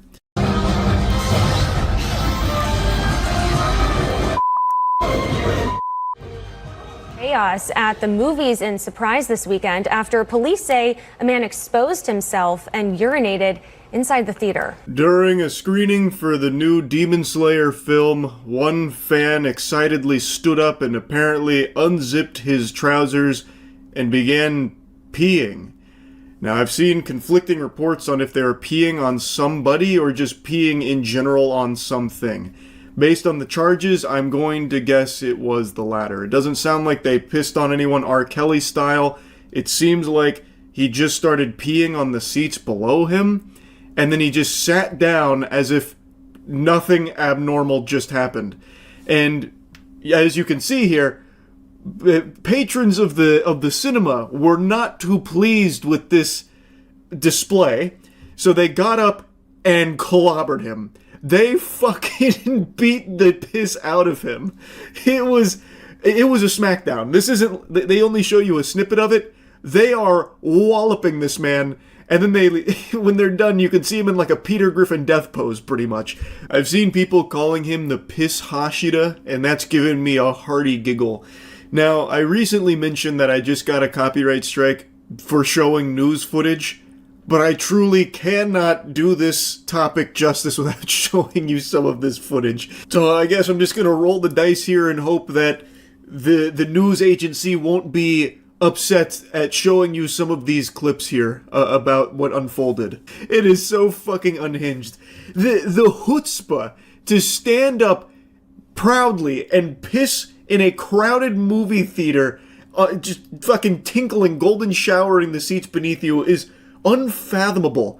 Like, this isn't even, he didn't even try and be discreet about it. He stood up and he is in the middle of this row of seats. He is in the middle of the section. Everyone was going to see him stand up, and I imagine instantly people were like, "Sit down, goober, what are you doing, douchebag? Take a seat." And then, like, taking a closer look, like, upon further inspection, like, "Oh my god, he's urinating. Oh my god, he's fucking peeing over there." Yeah, it happened Friday night at the AMC Surprise Point. That's where officers responded to the disturbance. Witnesses told police that the man was confronted after he got up, unzipped his pants, and started peeing during a screening of Demon Slayer. Moviegoers confronted the man and started hitting him. The suspect, Limmel Hull, was later arrested and booked on charges of indecent exposure, disorderly conduct, and criminal damage. I may not be familiar with the Surprise Point AMC location, but I can tell you about surprises, and boy howdy was this probably a big one for everyone that attended this screening. Goodness gracious. When I saw this movie yesterday, my theater was filled to the brim. There wasn't a single open seat left. So if I was a betting man, I would put money that there were people in the seats next to him and people around the splash zone beneath him. Probably horrified that this guy just stood up, pulled his cock out, and then started peeing. Now, like I mentioned, I believe no one was hit with the biological warfare here. I think most people walked away dry, considering his charges didn't include, like, assault or something, which maybe would have been the charge that would arise from getting pissed on. I don't exactly know what it is, but since his charges were criminal damages, indecent exposure, stuff like that, it doesn't sound like anyone got, like, piss waterboarded. No one was, like, drenched and super soaked by him or anything, but I do think there's a possibility that maybe it just wasn't reported because maybe they didn't even know that they got hit. Like, I feel like standing up and pissing like this, probably, like, there's going to be droplets bouncing and splashing in places they don't expect, so maybe some people got it on, like, their shoes or something and just didn't notice, because from the sound of things, he did a full-blown tinkle carpet bomb. I would wager a guess that the guys who went up and gave him the knuckle sandwiches were probably the ones closest to him when he did this, and I would also say that I'm surprised that he didn't get more charges added, considering that in this movie theater auditorium, there were probably kids around when he got up and just started pissing with like his whole meat out and everything. I'm actually kind of surprised there weren't more charges on it. Hull appeared in court Saturday afternoon. He was later released. A witness tells us AMC gave everyone in the theater a refund. That's actually a pretty nice gesture from AMC with the refunds, but you can't put the piss back in the balls. What a crazy situation here. I actually cannot even imagine the state of mind someone would have to be in to do some shit like that. It seems he desperately needed to go to the potty, but I guess he just didn't want to excuse himself to the restroom. Maybe he was afraid that he'd miss something important in the movie. He didn't want to miss a second of the action. And even still, the decision to stand up and piss is fucking shockingly baffling. Like, there's no good way of doing this besides just going to the bathroom. You're going to miss a little bit of the movie. But, like, why wouldn't you just pee your pants? like you could piss your pants and nobody would know you did that in a dark auditorium. Like, maybe they'd smell it, eventually as the odor emanates. But it'll also be kind of hard to pin that on who exactly was the pants pisser. Like, why wouldn't he just pee his pants? That would also come with a myriad of excuses too, by the way, like, oh man, I had an accident, I didn't know I had to pee like that, or you could, like, blame it on a condition or something. But instead, he made, like, an entire song and dance out of him pissing. Like, he actually interrupted the film so that way people would watch him pee. He called all the attention to his degenerate act. What a fucking sick freak Anyway, though, I had to yap about this a bit. This one was shockingly wild. That's about it. See ya. Feels like it's been a while since the last time I covered a good old-fashioned Walmart weirdo, and I got quite a specimen for you today. It's a gentle sir who's going ballistic because, as I understand it, he was upset that there wasn't 3 managers in his section to complain to. I guess he really wanted to, like, run the gauntlet, like, wagging his finger at a manager. Customer's always right. You should know that, or something. Like he's going, like a sports player coming out of the tunnel giving everyone high fives. He wanted to go through and just give a bunch of fucking complaints to a ton of Walmart managers, I guess. And since they weren't there, he instead took his anger out on one of the employees. And apparently, the woman that was filming tried to interject to get him to calm down, which only fanned his flames of anger even more. You want to call me a dumb bitch again? Dumb bitch? Okay. Fuck you. So, I'm recording him for... Let me tell you what I've accomplished. Do you have a son? I don't have any children. I haven't found a capable mate. Oh, that makes a lot of sense. It sure as hell does make a lot of sense. That makes... Turned into like a pseudo-therapy session there for a moment. This guy just came over and just trauma dumped briefly. So she asked, do you have a son? I imagine she was going to ask, do you teach him to treat people this way?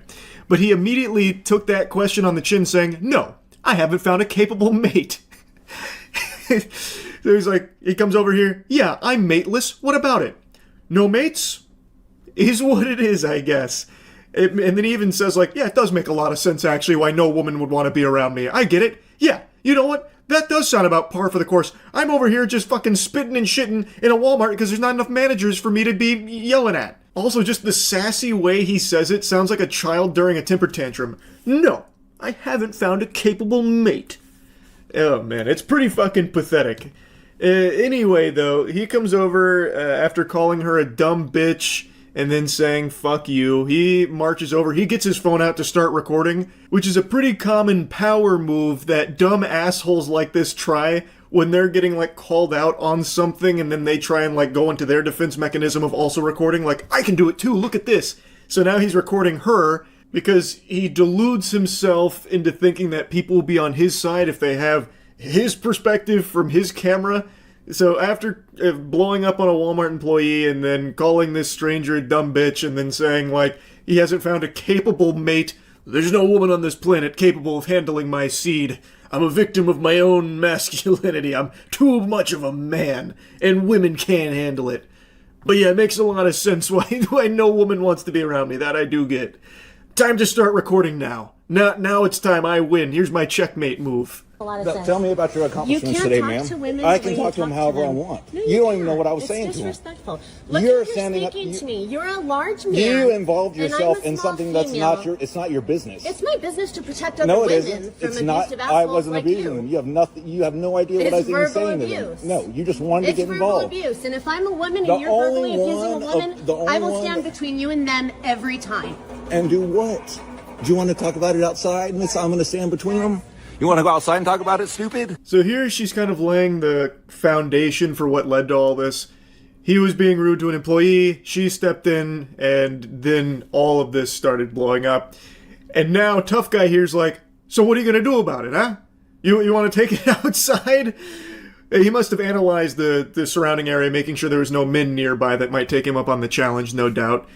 So now that he's confirmed that it's only this woman and the other female employees, now he feels like a real big guy saying, let's take it outside then. Do you want to take it outside, huh? Now, something I want to mention is he's only just started recording. This is the intro to his video from his side of things. So they didn't even get all the prerequisite lore of him being like an asshole to the Walmart employee or what led to this interaction between him and the woman filming. So when he shares this with his fucking Facebook group or whoever he hangs around with, if anybody at all they're going to see is their goofball loser-ass friend going up to a woman, asking her, do you want to take it outside, challenging her to a fight. Wow, bud, I'm sure this one's gonna bang. They're gonna be cheering for you. A big round of applause. Somehow the video he himself is recording makes him look even worse than the full video does. Because now it's just him as like a highlight reel challenging a woman to a fight at Walmart, basically. Guys, do y'all want to get trespassed out? No, I want to find out who's the manager for the section. He's being She's verbally involving abusive herself in to something that's these not her employees. business. She should just go about her business. And he's being Bye. aggressive. Calm down. Bye. Was I abusing you? I said he was being verbally abusive. Was I abusing yes. him or was I complaining about the manager? Don't lie. He was using language and everything. That's right. Why did I get mad? Because you're supposed to have three, because your manager can't do their job. That's why I got mad. A little bit, or I will have your Yes, sometimes it could be. That's pretty much where the video wraps up right there. The other employee comes over and just threatens to trespass both of them because of all the commotion here, so they get separated.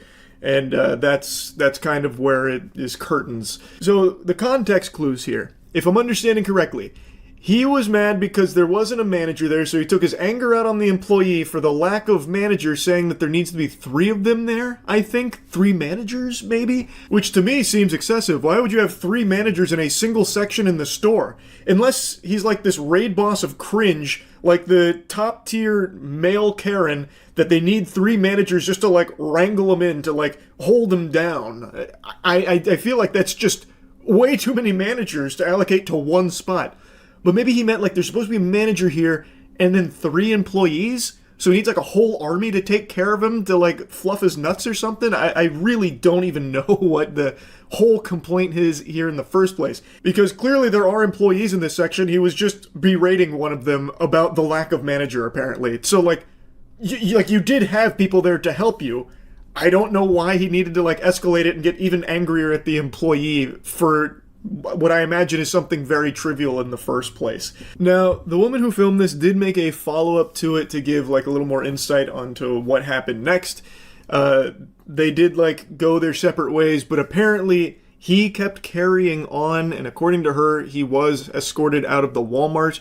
Not super willingly. He wasn't, very enthusiastic about that, and she did mention that police were involved with that. Not overly surprising. That checks out. That makes a lot of sense. Much like him not being able to find a capable mate.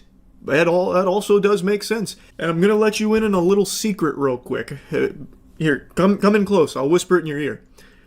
Anyone who says capable mate probably is doomed to be alone forever. You're already kind of too far gone. You are so lost in the fucking sauce. You are probably already a douchebag and already kind of just in a loveless position. The only salvation that you can find is crawling yourself out of that hole that led you to thinking that that's a normal thing to say.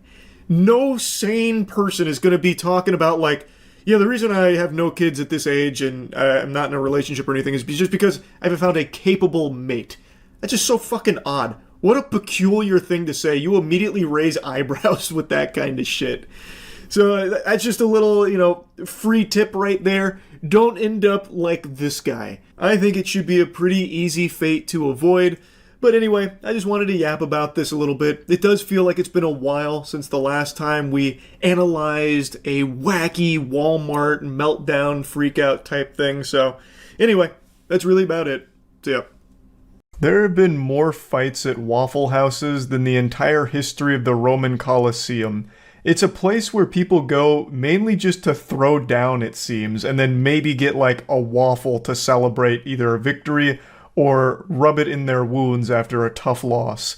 I wouldn't be surprised if one of the prerequisites for being a waitress or waiter at a Waffle House is a black belt in Muay Thai. The food really is secondary to the true Waffle House experience of being able to be either a spectator in a brawl or a participant. Waffle House is a lot like my asshole. You just never know when shit's gonna pop off. And it feels like it's always just a matter of time before a fight breaks out. It's got this big reputation now as the go-to Thunderdome for giving or receiving ass whoopings. It's like almost a curse that haunts Waffle House, where you go in there in a good mood, but the second you cross that threshold, it's like that scene out of Kingsman at the church where everyone just like flips on this switch and they're just fighting each other. I don't know what exactly it is about Waffle Houses that bring out the demon, but yes, it is well known now how often fights happen there.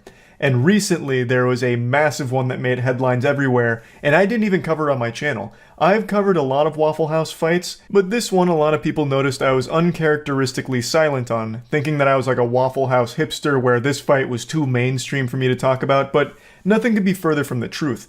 I was as entertained as everyone else was. I'm sure all of you have seen the big brawl by now. I can't show you any clips because with the YouTube's new policy, I would get fucked in the mouth so quick for doing that. So I already know you've seen the brawl, but the thing is, I enjoyed it. I just didn't have a whole lot to say about it. It was mainly grappling. There was like not a whole lot of like squaring up and delivering knuckle sandwiches. It was pretty much grappling until the end, where it finished with a WWE style chair throw, which led to a now historic internet moment. This iconic parry. Yo, they still Oh my god, bro! That was a frame perfect parry like something out of Dark Souls. She got iframes out of that right there. That is an absolute game ender. She threw that chair with velocity too. That was a cannon. And she not only deflected it, but she like fucking spun it around her forearm here and then threw it to the ground. It was so flashy. Fucking anime couldn't have been smoother than that. It was nutty, and it took the internet by storm. There's tons of edits around this now, with like John Cena being the one throwing the chair. It went super viral. However, this actually had a wildly detrimental impact to that lady's career. She got fired for this, which I think is just wrong. She didn't start the fight. It's a fucking Waffle House. A fight is inevitable. It's like trying to stop the wind from blowing. She was powerless, so what did she do? Defend herself, which I think is totally within her right to do. She shouldn't lose employment because she deflected a chair. Now, I do realize that leading up to this, she was actively engaged in this brawl, but even still, I don't blame her. The brawl broke out and she was defending herself as well as her fellow employees. It's something I don't think she should have lost her job over, but it goes even deeper than that. Not only did she lose her job, it seems she's been banned from ever working at a Waffle House again, which makes no sense. She should be like the head of security for Waffle House going forward. She should be training other employees on how to handle situations the way she did. Like, just imagine the wisdom she could share with everyone. By the end of her training, Waffle House employees will be able to slap bullets out of midair. Like, it just doesn't make any sense. She was punished for something I don't think she even did wrong. So, it's a big L from Waffle House. I'll go ahead and show you from the articles where she posted a video going over it. Can't ever work for Waffle House again. I tried working for another one, like, sometime earlier this year, and I had found out that I was blacklisted. That's so fucked up. After a successful parry like that? Man, Waffle House is so dumb for that. She should honestly have been promoted. She could have been the face of their marketing campaign. Like, yeah, we know we have a reputation for fights breaking out, but now we have our own Batwoman. And then it's just like her parrying chairs or something. They could have really leaned into it. Fucking stupid L Waffle House, man. Jesus. I don't know how they couldn't see this easy slam dunk for PR. What was she supposed to do? Just let it hit her in the face? I don't think she was blacklisted for parrying the chair. I think she got blacklisted because it might be company policy that when a fight breaks out and you're like participating, you get fired. I don't think it was necessarily this successful parry. I don't think it would matter if she got hit in the face with it or not. She threw the salt shaker? Oh, was she the one that threw the salt shaker? Okay, then that was probably it. Even still, though, this whole brawl isn't her fault. If they fire everyone who gets in fights at Waffle House, how are they still finding so many employees? Yeah, good point. The turnover rate of employees at Waffle House has to be unreal. If you're getting fired for fights, like, you're going to be going through new employees once a week. It's so sad how such a triumphant moment with that chair parry could turn into something so devastating for her career. Because she's still out of a job, to my knowledge, which is shocking. I would have thought, like, some other corporation or something would have picked her up, just even to capitalize off of her, like, the viral marketing capabilities she now has.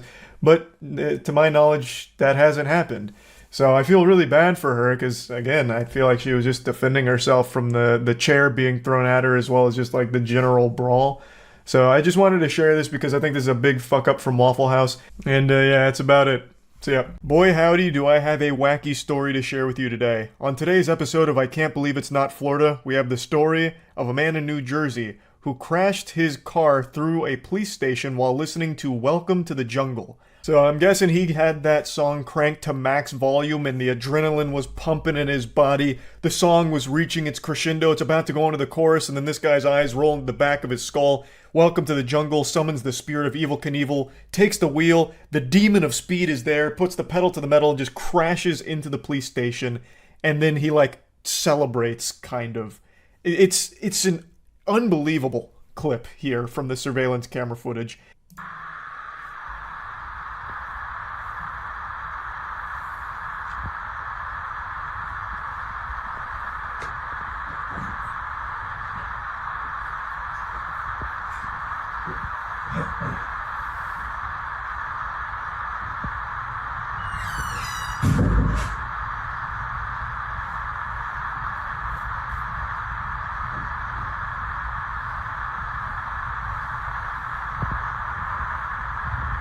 He gets out of the car like a gymnast who just landed an impressive trick. He like strikes a pose like he was expecting some kind of huge celebration, a massive round of applause as if it was a concert or something and he was performing. It's almost impressive just how much gusto he gets out of the car with. I don't know what he was expecting to happen next. Man thought he was in an audition for Expendables 5, I guess. He's a fucking action movie hero. I have to wonder what he thought would happen next. Maybe he expected them to let him off with a warning because it was so cool. The officers would come out there and just be like, brother, that was the most badass thing I've ever seen. Fist bump. God bless America. Now get out of here. This is your warning. But unsurprisingly, they didn't just slap him on the wrist and send him on his way. He is facing potentially life in prison, not only for this incident, but he actually did something very similar previous to this. This isn't his first rodeo with crashing a car into a building. So apparently he had crashed his gold Toyota SUV into a garage of a private residence to try and scare and harass the homeowner, which he is still facing charges for right now. So this fucking dangerous, unhinged goofball treats motor vehicles like they're missiles. He is just blasting these into any building. Nowhere is safe. You know that statistic that gets tossed around from time to time about how you're more likely to be killed in your chair in the living room than you are on a plane, in a plane crash? I'm starting to believe that now, because with this kind of person out there in the wild, you never know when a car is going to be just crashing through your walls like the Kool-Aid Man, like a fucking torpedo, and just hitting you in the living room out of nowhere. Like, that is just, it's incomprehensible. So he's built up quite an impressive resume here with a lot of charges to his name. So for the first incident, he's facing burglary, criminal mischief, possession of a weapon for an unlawful purpose, and harassment.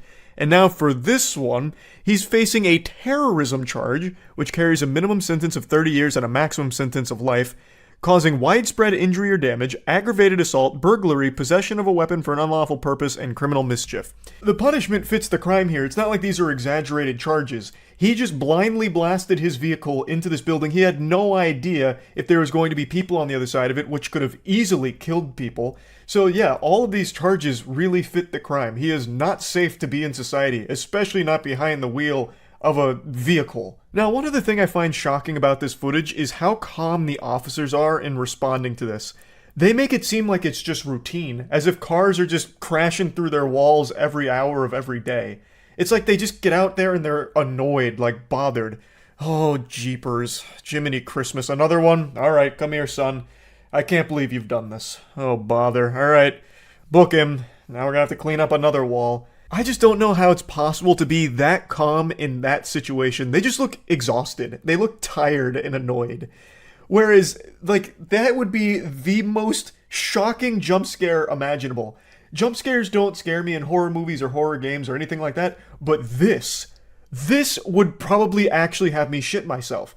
100% I would stain my britches. That is the most unexpected thing to happen. And it's not like that's immediately what you would expect the sound to be. Like, they were in the room over, so they would have just mainly heard it as opposed to see it right away. That must have sounded like a bomb going off. My first thought would be that we had just been hit by a drone strike or something. I wouldn't immediately think like a car came through here or something. Like that I would be in a panic. I would be inconsolable. I'd be shaking. Meanwhile, these two officers here walk out like they'd just been rudely interrupted from their nap. It's just wild to me. Also, something I didn't mention, I mentioned that he had previously crashed into another building, a private residence. Well, what I didn't mention is that first crash had happened only minutes prior to this one. So this guy was just on a rampage. He must have been looping Welcome to the Jungle here, and it was bringing the worst out of him. Now, they haven't disclosed what the motive could have possibly been for crashing into the police station, but here's where I come into the equation, because I'm about to crack this case wide open. This is what I think happened. This is my theory. I got the corkboard up with a bunch of red lines drawn to a bunch of different scenarios. So let's piece together what we know for sure. His first crash into the private residence was due to a disagreement with the owner, and it was meant to scare and harass them. I think right after he committed to that, he knew shit was not going to go well for him, so he wanted to go out with a bang. So then he drove a few minutes away to the police station and turned himself in the only way he knew how. With Welcome to the Jungle sending him off like a WWE walkout song and a giant fucking explosion here of crashing through the building. I think his motive was truly he had just ruined his life prior by crashing through the private residence, and he just decided to go all in into the lunacy and then crash through the police station. That's what I think happened here, because there's no other potential explanation that I can think of, not even in the realm of science fiction. Like, I can't think of, maybe a possession or something, or like some kind of alien event or anything to try and explain away what could possibly have led to this. I really think it was him knowing that he had already committed a serious crime, and he just, I don't know, decided to go even harder for it and just call it quits by driving through the police station. Or another very likely explanation is he has severe mental illness and completely fucking snapped. That's also very possibly the case here. Who knows? I am excited to see when they finally reveal the motive, because he doesn't seem like a man who's going to be, tight-lipped. It doesn't seem like he's going to be hard to get the truth out of. He probably told them at the police station why he did it. They just haven't said to the public yet. He literally got out and celebrated like he just scored a fucking touchdown in an NFL game, right? This isn't a guy who's going to be super hard to get to the bottom of with his reasoning. He's probably an open book who will just tell them why he did it. But yeah, anyway, I just had to share this story and clip with all of you because, my goodness gracious, that is like something you would see as a fake headline in the background of a movie or a game or something. Just something that people would make up because it sounds ridiculous, but it actually happened. So yeah, that's really about it. See ya. Airplane freakouts are always extreme. They are just downright diabolical. There's something about air travel that can just bring the demon out of some people. And there's even a term for it called airplane psychosis, where sometimes someone will just have an acute psychic. They just start reading people's mind like Charles Xavier when they get on a plane. They will have an acute psychotic break where like the stress or anxiety of flying will have them just kind of have this switch flipped where they just kind of go berserk. Stay there. Don't touch her. No. Don't touch her. No, this is where her asshole is. Do not touch her. Look at her. Shut the fuck up. Don't fucking touch me. Step back. Let go. There's a lot to unpack here. Obviously, we're tuning in a bit late into the season premiere. They apparently were arguing because this lady was like insulting her, and then it eventually had her like leaning over, and then she said this is where her asshole is, which is, I mean, that's playing a game of Where's Waldo with the old brown balloon knot. Who doesn't love that old pastime? A little weird to be doing that to a stranger on a plane, though. It seemed like she was trying to film something with her phone when she said that, and then the lady that she was insulting like hit her phone away, which then led to her grabbing her hair and just yanking on it. Let go of her hair. You cannot do that. Let go, miss. Let go of her hair. I'm not. Andre. I'm not even touching your hair, bitch. Andre, we need the police right now. You need to let go We right need now. those 911. So I'm a little torn on if this is actual airplane psychosis or if she's on something here, because she's not even in the same dimension. She's now saying she's not even touching her hair. even though she has a fistful of those fucking follicles right now. She is yanking on that hair like she's trying to climb rope with it like Rapunzel. Yet she's saying she's not. Maybe she is lucid and just, I don't know, just spitting a bunch of barnacles out there. But as this progresses, you're going to see that she is just in wacko mode right now, going full-blown, uncaged, unhinged, insano style. You need to let go. 911 back. You need to let go right now. Miss, like, over here right now. No. Yeah, I'm sorry. I didn't want to sit next to a fucking fat lady. Let go. Let go. You need to let go over here right now. Let go over here. You guys are already past the point of no return. You're already past the point of no return. Over here.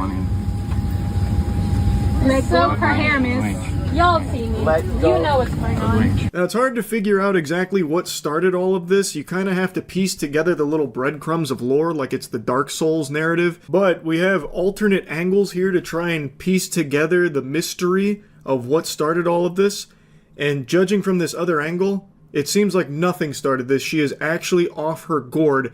And the lady that she just keeps calling fat over and over again didn't do anything at all to provoke this. She just happened to be nearby in this woman's aggro range and was the recipient of her wrath. This is worth $250 to you? Look at this. Look at this. $250? I'm sorry. There's like, I'm like not touching this girl's ass. I'm sorry, I don't care. Are you okay? We need to get the police down here right away. She just struck us off. So the no flight list is about to add another person. That's crazy. Oh my god. Anyone can see this. Fuck it. This was the prologue here before she grabbed the woman's hair. She's just yapping about $250 about something. It's incomprehensible gobbledygook. But anyway, let's go back to people trying to like restrain her and stop her from yanking on this woman's hair. This is retarded. Yeah, put me on the ground. Put me on the ground. Alright. Look at this fat lady. Look at this fat ass bitch. She can't even, look, you can't even see her stomach. It's horrible. Look at her outfit. Look at this fat ass bitch. Hilarious. You can't even show your mouth because you're embarrassed. You can't even see it because you're embarrassed. Shut the fuck up. Who is Alana? Sorry, I can't hear you. I can't hear you, ugly ass fucking dude who's never gonna lay it again. She actually looks possessed. She looks like the horror movie poster to a film about an exorcism. She looks like she's trying to do an Amy Lee cosplay from Evanescence, but she got too hard into Fent on the way. She's just leaning over, insulting these two people who have done nothing wrong from what I can tell from the two videos here that showcase this event and everything kind of leading up to it. She's just over here insulting them while getting restrained, and spoiler alert, she's about to make it physical. She doesn't just stop at just insulting them and all that. She then starts like actually attacking the woman. Okay, I'm sorry, black guy. My boyfriend's black, so shut the fuck up. My boyfriend's fucking a black guy. My boyfriend's a black. My boyfriend's black. My boyfriend's a fucking black guy. I really thought she was about to put on a Burger King crown. I thought the old Burger King plain guy was about to find his Burger Queen here. You're joking. Oh my god. We're not doing all that. We're not doing Shut the fuck up. Shut the fuck up. I am in awe at the restraint of that woman who's getting spit on to not, like, pop that lady in the nose. Not to just lay down the meanest fucking haymaker on that woman. That's assault. It is textbook assault. She is hawking loogies on this woman, spitting like an alpaca here. I cannot believe that she had the restraint to not hit her. I really don't know how she was able to do that. She must be some kind of saint or something, like the Zen master, able to like fight that urge to just blast her in the fucking face. That was an actual Vinland Saga Season 2 moment. I have no enemies. I actually cannot believe it. And it only gets worse though. Like, she doesn't stop at just spitting. As I said, she gets like really physical. Ugly ass bitch, you're so fucking ugly. You guys, I need you never got laid in your life. Your boyfriend's dick is like 2 inches big. That's embarrassing. I'm so sorry about your boyfriend.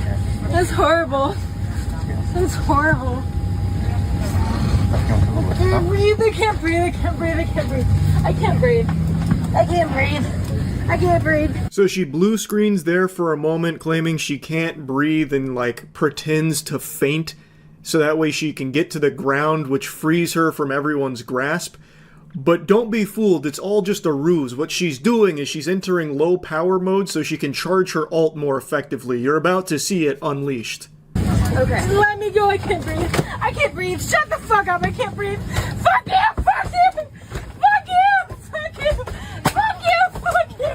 Nobody's fucking touching me! Fuck you! You're not letting me go, motherfucker! You're corny as fuck! Nobody's letting me go! I can get out. Yeah, you shouldn't get out! You're fucking bad as shit! You disgusting bad! She wormed her way up a little bit so she could get a better angle to start kicking that woman that she's been insulting this whole time. And she throws like a flurry of kicks. She like unleashes some like capoeira maneuvers from down there. Also, I just have to mention, whoever is filming this, what an extraordinary job. They followed the action from start to finish and kept the villain in the center of it the entire time. There was like not a single moment that they didn't have like the perfect angle to capture this, and there was no shaky cam. I don't know if they were using a gimbal, like they had a fucking Ronin with them to film this, but it was unbelievable work. It was so smooth. You don't see movies with camera work this smooth sometimes. So really impressive job from whoever filmed this. Fuck you! Fuck you! Fat ass pig! Fuck you! You're so beautiful! You're stunning! Shut the fuck up! Can anybody do something, please? Get the fuck up! Hold on, grab her No! I need to Yeah, okay, baby. You know, we need to close the life. I'm gonna sit around this way. Alright. Okay, I'm sorry. My birthday is black. You need to shut the fuck up. No, you don't need to. Down right now? No, my birthday's black. You need to chill the fuck out of reception. The woman who was getting kicked finally finds a way of getting out of there and like escaping, like evacuating this area with the fucking menace on the loose here. And I don't know what happened at the end there, but she just keeps repeating that her boyfriend is black, and then it sounds like she's starting to cry. And then immediately she snaps back into fucking demon time after repeating that for like the 4th time, and then starts just kicking and screaming again. My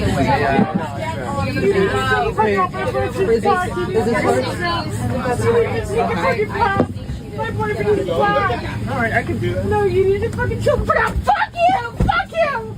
Leave me the fuck alone! The way she snaps back and forth from like being on the verge of tears to then going right back into kicking everyone and screaming, it feels like a psychotic episode here. I think it's probably airplane psychosis, maybe coupled with like alcohol, like maybe she's fucking sloshed, I don't know, but this seems like a case of airplane psychosis, which is a very real thing and a very confusing phenomenon. Now, the video ends shortly after here with her still doing that while handcuffed on the floor, but alternate angle, someone captured footage of how they got her off the plane, and it's like something out of Silence of the Lambs.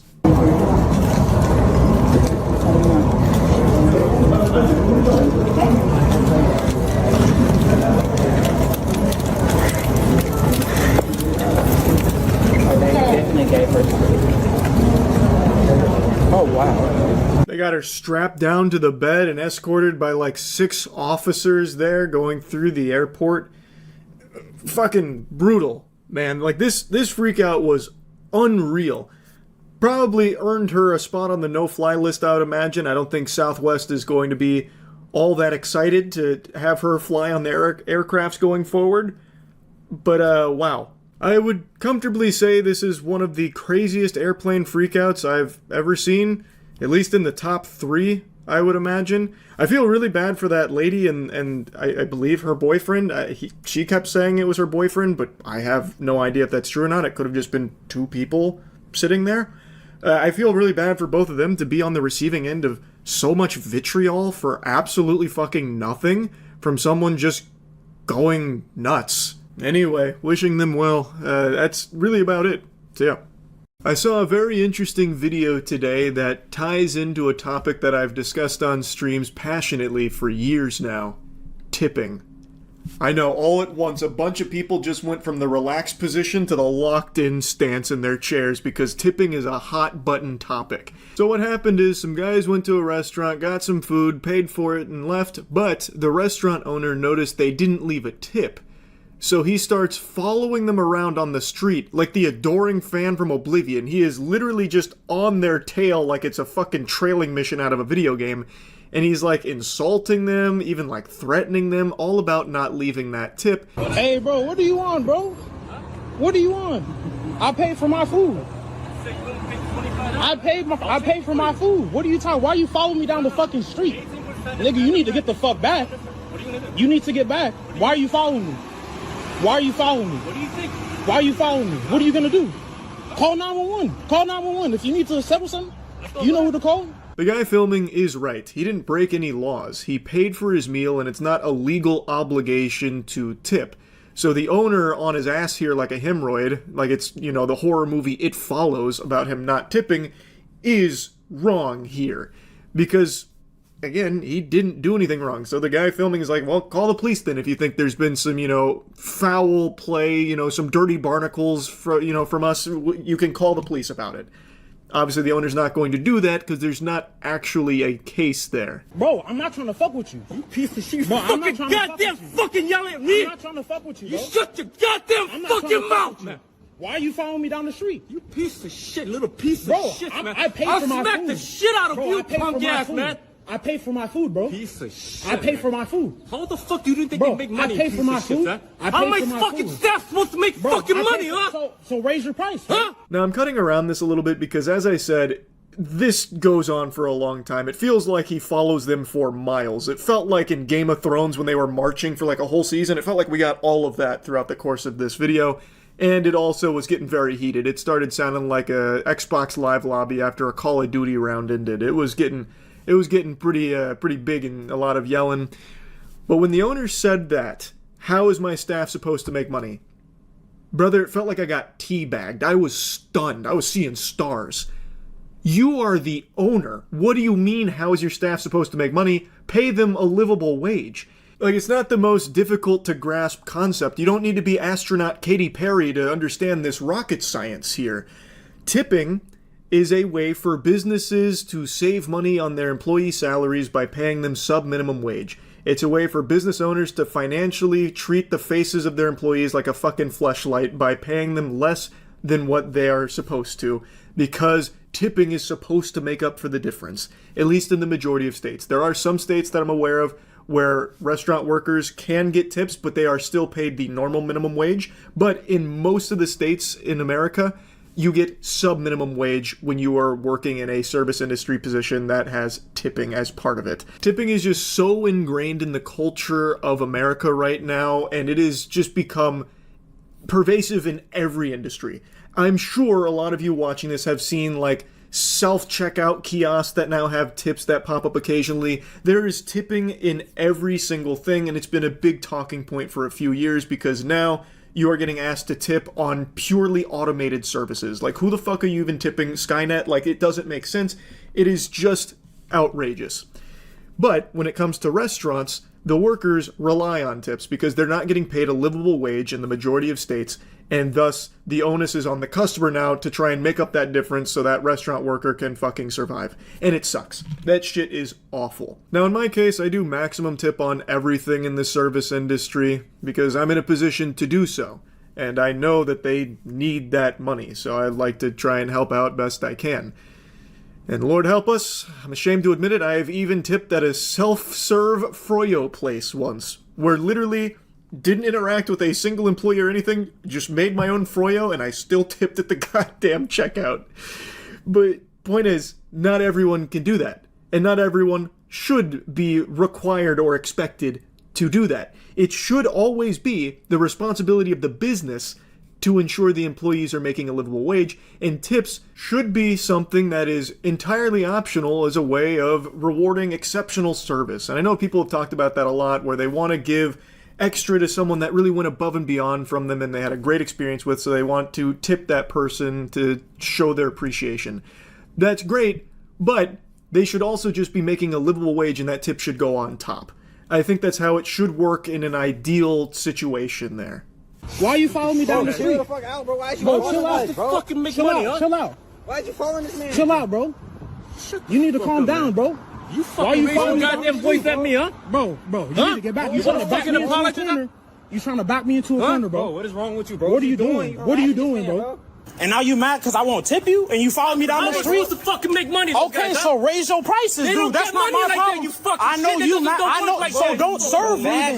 It's crazy to be doing this while wearing his restaurant on his chest. So what happened after this video blew up is a lot of people went to the restaurant and left a lot of really bad reviews on it, which I think they've been deleted now. I don't know if it's by him or if there's like a system in place for it. Couldn't tell you.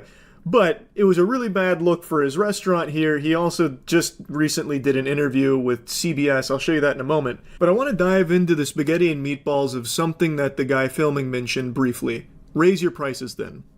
He's right. If the business owner can't afford to pay his employees a livable wage, he would naturally need to raise prices so he'd have more money to be able to pay his employees. But on the flip side of that coin, by raising his prices, he would have less customers because they would choose a place that is cheaper. Now, there's actually a little experiment conducted by someone named Michael Lynn, and it's been referenced by a lot of people when they talk about tipping culture, where he put two hypothetical restaurants against each other. Restaurant 1 had prices of like $15 for a cheeseburger, but a 15 to 20% gratuity to be expected at the end, versus Restaurant 2, where there is no tipping at all, but the cheeseburger is $17.25. Now, if you've got your thinking caps on, if you've passed, second grade arithmetic, you'll know these are the same price. But, overwhelmingly, the people in this study thought that Restaurant 1 was cheaper. Thus, people are going to gravitate towards that. Even though they're the same price after tip, people are going to choose the one that looks lower and cheaper to them. You have to remember, a lot of people are just fucking stupid.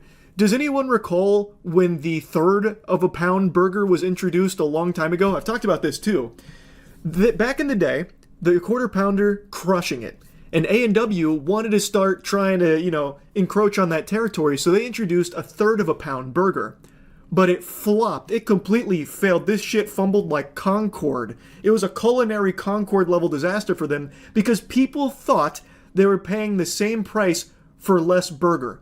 They didn't realize that a third of a pound is more than a quarter pound. So in the case of a restaurant that wants to pay their workers a livable wage and take tipping out of the equation and instead put that price into the menu itself, which is what a lot of people say they should do, well, their restaurant might not survive very long because people don't actually think very hard about things. So even in this hypothetical example, you're paying the same price, but the perception is it's cheaper to go with the place that just has tipping as an option. Now that brings us to the unicorn that people are looking so desperately to have, where all of the tipping is gone, eradicated, but all of the prices have stayed exactly the same. That's just not a realistic possibility for like 99% of these restaurants. Like, when they take away the tipping, they are then going to need to pay a lot more for those employees. Thus, they're going to need to somehow get more money. It's going to be by folding that difference into the menu items. Thus, it's going to look like you're paying more, even in cases where you might not be. So, it's very tough for a lot of these restaurants to just immediately jump on board with that, which is why we're in this fucking stalemate where tipping culture is just completely out of control, and why so many service industry workers are getting fucked because of just how rampant this issue is, and more people are choosing not to tip because they want to fight back against this. And in a lot of cases, they don't realize that they're not actually fighting back against tipping culture itself. They're just hurting the employees that are relying on it.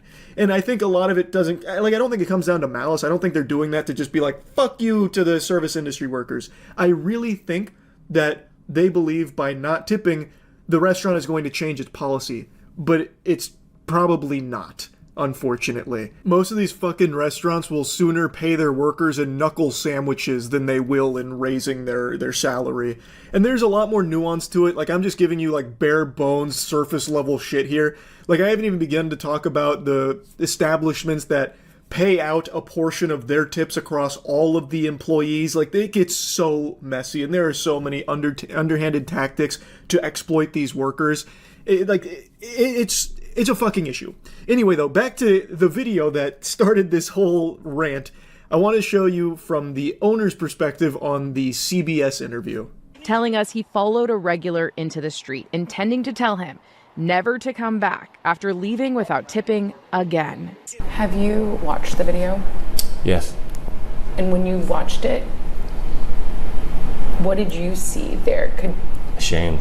I was just ashamed, bringing shame to my wife as a husband, as an owner, at the same time, to my mom and dad. So according to the owner here, this was a customer that's a regular at the establishment, and he had finally had enough, so after he didn't tip again, he followed him outside, intending to just say, don't come back, kind of like shake his fist at him, and stay out, and that kind of thing. But it obviously spiraled more out of control than that and blew up in a much bigger way, which ignited a huge debate online about tipping. Because tipping is a very controversial topic. People feel very strongly, especially people that have been in the industry before. And while there definitely are cases where people don't tip just to be an asshole, I really do think there is a lot of confusion around how tipping even works, that people think by not doing it, they're going to help be like a catalyst for change at that business, where they'll realize that the tips aren't coming in, so it's losing the business money, thus they're going to change their policy to actually pay their workers a livable wage, and then they won't be, forced to rely on strangers to cover their expenses. But that's, again, just not going to happen in the majority of cases because it doesn't hurt the actual business owner. What's supposed to happen is if they don't reach minimum wage, like if they don't get enough tips to reach that, the business is supposed to cover it. That rarely happens. There are so many workarounds that these businesses pull, so many backdoor hand job reacharoos that they are able to squeak out of not actually covering that. So it doesn't ever hurt the business itself. It only hurts the worker. And I really think there's a large number of people that don't understand that, but even understanding that, there are people that just can't afford to pay an extra 20% on top of what they've already just paid. And I see a lot of people regurgitating this take that's becoming very common. If you can't afford to tip, you can't afford to eat out. Okay, fair enough in something like Uber Eats or fine dining or something. Okay, you can make that argument, I suppose. But it doesn't work for everything because there is no cheap ways of eating anymore, really. Even something like fast food is not that cheap. A McDonald's meal, it's not $1 anymore, sports fans. It's a handful of clams. And grocery shopping is pretty fucking pricey too. It's expensive. It is hard to pay an extra 15 to 20% consistently on top of things that you're already paying for when you're eating. I just don't fully agree with that take. Bro, you about to blow up on social media, bro. When asked why he didn't tip, the customer told people online, "Oh, I just didn't want to." Cho tells us the customer's brother has since come in, describing their conversation as productive. I apologized to him and to his family, and I was asking if he can pass this message along to his little brother. Adding he sent the brother home with the customer's favorite order, a handwritten apology and an offer. My door's open for you, man. Come on by anytime. Now, while I do think that response of, oh, I just didn't want to, is pretty douchey, again, he doesn't have to. And I really do think it shouldn't be expected that every single person does tip, because that's just the reality of it. It is 100% an issue that needs to be addressed on the actual business front. And it's why there's so many people that study tipping itself and are trying to brainstorm how to improve it and get rid of it to certain extents. Because it is a terrible fucking system that nobody else in the world really uses, and in a lot of other cultures is actually viewed as insulting. So, it is something that does need changing. 100%. Now, in the case of this business owner here, he really seems remorseful. He really does seem like he's trying to make amends. It does seem like maybe he was just having a really fucking bad day, and not getting that tip meant that one of his workers wasn't going to receive the full pay they should have, so he snapped and did this, and he seems embarrassed by it. So I'm of the belief that he does regret it, and that this is going to be an experience that he won't be repeating or anything like that. But that statement he made during the argument, how is my staff supposed to make a living without tips? Paraphrasing a bit, but that was the essence.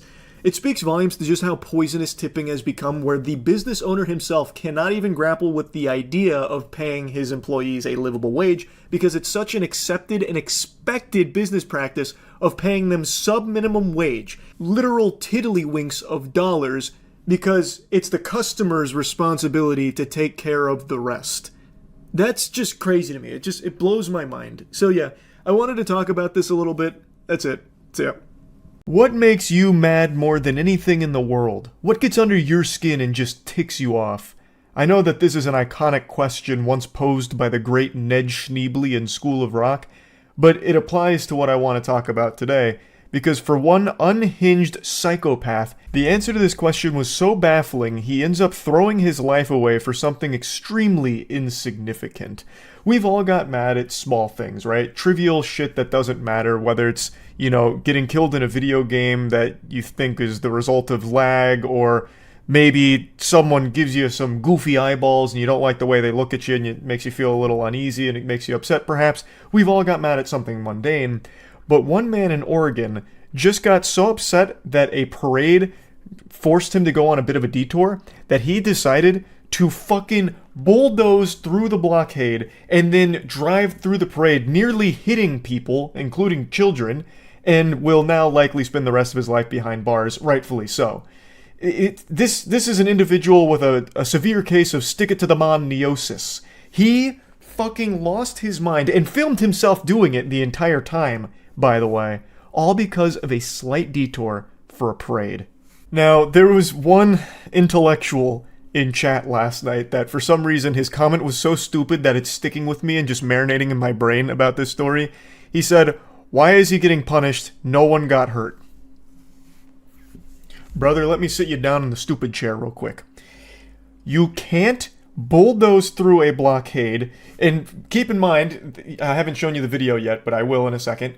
There is a scene, like straight out of an old 90s action film, where he ramps his car up on two fucking wheels in order to squeeze through the blockade more efficiently and blast through the parade. You can't do that because you're endangering all the lives around you. I can't believe that even needs explaining in any capacity at all. It blows my mind that I even need to tell you why that's bad. Especially when we've already seen a couple times in the past someone using their vehicle as a weapon during parades where they hit and kill people. Even if his goal wasn't the attempted murder of people at the parade, he almost hit people, and this easily could have ended up in a situation where he did hit, harm, or even kill people from this reckless action. So just because he narrowly avoided a fatal catastrophe doesn't mean that he shouldn't be punished. He is not fit to be in society. And not only that, I'm going to go ahead and give away a big spoiler, he's also a fucking pedophile. He has a rap sheet that extends for most of his life, and a lot of the crimes involve sex crimes with minors, apparently. I'll just go ahead and play you the news segment here that we went over on stream. You see the video of the guy driving through the Portland parade? Oh, that was so fucking weird, yeah. He didn't hit anyone, but it was so weird. I didn't see the whole video, but I saw the first bit. Dashcam footage obtained by NBC affiliate KGW submitted by prosecutors. Brave showing it. No, he doesn't hit anyone. They said road rage, but I don't exactly know what it was in particular. But for some reason, he just drives to the parade and then just drives fucking through it. It's crazy. It was unhinged. Frustrated, stuck in traffic due to road closures clearing the way for Portland's Grand Floral Parade. His anger boiling over. They got it all blocked off. The Lloyd Center exit, the Convention Center exit. Wait, so this was all over the road being blocked off for a parade? Holy shit.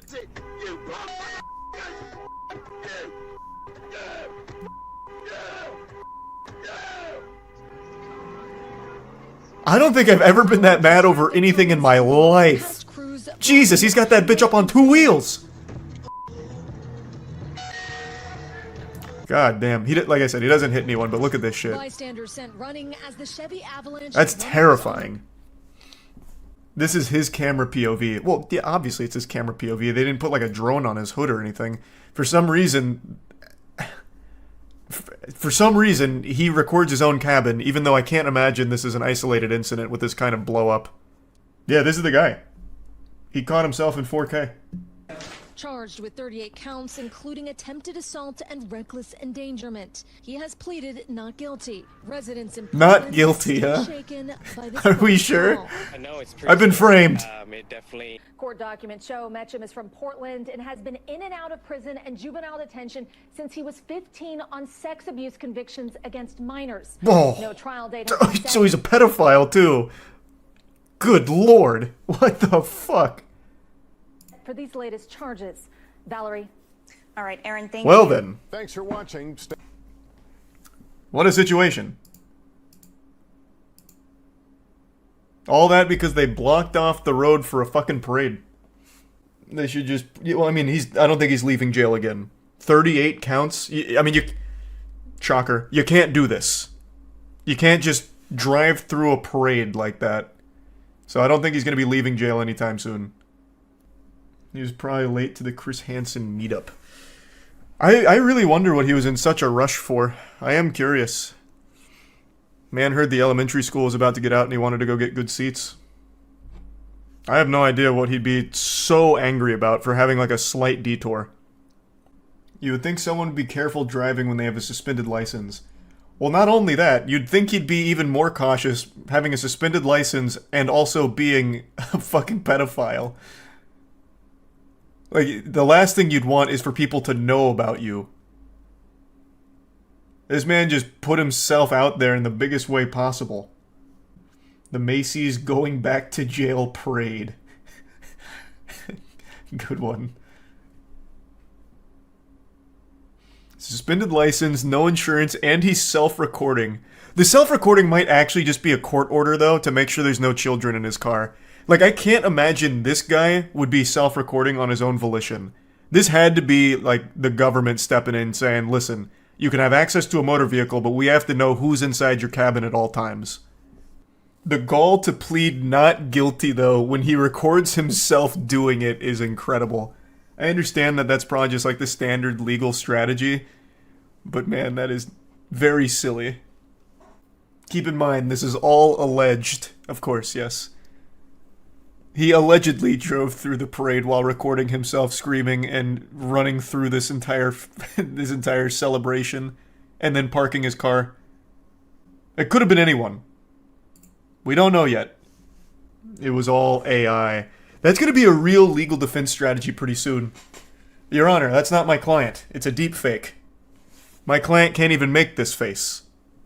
I want to show you a bit from his dash cam perspective here because it's diabolical. He goes over the traffic cones and now he starts speeding up. He's treating this like it's a game of Grand Theft Auto 5, so he pops it up here. He's got his action movie stunt going on. He goes through the bigger blockades and the bigger trucks, and then he gets around to the actual parade, and this is where things get really scary. This is that kind of shit that has you hold your breath when you see the footage, because he is going fast. This man is fucking zooming. He is cruising here, nearly loses control because he, like, hops over the grass there, it seems.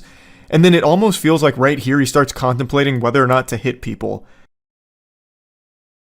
He then continues to drive through the parade for a lot longer, and there's also, like, a police officer that tries to get him to stop. He refuses to, and eventually drives out of the parade and away. All of this over having to just be slightly inconvenienced because of a detour due to a parade. It's fucking crazy. There are absolute lunatics out there. It's frightening. Just wanted to talk about it a little bit. That's it. Yep. Fasten your seatbelts. It's time for a good old-fashioned, red-blooded, American, patriotic public freakout. This one takes place on a golf course. We got a Karen on the golf course right now. You'll leave after I don't give you a goddamn thing. I'm gonna take your clubs. He seems like a character from Mad Men. Like, he is smoldering right now. That is mean mugging. And then he holds up the golf ball like he's about to do a magic trick with it to make it disappear. So, from what I understand here about this situation is this group was golfing and this gentleman, which I can't say that word because he is not a gentleman at all. He's not conducting himself in an appropriate manner for the golf course, which is a holy sanctuary of good manners and some light day drinking. He has picked up their ball and refuses to give it back. I don't really know why. Maybe he's out of balls and he resorted to just scavenging for one, maybe. But he has their ball. They're confronting him saying like, hey, give that back. And he's saying, nope. There's just already so much information here to digest and marinate on. Now, one of the members of this party that had their golf ball stolen by the gluttonous golfer threatens to take his golf clubs in return, which I imagine they were just saying out of, jest and making fun of him. But you have to be cautious because clearly this man is resorting to caveman brain. He's going primal right now. He's not processing information rationally. So he might take that as a declaration of war, like a legitimate threat. If you're talking about taking someone's golf clubs, you're basically threatening to take their firstborn child to some of these golfers out here. So you just gotta be wary of the headspace the guy's in right now. Where your fucking... Then leave. I'm not getting a fight at a golf course. Then leave. I'm gonna stand here and you can complain. Goodbye. I'm not complaining. You're the one bitching. No, you're the one that approached me and I asked you to no longer speak. You took her ball! Please don't speak to me. We're coming over. I'll be honest here, I can't help but appreciate his power stance. The way that he holds himself is actually pretty impressive. It's a legitimate NPC stance. He's got this spiritual pressure that I can taste through the video. So he's drawing a line in the sand. He's saying, I'm not fucking leaving. You can sit here and complain, but I've got your ball and I'm not giving it back. So the Grinch has come out here and stolen Christmas, and he did it all while wearing Steve from Blue's Clues shirt. I love that he's got the green striped shirt on because since I grew up with Blue's Clues, I see a shirt like that and I immediately associate it with like a really nice person, and this guy is wiping his ass with that whole fucking idea. Because this guy is not nice at all. In fact, you know what? I'll say he's a bit of a jerk. Pardon my French. You took her ball! Bro, you took her ball. I'm not gonna fight you over a If you need money for her golf balls... I'm going to, Walter. Because I'll plant you, bitch boy. Now get the fuck off the cart. Walter. Walter? Oh, here we go. You see that? Oh. That's what you spend to heaven, bitch, and you wanna test God? You fucking come get it, shit stack. I'm a little disappointed he didn't rip the shirt off Hulk Hogan style. The fact that he quickly takes it off like it's about to get sensual took away from the impact of the peak male physique reveal. Now shit's starting to pop off. It's about to look like 6th Street in Austin, Texas after the bars closed down. That's a really specific reference, but I think a lot of you understand what I'm talking about. There's this street in Texas with a ton of bars, and every single time the bars close, all the fights just start breaking out outside on that street all the time. Most of the street fights you see on the internet actually come from that area. That's like the genesis of fighting. Like, that's where fighting was invented, really. But anyway, let's dial back the clock a little bit. He said something very interesting that caught everyone off guard when he said Walter, and that he would plant him bitch boy. So all at once, the crowd says, Walter? Walter? Walter? Walter?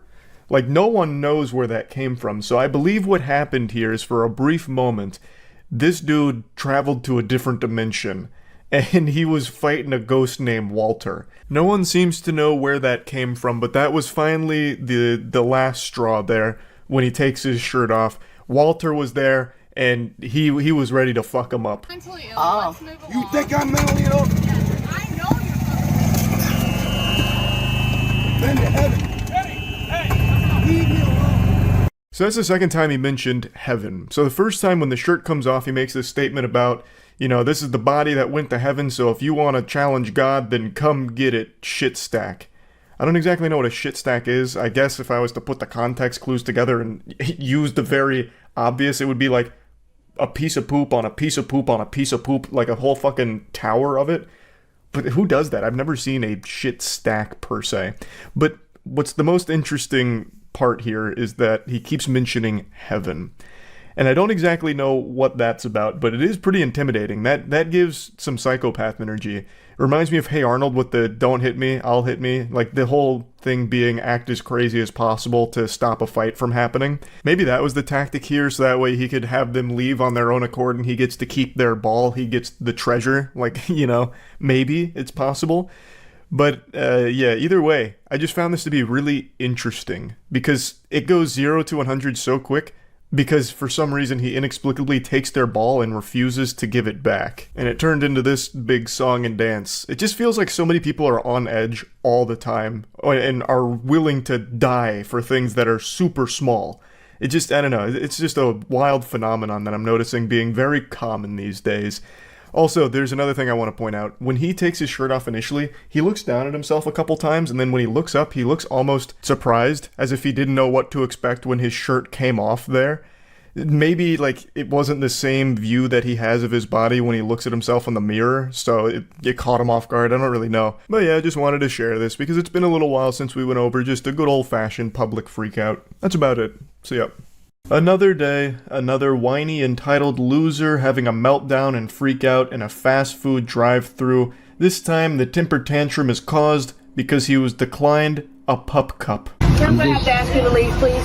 I'm doing a video. I'm gonna need you to leave, sir. Why was the reasoning why you won't give me a pup cup? We're not about to do pup cups. Yes, you are. I come here 2-3 times a week, every week, and get a pup cup. As a dog owner myself, I am very familiar with this item. It's super simple. It's just a cup of whipped cream. It's not winning any Michelin stars, but it's just a nice little treat for your dogs if you're going to a couple of fast food places that offer it. I think the main one is Starbucks.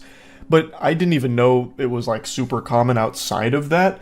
So it's not surprising that they're saying, no, you can't get a pup cup here. And also, 2 to 3 of those a week? That's excessive. At that point, just get your own can of whipped cream. Like, what the fuck? Every time I come here. They're not supposed to do pup cups. If they're doing it, they're not doing what they're supposed to be doing. Do you not understand? It's just a little cup of whipped cream. So I need you to leave, please. Why won't you give me a pup cup? Because we do not do pup cups at this establishment. Bullshit. Came here yesterday and got a pup cup. Somebody hand me the phone, please. Call the police. She's calling the police because I want a pup cup? She's calling the police because you're an annoying pest that refuses to leave, even though she's told you multiple times they don't do pup cups. Now, if you've received some of those sacred treasures here, that wonderful cuisine in the past, it means you got lucky, and the workers probably just didn't want to deal with you because you're a headache and decided to just oblige and give you those pup cups, but it's not something this establishment normally does, and she's telling you that. You're also making a problem for the workers that were nice enough to you to give you those pup cups by snitching on them here. Just accept the no, take the L, and move on. Go to a different place that offers it, or better yet, go to Publix or your local grocer, get a can of whipped cream, and then give your dog your own personal pup cup. She has done nothing wrong, she's not being mean, she told you no, which she has every right to do. And for some reason, you're making this a huge song and dance, and for some reason, so many people have these brain worms in society today, like these parasites that infest their mind that think that they're always in the right. So he starts filming this interaction himself. What should be a shameful moment for him that should keep him awake for weeks to come is something that he is proudly posting online himself. It's embarrassing. It's super fucking embarrassing. You're delusional. You're not in the right. No one's on your side. Just leave. They don't do pup cups. And stop saying that word. It grinds my ass. It chafes my fucking butt. How many times he says the word pup cup throughout this video? He spams that word more often than a Rocket League player spams what a save. It drove me nuts. It was so fucking grating. Let's see what the police have to say because a person wants a pup cup? Seriously, you're calling the police because someone wants a pup cup. That's absolutely absurd. It's absolutely ridiculous. Cassopolis, Michigan.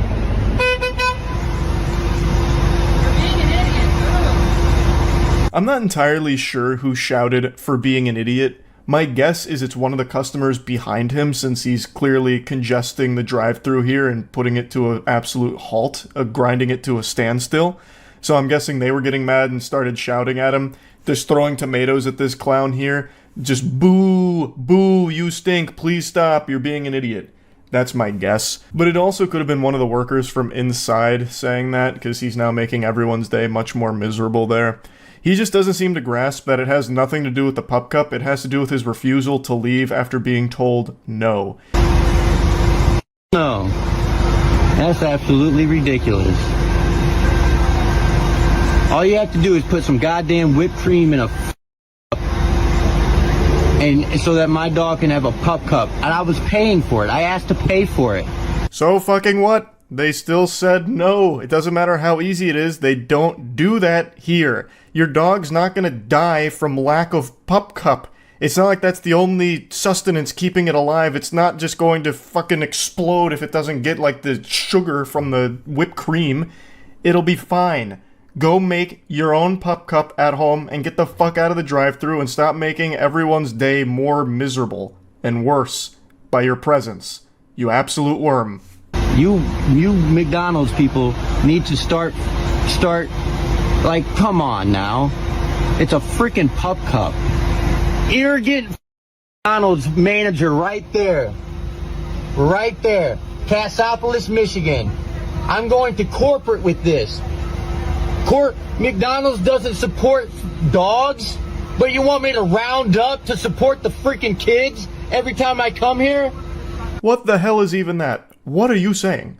This man's gone loopy from how upset he is at getting told no. He's just not making any sense. It's just a bunch of mumbo-jumbo gobbledygook here.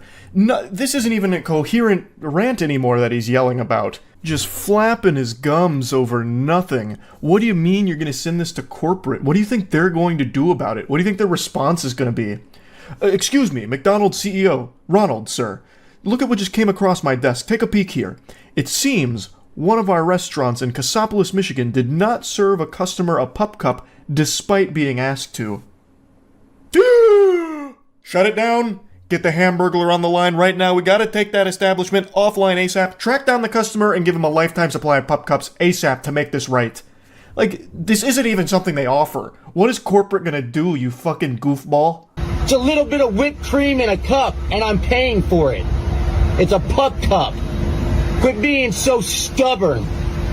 Just give me a freaking pup cup. This could all be averted with a little bit of whipped cream in a cup for my dog. Why don't you stop being so stubborn? This could all be averted if you weren't just such a whiny little baby man. Just take the no and leave. Scram! Get out of town. Oh my goodness. This is why America's going to people like you. We don't do pup cups. I come here 2-3 times a week and get a pup cup. Tell me I can't get a pup cup. Ah, yes. This is what's wrong with America. This is the reason why America's going to shit. They'll no longer serve a good red-blooded American patriot like this man a pup cup that he was trying to pay for. What happened to us? We used to be a proper country. Wait till you lose your job when I send this to corporate. I'm waiting till the police get here. Not much, man. It really didn't need to escalate like this, but You're right, it definitely did not need to escalate like this. But you're a little bitch who couldn't just take no for an answer. So it did escalate like this. And what do you mean, wait till they lose their job? They've done nothing wrong. They've done absolutely nothing wrong whatsoever. No one's losing their job here. And she's sitting there making a big deal saying, we don't do pup cups, you need to leave. I want you to leave. I'm like, hold on, I'm going to pull up my phone. I'm like, you guys are really refusing to give me a pup cup for 35 cents?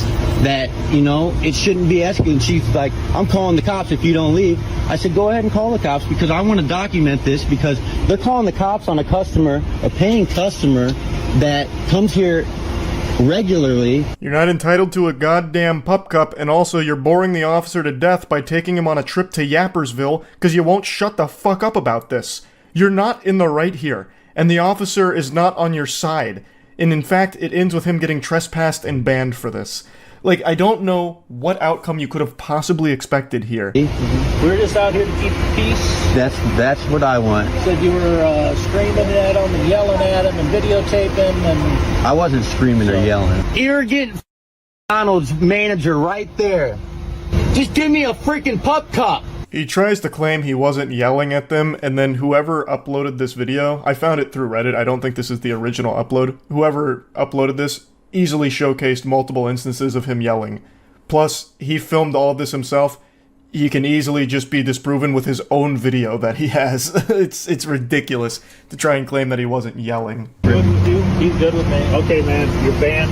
Find another place. That's cool. I don't know if I won't come back here. I'd appreciate that. I don't want to. Now he'll go terrorize another McDonald's by demanding a pup cup, and the cycle will continue.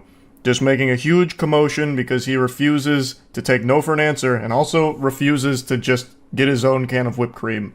You don't need to be getting pup cups 2 to 3 times a week for your dog. That's way too much, I would say. But anyway, just wanted to talk about this a little bit because, once again, another example of someone filming their own most embarrassing moment, and all the time it seems to happen at fast food establishments where people are delusional enough to think they're in the right despite throwing a temper tantrum over nothing. Just this entitlement plague that's sweeping the nation, I guess. That's really about it. So yeah.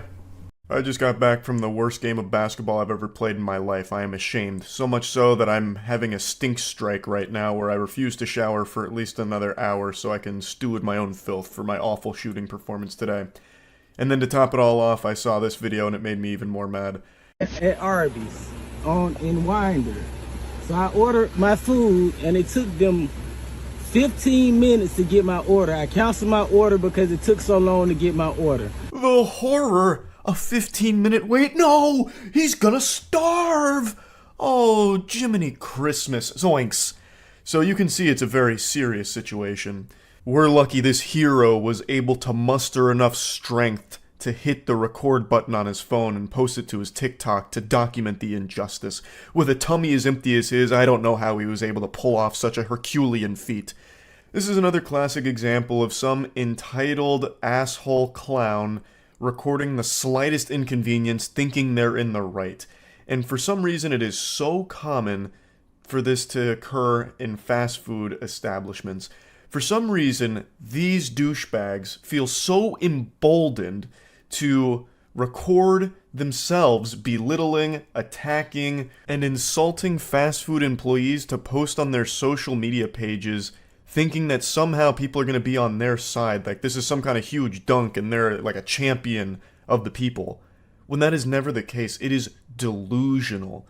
And my heart breaks for fast food employees that have to deal with this kind of behavior so frequently. I don't know how many videos I've made talking about shit like this, but it is frustrating as someone just seeing it. I can only imagine what it's like having to actually have this happen to you. Now, is it unusual to wait 15 minutes for your fast food? Yeah. But is it the biggest deal in the world? No. You can handle it like an adult instead of this little whiny baby here. Maybe there was just a mistake that happened where they forgot to bring you your food and all you needed to do was ask. And he even says as much, that when he asked for a refund, they did bring him his food. So it sounds like it was just a mistake. And mistakes happen. There's no reason to throw this kind of tantrum over it. There is a much better way of handling it, and it's not this. Nobody came and brought me my order, so I wanted a refund. As soon as I tell them I want a refund, they bring the food. I saw two people behind me go past me. And you're telling me I can't get a refund. And what's your name? Bethany. Bethany. So I can't get a refund, Bethany. I can replace your food. I don't want my food replaced. I just want a refund. I want my money back. Oh my god, I can actually feel Bethany's headache that she's developing through the screen, just having to listen to it. So, it's clear that something must have went awry because the people behind him got their food and he hadn't. So, is it an inconvenience? Sure, a very small one. But again, why are you trying to name and shame Bethany here for what was likely just a simple mistake that could have been easily handled like an adult? There was absolutely no need to just start filming this. And that's just like a symptom of the modern day and age where anytime anything even remotely uncomfortable or inconveniencing happens, people turn to like recording it because they wield TikTok like it's some kind of weapon. Like, oh, I'll get everyone to dogpile on them, that'll show them, and also it's gonna be good because this will go viral on TikTok, which he says so many fucking times. Like, it blows my mind. Like, I can't even wrap my head around that thought process. Why? Why? They haven't... Because y'all service was horrible. It took y'all 15 minutes to give me my food. I'm working right now. So I just want a refund. That's all I'm asking for. Clearly your work must not be that important to you if you're still sitting here arguing about this situation. You must not be in that big of a rush to get back to your job if you have the luxury of just being able to sit here and harass this employee. What, are you late to your shift at the stupid store or something? Like, you clearly aren't, urgently trying to get out of there if you're taking the time to argue and film this whole interaction. Like, it blows my mind. Now, anyway, he keeps saying that he wants a refund. And fair enough, I suppose, but Bethany explains that she doesn't have the ability to do that because they need a general manager there to approve of refunds, so she's doing all she can by offering to just keep replacing the food. Even though he did eventually get the food, she still is offering a replacement like, hey, look, this is the most I can do. It's out of her hands. She doesn't own Arby's. She's not the fucking franchise owner of the establishment. She can't make the rules. She just has to play by them, and you're giving her so much shit for it. Just want my money back. I just gave you guys my money, so it shouldn't be that hard to give me my money back.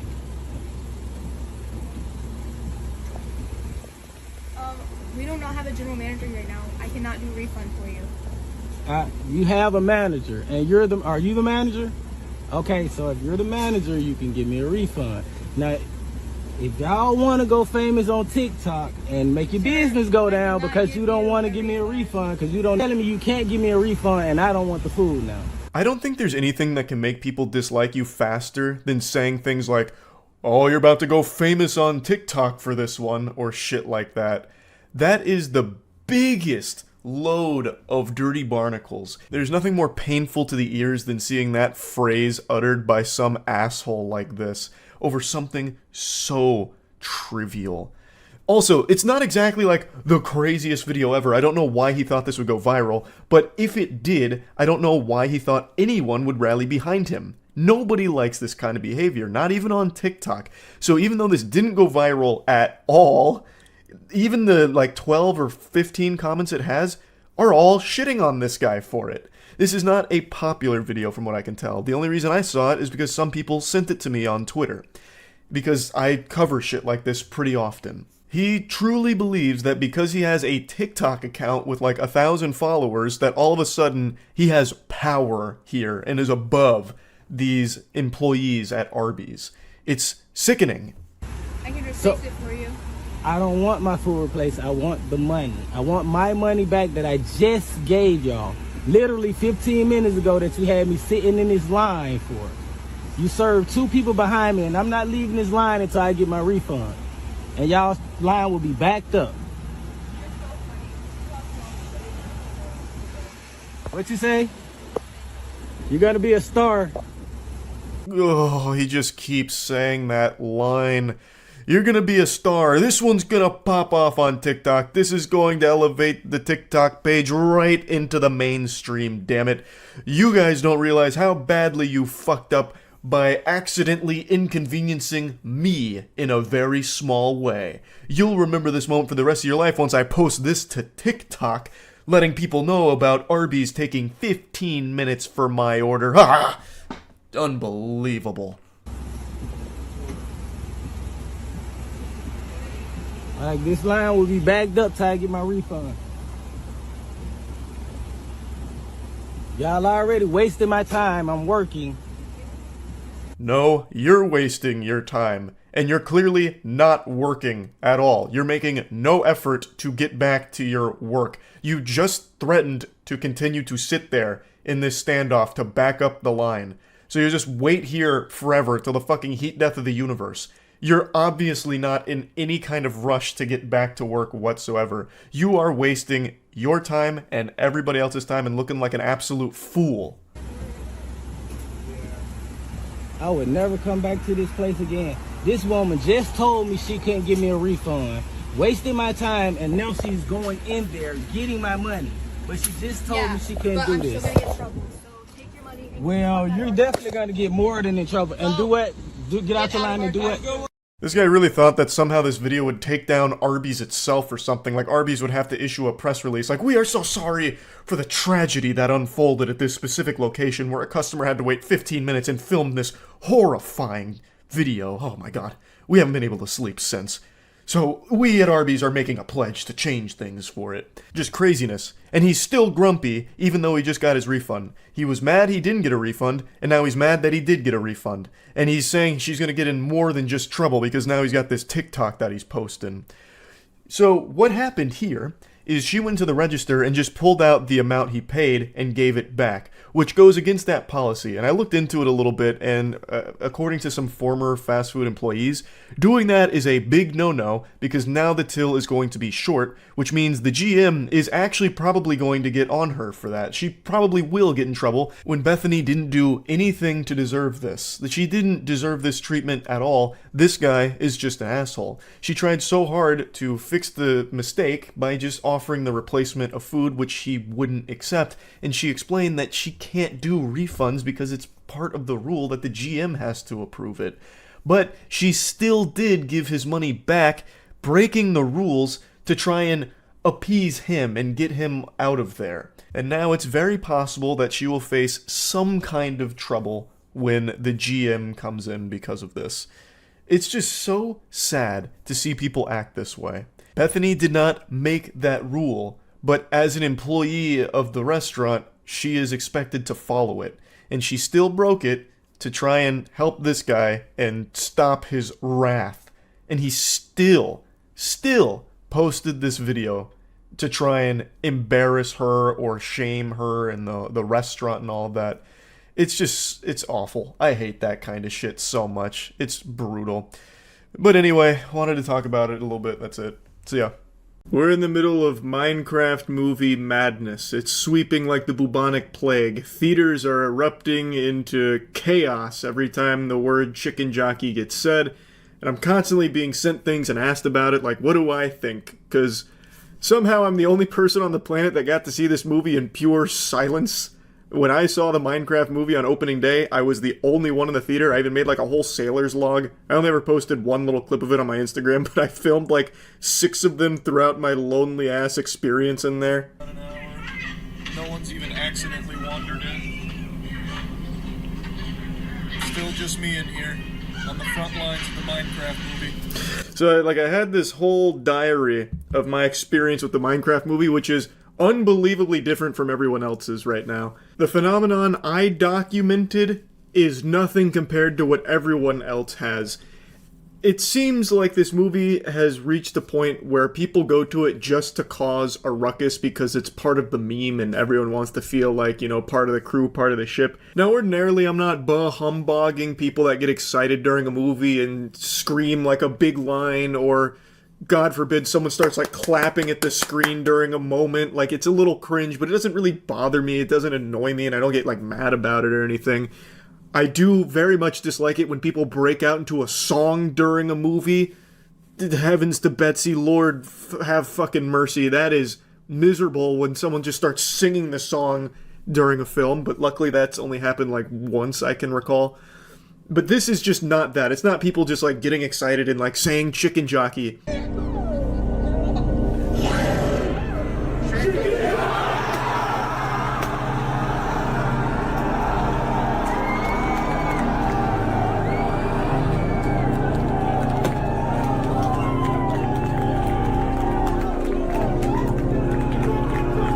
I'm sure you've all been seeing the clips, and I'm tardy to the party here because I was just gonna not bother talking about it because I sound like such a Scrooge here because I fucking hate it. Like, bringing the live chicken in, going ballistic, throwing popcorn, confetti. There was one where people were puking on the floor, throwing soda. Another one where they body slammed one of the employees. Cops getting called because of this kind of shit from just like fighting in the theater because of chicken jockey. I hate all of it. It's the perfect storm of things I can't stand all coming together and bubbling over in this foul fucking cauldron at Minecraft movie showings multiple times per week. It's like if James Corden announced he was doing a comedy tour across Tampa. Like, I hate it. It'd make me mad every time I heard about him doing a show. I've insulted countless pranksters whose prank involves just causing a mess for employees to clean up and just treating everyone around them like NPCs for their content. This is that phenomenon, but amplified with everyone being the prankster. Everyone going to the theater to ironically scream and shout at every flint and steel and chicken jockey moment, and then throwing popcorn in this huge crescendo of pandemonium and making just this ridiculous headache for all of the employees at the theater to have to clean up their fucking mess so that way they could get a couple updoots on TikTok. It'd be a totally different story if this was just genuine or organic, where people were just so blown away by this masterpiece of a movie they couldn't help themselves and they erupt into cheers and applause, and maybe it gets a little messy as it continues to escalate. But this is just all performative for internet clout. Who can make the loudest, biggest mess and get as crazy as like possible? Who can one up the person carrying the chicken and riding on someone's shoulders and, you know, blowing up the whole fucking theater into debris and puke for all the employees to come clean up after?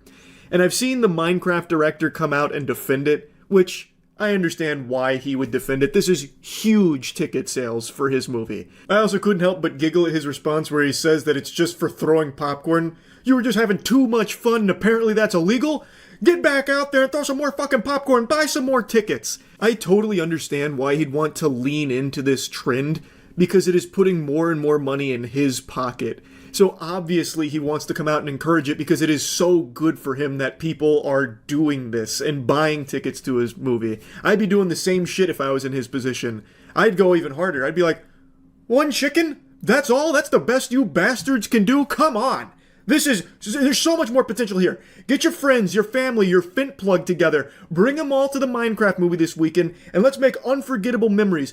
A block-bustin', nut-bustin' extravaganza. Bring in more chickens. Bring in the fucking cold corpse of Jimmy Hoffa. We are going to make this even bigger with Chicken Jockey. We have to show up for Chicken Jockey. I'd be trying to snowball it even harder. I'd turn it into a hashtag, you know, like hashtag Minecraft Movie Challenge or something, because he's making millions of dollars from this, no doubt. So he's clearly not going to come out and just shake his finger at it like, no, this is naughty. You guys shouldn't do this in my movie. Because why would he? He's able to just sit back, have people just ironically buy tons and tons of tickets for it, and it's great for him. But as someone who has no financial gain from the Minecraft movie, and someone who just watched it, I would hate to have been someone in one of these auditoriums where people were just constantly shouting throughout the whole film, every fucking line, which apparently has happened a lot, and then going ballistic for Chicken Jockey, where it becomes destructive, throwing popcorn and soda all over the place. That sucks. That is horrible. And I really do feel terrible for all of the employees at these theaters that have to clean up after this shit. And again, none of this is even genuine in the first place. It's all ironic. And all for the sake of those sweet, sweet TikTok videos hoping to pop off and go viral from. Now, to bring up what I mentioned at the beginning with my experience with the Minecraft movie, I got to watch that in basically a fucking sensory deprivation chamber. It was just me, nobody else. And I didn't realize at the time how lucky I was for that, because if I had to be in one of those theaters when someone was popping off with the Chicken Jockey scene and throwing soda all over the place and spitting and shitting and farting and fucking and whatever, I would have been so mad. Like, that would have been a complete nightmare. So I am very thankful that for some reason nobody went to Minecraft movie opening day and I got to see it in peace. And that movie is ass. It is not a good movie. The reason this is popping off so much is because it's not a good movie and it's all ironic. Which brings me to something I've mentioned before. I wonder, and I of course don't have the answer, there's no way of knowing, I wonder if this will be a more common behavioral trend where when a movie is obviously bad, like we saw with Morbius. Morbius was bad and became a big meme, everyone shit on it, made a more $1 billion. They even had that like meme scene where he says it's Morbin time and everyone like screams and shouts. That wasn't a real video, but now that this has been established with Minecraft movie, I wonder if we saw like another like Morbius stinker, like another piece of shit like that, if people will now start seeing it ironically for the sake of trying these like ironic pop-offs for these moments for the sake of internet clout. I don't know if it's isolated to just the Minecraft movie, if it's special in that regard, or if we're going to see this for other bad movies going forward. So I'm just pretty curious to see if this is just a one-time deal with this movie, or if this now becomes some kind of common occurrence, which would really fucking suck. Anyway, that's about it. So yeah. Alright, fine, you caught me red-handed. There's no use in trying to hide it and keep it a secret. Nothing gets by you guys. Yes, I did just get back from playing Thursday night pickup basketball with the boys. And yes, I did perform like Allen Iverson in his prime, but we don't need to just hyperfixate on that. I mean, you guys are just really just focused on it way too heavily. Or maybe you're just so distracted by this beautiful retro moist jersey that I'm wearing. Is a little sneak peek, a little teaser for an upcoming basketball wear line we're doing. But please, you're a real chatty Cathy. Can you stop talking about basketball for 2 seconds? Yes, I play like Luka if he got hit with a shrinking beam, right? I get it, you know, little Luka out there. But just because I'm incredible at basketball doesn't mean that that's what I want to talk about today.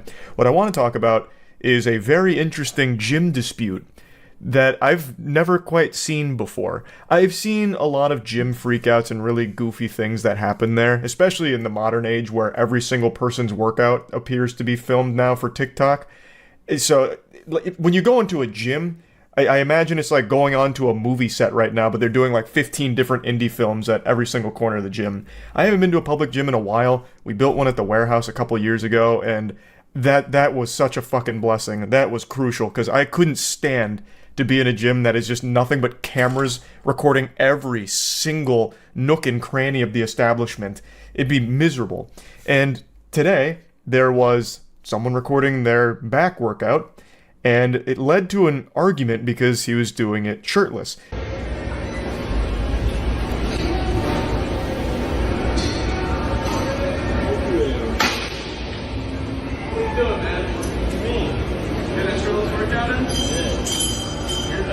Now listen here, sports fans, I'm gonna give you the brass tacks. You don't get pythons like these puppies unless you're praying at the Iron Temple actively.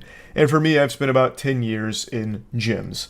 And also, I'm gonna go ahead and just get ahead of this here before some of you in the comments attack me like mosquitoes swarming a Hershey's bar that was left out in the rain. I know a lot of people say that my physique isn't representative of what 10 years in the gym should look like.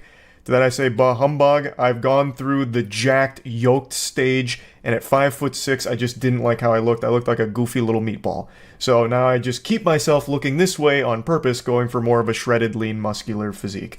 Don't know why I felt the need to explain that, but figured might as well. Point is, in all of my years in the gym, it has always been proper etiquette to wear a shirt during your workout, except for a couple of exceptions where it is acceptable to not do that. There's a few locations in my local area where there's plenty of people working out shirtless, and there's no problem with that. But when you're going to just like a normal public gym where it's just, you know, a wide range of clientele that isn't necessarily like power lifters or anything like that, just casual lifting, it's usually encouraged that you keep your shirt on.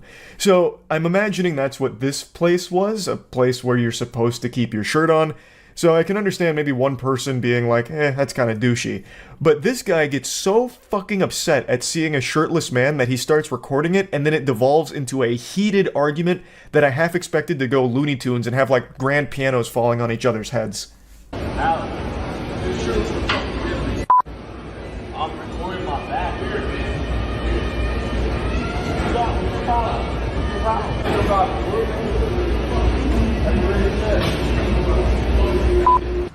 He is more mad about seeing this guy shirtless than he would be if he found out his girlfriend was cheating on him.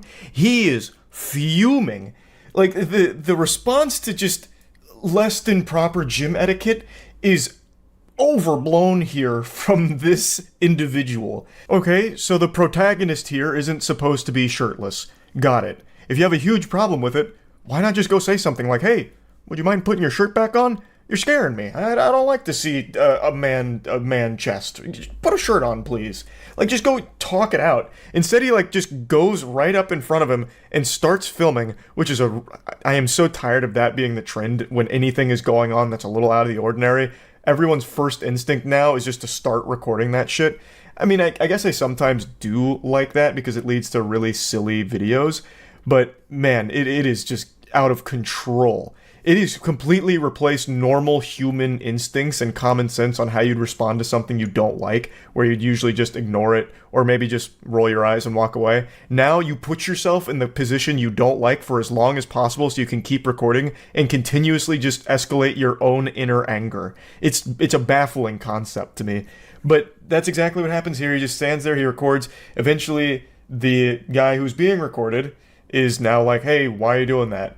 And then he's like, it's weird because you're not wearing a shirt. And then he just starts dropping slurs. Like, he is so upset, he is throwing around slurs at this stranger here. So I don't even know this dude, and I am confused as hell of what's going on, because I don't understand why he's cursing me out and stuff. So, but he continues to stare at me and flip me off and mouth things to me. So I just had to say something. Man, this NPC here just hit a water bottle slam in response to this, and then started rolling up on the guy like it was something out of a horror video game. He's just marching his way up there to give him a piece of his mind, which, again, probably should have been the first thing he did instead of start escalating this shit by recording it and then calling him slurs. You could have just walked up and said, hey, do you mind putting your shirt back on? You know, finish your set, put your shirt back on, it's not that big of a deal.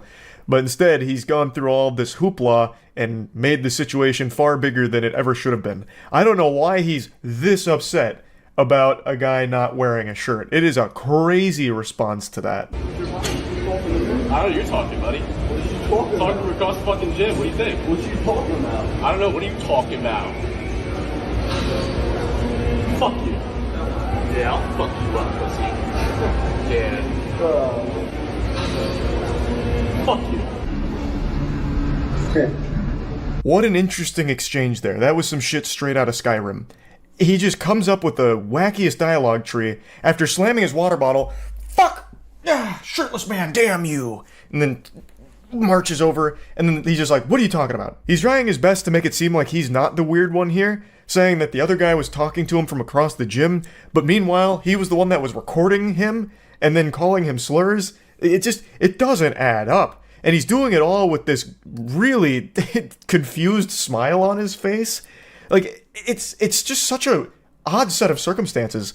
A lot of the comments on this video compared the looks of this man to Eli Manning, and I can't unsee it. This actually does look like Eli Manning in an alternate universe. Anyway, dude comes up and makes threats saying that he'll fuck him up over not wearing a shirt is a crazy thing to try and fight about. But he's doing all of this with like a really big smile on his face, like he is grinning ear to ear. I can't tell if he wanted to fight or fuck this guy. I'm really not sure what his plan was or what he was wanting to happen.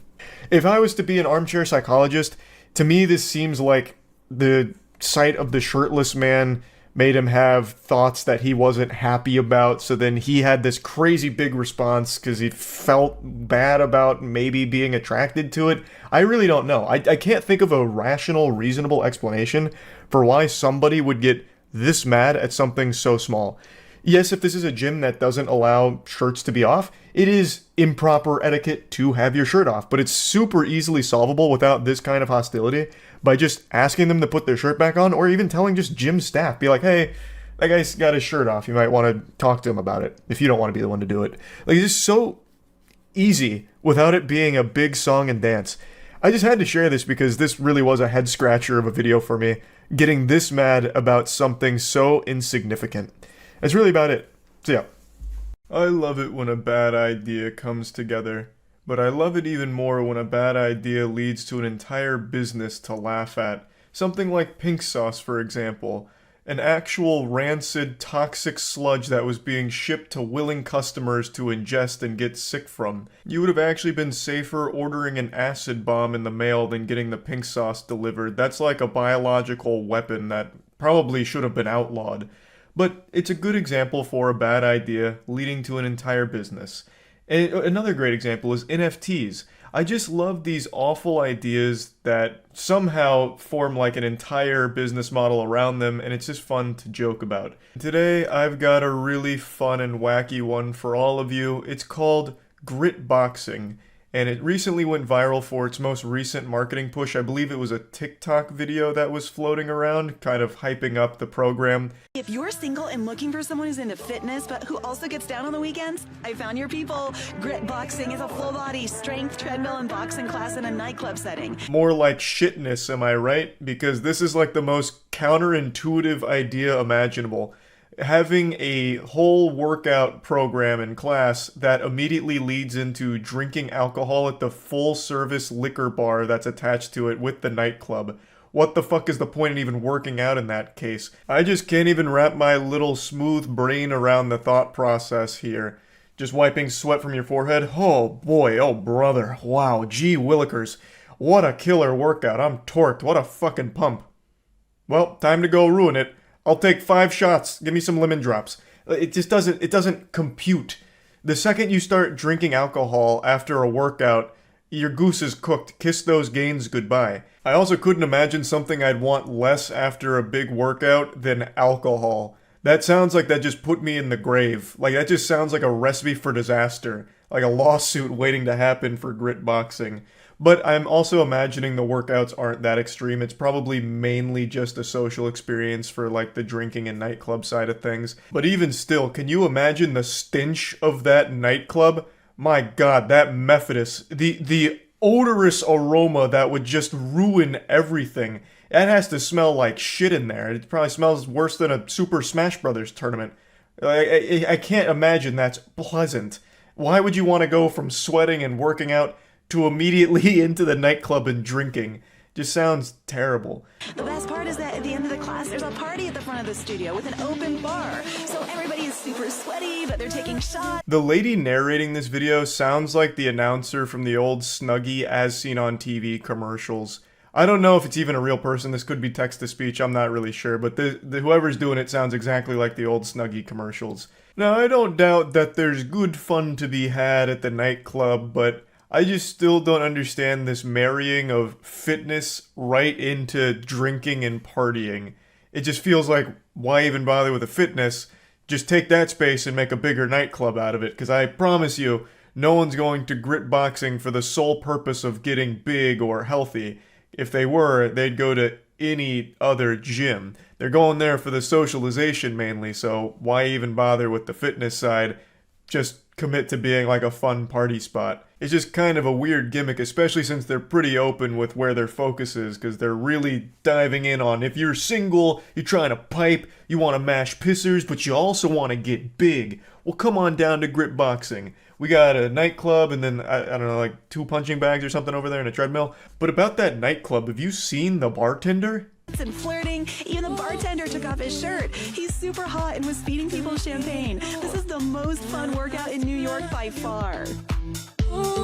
That bartender goes so hard he ripped his goddamn shirt off like Hulk Hogan, started twirling it over his head and pouring champagne shots for everyone for free. It's very clear that a workout is not the primary objective when going here. So why are we pretending? Like, this is just some weird disjointed Frankenstein's monster of an idea where they took two things that legitimately couldn't be more opposite and slammed them together. This is like if I opened a sperm bank, but also kicked you in the nuts every time you went to try and, like, ejaculate. That's a terrible example. But you get my point. When you work out, you need to replenish the body with nutrients and many other important things, none of which you're gonna find in alcoholic beverages. I decided to do a little digging because this really blew me away. It piqued my interest. So I watched a couple of news segments about it talking about like, wow, this is really modern and cool. I learned that every class is about 50 minutes of high intensity exercising that finishes with some shots at the end. Now they do have like options that aren't alcoholic, of course. They also have like healthy drinks as well as electrolyte boosters and shit, but they clearly put a lot of emphasis on the more hard beverages. That's kind of the selling point, which again is very silly. But anyway, I just wanted to show this a little bit here. I guess if you're single wanting a workout and also wanting drinks immediately after in the hopes of finding love on the dance floor when you're throwing your ass in a circle while you're dripping with sweat and musty, this is the spot for you. That's about it. So yeah. There's a genre of content that I've made for quite a while pretty often where I'm insulting customers that are freaking out at customer service workers for a myriad of different reasons, slight inconveniences, or just a bunch of hogwash. I can't stand when someone has this meltdown and takes all of their frustration and anger out on customer service workers who are just doing their job and they've done nothing wrong. I cannot stand it whatsoever, so I've always made it a point to make a video insulting that customer melting down, making fun of them, and just pointing out why that kind of behavior is unacceptable. And I never really view that kind of content as a hot take or controversial at all. I feel like most sensible people should be on the side of the customer service worker here, because how could you ever be on the side of just the whiny little diaper-soiling baby that's freaking out over nothing? It doesn't really compute in my little noodle up here. So to me, this kind of content should never really be controversial, because anyone with a functioning frontal lobe should be able to recognize that this kind of childish, aggressive outburst over nothing directed at the employees is completely uncalled for. But we live in crazy times, and it seems like there's a lot of people paying a visit to Stupid Town, and, well, Somehow, a video I made 8 days ago has turned out to be quite divisive. And by that I mean there's one guy who's really upset about it, and it's the perfect example of something I was recently talking about, where everything is the debate now, even the safest things ever. That should never be a debate. So the video is the one I posted 8 days ago about this loser that was melting down in a McDonald's drive-thru because they refused to serve him a pup cup, which is a cup of whipped cream that he was going to give his dogs. And it's not an item they actually have on the menu, but it's something a few employees in the past had went ahead and given him. So he felt entitled to receiving it, and when he was told no, he wouldn't accept it. So he whipped out his phone and started recording his own cringe compilation here, where he was just teary-eyed and really upset that they wouldn't give him the pup cup, so he started yelling at him, causing a commotion, making a scene, a big stink, over being told no to the pup cup. Eventually the cops had to be called and he got trespassed. So I posted a video making fun of this individual, and I thought that'd be the end of it, just wash my hands of it, just another piece of shit, some dumb asshole made a fool of himself, I made fun of him, standard procedure. I thought if anything would come from this, it'd be this guy making a video about me on Facebook saying that I work for the deep state shadow government trying to push the anti-pup cup agenda or something. But that's not what happened. What actually happened is a YouTuber took a huge issue with what I was saying about this guy being upset over the pup cup. And I know it's ridiculous, but I couldn't resist the urge to talk about it because it encapsulates exactly what I've been discussing again, where it seems everyone is so debate-brained, where everyone is looking for fights, even on subjects where it's really impossible to do that. Like this, there is no nuance to this topic. The customer here was wrong for getting aggressive and yelling when being told no. That business is completely in the right to tell him, no, we don't do pup cups, we will not serve you a pup cup, please leave. They were 100% in the right. The customer is wrong for the way he responded to that. There's really no way of even having a sound argument for the other side, and yet, for some reason, this guy makes a whole video about it on how wrong and stupid I am for it. Like, it just doesn't make sense how any situation now is somehow debatable. It's poison. It is a literal poison that has swept through the entire internet, and I think this is the best example of it I've seen. Ladies and gentlemen, if you want to have a successful business, all you have to do is literally do the opposite of what Moist Critical is talking about in this video. He could not be more wrong if he tried. It's actually a miracle. I don't know if this is satire. I don't know if he's joking. It doesn't seem like it. He seems like he's pretty riled at this customer. But let me educate Charlie on something, because clearly he's living in a bubble. I hope everyone's got their pen and paper out here for the lecture. We're about to be educated by one of society's brightest. This is clearly a being with supreme intellect, and he's being gracious enough to open that big brain of his up to us to share a little bit of his wisdom on how to run a successful business, or what a successful business should look like. The reality is that if you're a business and you have competitors, and those competitors have a large social media presence as well, and all of them are sort of at an equilibrium, when you do something like, hey, we don't allow pup cups for dogs at McDonald's, doesn't even matter the guy's reaction. That, in and of itself, is bad for business. It's just not bad for business at all. This is not an item that's on their menu. This is an item that some nice employees decided to give this particular asshole, and he immediately felt entitled to it for the rest of his fucking life. There is no obligation for a business to fulfill a request from a customer for something that they don't offer.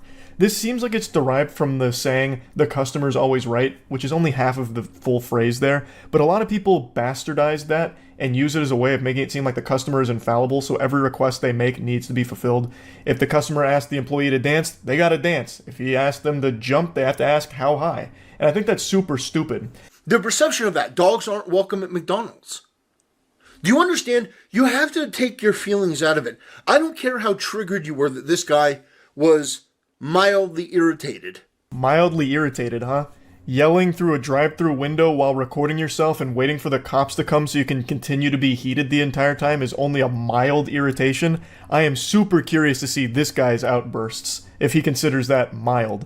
Also, the perception that dogs aren't welcome at McDonald's. Who the fuck in the entire world would see this video and be like, oh my god, it looks like dogs aren't welcome at McDonald's. They didn't give this guy a pup cup. Oh no, it's time to boycott McDonald's. Holy shit. You'd have to be legitimately taking a moron potion to think that for even an iota of a second. And yet somehow this guy presents it as like a sound argument, that this is going to give the perception that this business is not welcoming to dogs. And it's a fucking restaurant. Dogs aren't even allowed inside, unless of course it's like a service animal or something. So I mean, if there was ever a business where you wouldn't want animals in there, it's probably a fucking food service business in the first place. But still, that's such a reach here. It's crazy. That he was inconvenienced. And when she started freaking out and making the situation worse, and by the way, that woman should be fired. She is a detriment to business. You can't have somebody that disagreeable, that aggressive, that argumentative. This portion is just downright delusional, and I have to wonder if he even watched the same video, and if he did, if his mind is somehow rotted and he's in fantasy land. He's describing the McDonald's manager as aggressive and freaking out. Let me go ahead and show you her whole interaction here, where she doesn't even raise her voice at him or anything, just tells him no, and then eventually says, give me a phone so I can call the police, which is a totally reasonable course of action since this fucking worm won't leave the drive-thru and it's holding up business. Every time I come here. They're not supposed to do pup cups. If they're doing it, they're not doing what they're supposed to be doing. Do you not understand? It's just a little cup of whipped cream. So I need to leave.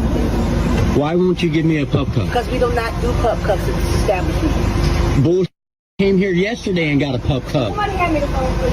Call the police. She's calling the police. Somehow the YouTuber says that she was the one freaking out and being aggressive. Meanwhile, the guy who starts yelling and hollering at the McDonald's drive-thru window was only mildly irritated. What the fuck? All she would have had to say is, well, you know what? Usually, we don't allow, pup cups, but we're going to make an exception because your dog looks really good. I'm going to give it to you. That'll be $1. Why? Just because you might live your life being treated like a doormat and let people walk all over you doesn't mean everyone else needs to live that way.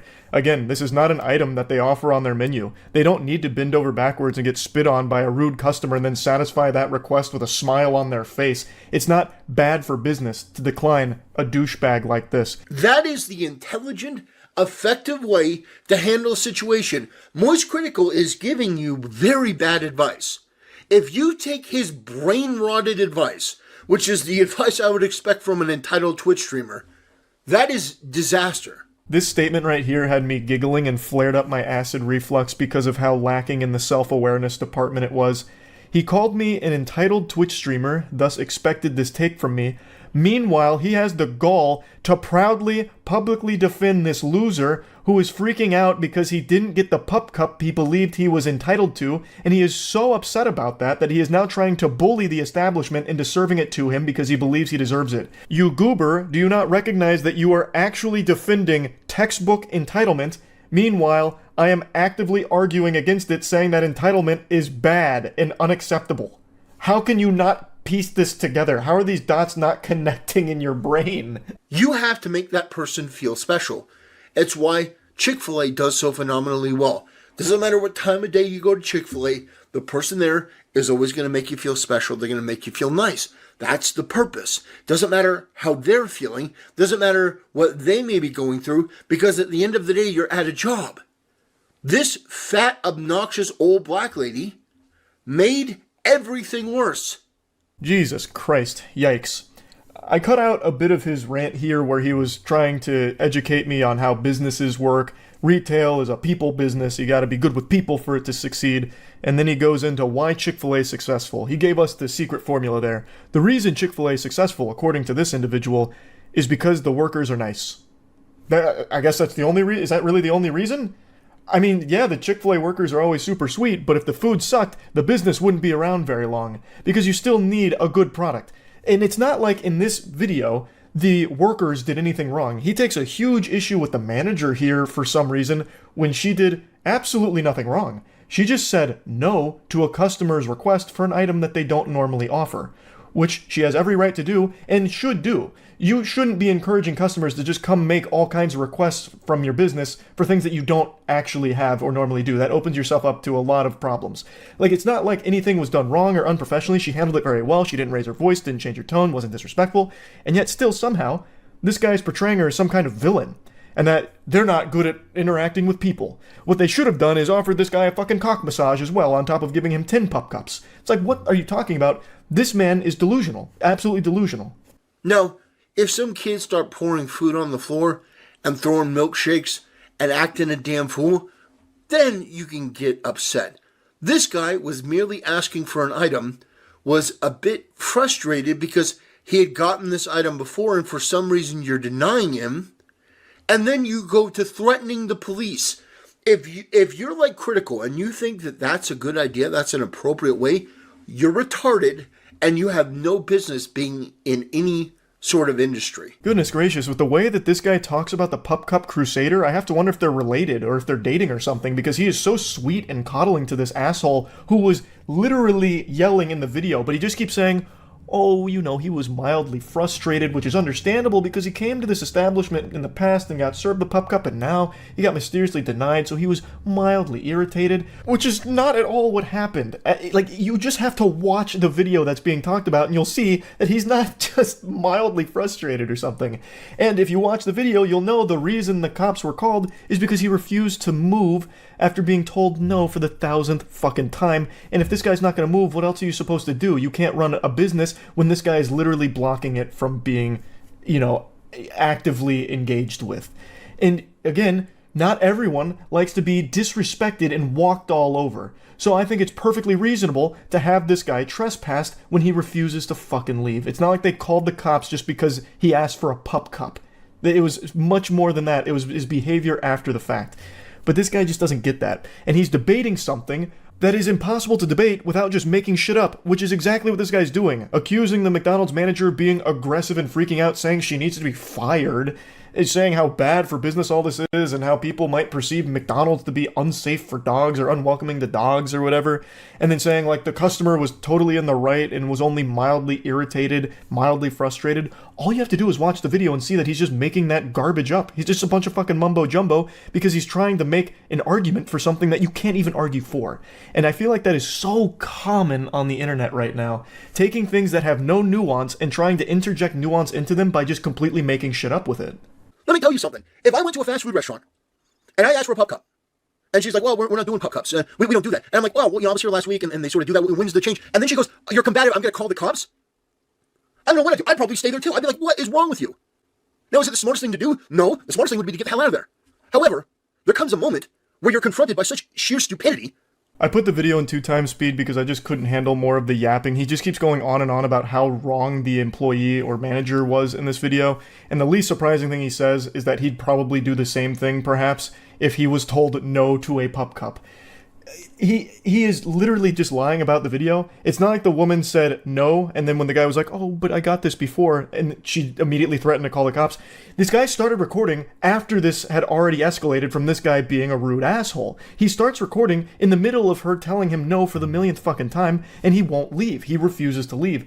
There's no other course of action besides either just giving this guy his pup cup, which I don't think would be the right call at all, or just getting the police there to get him out, so that way the business can continue to run. The sheer stupidity is solely on the customer here, who refuses to fucking leave and just go to another restaurant that offers pup cups, or even better, going and buying his own whipped cream so he can make his own pup cups at home. Those would be the sensible decisions for a rational, not lunatic. Those would be what someone who is not entitled would do. But this guy, and the YouTuber, clearly, both seem to be extremely entitled. He just keeps going on and on about how wrong she was and how this is how businesses should run, do what the customer asks as long as it's a reasonable request, even if it's not something you typically offer. It's just ridiculous. Like, it's very stupid.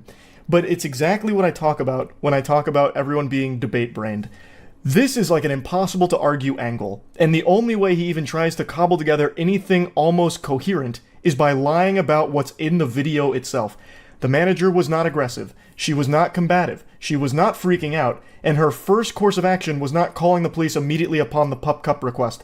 That was her last resort.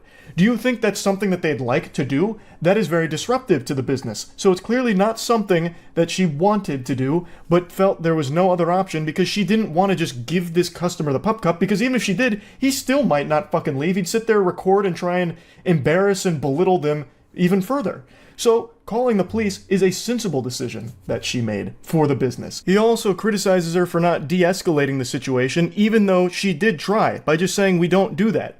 No, we don't do that. If they gave you that, they weren't doing what they were supposed to do. She is not raising her voice. She is not escalating the situation. She is just telling him point blank, no. There's nothing wrong with that. That should de-escalate the situation because that should put the kibosh on it. You're getting a no.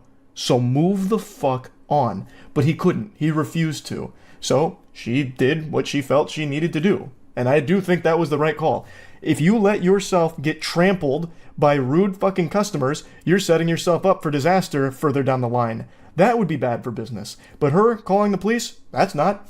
It is not bad for business. This was bad for this individual and a really bad look for you to be trying to make some argument out of something that's so cut and dry and so easy to see who's in the right and wrong. There is really no nuance to this at all. He's trying to use this as like an educational moment, like, this is how a business should run. And Charlie is super wrong when he says that, the customer was wrong here. In fact, the manager was the one that's wrong, and here's why, because this is how businesses need to operate to be successful. And it's just super fucking dumb. There is just no good argument to be made in this debate, because there shouldn't even be a debate about this topic at all. But that is just the current climate of every type of anything that exists online. Everything has a divisive nature to it now. It's crazy to me that even something as simple as a customer being a temper tantrum throwing baby man is somehow like, well, there's actually more to it. He was in the right, and here's why. And you just make some dumb shit up about it to support the other side of this issue, I guess. It's so weird to me. So weird. And I just thought this was the perfect example of that trend. So yeah, that's really about it. So yeah. Yesterday, someone's truck being towed turned into some Grand Theft Auto 6 footage in real life. This gentleman immediately got himself 5 stars after losing his temper with his truck being towed, and it was chaotic. I was going to wait for him to get caught before talking about this, because I wanted to hear what he had to say about all of this hoopla.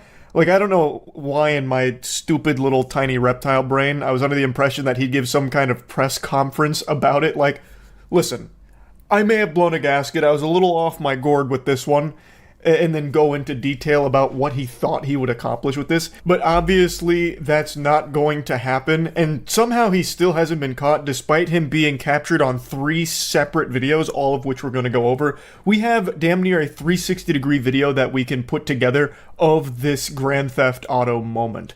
It's fucking incredible here. Get that fucking truck down. I'm warning you, motherfucker. Get the fuck away from this truck. Get the fuck out of here.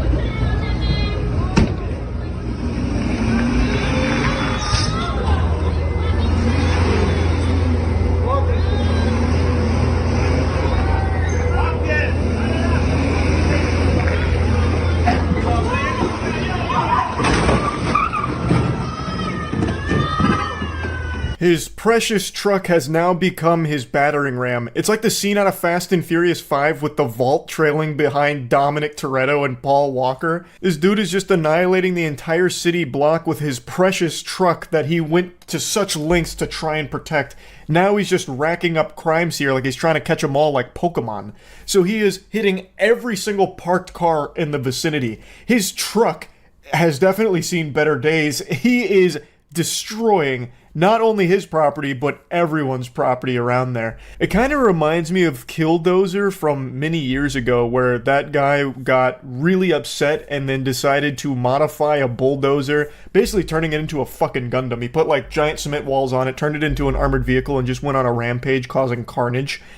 This guy's kind of doing the same thing here. He's like a diet inbred Killdozer here with the tow truck.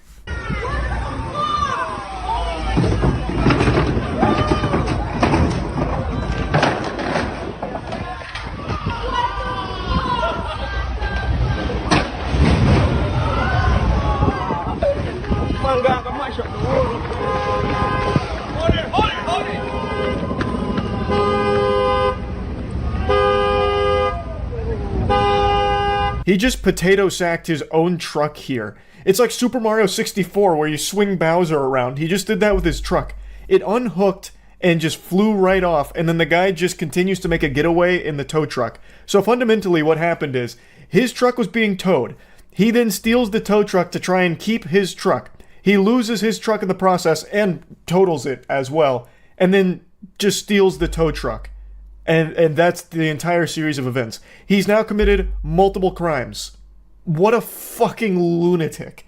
Also, the sound that it made when the truck fell off, it was like a bomb going off in there. Speaking of a bomb going off, if you want a flavor bomb in your mouth, get some goof juice. Gamersubs.gg/moist. There's a special going on right now. If you use code MOIST, you get free shipping on any order anywhere in the world.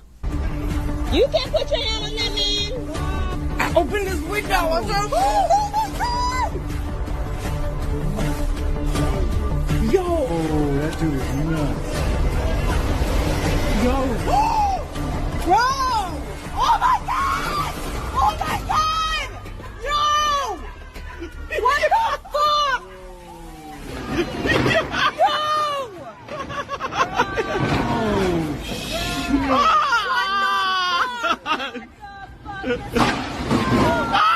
Here's a different vantage point here. So now we're looking down on the action here. We got the top-down camera from the Jumbotron. So you can see this from an eagle eye perspective. When you see it from up here, you can see that he hits every single car down that line. So since the door's hanging off, it's hitting every single mirror. And in the next video, you're going to see he basically erases every mirror. It goes through that like a sports player coming out of the tunnel giving fans high fives on the way through.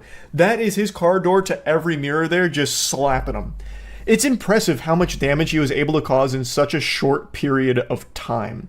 Now, I get being upset about having your car towed. Last time I got towed, it was a mess. It was an absolute mess. And it ended up with me at the tow truck company looking like a bumbling fucking moron, where I was so all over the place from the headache of trying to figure out which of the 50 different tow truck companies towed my vehicle, because there was no indication on which one it could have been. So it was a big game of cat and mouse. It was frustrating. I get there and I asked him if they have my keys. And the guy looked at me like I was some kind of extraterrestrial. He said, "What do you mean, do we have your keys? No, you should have your keys. Like, we didn't drive your car away, dummy. You should still have those. We towed it." And it didn't register with me. I was like, "What do you mean you don't have my keys? Who took my keys then?" Like, I couldn't process it. So eventually I pieced it together. And then when I was signing the paperwork, he needed the license. And when I pulled the license out of my wallet, I had lost control of it, and I ended up flicking it like Gambit, flicking one of his cards as a weapon at the guy. So I ended up like throwing my license at this dude. He probably took it as extremely disrespectful, but it was an accident. It's not like I was mad at them. They're just doing their job. It was just like a really frustrating series of events, and I have no doubt that guy probably thought I was drunk driving that car out of there. But yeah, the point I'm making is I would rather go through that experience 1,000 times before I would ever think to do what this absolute fucking imbecile did here.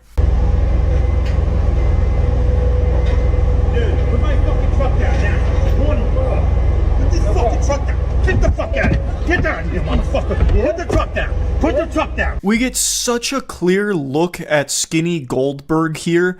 So he's rolling up, bald as shit, angry as shit, and he starts to tussle with the guy towing his truck. Apparently what was happening before this is he was actually in the truck while it was being towed, and he started spinning his tires on it. So he was immediately escalating everything here, and then it culminates to him obviously stealing the tow truck.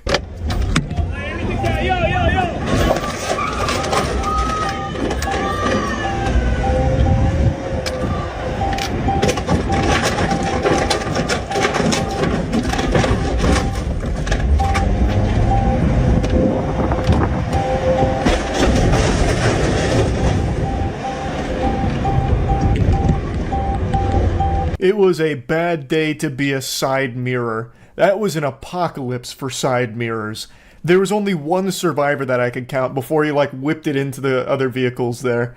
And then of course he just tosses it to the side right there, having it fall over. And he doesn't stop or anything. He just keeps going. I wonder if he even knew that he had lost his truck back there. He was probably so angry and fuming that he didn't even register that he just left his truck behind. The whole reason for his crime spree. What's baffling to me is this guy has not been arrested yet. So, according to NYPD, there have been no developments since the incident, but they did say that the fleeing maniac hit a car that had someone in it, and that person ended up at a medical center. Like, they know who this guy is. The failure to make an arrest is stunning. This is coming from the article, and I agree with whoever's writing the article here that it is stunning he's not arrested for this. The truck that was being towed has a long record of violations, 13 school zone speed camera violations, as well as multiple parking tickets, and owes $1,313 in fines, and subject to towing because it had more than 350 in unpaid tickets. I just don't understand why they're not doing anything about this. He is a menace, and they know exactly who he is, and they're not doing anything. Why? But I just wanted to talk about this a little bit. That's it. See ya. Some guy went for a forklift joyride on my street at 12 in the morning, and the police went for a slow speed chase for 30 minutes in Sacramento. Did they film it? They get the chopper out for that? 6 days ago. Look at you, big guy. You're on the big screen here, CBS Sacramento. But it sounded like every police officer in Sacramento was in the neighborhood. They might have been. This is a big case. Heard sirens all over the River Park neighborhood. It was surrounded. Where's the forklift? Is it activating camouflage? Where is it? It's like a Christmas Day parade. Where the fuck is the forklift? Let's go! My man. The Sacramento Police Department told CBS. Man, I think he's got some get up and go to it. Was that like 15 miles an hour? That's not bad. Man, I love that every neighbor has security cameras and a Ring doorbell for this. So many angles. He ran through the fence. Wait, what? Can you show me your dash cam for that? Wait, how the fuck is a forklift getting through the fence? It's got to be like the worst thing for it to go through because the tongs are going to get stuck in the chain link, right? I mean, it's not going to like destroy the forklift or anything, but he's going to just be dragging the chain link behind him and it's going to slow him down even more. A wood fence, maybe? Oh, interesting. Okay, interesting. Yeah, good point. For what? What did he do wrong? Can't drive a forklift on the road anymore? Resisting arrest. He was probably just finding a good place to pull over. Damn. Broke down my ass. Forklifts don't break down. They spike trapped him. He almost got away. Man had 6 stars and was cruising. Yeah, it doesn't have a whole lot of information here. Oh, here. The forklift is believed to be stolen, but investigators have been unable to locate the owner. They make it sound like a lost dog.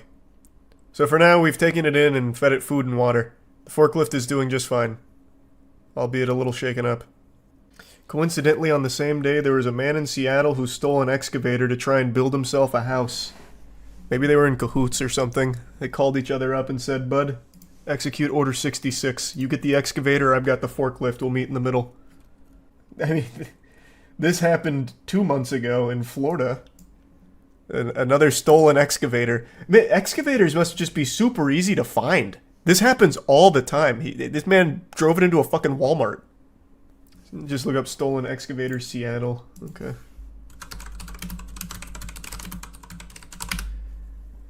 Oh yeah, here, 2 days ago. Seattle man steals excavator to build cabin in the woods. In one of those only allegedly stealing an excavator from a nearby construction site. You saw him driving An interesting plan. equipment? Oh yeah.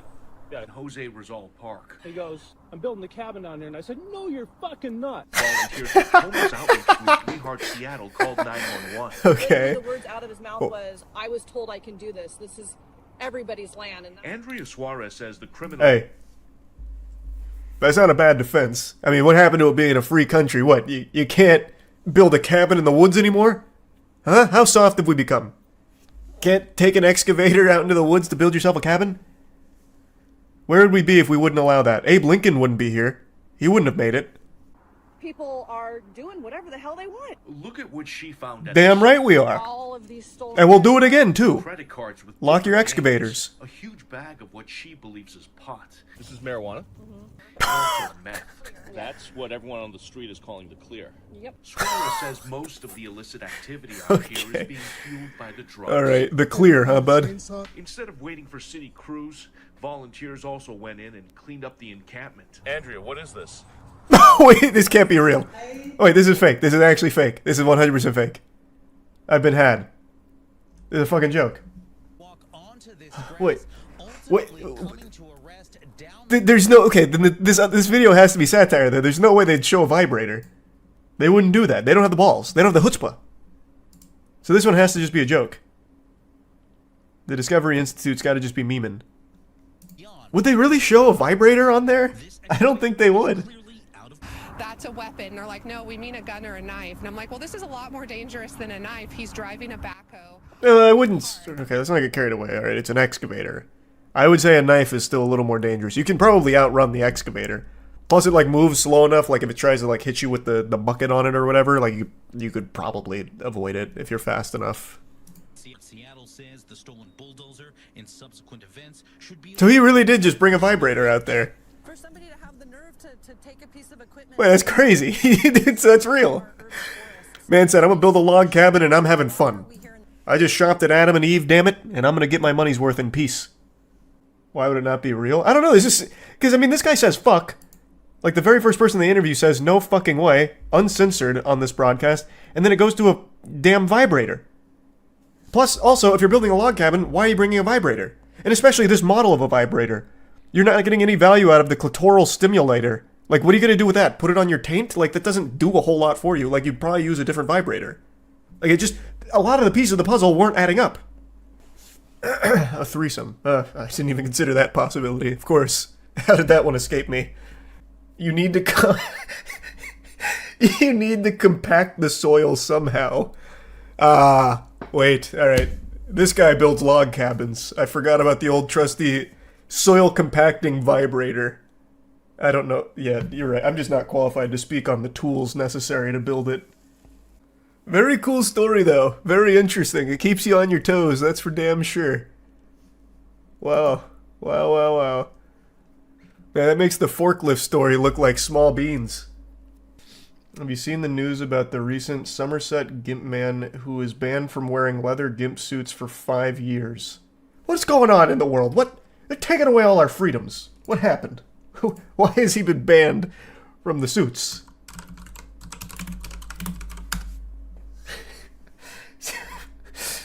Oh, come on. Free my man. Somerset Gimp banned from wearing a gimp suit in public and crawling and wiggling or writhing on the ground for 5 years. I also like how they have to specify that not only can he not wear the suit, but he can't crawl and wiggle on the ground for 5 years at least. He was issued a sexual risk offender order after police linked him to 25 incidents across the country. How do you track that? What detective did they have on this case where he was going through, like, old security camera footage looking for someone in this suit wiggling around on the floor? Like, we got him. He was in Oklahoma back in December of 1998, and we told him not to.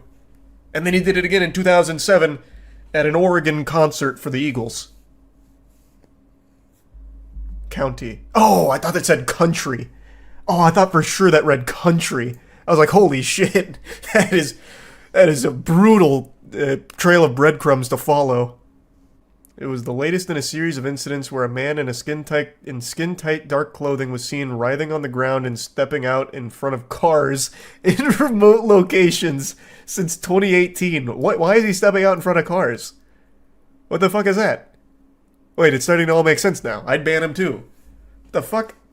Is banned from wearing black all-in-one garments or any combination which has the appearance of an all-in-one garment in public between 9 and 6 a.m. Well, look at this. Look at how much freedom he has, though. Wait a minute, this isn't all bad. He has all the way up until 8 p.m. He can start his day at a nice, smooth, like, 9 or 10 a.m., and he has a full day ahead of him wearing his gimp suit and wiggling around on the floor. He's got so much time. He just needs to change his business hours. I actually found a news article with the footage of the writhing. It's safe to watch on stream. It's called Police Investigate Unseen Footage of Somerset Gimp. Why? This case has got a lot of coverage. Interesting, okay. I'll see for myself if it seems to be of sexual nature. I'll be the judge of that. This could just be sporty. What an incredible start. Nothing sexual about this so far. This actually looks like something out of, like, the Babadook. Pretty cool. But I'm not convinced that there's anything fetishistic about it.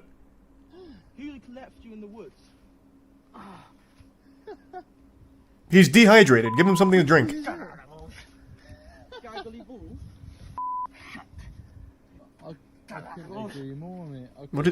What is he saying? Bro was just chilling. Why they bothering him? Well, they weren't. He kind of like wiggled up to them.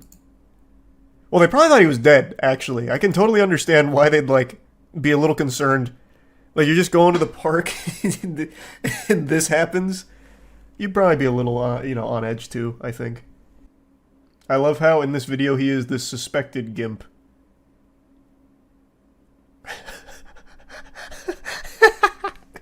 True. Yeah, they're not entirely sure. It could be anybody. It's just this is their chief suspect at the moment. Like, we're not... Allegedly, this is him. It's time I lend my expertise to an important case that requires my specific set of skills.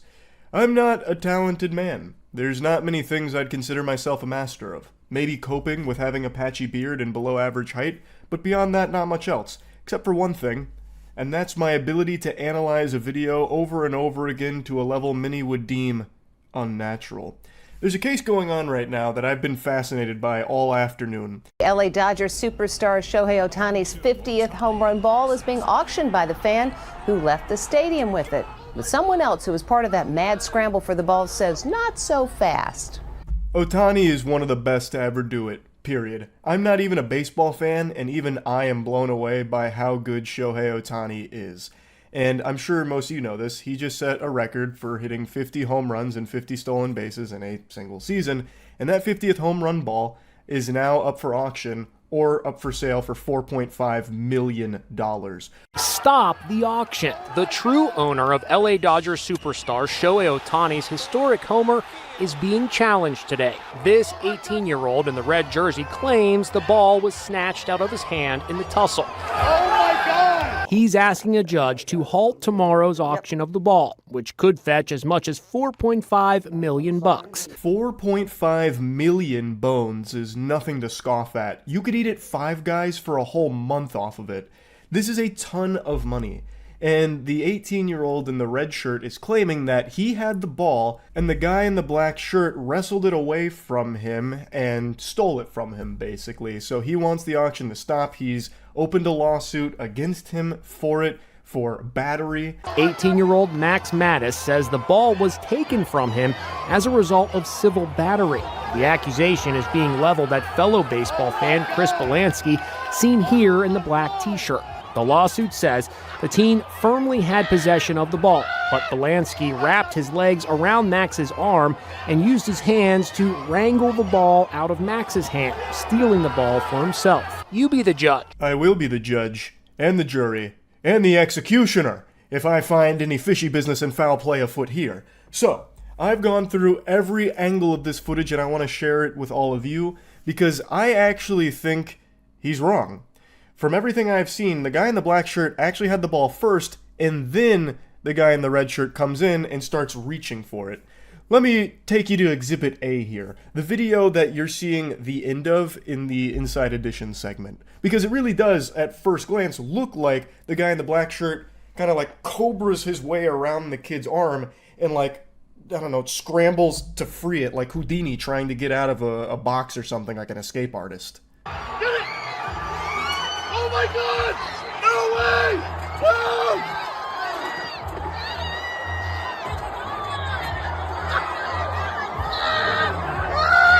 Oh my God!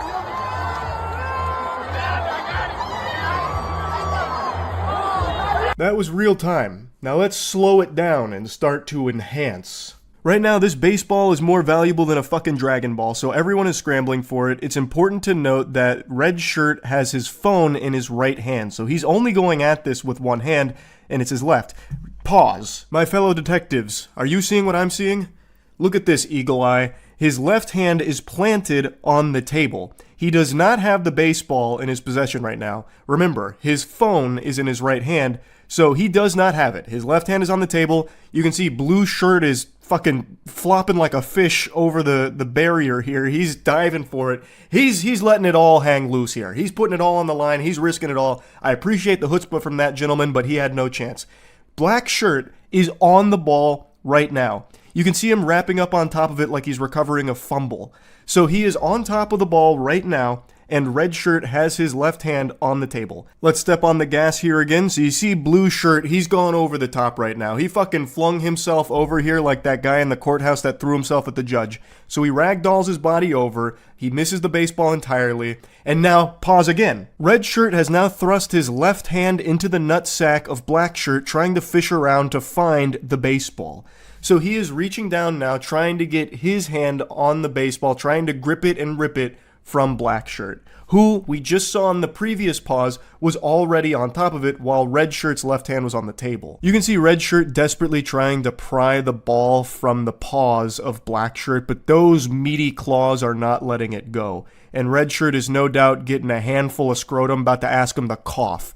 But for $4.5 million, I respect him like going this hard for it. Sometimes you gotta try. But it really does, from everything I see here, show that black shirt had the ball first, covered up on it, and then red shirt saw an opportunity to try and strike and get it. But I think the only thing he got was penis. I don't think he ever had possession of the ball. In everything I see in this video, it doesn't seem like he ever had it. Black shirt then tells him he's got it, and that's when red shirt lets go.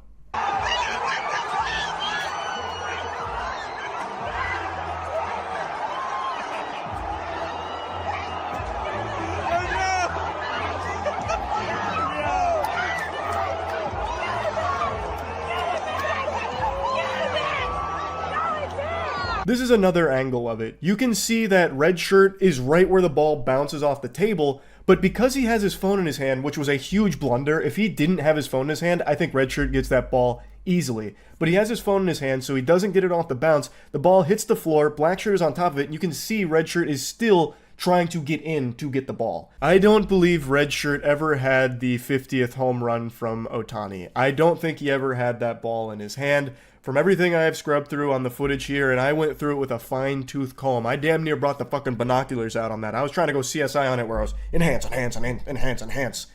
And I don't see any moment where he beat black shirt to that ball or ever even really had the ball. The most compelling part of it is when his left hand is on the table while black shirt is already on top of it. I do think this plays out very differently if red shirt had put his phone in his pocket. I think in that situation, he walks away with that ball, no questions asked. That's business right there, baby. That's kaput. That's the end of that chapter. I think he would have easily gotten that ball because he is the first one to it, but you can see he misses it off the table. It's on the floor, and black shirt covers it up immediately, and red shirt was never able to get it at all.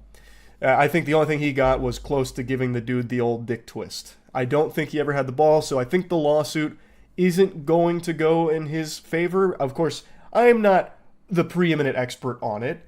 I have analyzed the footage a lot, but I'm not exactly what you'd call the smartest man in the world. That could very well be wrong, but I just don't see any compelling argument where you could say that, yep, he had that ball first and black shirt wrestled it away from him. From everything I can see, it really seems like red shirt started grabbing for the ball after black shirt had solid possession of it for a little bit too. Again, the damning evidence is his left hand on that table while black shirt is already on top of that ball. It honestly just seems like red shirt's heart wasn't fully in it. Like, you got your phone in your right hand, you're nerfing yourself when you're fishing for that ball. The second you saw that ball flying your way, bro, I'm fucking spiking that phone like it's a football touchdown celebration. Like, I'm focused on getting that ball because you know that fucking thing is going to be selling for millions. Like, that is a huge life-changing amount of money. Of course, hindsight's 20/20. Like, I wasn't there or anything, and I'm sure he regrets holding onto his phone. Like, I'm not trying to rub salt in the wound. But you can see this would have been super different if he had both of his hands available to him. I don't think he has a case here to claim that the ball was wrangled away from him in an act of civil battery. I don't think he ever even really had the ball. I think he had a handful of that dude's balls. I don't think he ever even got his hand around the Ohtani home run ball. So, yeah, I guess we'll see how it plays out, though. I could be very wrong about that, but from these angles, it just doesn't seem that red shirt ever had the ball. That's about it. See ya. Yesterday, October 7th, 2017, there have been reports of stabbings while waiting in line for the Szechuan sauce. Fights breaking out. Is it worth dying over? You're goddamn right. Good boys and girls, they wait in line for super happy saucy time. Good boys and girls, they get no sauce. Time to sue for that time loss. This image is from the Rick and Morty subreddit during the Armageddon on October 7th.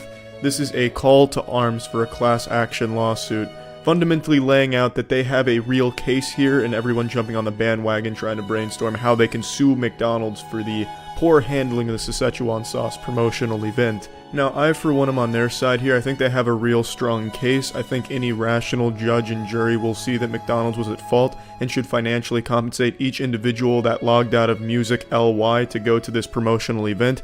And if they're not going to financially compensate them, at least sauce them. Give them the fucking sauce. It can't be that hard to manufacture. Please give everyone in all of America the Szechuan sauce that we've so rightfully deserved. I believe that's part of our constitutional rights. For the love of God, it was probably a fucking 10 commandment that didn't make it. It was the coveted 11th commandment, thou shalt have Szechuan sauce. Please, just give us the fucking sauce. Otherwise, we're coming for you. We're gonna be suing you, and I have no doubt that we'll win. Since sauce supply was far too low, onto eBay I will go. $400 for creamy yummy? What a great deal for my tummy. Unsurprisingly, a lot of people saw this as an opportunity to make a fast buck, a fast fuck, give me that fat duck, so they started buying the sauce out of the McDonald's and they started selling it on eBay for hundreds of dollars, and this shit is absolutely flying off the shelves for hundreds of dollars, so a bunch of Jerrys out there are spending a ton of money on this sauce. Hats off to them. There's also some craftier folks out there repackaging the sauces like fucking AEY. That's right, I just watched War Dogs last night. There's one hell of a reference for your shit stain out there. So they're repackaging sauces by taking existing sauces like barbecue, bringing it home, taking the top of it off, and then printing out the Szechuan sauce top, and just gluing it on top, selling it for hundreds on eBay, and that's pretty damn smart, honestly. What do you say? The sauce is gone? How'd I fall for this corporate con? Now I'm mad, and now you'll see that I love Rick and Morty! Yeah, so these pseudo riots broke out. Let's go ahead and watch my favorite clip from one of them.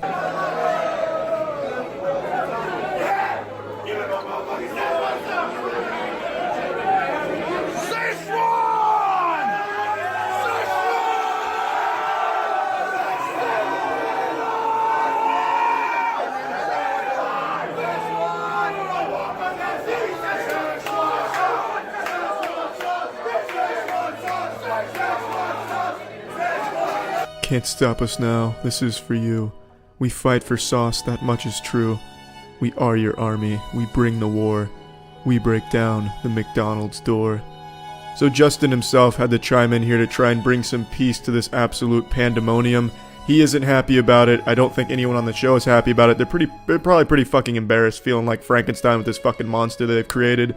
And I respect him actually speaking up, trying to say, hey, this isn't cool, take it down a notch. It really just can't be easy for him to see something like this because the show itself makes fun of people that just follow trends blindly and just act like mindless barbarians, and the fans of the show laugh at that kind of joke, but they're doing the same type of shit with this sauce right now.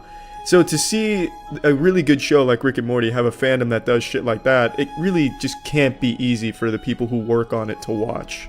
Now to just bring this all home, here's a clip that really captures the essence of the Szechuan promotional Armageddon in a nutshell. No, I want Szechuan sauce. Where's my Szechuan sauce? I'm Pickle Rick! Woman on the dump dump! I'm Pickle Rick! Rick! Rick! Rick! I'm Pickle Rick! Rick! Rick! It's sad when it's kind of hard to tell if this is genuine or him just being a parody of what's going on with the Szechuan sauce events, but regardless of what his intention was, the result is absolutely sad to watch. Genuinely, just one of the saddest clips I think I've seen, even if it is supposed to be a joke, it's just sad. Well, this has been your ESPN 60 for 60 coverage on the Szechuan promotional event. That's it. See ya. Hey everyone, it's me, Ace Reporter Charlie, aka DJ Freshly Shaven Taint. I'm on the front lines again bringing you coronavirus chaos. Today, we're going to be covering the panic buying hoarders that are buying an unnecessary amount of shit in bulk and ruining supply for everyone else. In particular, in my community, finding meat in any store across this entire area is nearly impossible. I would have an easier time trying to find pirates' buried fucking treasure in my backyard. It is so goddamn hard to come across good sources of protein in this area, and it's sickening. It's gotten so desperate to the point where I'll look outside, look at the soil, and wonder how many worms are down there and how much protein those contain. I'm fucking considering looking up chicken tenders on Craigslist to get my fix. Fucking buying chicken tenders out of a scary van behind a Walmart dumpster. Around my area, we don't have a shortage of toilet paper or paper towels or anything like that. It's meat. If you have like a rotisserie chicken, you fucking struck gold. You're sitting like Rockefeller out here if you have some of that shit.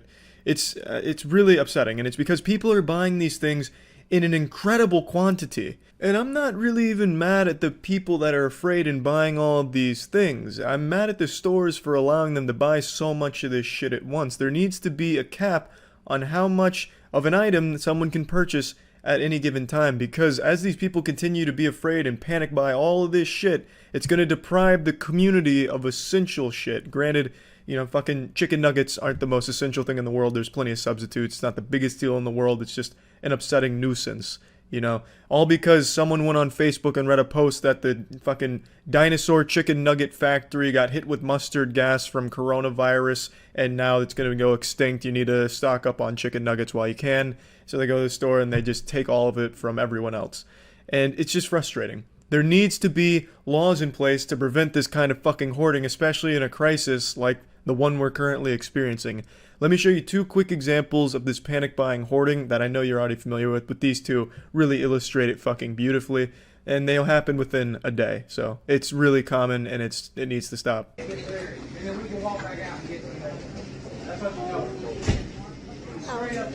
What a liar!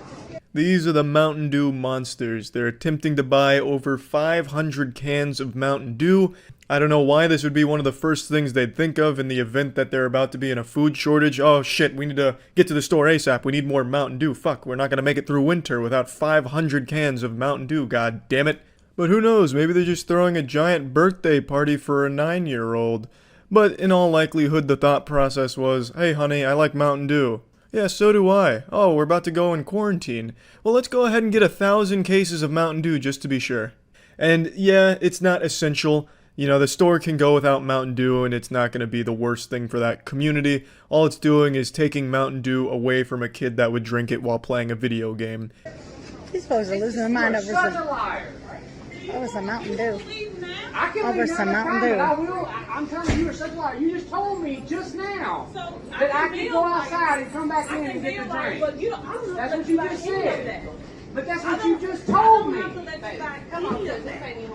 I'd like to say hats off to this store for putting their foot down and saying, no, you can't buy that much Mountain Dew. In fact, no human being should be able to buy that much Mountain Dew at any point in time, let alone during a crisis. The human body wasn't made to consume that much Mountain Dew. You're tinkering with forces well beyond your control with that level of Mountain Dew consumption. She just told me. I know. Wow. You are so rude. No, just... You are so rude. I don't even see how you have a job. Oh no, you need to go. Fair, ma'am.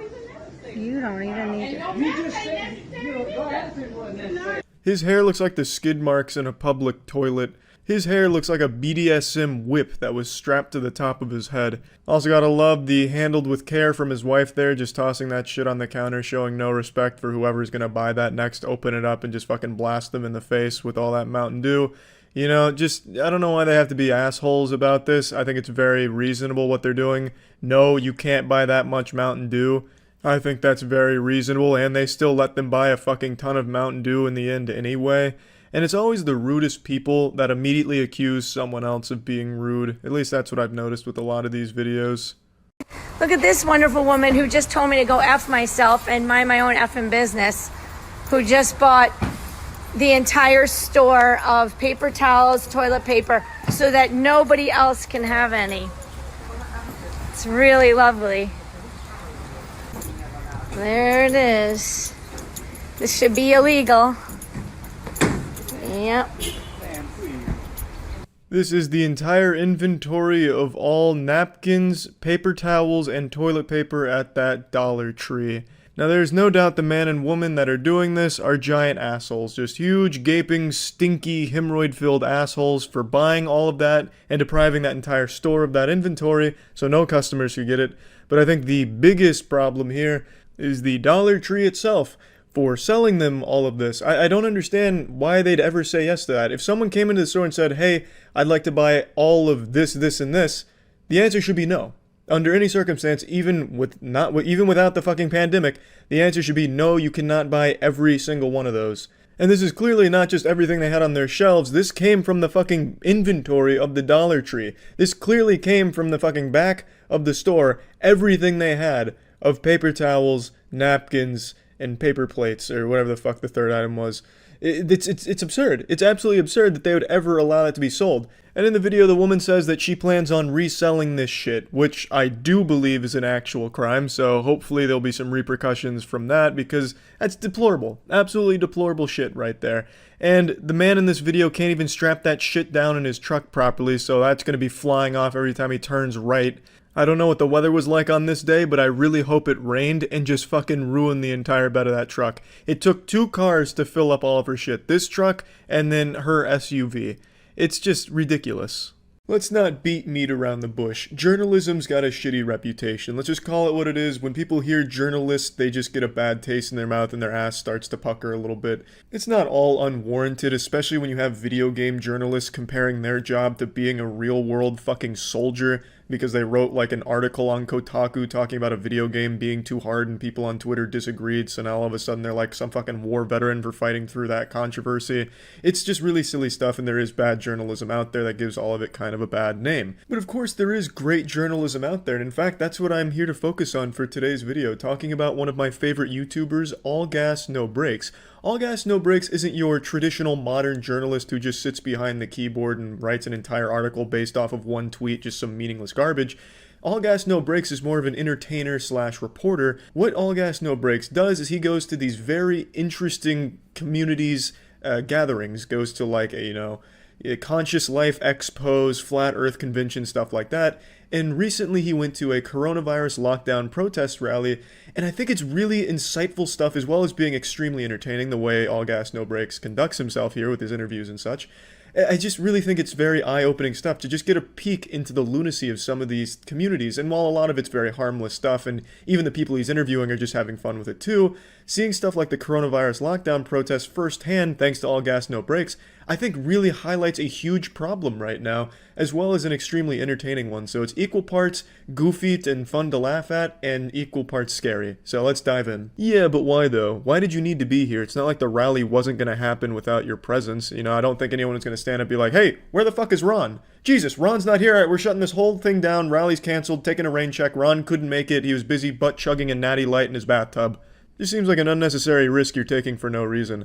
And this is why I want to really tip my hat to All Gas No Brakes. Just even being here during this time of pandemic I think is extremely brave, especially around these kind of people that most of them are anti-vax, as you'll see throughout the video, and a lot of them just don't even practice good hygiene. A dude talks about having never washed his hands since he was like 4 years old or some shit. So him to put himself in this filth, this fucking festering cesspool of disease and grime, I think that is brave as shit. That is some ace reporting. Shit gets wild real quick. All of a sudden now we're talking about impeaching Bill Gates.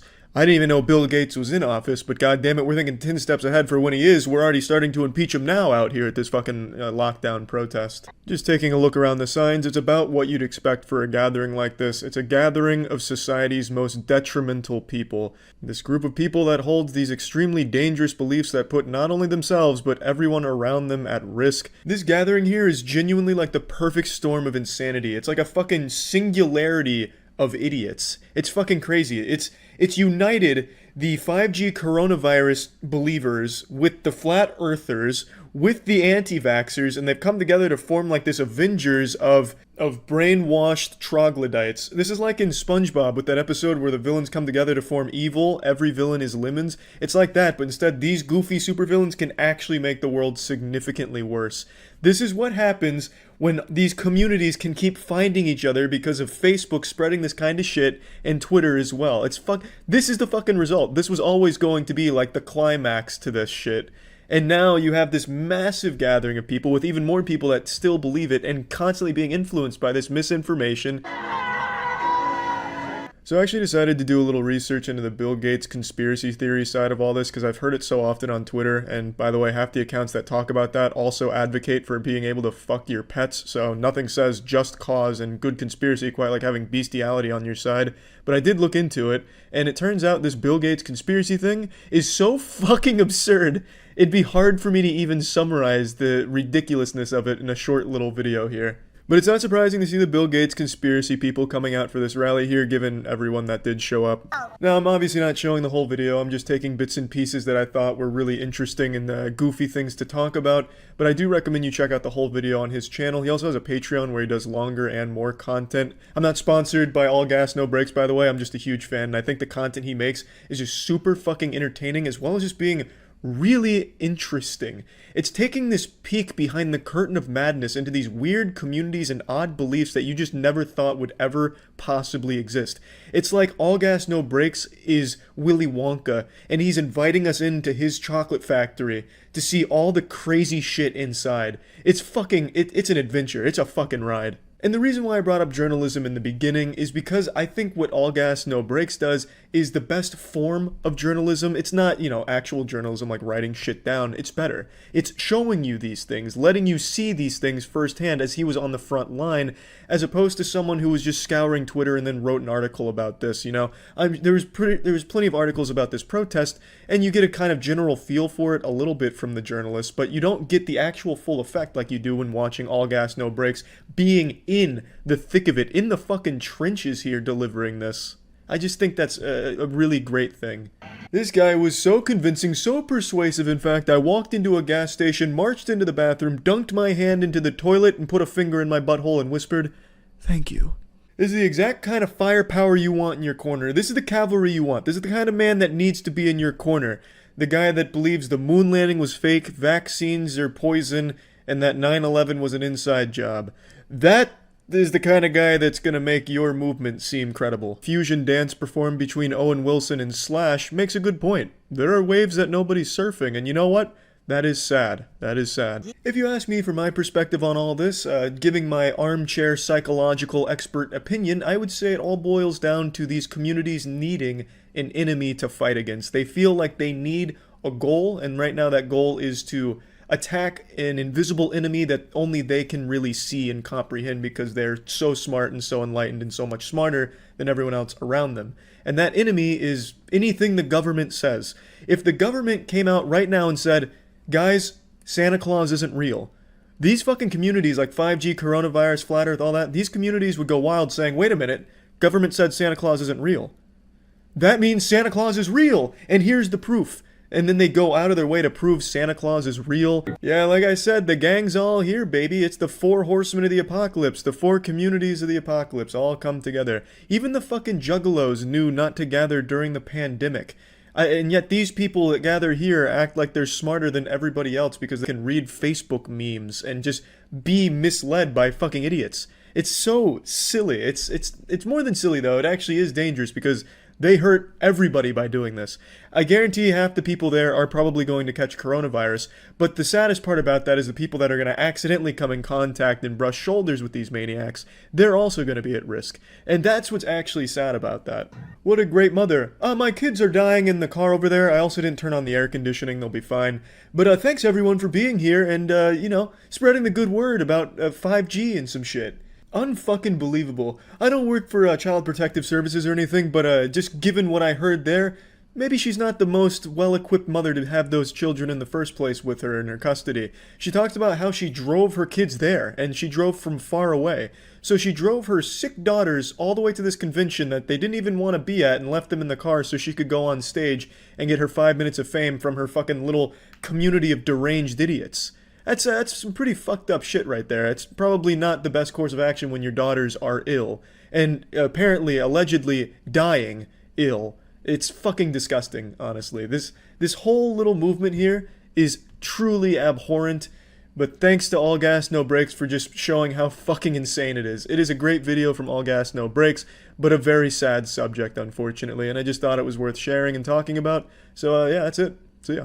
Disney, supposedly the happiest place on Earth, oftentimes leads to the most rowdy of individuals going ballistic. It sometimes starts to look like a Waffle House at 3 a.m. Like, fights break out, you know, bad blood, all kinds of, like, grudge matches, brawls. I don't know what it is about Disney, but it brings that demon out of people from time to time. And today we're going to be looking at a magical meltdown that just happened in one of the Disney parks from an insufferable asshole making an absolute fool out of himself to a degree that even Walt Disney's rolling over in his grave at the pure hostility that this guy was able to showcase over something so small. Walk? They cut on the walk where you guys walking slow? We're all going to the same place. You don't give a fuck, bro. You're a fucking nerd, dude. I'm not arguing no fucking females. Like, surprise, you all just fell victim to one of Charles's classic practical jokes where I convinced you that it was one insufferable asshole, but in reality, it's an entire group of them. And one of them even hits a Fortnite emote here by doing, like, the crying motion with his hands. That is so unbelievably cringe. So, the story here is this group cut everyone in line at Epcot, and then when people rightfully pointed out that it's disrespectful to do that, this group had the gall to make a big stink about it and get mad at everybody else, which is a load of dirty barnacles. So then one person started filming and then posted this video, which exploded online. Now, while the whole group does suck fuck, there is one clown amongst them that shines brighter than all the rest, and he's about to introduce himself. fucking Harry Potter, nigga. Shut the fuck up. Bro. Is that supposed to be an insult? Yeah, shut the fuck up. Run. I don't give a fuck. You shouldn't have said shit to me. Mind your business. You shouldn't have cut everyone. Mind your business. They did it. I got here before. Our group, when you get up, they cut on the walk. They cut. God, this whole group looks like they accepted an open casting call for background extras in Stranger Things. Till then, fuck you. You're a nerd, bro. His main insult is calling this guy a nerd. That is some childish nonsense right there. I'll say some childish phrases ironically, but this guy keeps using it aggressively, as though he thinks it's legitimately like some kind of big dunk. I was half expecting him to whip out stupid face, like, hey, stupid face, loser. And then his friend is only making it worse by Fortnite emoting like this. I have expected the third goober there to start doing the L dance or whatever. Like, it's so embarrassing, and it's all caught on film. I'll never let nobody disrespect my girl. Bitch, she's a bitch. Okay. I don't disrespect females. You're a Yeah, bitch. welcome. though, You're bro. here too. Who are you? I thought you were talking. All you're doing. I play football at the University of Central Florida. Show up, pussy. And here's that main clown that I was talking about, front and center here, even posing for his big moment, his glory. He says that he plays football for the University of Central Florida. But would you believe me if I told you that that's just a complete fucking lie? This tough guy here had to start making shit up in order to be intimidating. Then this video blew up to such a big degree that the actual UCF University had to come forward and denounce him, saying, "We don't know who this maniac is. He does not play for the UCF football team and never has." And it turns out he doesn't even go to UCF. He actually pulled out a fan fiction here to puff out his chest. It's baffling. And also, it's not just the guys of the group that are, like, going haywire, like hog wild here with emotes. The girlfriends are doing just as much. One of them is doing this gesture, which I don't even know what this is. What is this, like the Shrek ears or something?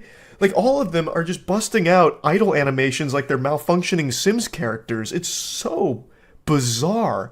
And they are the ones in the wrong. They cut in front of everybody, and then everyone said, hey, that was disrespectful, and they get so mad about it. You're a fucking thing. Who are you? Oh my gosh, what are you gonna say? Guys, I'm not mad. Yeah, true. You're right. Play that game. Record this. Yeah, record me, homie. What you want? You want my name, social security? What you want? My address. You want I make money, homie. I'm a businessman, but actually, I'd like to know the number one sign of extreme insecurity. He immediately starts talking about how much money he makes out of nowhere. What does it have to do with cutting people in line at a Disney theme park? What the fuck is going on? This man is fighting demons. He's fighting his inner ghosts right now in public. And Jesus Christ, it's cringe. And his goofball sidekick there that's latched onto him like a leech thinks it's the most hilarious thing ever. So in between doing this gesture, he's just like busting out laughing, like side-splitting comedy. He only has two emotions, this and ha ha ha ha ha. at everything. That's it. Family that you cut in front of all of us to be with. Oh, really? Because I was here for Stop. They cut on the walk. Fuck you. They can sit in. Just stop talking to him. When you give people attention, attention is currency. You're done. You're cut off. I ain't talking to you. Last words. That's why you keep Last getting words. him He's recording me. I'm gonna record y'all back then. How about that? That is the number one sign that you lost. That is worse than waving the white flag. You are surrendering. If you try and pull the Uno reverse, I'm going to record you. It's kaput. That is game, set, and match. You got fucking skunked. That is always the surest sign of defeat. Record you back. You want to record Shut me? up, Stella. Go the fuck back and shut the fuck up.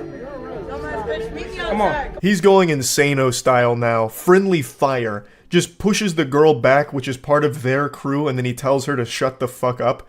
You remember a second ago where he talked about how he'd never let anyone disrespect his girl and he would never disrespect a female? Let me go ahead and jog your memory here real quick. I'll pull up a replay on the Jumbotron for you. I'll never let nobody disrespect my girl. Bitch, she's a bitch. Okay. I don't disrespect females. You're a bitch. Welcome. You're here. Well, that statement didn't age super well. No one's allowed to disrespect his girl except him. No one pushes his girlfriend around except for him. He's the only one allowed to put hands on her.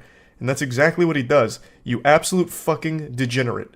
Now, he doesn't actually play football for UCF, but if he did, he'd know that that's a fucking penalty right there. Unnecessary roughness. That shit is so uncalled for. Yelling and screaming and then trying to flex about how much money you make or whatever and pretending that you play football in your fucking fantasy Narnia land in your brain, all of that is vile behavior. But what's truly diabolical is him getting physical with women, shoving this girl away. And this is someone that went there with them. Come on, bitch. We'll make it a 2 for 2.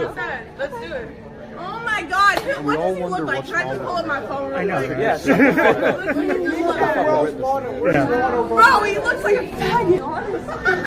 Wow. Yeah, your ears didn't deceive you. She just called them a slur. And then that NPC I was talking about earlier that only has 2 modes, this and laugh, goes into factory reset settings and lets out a hysterical Joker laugh. Like this nasally squeal that vaguely resembled the Joker. Okay. Okay. Oh my God. And so does Man's just recording me because he wants to be famous. So I'm going to give him his 10 seconds of fame on my Snapchat. What's your at? That's a really. What's your at? What's your at? Another timeless classic from this narcissistic, insufferable asshole saying that, oh, this guy's recording me because he wants some attention, he wants to be famous, and the only way he can do that is to suckle a little bit of fame out of my ditty. What's your at? They'll add you. What's your at? I got clout. So what's your at? I don't know what that means. I'm too. What's your at? What's your Snapchat? What's a Snapchat? Oh, okay. You're fucking weird. What are you recording me for? Yes, all of the clout that he has to give away like Santa Claus. He just has such an abundance of clout. It's just so painful to listen to him. Just a narcissistic douchebag weirdo. I don't know how people's brains get so poisoned to end up like that. Just actual rotted from the inside out. You watch me on Saturdays. You and your family tailgate outside of my stadium, nigga. Blue ass. Oh, entitled? I'm not entitled at all. Hey, ma'am, I took off my shirt because I'm hot. I don't disrespect females like I said earlier. I'll talk to men, I'm not going to talk to females. Again, he doesn't play football for the UCF or anything at all. He is just so wrapped up in his own delusion that I think he's starting to believe it himself. He's entering into a different dimension of delusional. And everyone already saw him shove the girl that he was with, so I don't know why he keeps trying to say that he doesn't disrespect females. He literally just fucking gave her a hockey body check out of there and told her to shut the fuck up in front of everybody. Like, I don't even know why you're trying to keep saying that you're not going to ever be disrespectful to females. And then he finishes by saying he won't talk to females either. So this guy is completely out of his mind. Bro, don't say shit to them, bro. They're fucking lame. Look like Harry Potter. Hey, what is this? What is this? You guys. So what happened was me and Percy. They were up front of everybody. They're trying to say we're skipping because we walked up to our girlfriend. I make money. I don't argue with people. I make money. All you have done is argue at people and just randomly keep talking about how you make money? How? By arguing? With who? it's so confusingly disconnected from reality. And his friend that he's with so badly wants to be one of the boys here, so he tries to get his attention. He's like, bro, who's this? And then he tries to do like an impression, but then like, I don't know, his Windows operating system in his brain had to reboot or something because he fucking blue screened. I don't know what he was trying to do with that, but it didn't land. His friend didn't even look at him. Nobody laughed, and then the Disney manager showed up, and then he tries to make it seem like they're innocent. Oh, they're mad because we walked up to our girlfriends. You still cut in line in front of everybody. Like, it's, people still have a right to be like, hey, that's disrespectful and a bit rude. Like, you can still say that. Like, you're still in the wrong. You're how old? I'm 21. I got more money in NIL than you ever. I didn't see her. Look me up. Google me. Google me. What's your name? Google me. I guarantee he desperately wishes he could take those words back. That's probably one of his biggest regrets in his life. He issued a challenge that the internet accepted. So they Googled him, and it wasn't hard to find all of his information. He does have a criminal past. He's also not 21 years old. He's 23. He also did do like a stream addressing this on Instagram, where he said that the girl was 17 years old. Stella, which I think is the one he shoved, is 17 years old. And then he called her his girlfriend there to the Disney manager. So he's a 23-year-old dating a 17-year-old. All of his information has come out now because of all of this. And he literally asked for it. It's fucking crazy. He's a bully. Like, come on, bro. I'm at Epcot. Epcot.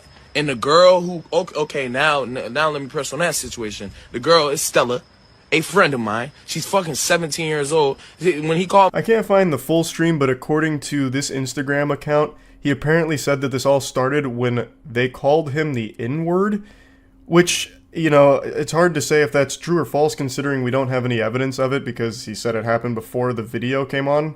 But I feel like if that was the case, it would have been addressed at some point within the 3-minute meltdown. They would have said, like, you're racist or something to him. Like, why would you say the N-word, this and that? But never once was that mentioned by anybody in that group. So I do find it kind of hard to believe that that was the catalyst here. I tend to lean more towards, like, the official story here, that these assholes cut in line, people pointed out that it was rude, and then they got mad at them for pointing it out, and it led to this whole hoopla, this massive song and dance.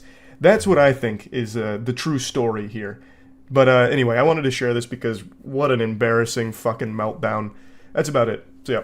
It's shameful to admit this, but it's the unfortunate truth that just by looking at me, you probably couldn't guess that I have been active in the gym for about a decade now. In fact, my college degree is in human science with a concentration in exercise physiology. But I'm on a 5'6" frame and I keep myself lean so no one even knows that I'm ripped until I do like a flex and it ends up being a jump scare. I keep hyping myself up in the mirror and telling myself that today's the day I finally start wearing tighter clothing so people stop asking if I even go to the gym because it hurts my soul every time. Or maybe I just need to be shirtless more often so that way it's pretty obvious. But regardless, the reason I'm even mentioning this is because I've noticed over the last maybe 6 months, not even that long, but like the last 6 to 8 months, the gym has gone from being a place of like working on yourself, gains, you know, focusing on improving your overall health, to a place where people go to compete for viral TikTok videos of them being a victim. Usually the content revolves around them filming themselves working out and then catching somebody looking at them and being a creep and a weirdo staring at them. Staring's a word I'm using very loosely here. And then sometimes, God forbid, that person comes over and asks them a question in between their sets. Normal human interaction has become fucking outlawed in the world of TikTok for some people. Now, I'm not saying this isn't a real thing. I'm not saying everyone that goes to the gym is an angel that can do no wrong. There definitely are creepy people that go there. I've certainly seen my fair share of weirdos in my days. In fact, one that always lives in my head rent-free is 2 years ago. A security guard at a private gym kept going over and sniffing a woman's ass as she was doing rows. I can't show the video, I don't think, because it might be against YouTube's new terms, but here's just a quick screenshot of his 4th ass-sniffing attempt where he's just, like, huffing her fumes. He eventually does get caught and fired for it. The point is, there are weird people at the gym, but what's going on right now is everyone is filming themselves at the gym, which I already think is kind of weird. There's also, like, this fucking perpetual surveillance here with people making fucking TikToks everywhere. but while filming, they're not catching weird people doing weird things or harassing them. They're catching very normal gym goers doing normal things and then publicly shaming them and embarrassing them for doing nothing wrong. Now I'm going to show you the biggest one that I really think started really blowing this trend up and led to me finding out how large this has become and how big of a problem it's become. This is how to not approach girls at the gym. I hate this. I hate this. I hate when there's sweeties. It makes me so uncomfortable. Feral, like fucking feral. You can immediately see a problem here. She's making a stare counter every time the guy even glances in her general direction. What do you expect people to do at the gym?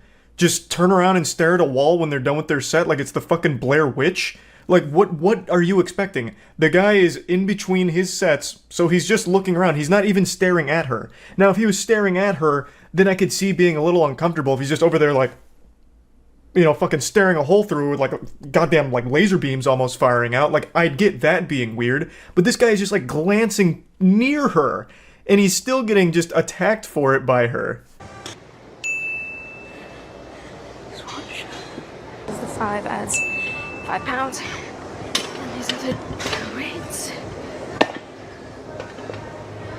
Somehow the stare counter's at 5. I guess she's counting every time he's in between blinks now. And then she starts getting fearful because he's walking near her and wondering, questioning, why would he be doing that? Kind of like it's a scene out of a horror movie, like the boogeyman's, you know, you jingling keys trying to get in the door or something. But she immediately answers why he's walking over. It's because he's grabbing a sanitary wipe, showing good gym etiquette to go wipe down the machine he was just using. Excuse me? You don't have to do that. It's okay. No, it's okay. I got it. Thank you, though. Unfortunately, this guy made a big blunder here. He committed a cardinal sin. He tried to be helpful. So he offered to try and, you know, help out here because it looked like she was struggling, which she even mentioned she was hesitant to put the weight on, so he probably interpreted that as like, oh, okay, maybe I could be helpful here. Just being a genuinely nice person, I believe. And she even responds positively to it and then turns around and says this kind of shit. What if I just ripped his pee-pee out of its socket so he could never reproduce again? Totally normal, not alarming thing to say. This is why I don't want kids. Natural selection better take the weirdos out. He's going to jail for staring at an underage 21-year-old. Where have we all gone wrong? What's happened to the world where that is a statement said earnestly? He's going to jail for staring at an underage 21-year-old. There's more to unpack there than a fucking 2-week vacation suitcase. I could unpack this shit for hours. He wasn't staring. There's no such thing as an underage 21-year-old. 21 years old? You're not a kid at all. You can legally butt-chug Budweiser now.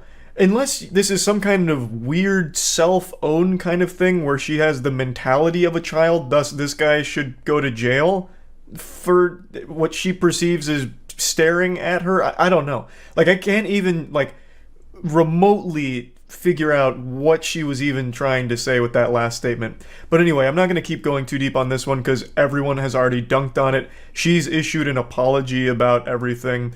But I want to give a quick shout out to Joey Swole. He's a very prominent figure in the community and he's been doing a lot of good work calling out these kind of videos. Now here's another stinky video here. So this guy gets called out because he walks across the track she's about to do lunges on and looks at her on the way by.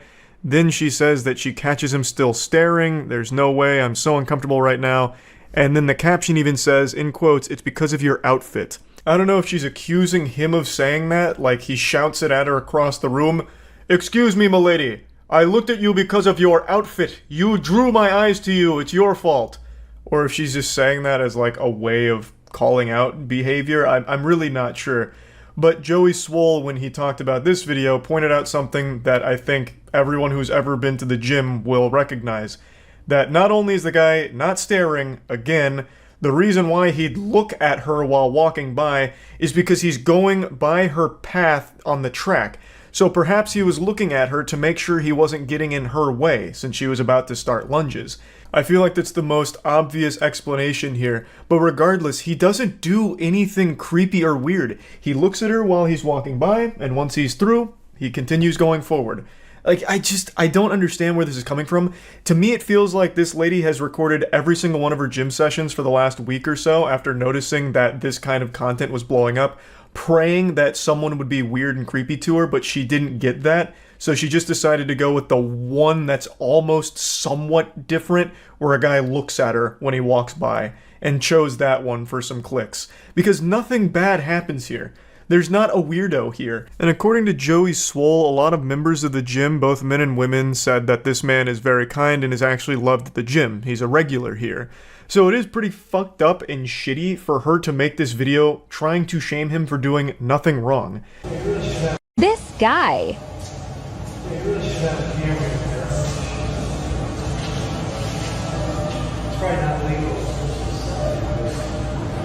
Just filming my progress here. What? Just filming my progress. Oh. I understand. It's just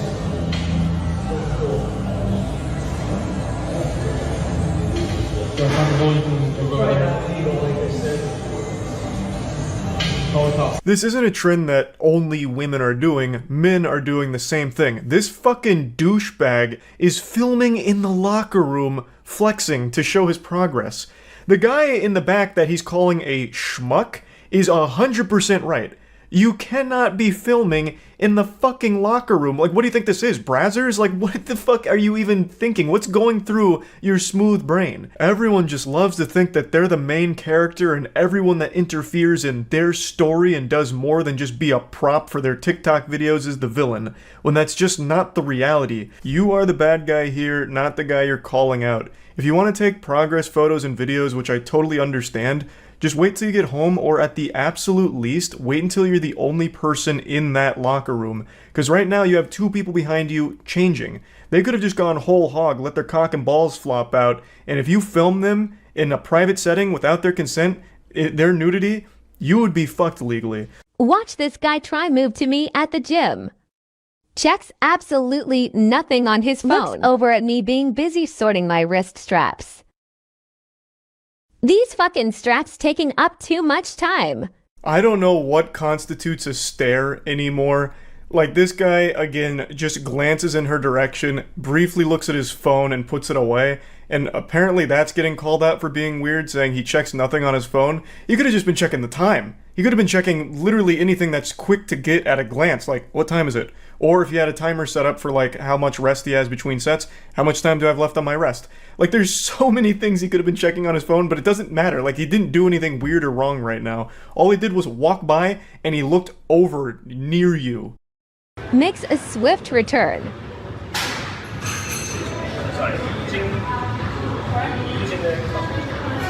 Sad lip.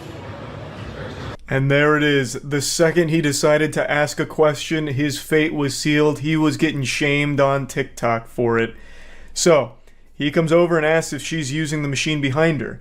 As Joey Swole also points out, and as anyone that ever goes to the gym will also point out, people like to check to make sure the machines are vacant. They don't want to step on any toes and take a machine that's already being occupied, so maybe her things were near the machine and he wanted to double check to make sure she wasn't using it in addition to doing the RDLs. Like, that is just being polite. That is normal gym etiquette. But let's assume this guy is new to the gym. She seems to think he is and is insulting him for it, making fun of him for not knowing the name of the machine. So don't you think someone that's a little new to the gym would like to be super certain that he's not getting in anyone's way? So he would like to ask someone that's near the machine to make sure that he has full reign to use it without intruding on their workout. He did nothing wrong, but it didn't matter. He made a slight glance near her, a split second of his eyes looking around before checking his phone, and that small, insignificant thing was enough to put a crosshair on him and for her to attack.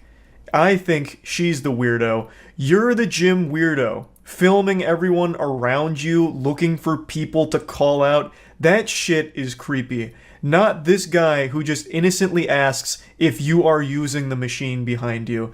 Totally normal question, totally normal interaction, and this behavior is getting so fucking out of control. People are turning gyms into war zones where they're looking at every single micro angle of your eyes and counting it as a stare if you happen to catch them somewhere in your general vision vicinity. It's fucking despicable. So yeah, I wanted to talk about this a little bit, and that's about it. See ya. What's up, everybody? It's Critical. Christmas is just around the corner, and Santa Claus is coming to town very soon, so I hope you've all been very nice this year. But now let's see what happens when you're not nice. What does Santa Claus do then? Here's a clip from 2012 where Santa Claus was trying to enter a mall, but it was full of ruffians, hooligans, and sinners. What happened? Let's find out. I'm gonna go ahead and full disclosure, I haven't really laughed at a YouTube video in many years, but this one had me hooting and hollering. It really is the season to be jolly with this video here. Let's roll it.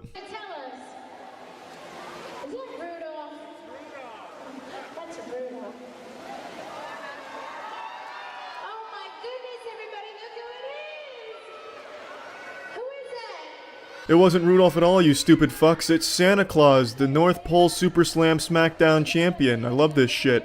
Santa Claus rolls up in here like it's a WWE introduction.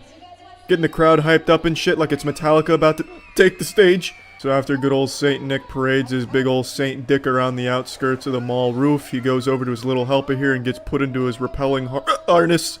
And he begins to fucking rappel down. I don't understand what the thought process is here. It's not like Santa Claus was known as some type of super spy, secret agent, Navy SEAL.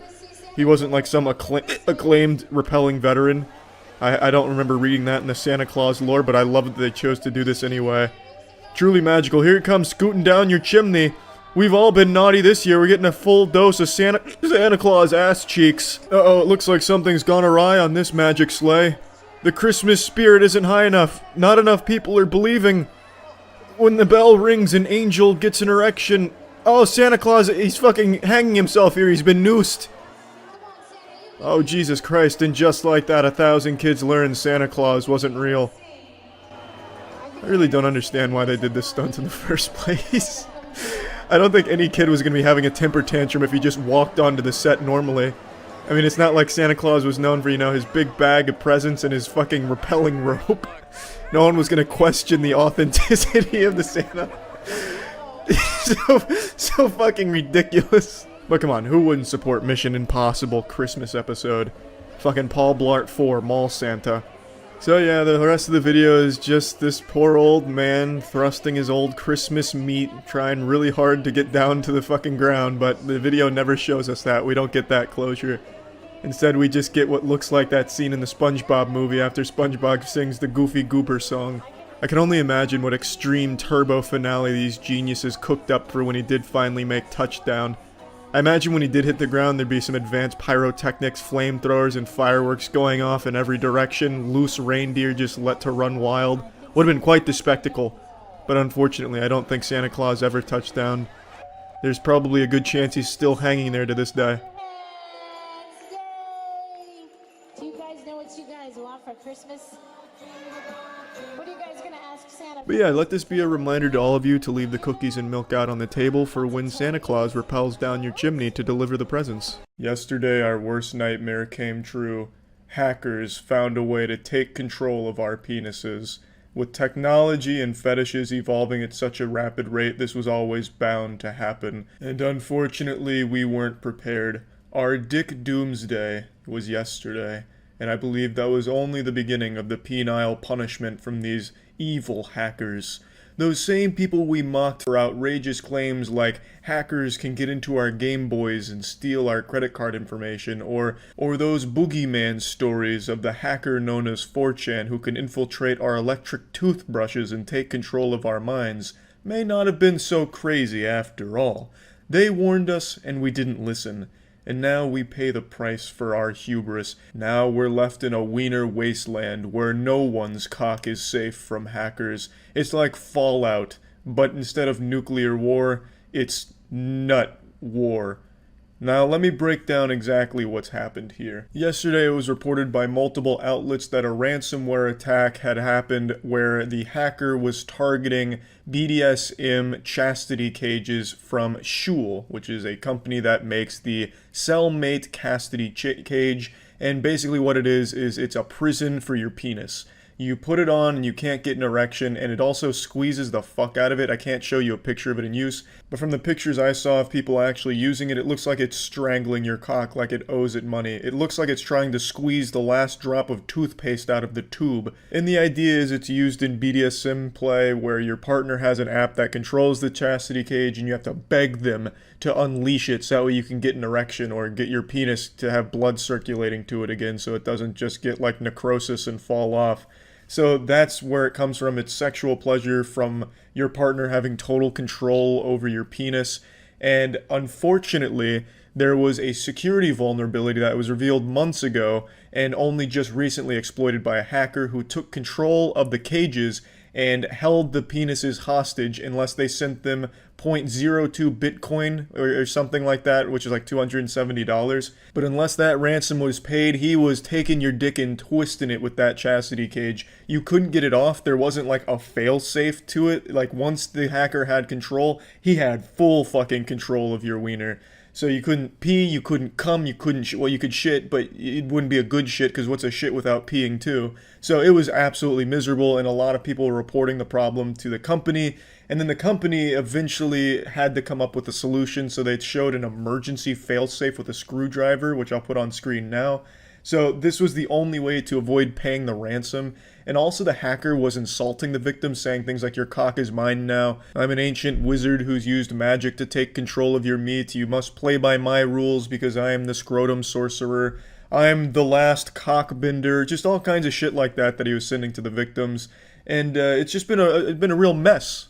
I found no information on how much this hacker is likely made or how many people actually paid the ransom, but I have to imagine it's a decent chunk of change, considering that the attack affected quite a few people from the sound of things.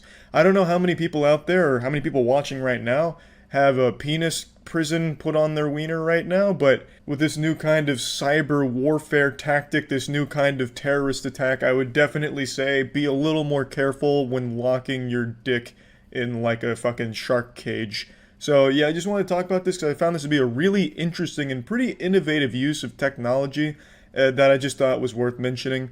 Luckily, they did find a solution that isn't just paying the guy, so that's good.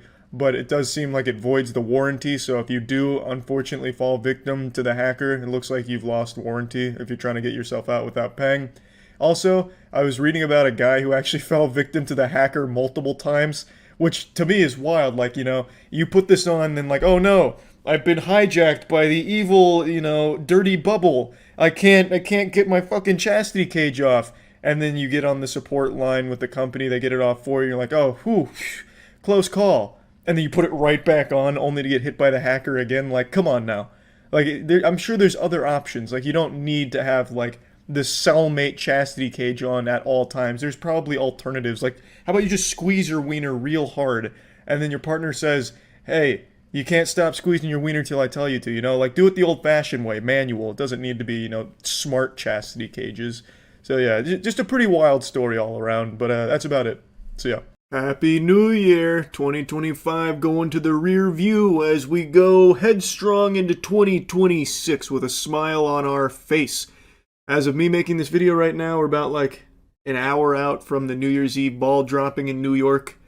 I don't know why I said an hour out. I even looked at the time. It's 9:30 p.m. as of me making this, so pretty substantial rounding down. Doesn't matter. What does matter, though, is that ball. That sacred orb convinces people to literally shed themselves of basic dignity and human instinct in order to wait for hours upon hours in the cold temperatures in New York, unmoving, unwavering, just so they can watch it happen in person. And the meta has been for a while, if you attend one of these, you wear a diaper, so that way you don't have to like lose your spot to go find a bathroom to relieve yourself. You just piss and shit yourself right then and there. So every year you see the horror stories and the aftermath about people that literally just fucking bowels explode, asshole prolapses, pee all over the place. all just so they can watch the ball drop. And I had a few friends of mine send me a video, I guess is floating around a lot today, about a guy who got interviewed on his strategy for handling nature's call, and he uses pads. This is actually from a couple years ago, but the meta hasn't changed, and I'll show you a clip from today. If you leave and you have to use the bathroom or even get water, You lose your your spot. That's the problem. So what do you do with the bathroom? What do you do? I'll show you exactly what you do. Okay? Hold on. Let me see. Let me try and find this here. Okay, now I See these pads? Yeah. You have to pee in these pads. Let me But show you. you're a man. What do you do if you're a woman? Everybody's equal. Nobody's any different. What an inspirational, uplifting message. We're all equal. Nobody's different. If you're there in New York for the ball drop, you're surrounded by piss. It's a goddamn flood of it, and everyone's doing it. You're not cool unless you pee your pants. Men, women, they're all doing it. It's just a matter of what apparatus they're using to catch it. This guy here's got his go-go gadget period pads out for his urine. Lord help us if he has to take a shit. You know that's probably going straight onto the ground, because I don't think the pads are built to handle that kind of heft. But, you know, this is pretty standard procedure for New Year's Eve in New York. For some reason, people have convinced themselves that seeing that ball drop is the most important thing for the start of the upcoming year. So they're willing to usher in the next year with piss and poop in their pants. It blows my mind. I don't get it. I truly don't get it. That is miserable. Not only are you pissing and shitting yourself, but everyone around you is too. You are in a sea of filth. It is a cesspool. You are basically in a communal latrine, diving in there just to watch 60 seconds of a ball dropping in front of you. Now, of course, there's concerts and stuff, but you're probably not seeing those if you're like that guy at the front of the line, you know, barging his way to the very front so he can look at the ball like he's hypnotized by it. Oh, you just put it in your underwear? That's exactly what you do. And then you switch and you have like bags, like It stays there. It stays there. This will hold for the whole day? You make it. It will stay for the whole day. Yeah. Oh, this is what you do? I will be wearing diaper. See? What? I'm wearing diaper. The diapers? See? This is what. Yep. This is not a diaper though. But this will not it works hold. too. It works too. It works? You're a lady. You should know. No, works. it's not working. It works. It's not. I wouldn't try it. Dude's out here driving the hard sale like he's trying to get a used car off the lot. It's like he's advertising these pads that he's trying to sell them to everyone there. But most people are going by the standard meta protocol of using a diaper, which is very common for this. I just find that so revolting. I think it's so beyond gross and just like embarrassing. I can't imagine a worse way of starting a year, quite like being surrounded by piss and shit while also sporting my own underpants full of piss and shit. And even, let's say, in a fantasy scenario, ideal circumstances, no bubble guts, you've been fasting for 48 hours prepping for this, you haven't drank a sip of liquid for the last 24, so you are able to go through this entire thing, this wait, as well as watching the ball drop, without soiling yourself at all. It's still terrible because everyone around you has. The guy next to you's probably got mud pies in his britches. Person in front of you probably stinking up the place with the fumes from the lemonade they're cooking up in their trousers. Like, it's terrible. I'd be starting the new year in the worst possible mood, putting myself through that torture. I do not get it. I never have. I never will.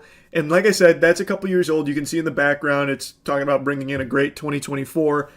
But nothing's changed. This is still very normal for New Year's Eve, it seems. So here's a clip from today. Are you coming prepared by most people wearing diapers here? Yeah, I wear a diaper. I'm wearing a diaper now. Okay, do you have extra just in case anybody needs one? Yes, I got this. A diaper. Awesome. So you're able to bless somebody if they did not wear one? I bless them not peeing, especially in front of me, you know.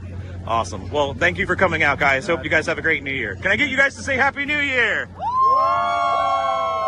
I gotta tell you, no one is happier about New Year's Eve celebrations than Depends. The executives at the top of the food chain of that company must just be the happiest people on the planet every time New Year's Eve rolls around. Sales skyrocket. But anyway, I mean, if people enjoy it, all power to them, I suppose. I don't personally understand it, but if you're out there right now piss, poop all over the place, waiting for that ball to drop. Godspeed to you. I hope it's a cherished memory going forward. Hopefully it'll kick off your 2026 in the best possible way. For me personally, I think it's a lot more convenient just to hang around friends and family to start the year off right, being around people you know and love that aren't soiling themselves around you, attacking your senses with their waste fumes. But anyway, 2026, right around the corner. That's about it. See ya. The coronavirus panic only continues to grow, with sports being canceled, schools being canceled. I wouldn't be surprised if Christmas got canceled next, just Santa Claus calls the whole goddamn thing off. This could be some true Grinch shit. It's pandemonium out here. Toilet paper is rarer than diamonds. There's people that are killing themselves with alcohol poisoning because they're chugging industrial alcohol because they read one time that alcohol was good against the coronavirus. There's people giving themselves bleach enemas as a preventative measure. It's true. Madness. Chaos. Look at this fucking line right here. This looks like something out of Roller Coaster Tycoon 2. It's looking like opening day for a new ride at Disney World. But the only ride these people are waiting for is the fucking Ass Wiper Express, just in there to get more fucking toilet paper. It actually just looks like I was at a helicopter view of a One Direction concert, but they're just there for one ply. This shit makes no sense to me. These people are risking coronavirus just waiting in that line. They're much more likely to contract it with all those people shitting in their diapers in line than they were just sitting at home with no toilet paper. They put themselves in between a bullet and a target with coronavirus by going into that goddamn mosh pit of meat. You could have just waited at home and substituted with tissues or something, or a fucking bidet attachment. I don't think coronavirus is going for the electrical grid or anything, so you probably would get away with using a bidet. Save you the fucking toilet paper hassle, and save you from going out into that mess.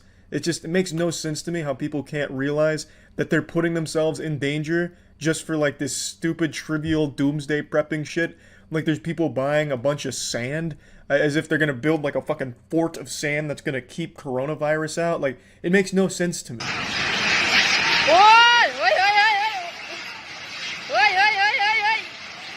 And it's not just humans that are being affected. Look at these monkeys in Thailand. They're fighting over individual scraps of food because tourists used to feed them, but because coronavirus is keeping people inside, there aren't these tourists going around giving them food. So now they're fighting over it viciously, waging war against one another. The coronavirus is changing the entire world right now, having an effect on every single piece of everything there is right now. It's crazy shit. And people have lost their goddamn minds. I wouldn't be surprised if they started building moats, full medieval style, thinking that's gonna help against the coronavirus. They're doing so much dumb shit in preparation and to try and combat it. It's lunacy. I swear, I fucking think coronavirus has gone airborne and it's just made everyone fucking stupider with the way that they're attacking this problem. You have these brawls that are going on over toilet paper, people getting into fistfights for squirts of hand sanitizer in public. We all like to make fun of flat earthers, but the way people are preparing for coronavirus makes them look intelligent. I'm half expecting some Facebook moms to start making posts asking to speak to the manager of coronavirus, or like some real tough guys start shooting their guns in the direction they think the virus is coming from. It's just getting so silly.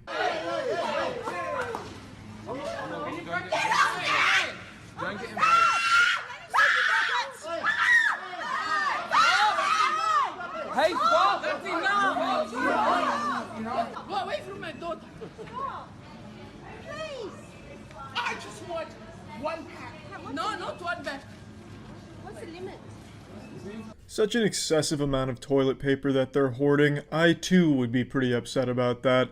Just so unbelievably unnecessary. Then of course another scuffle breaks out over toilet paper. The younger woman already has about 10 of those motherfuckers in there, so I'm on the older woman's side there. She absolutely deserved at least one case of those. Unless that younger woman's taking a shit every 30 minutes, I don't think she needs another one. So congratulations to you, elderly woman.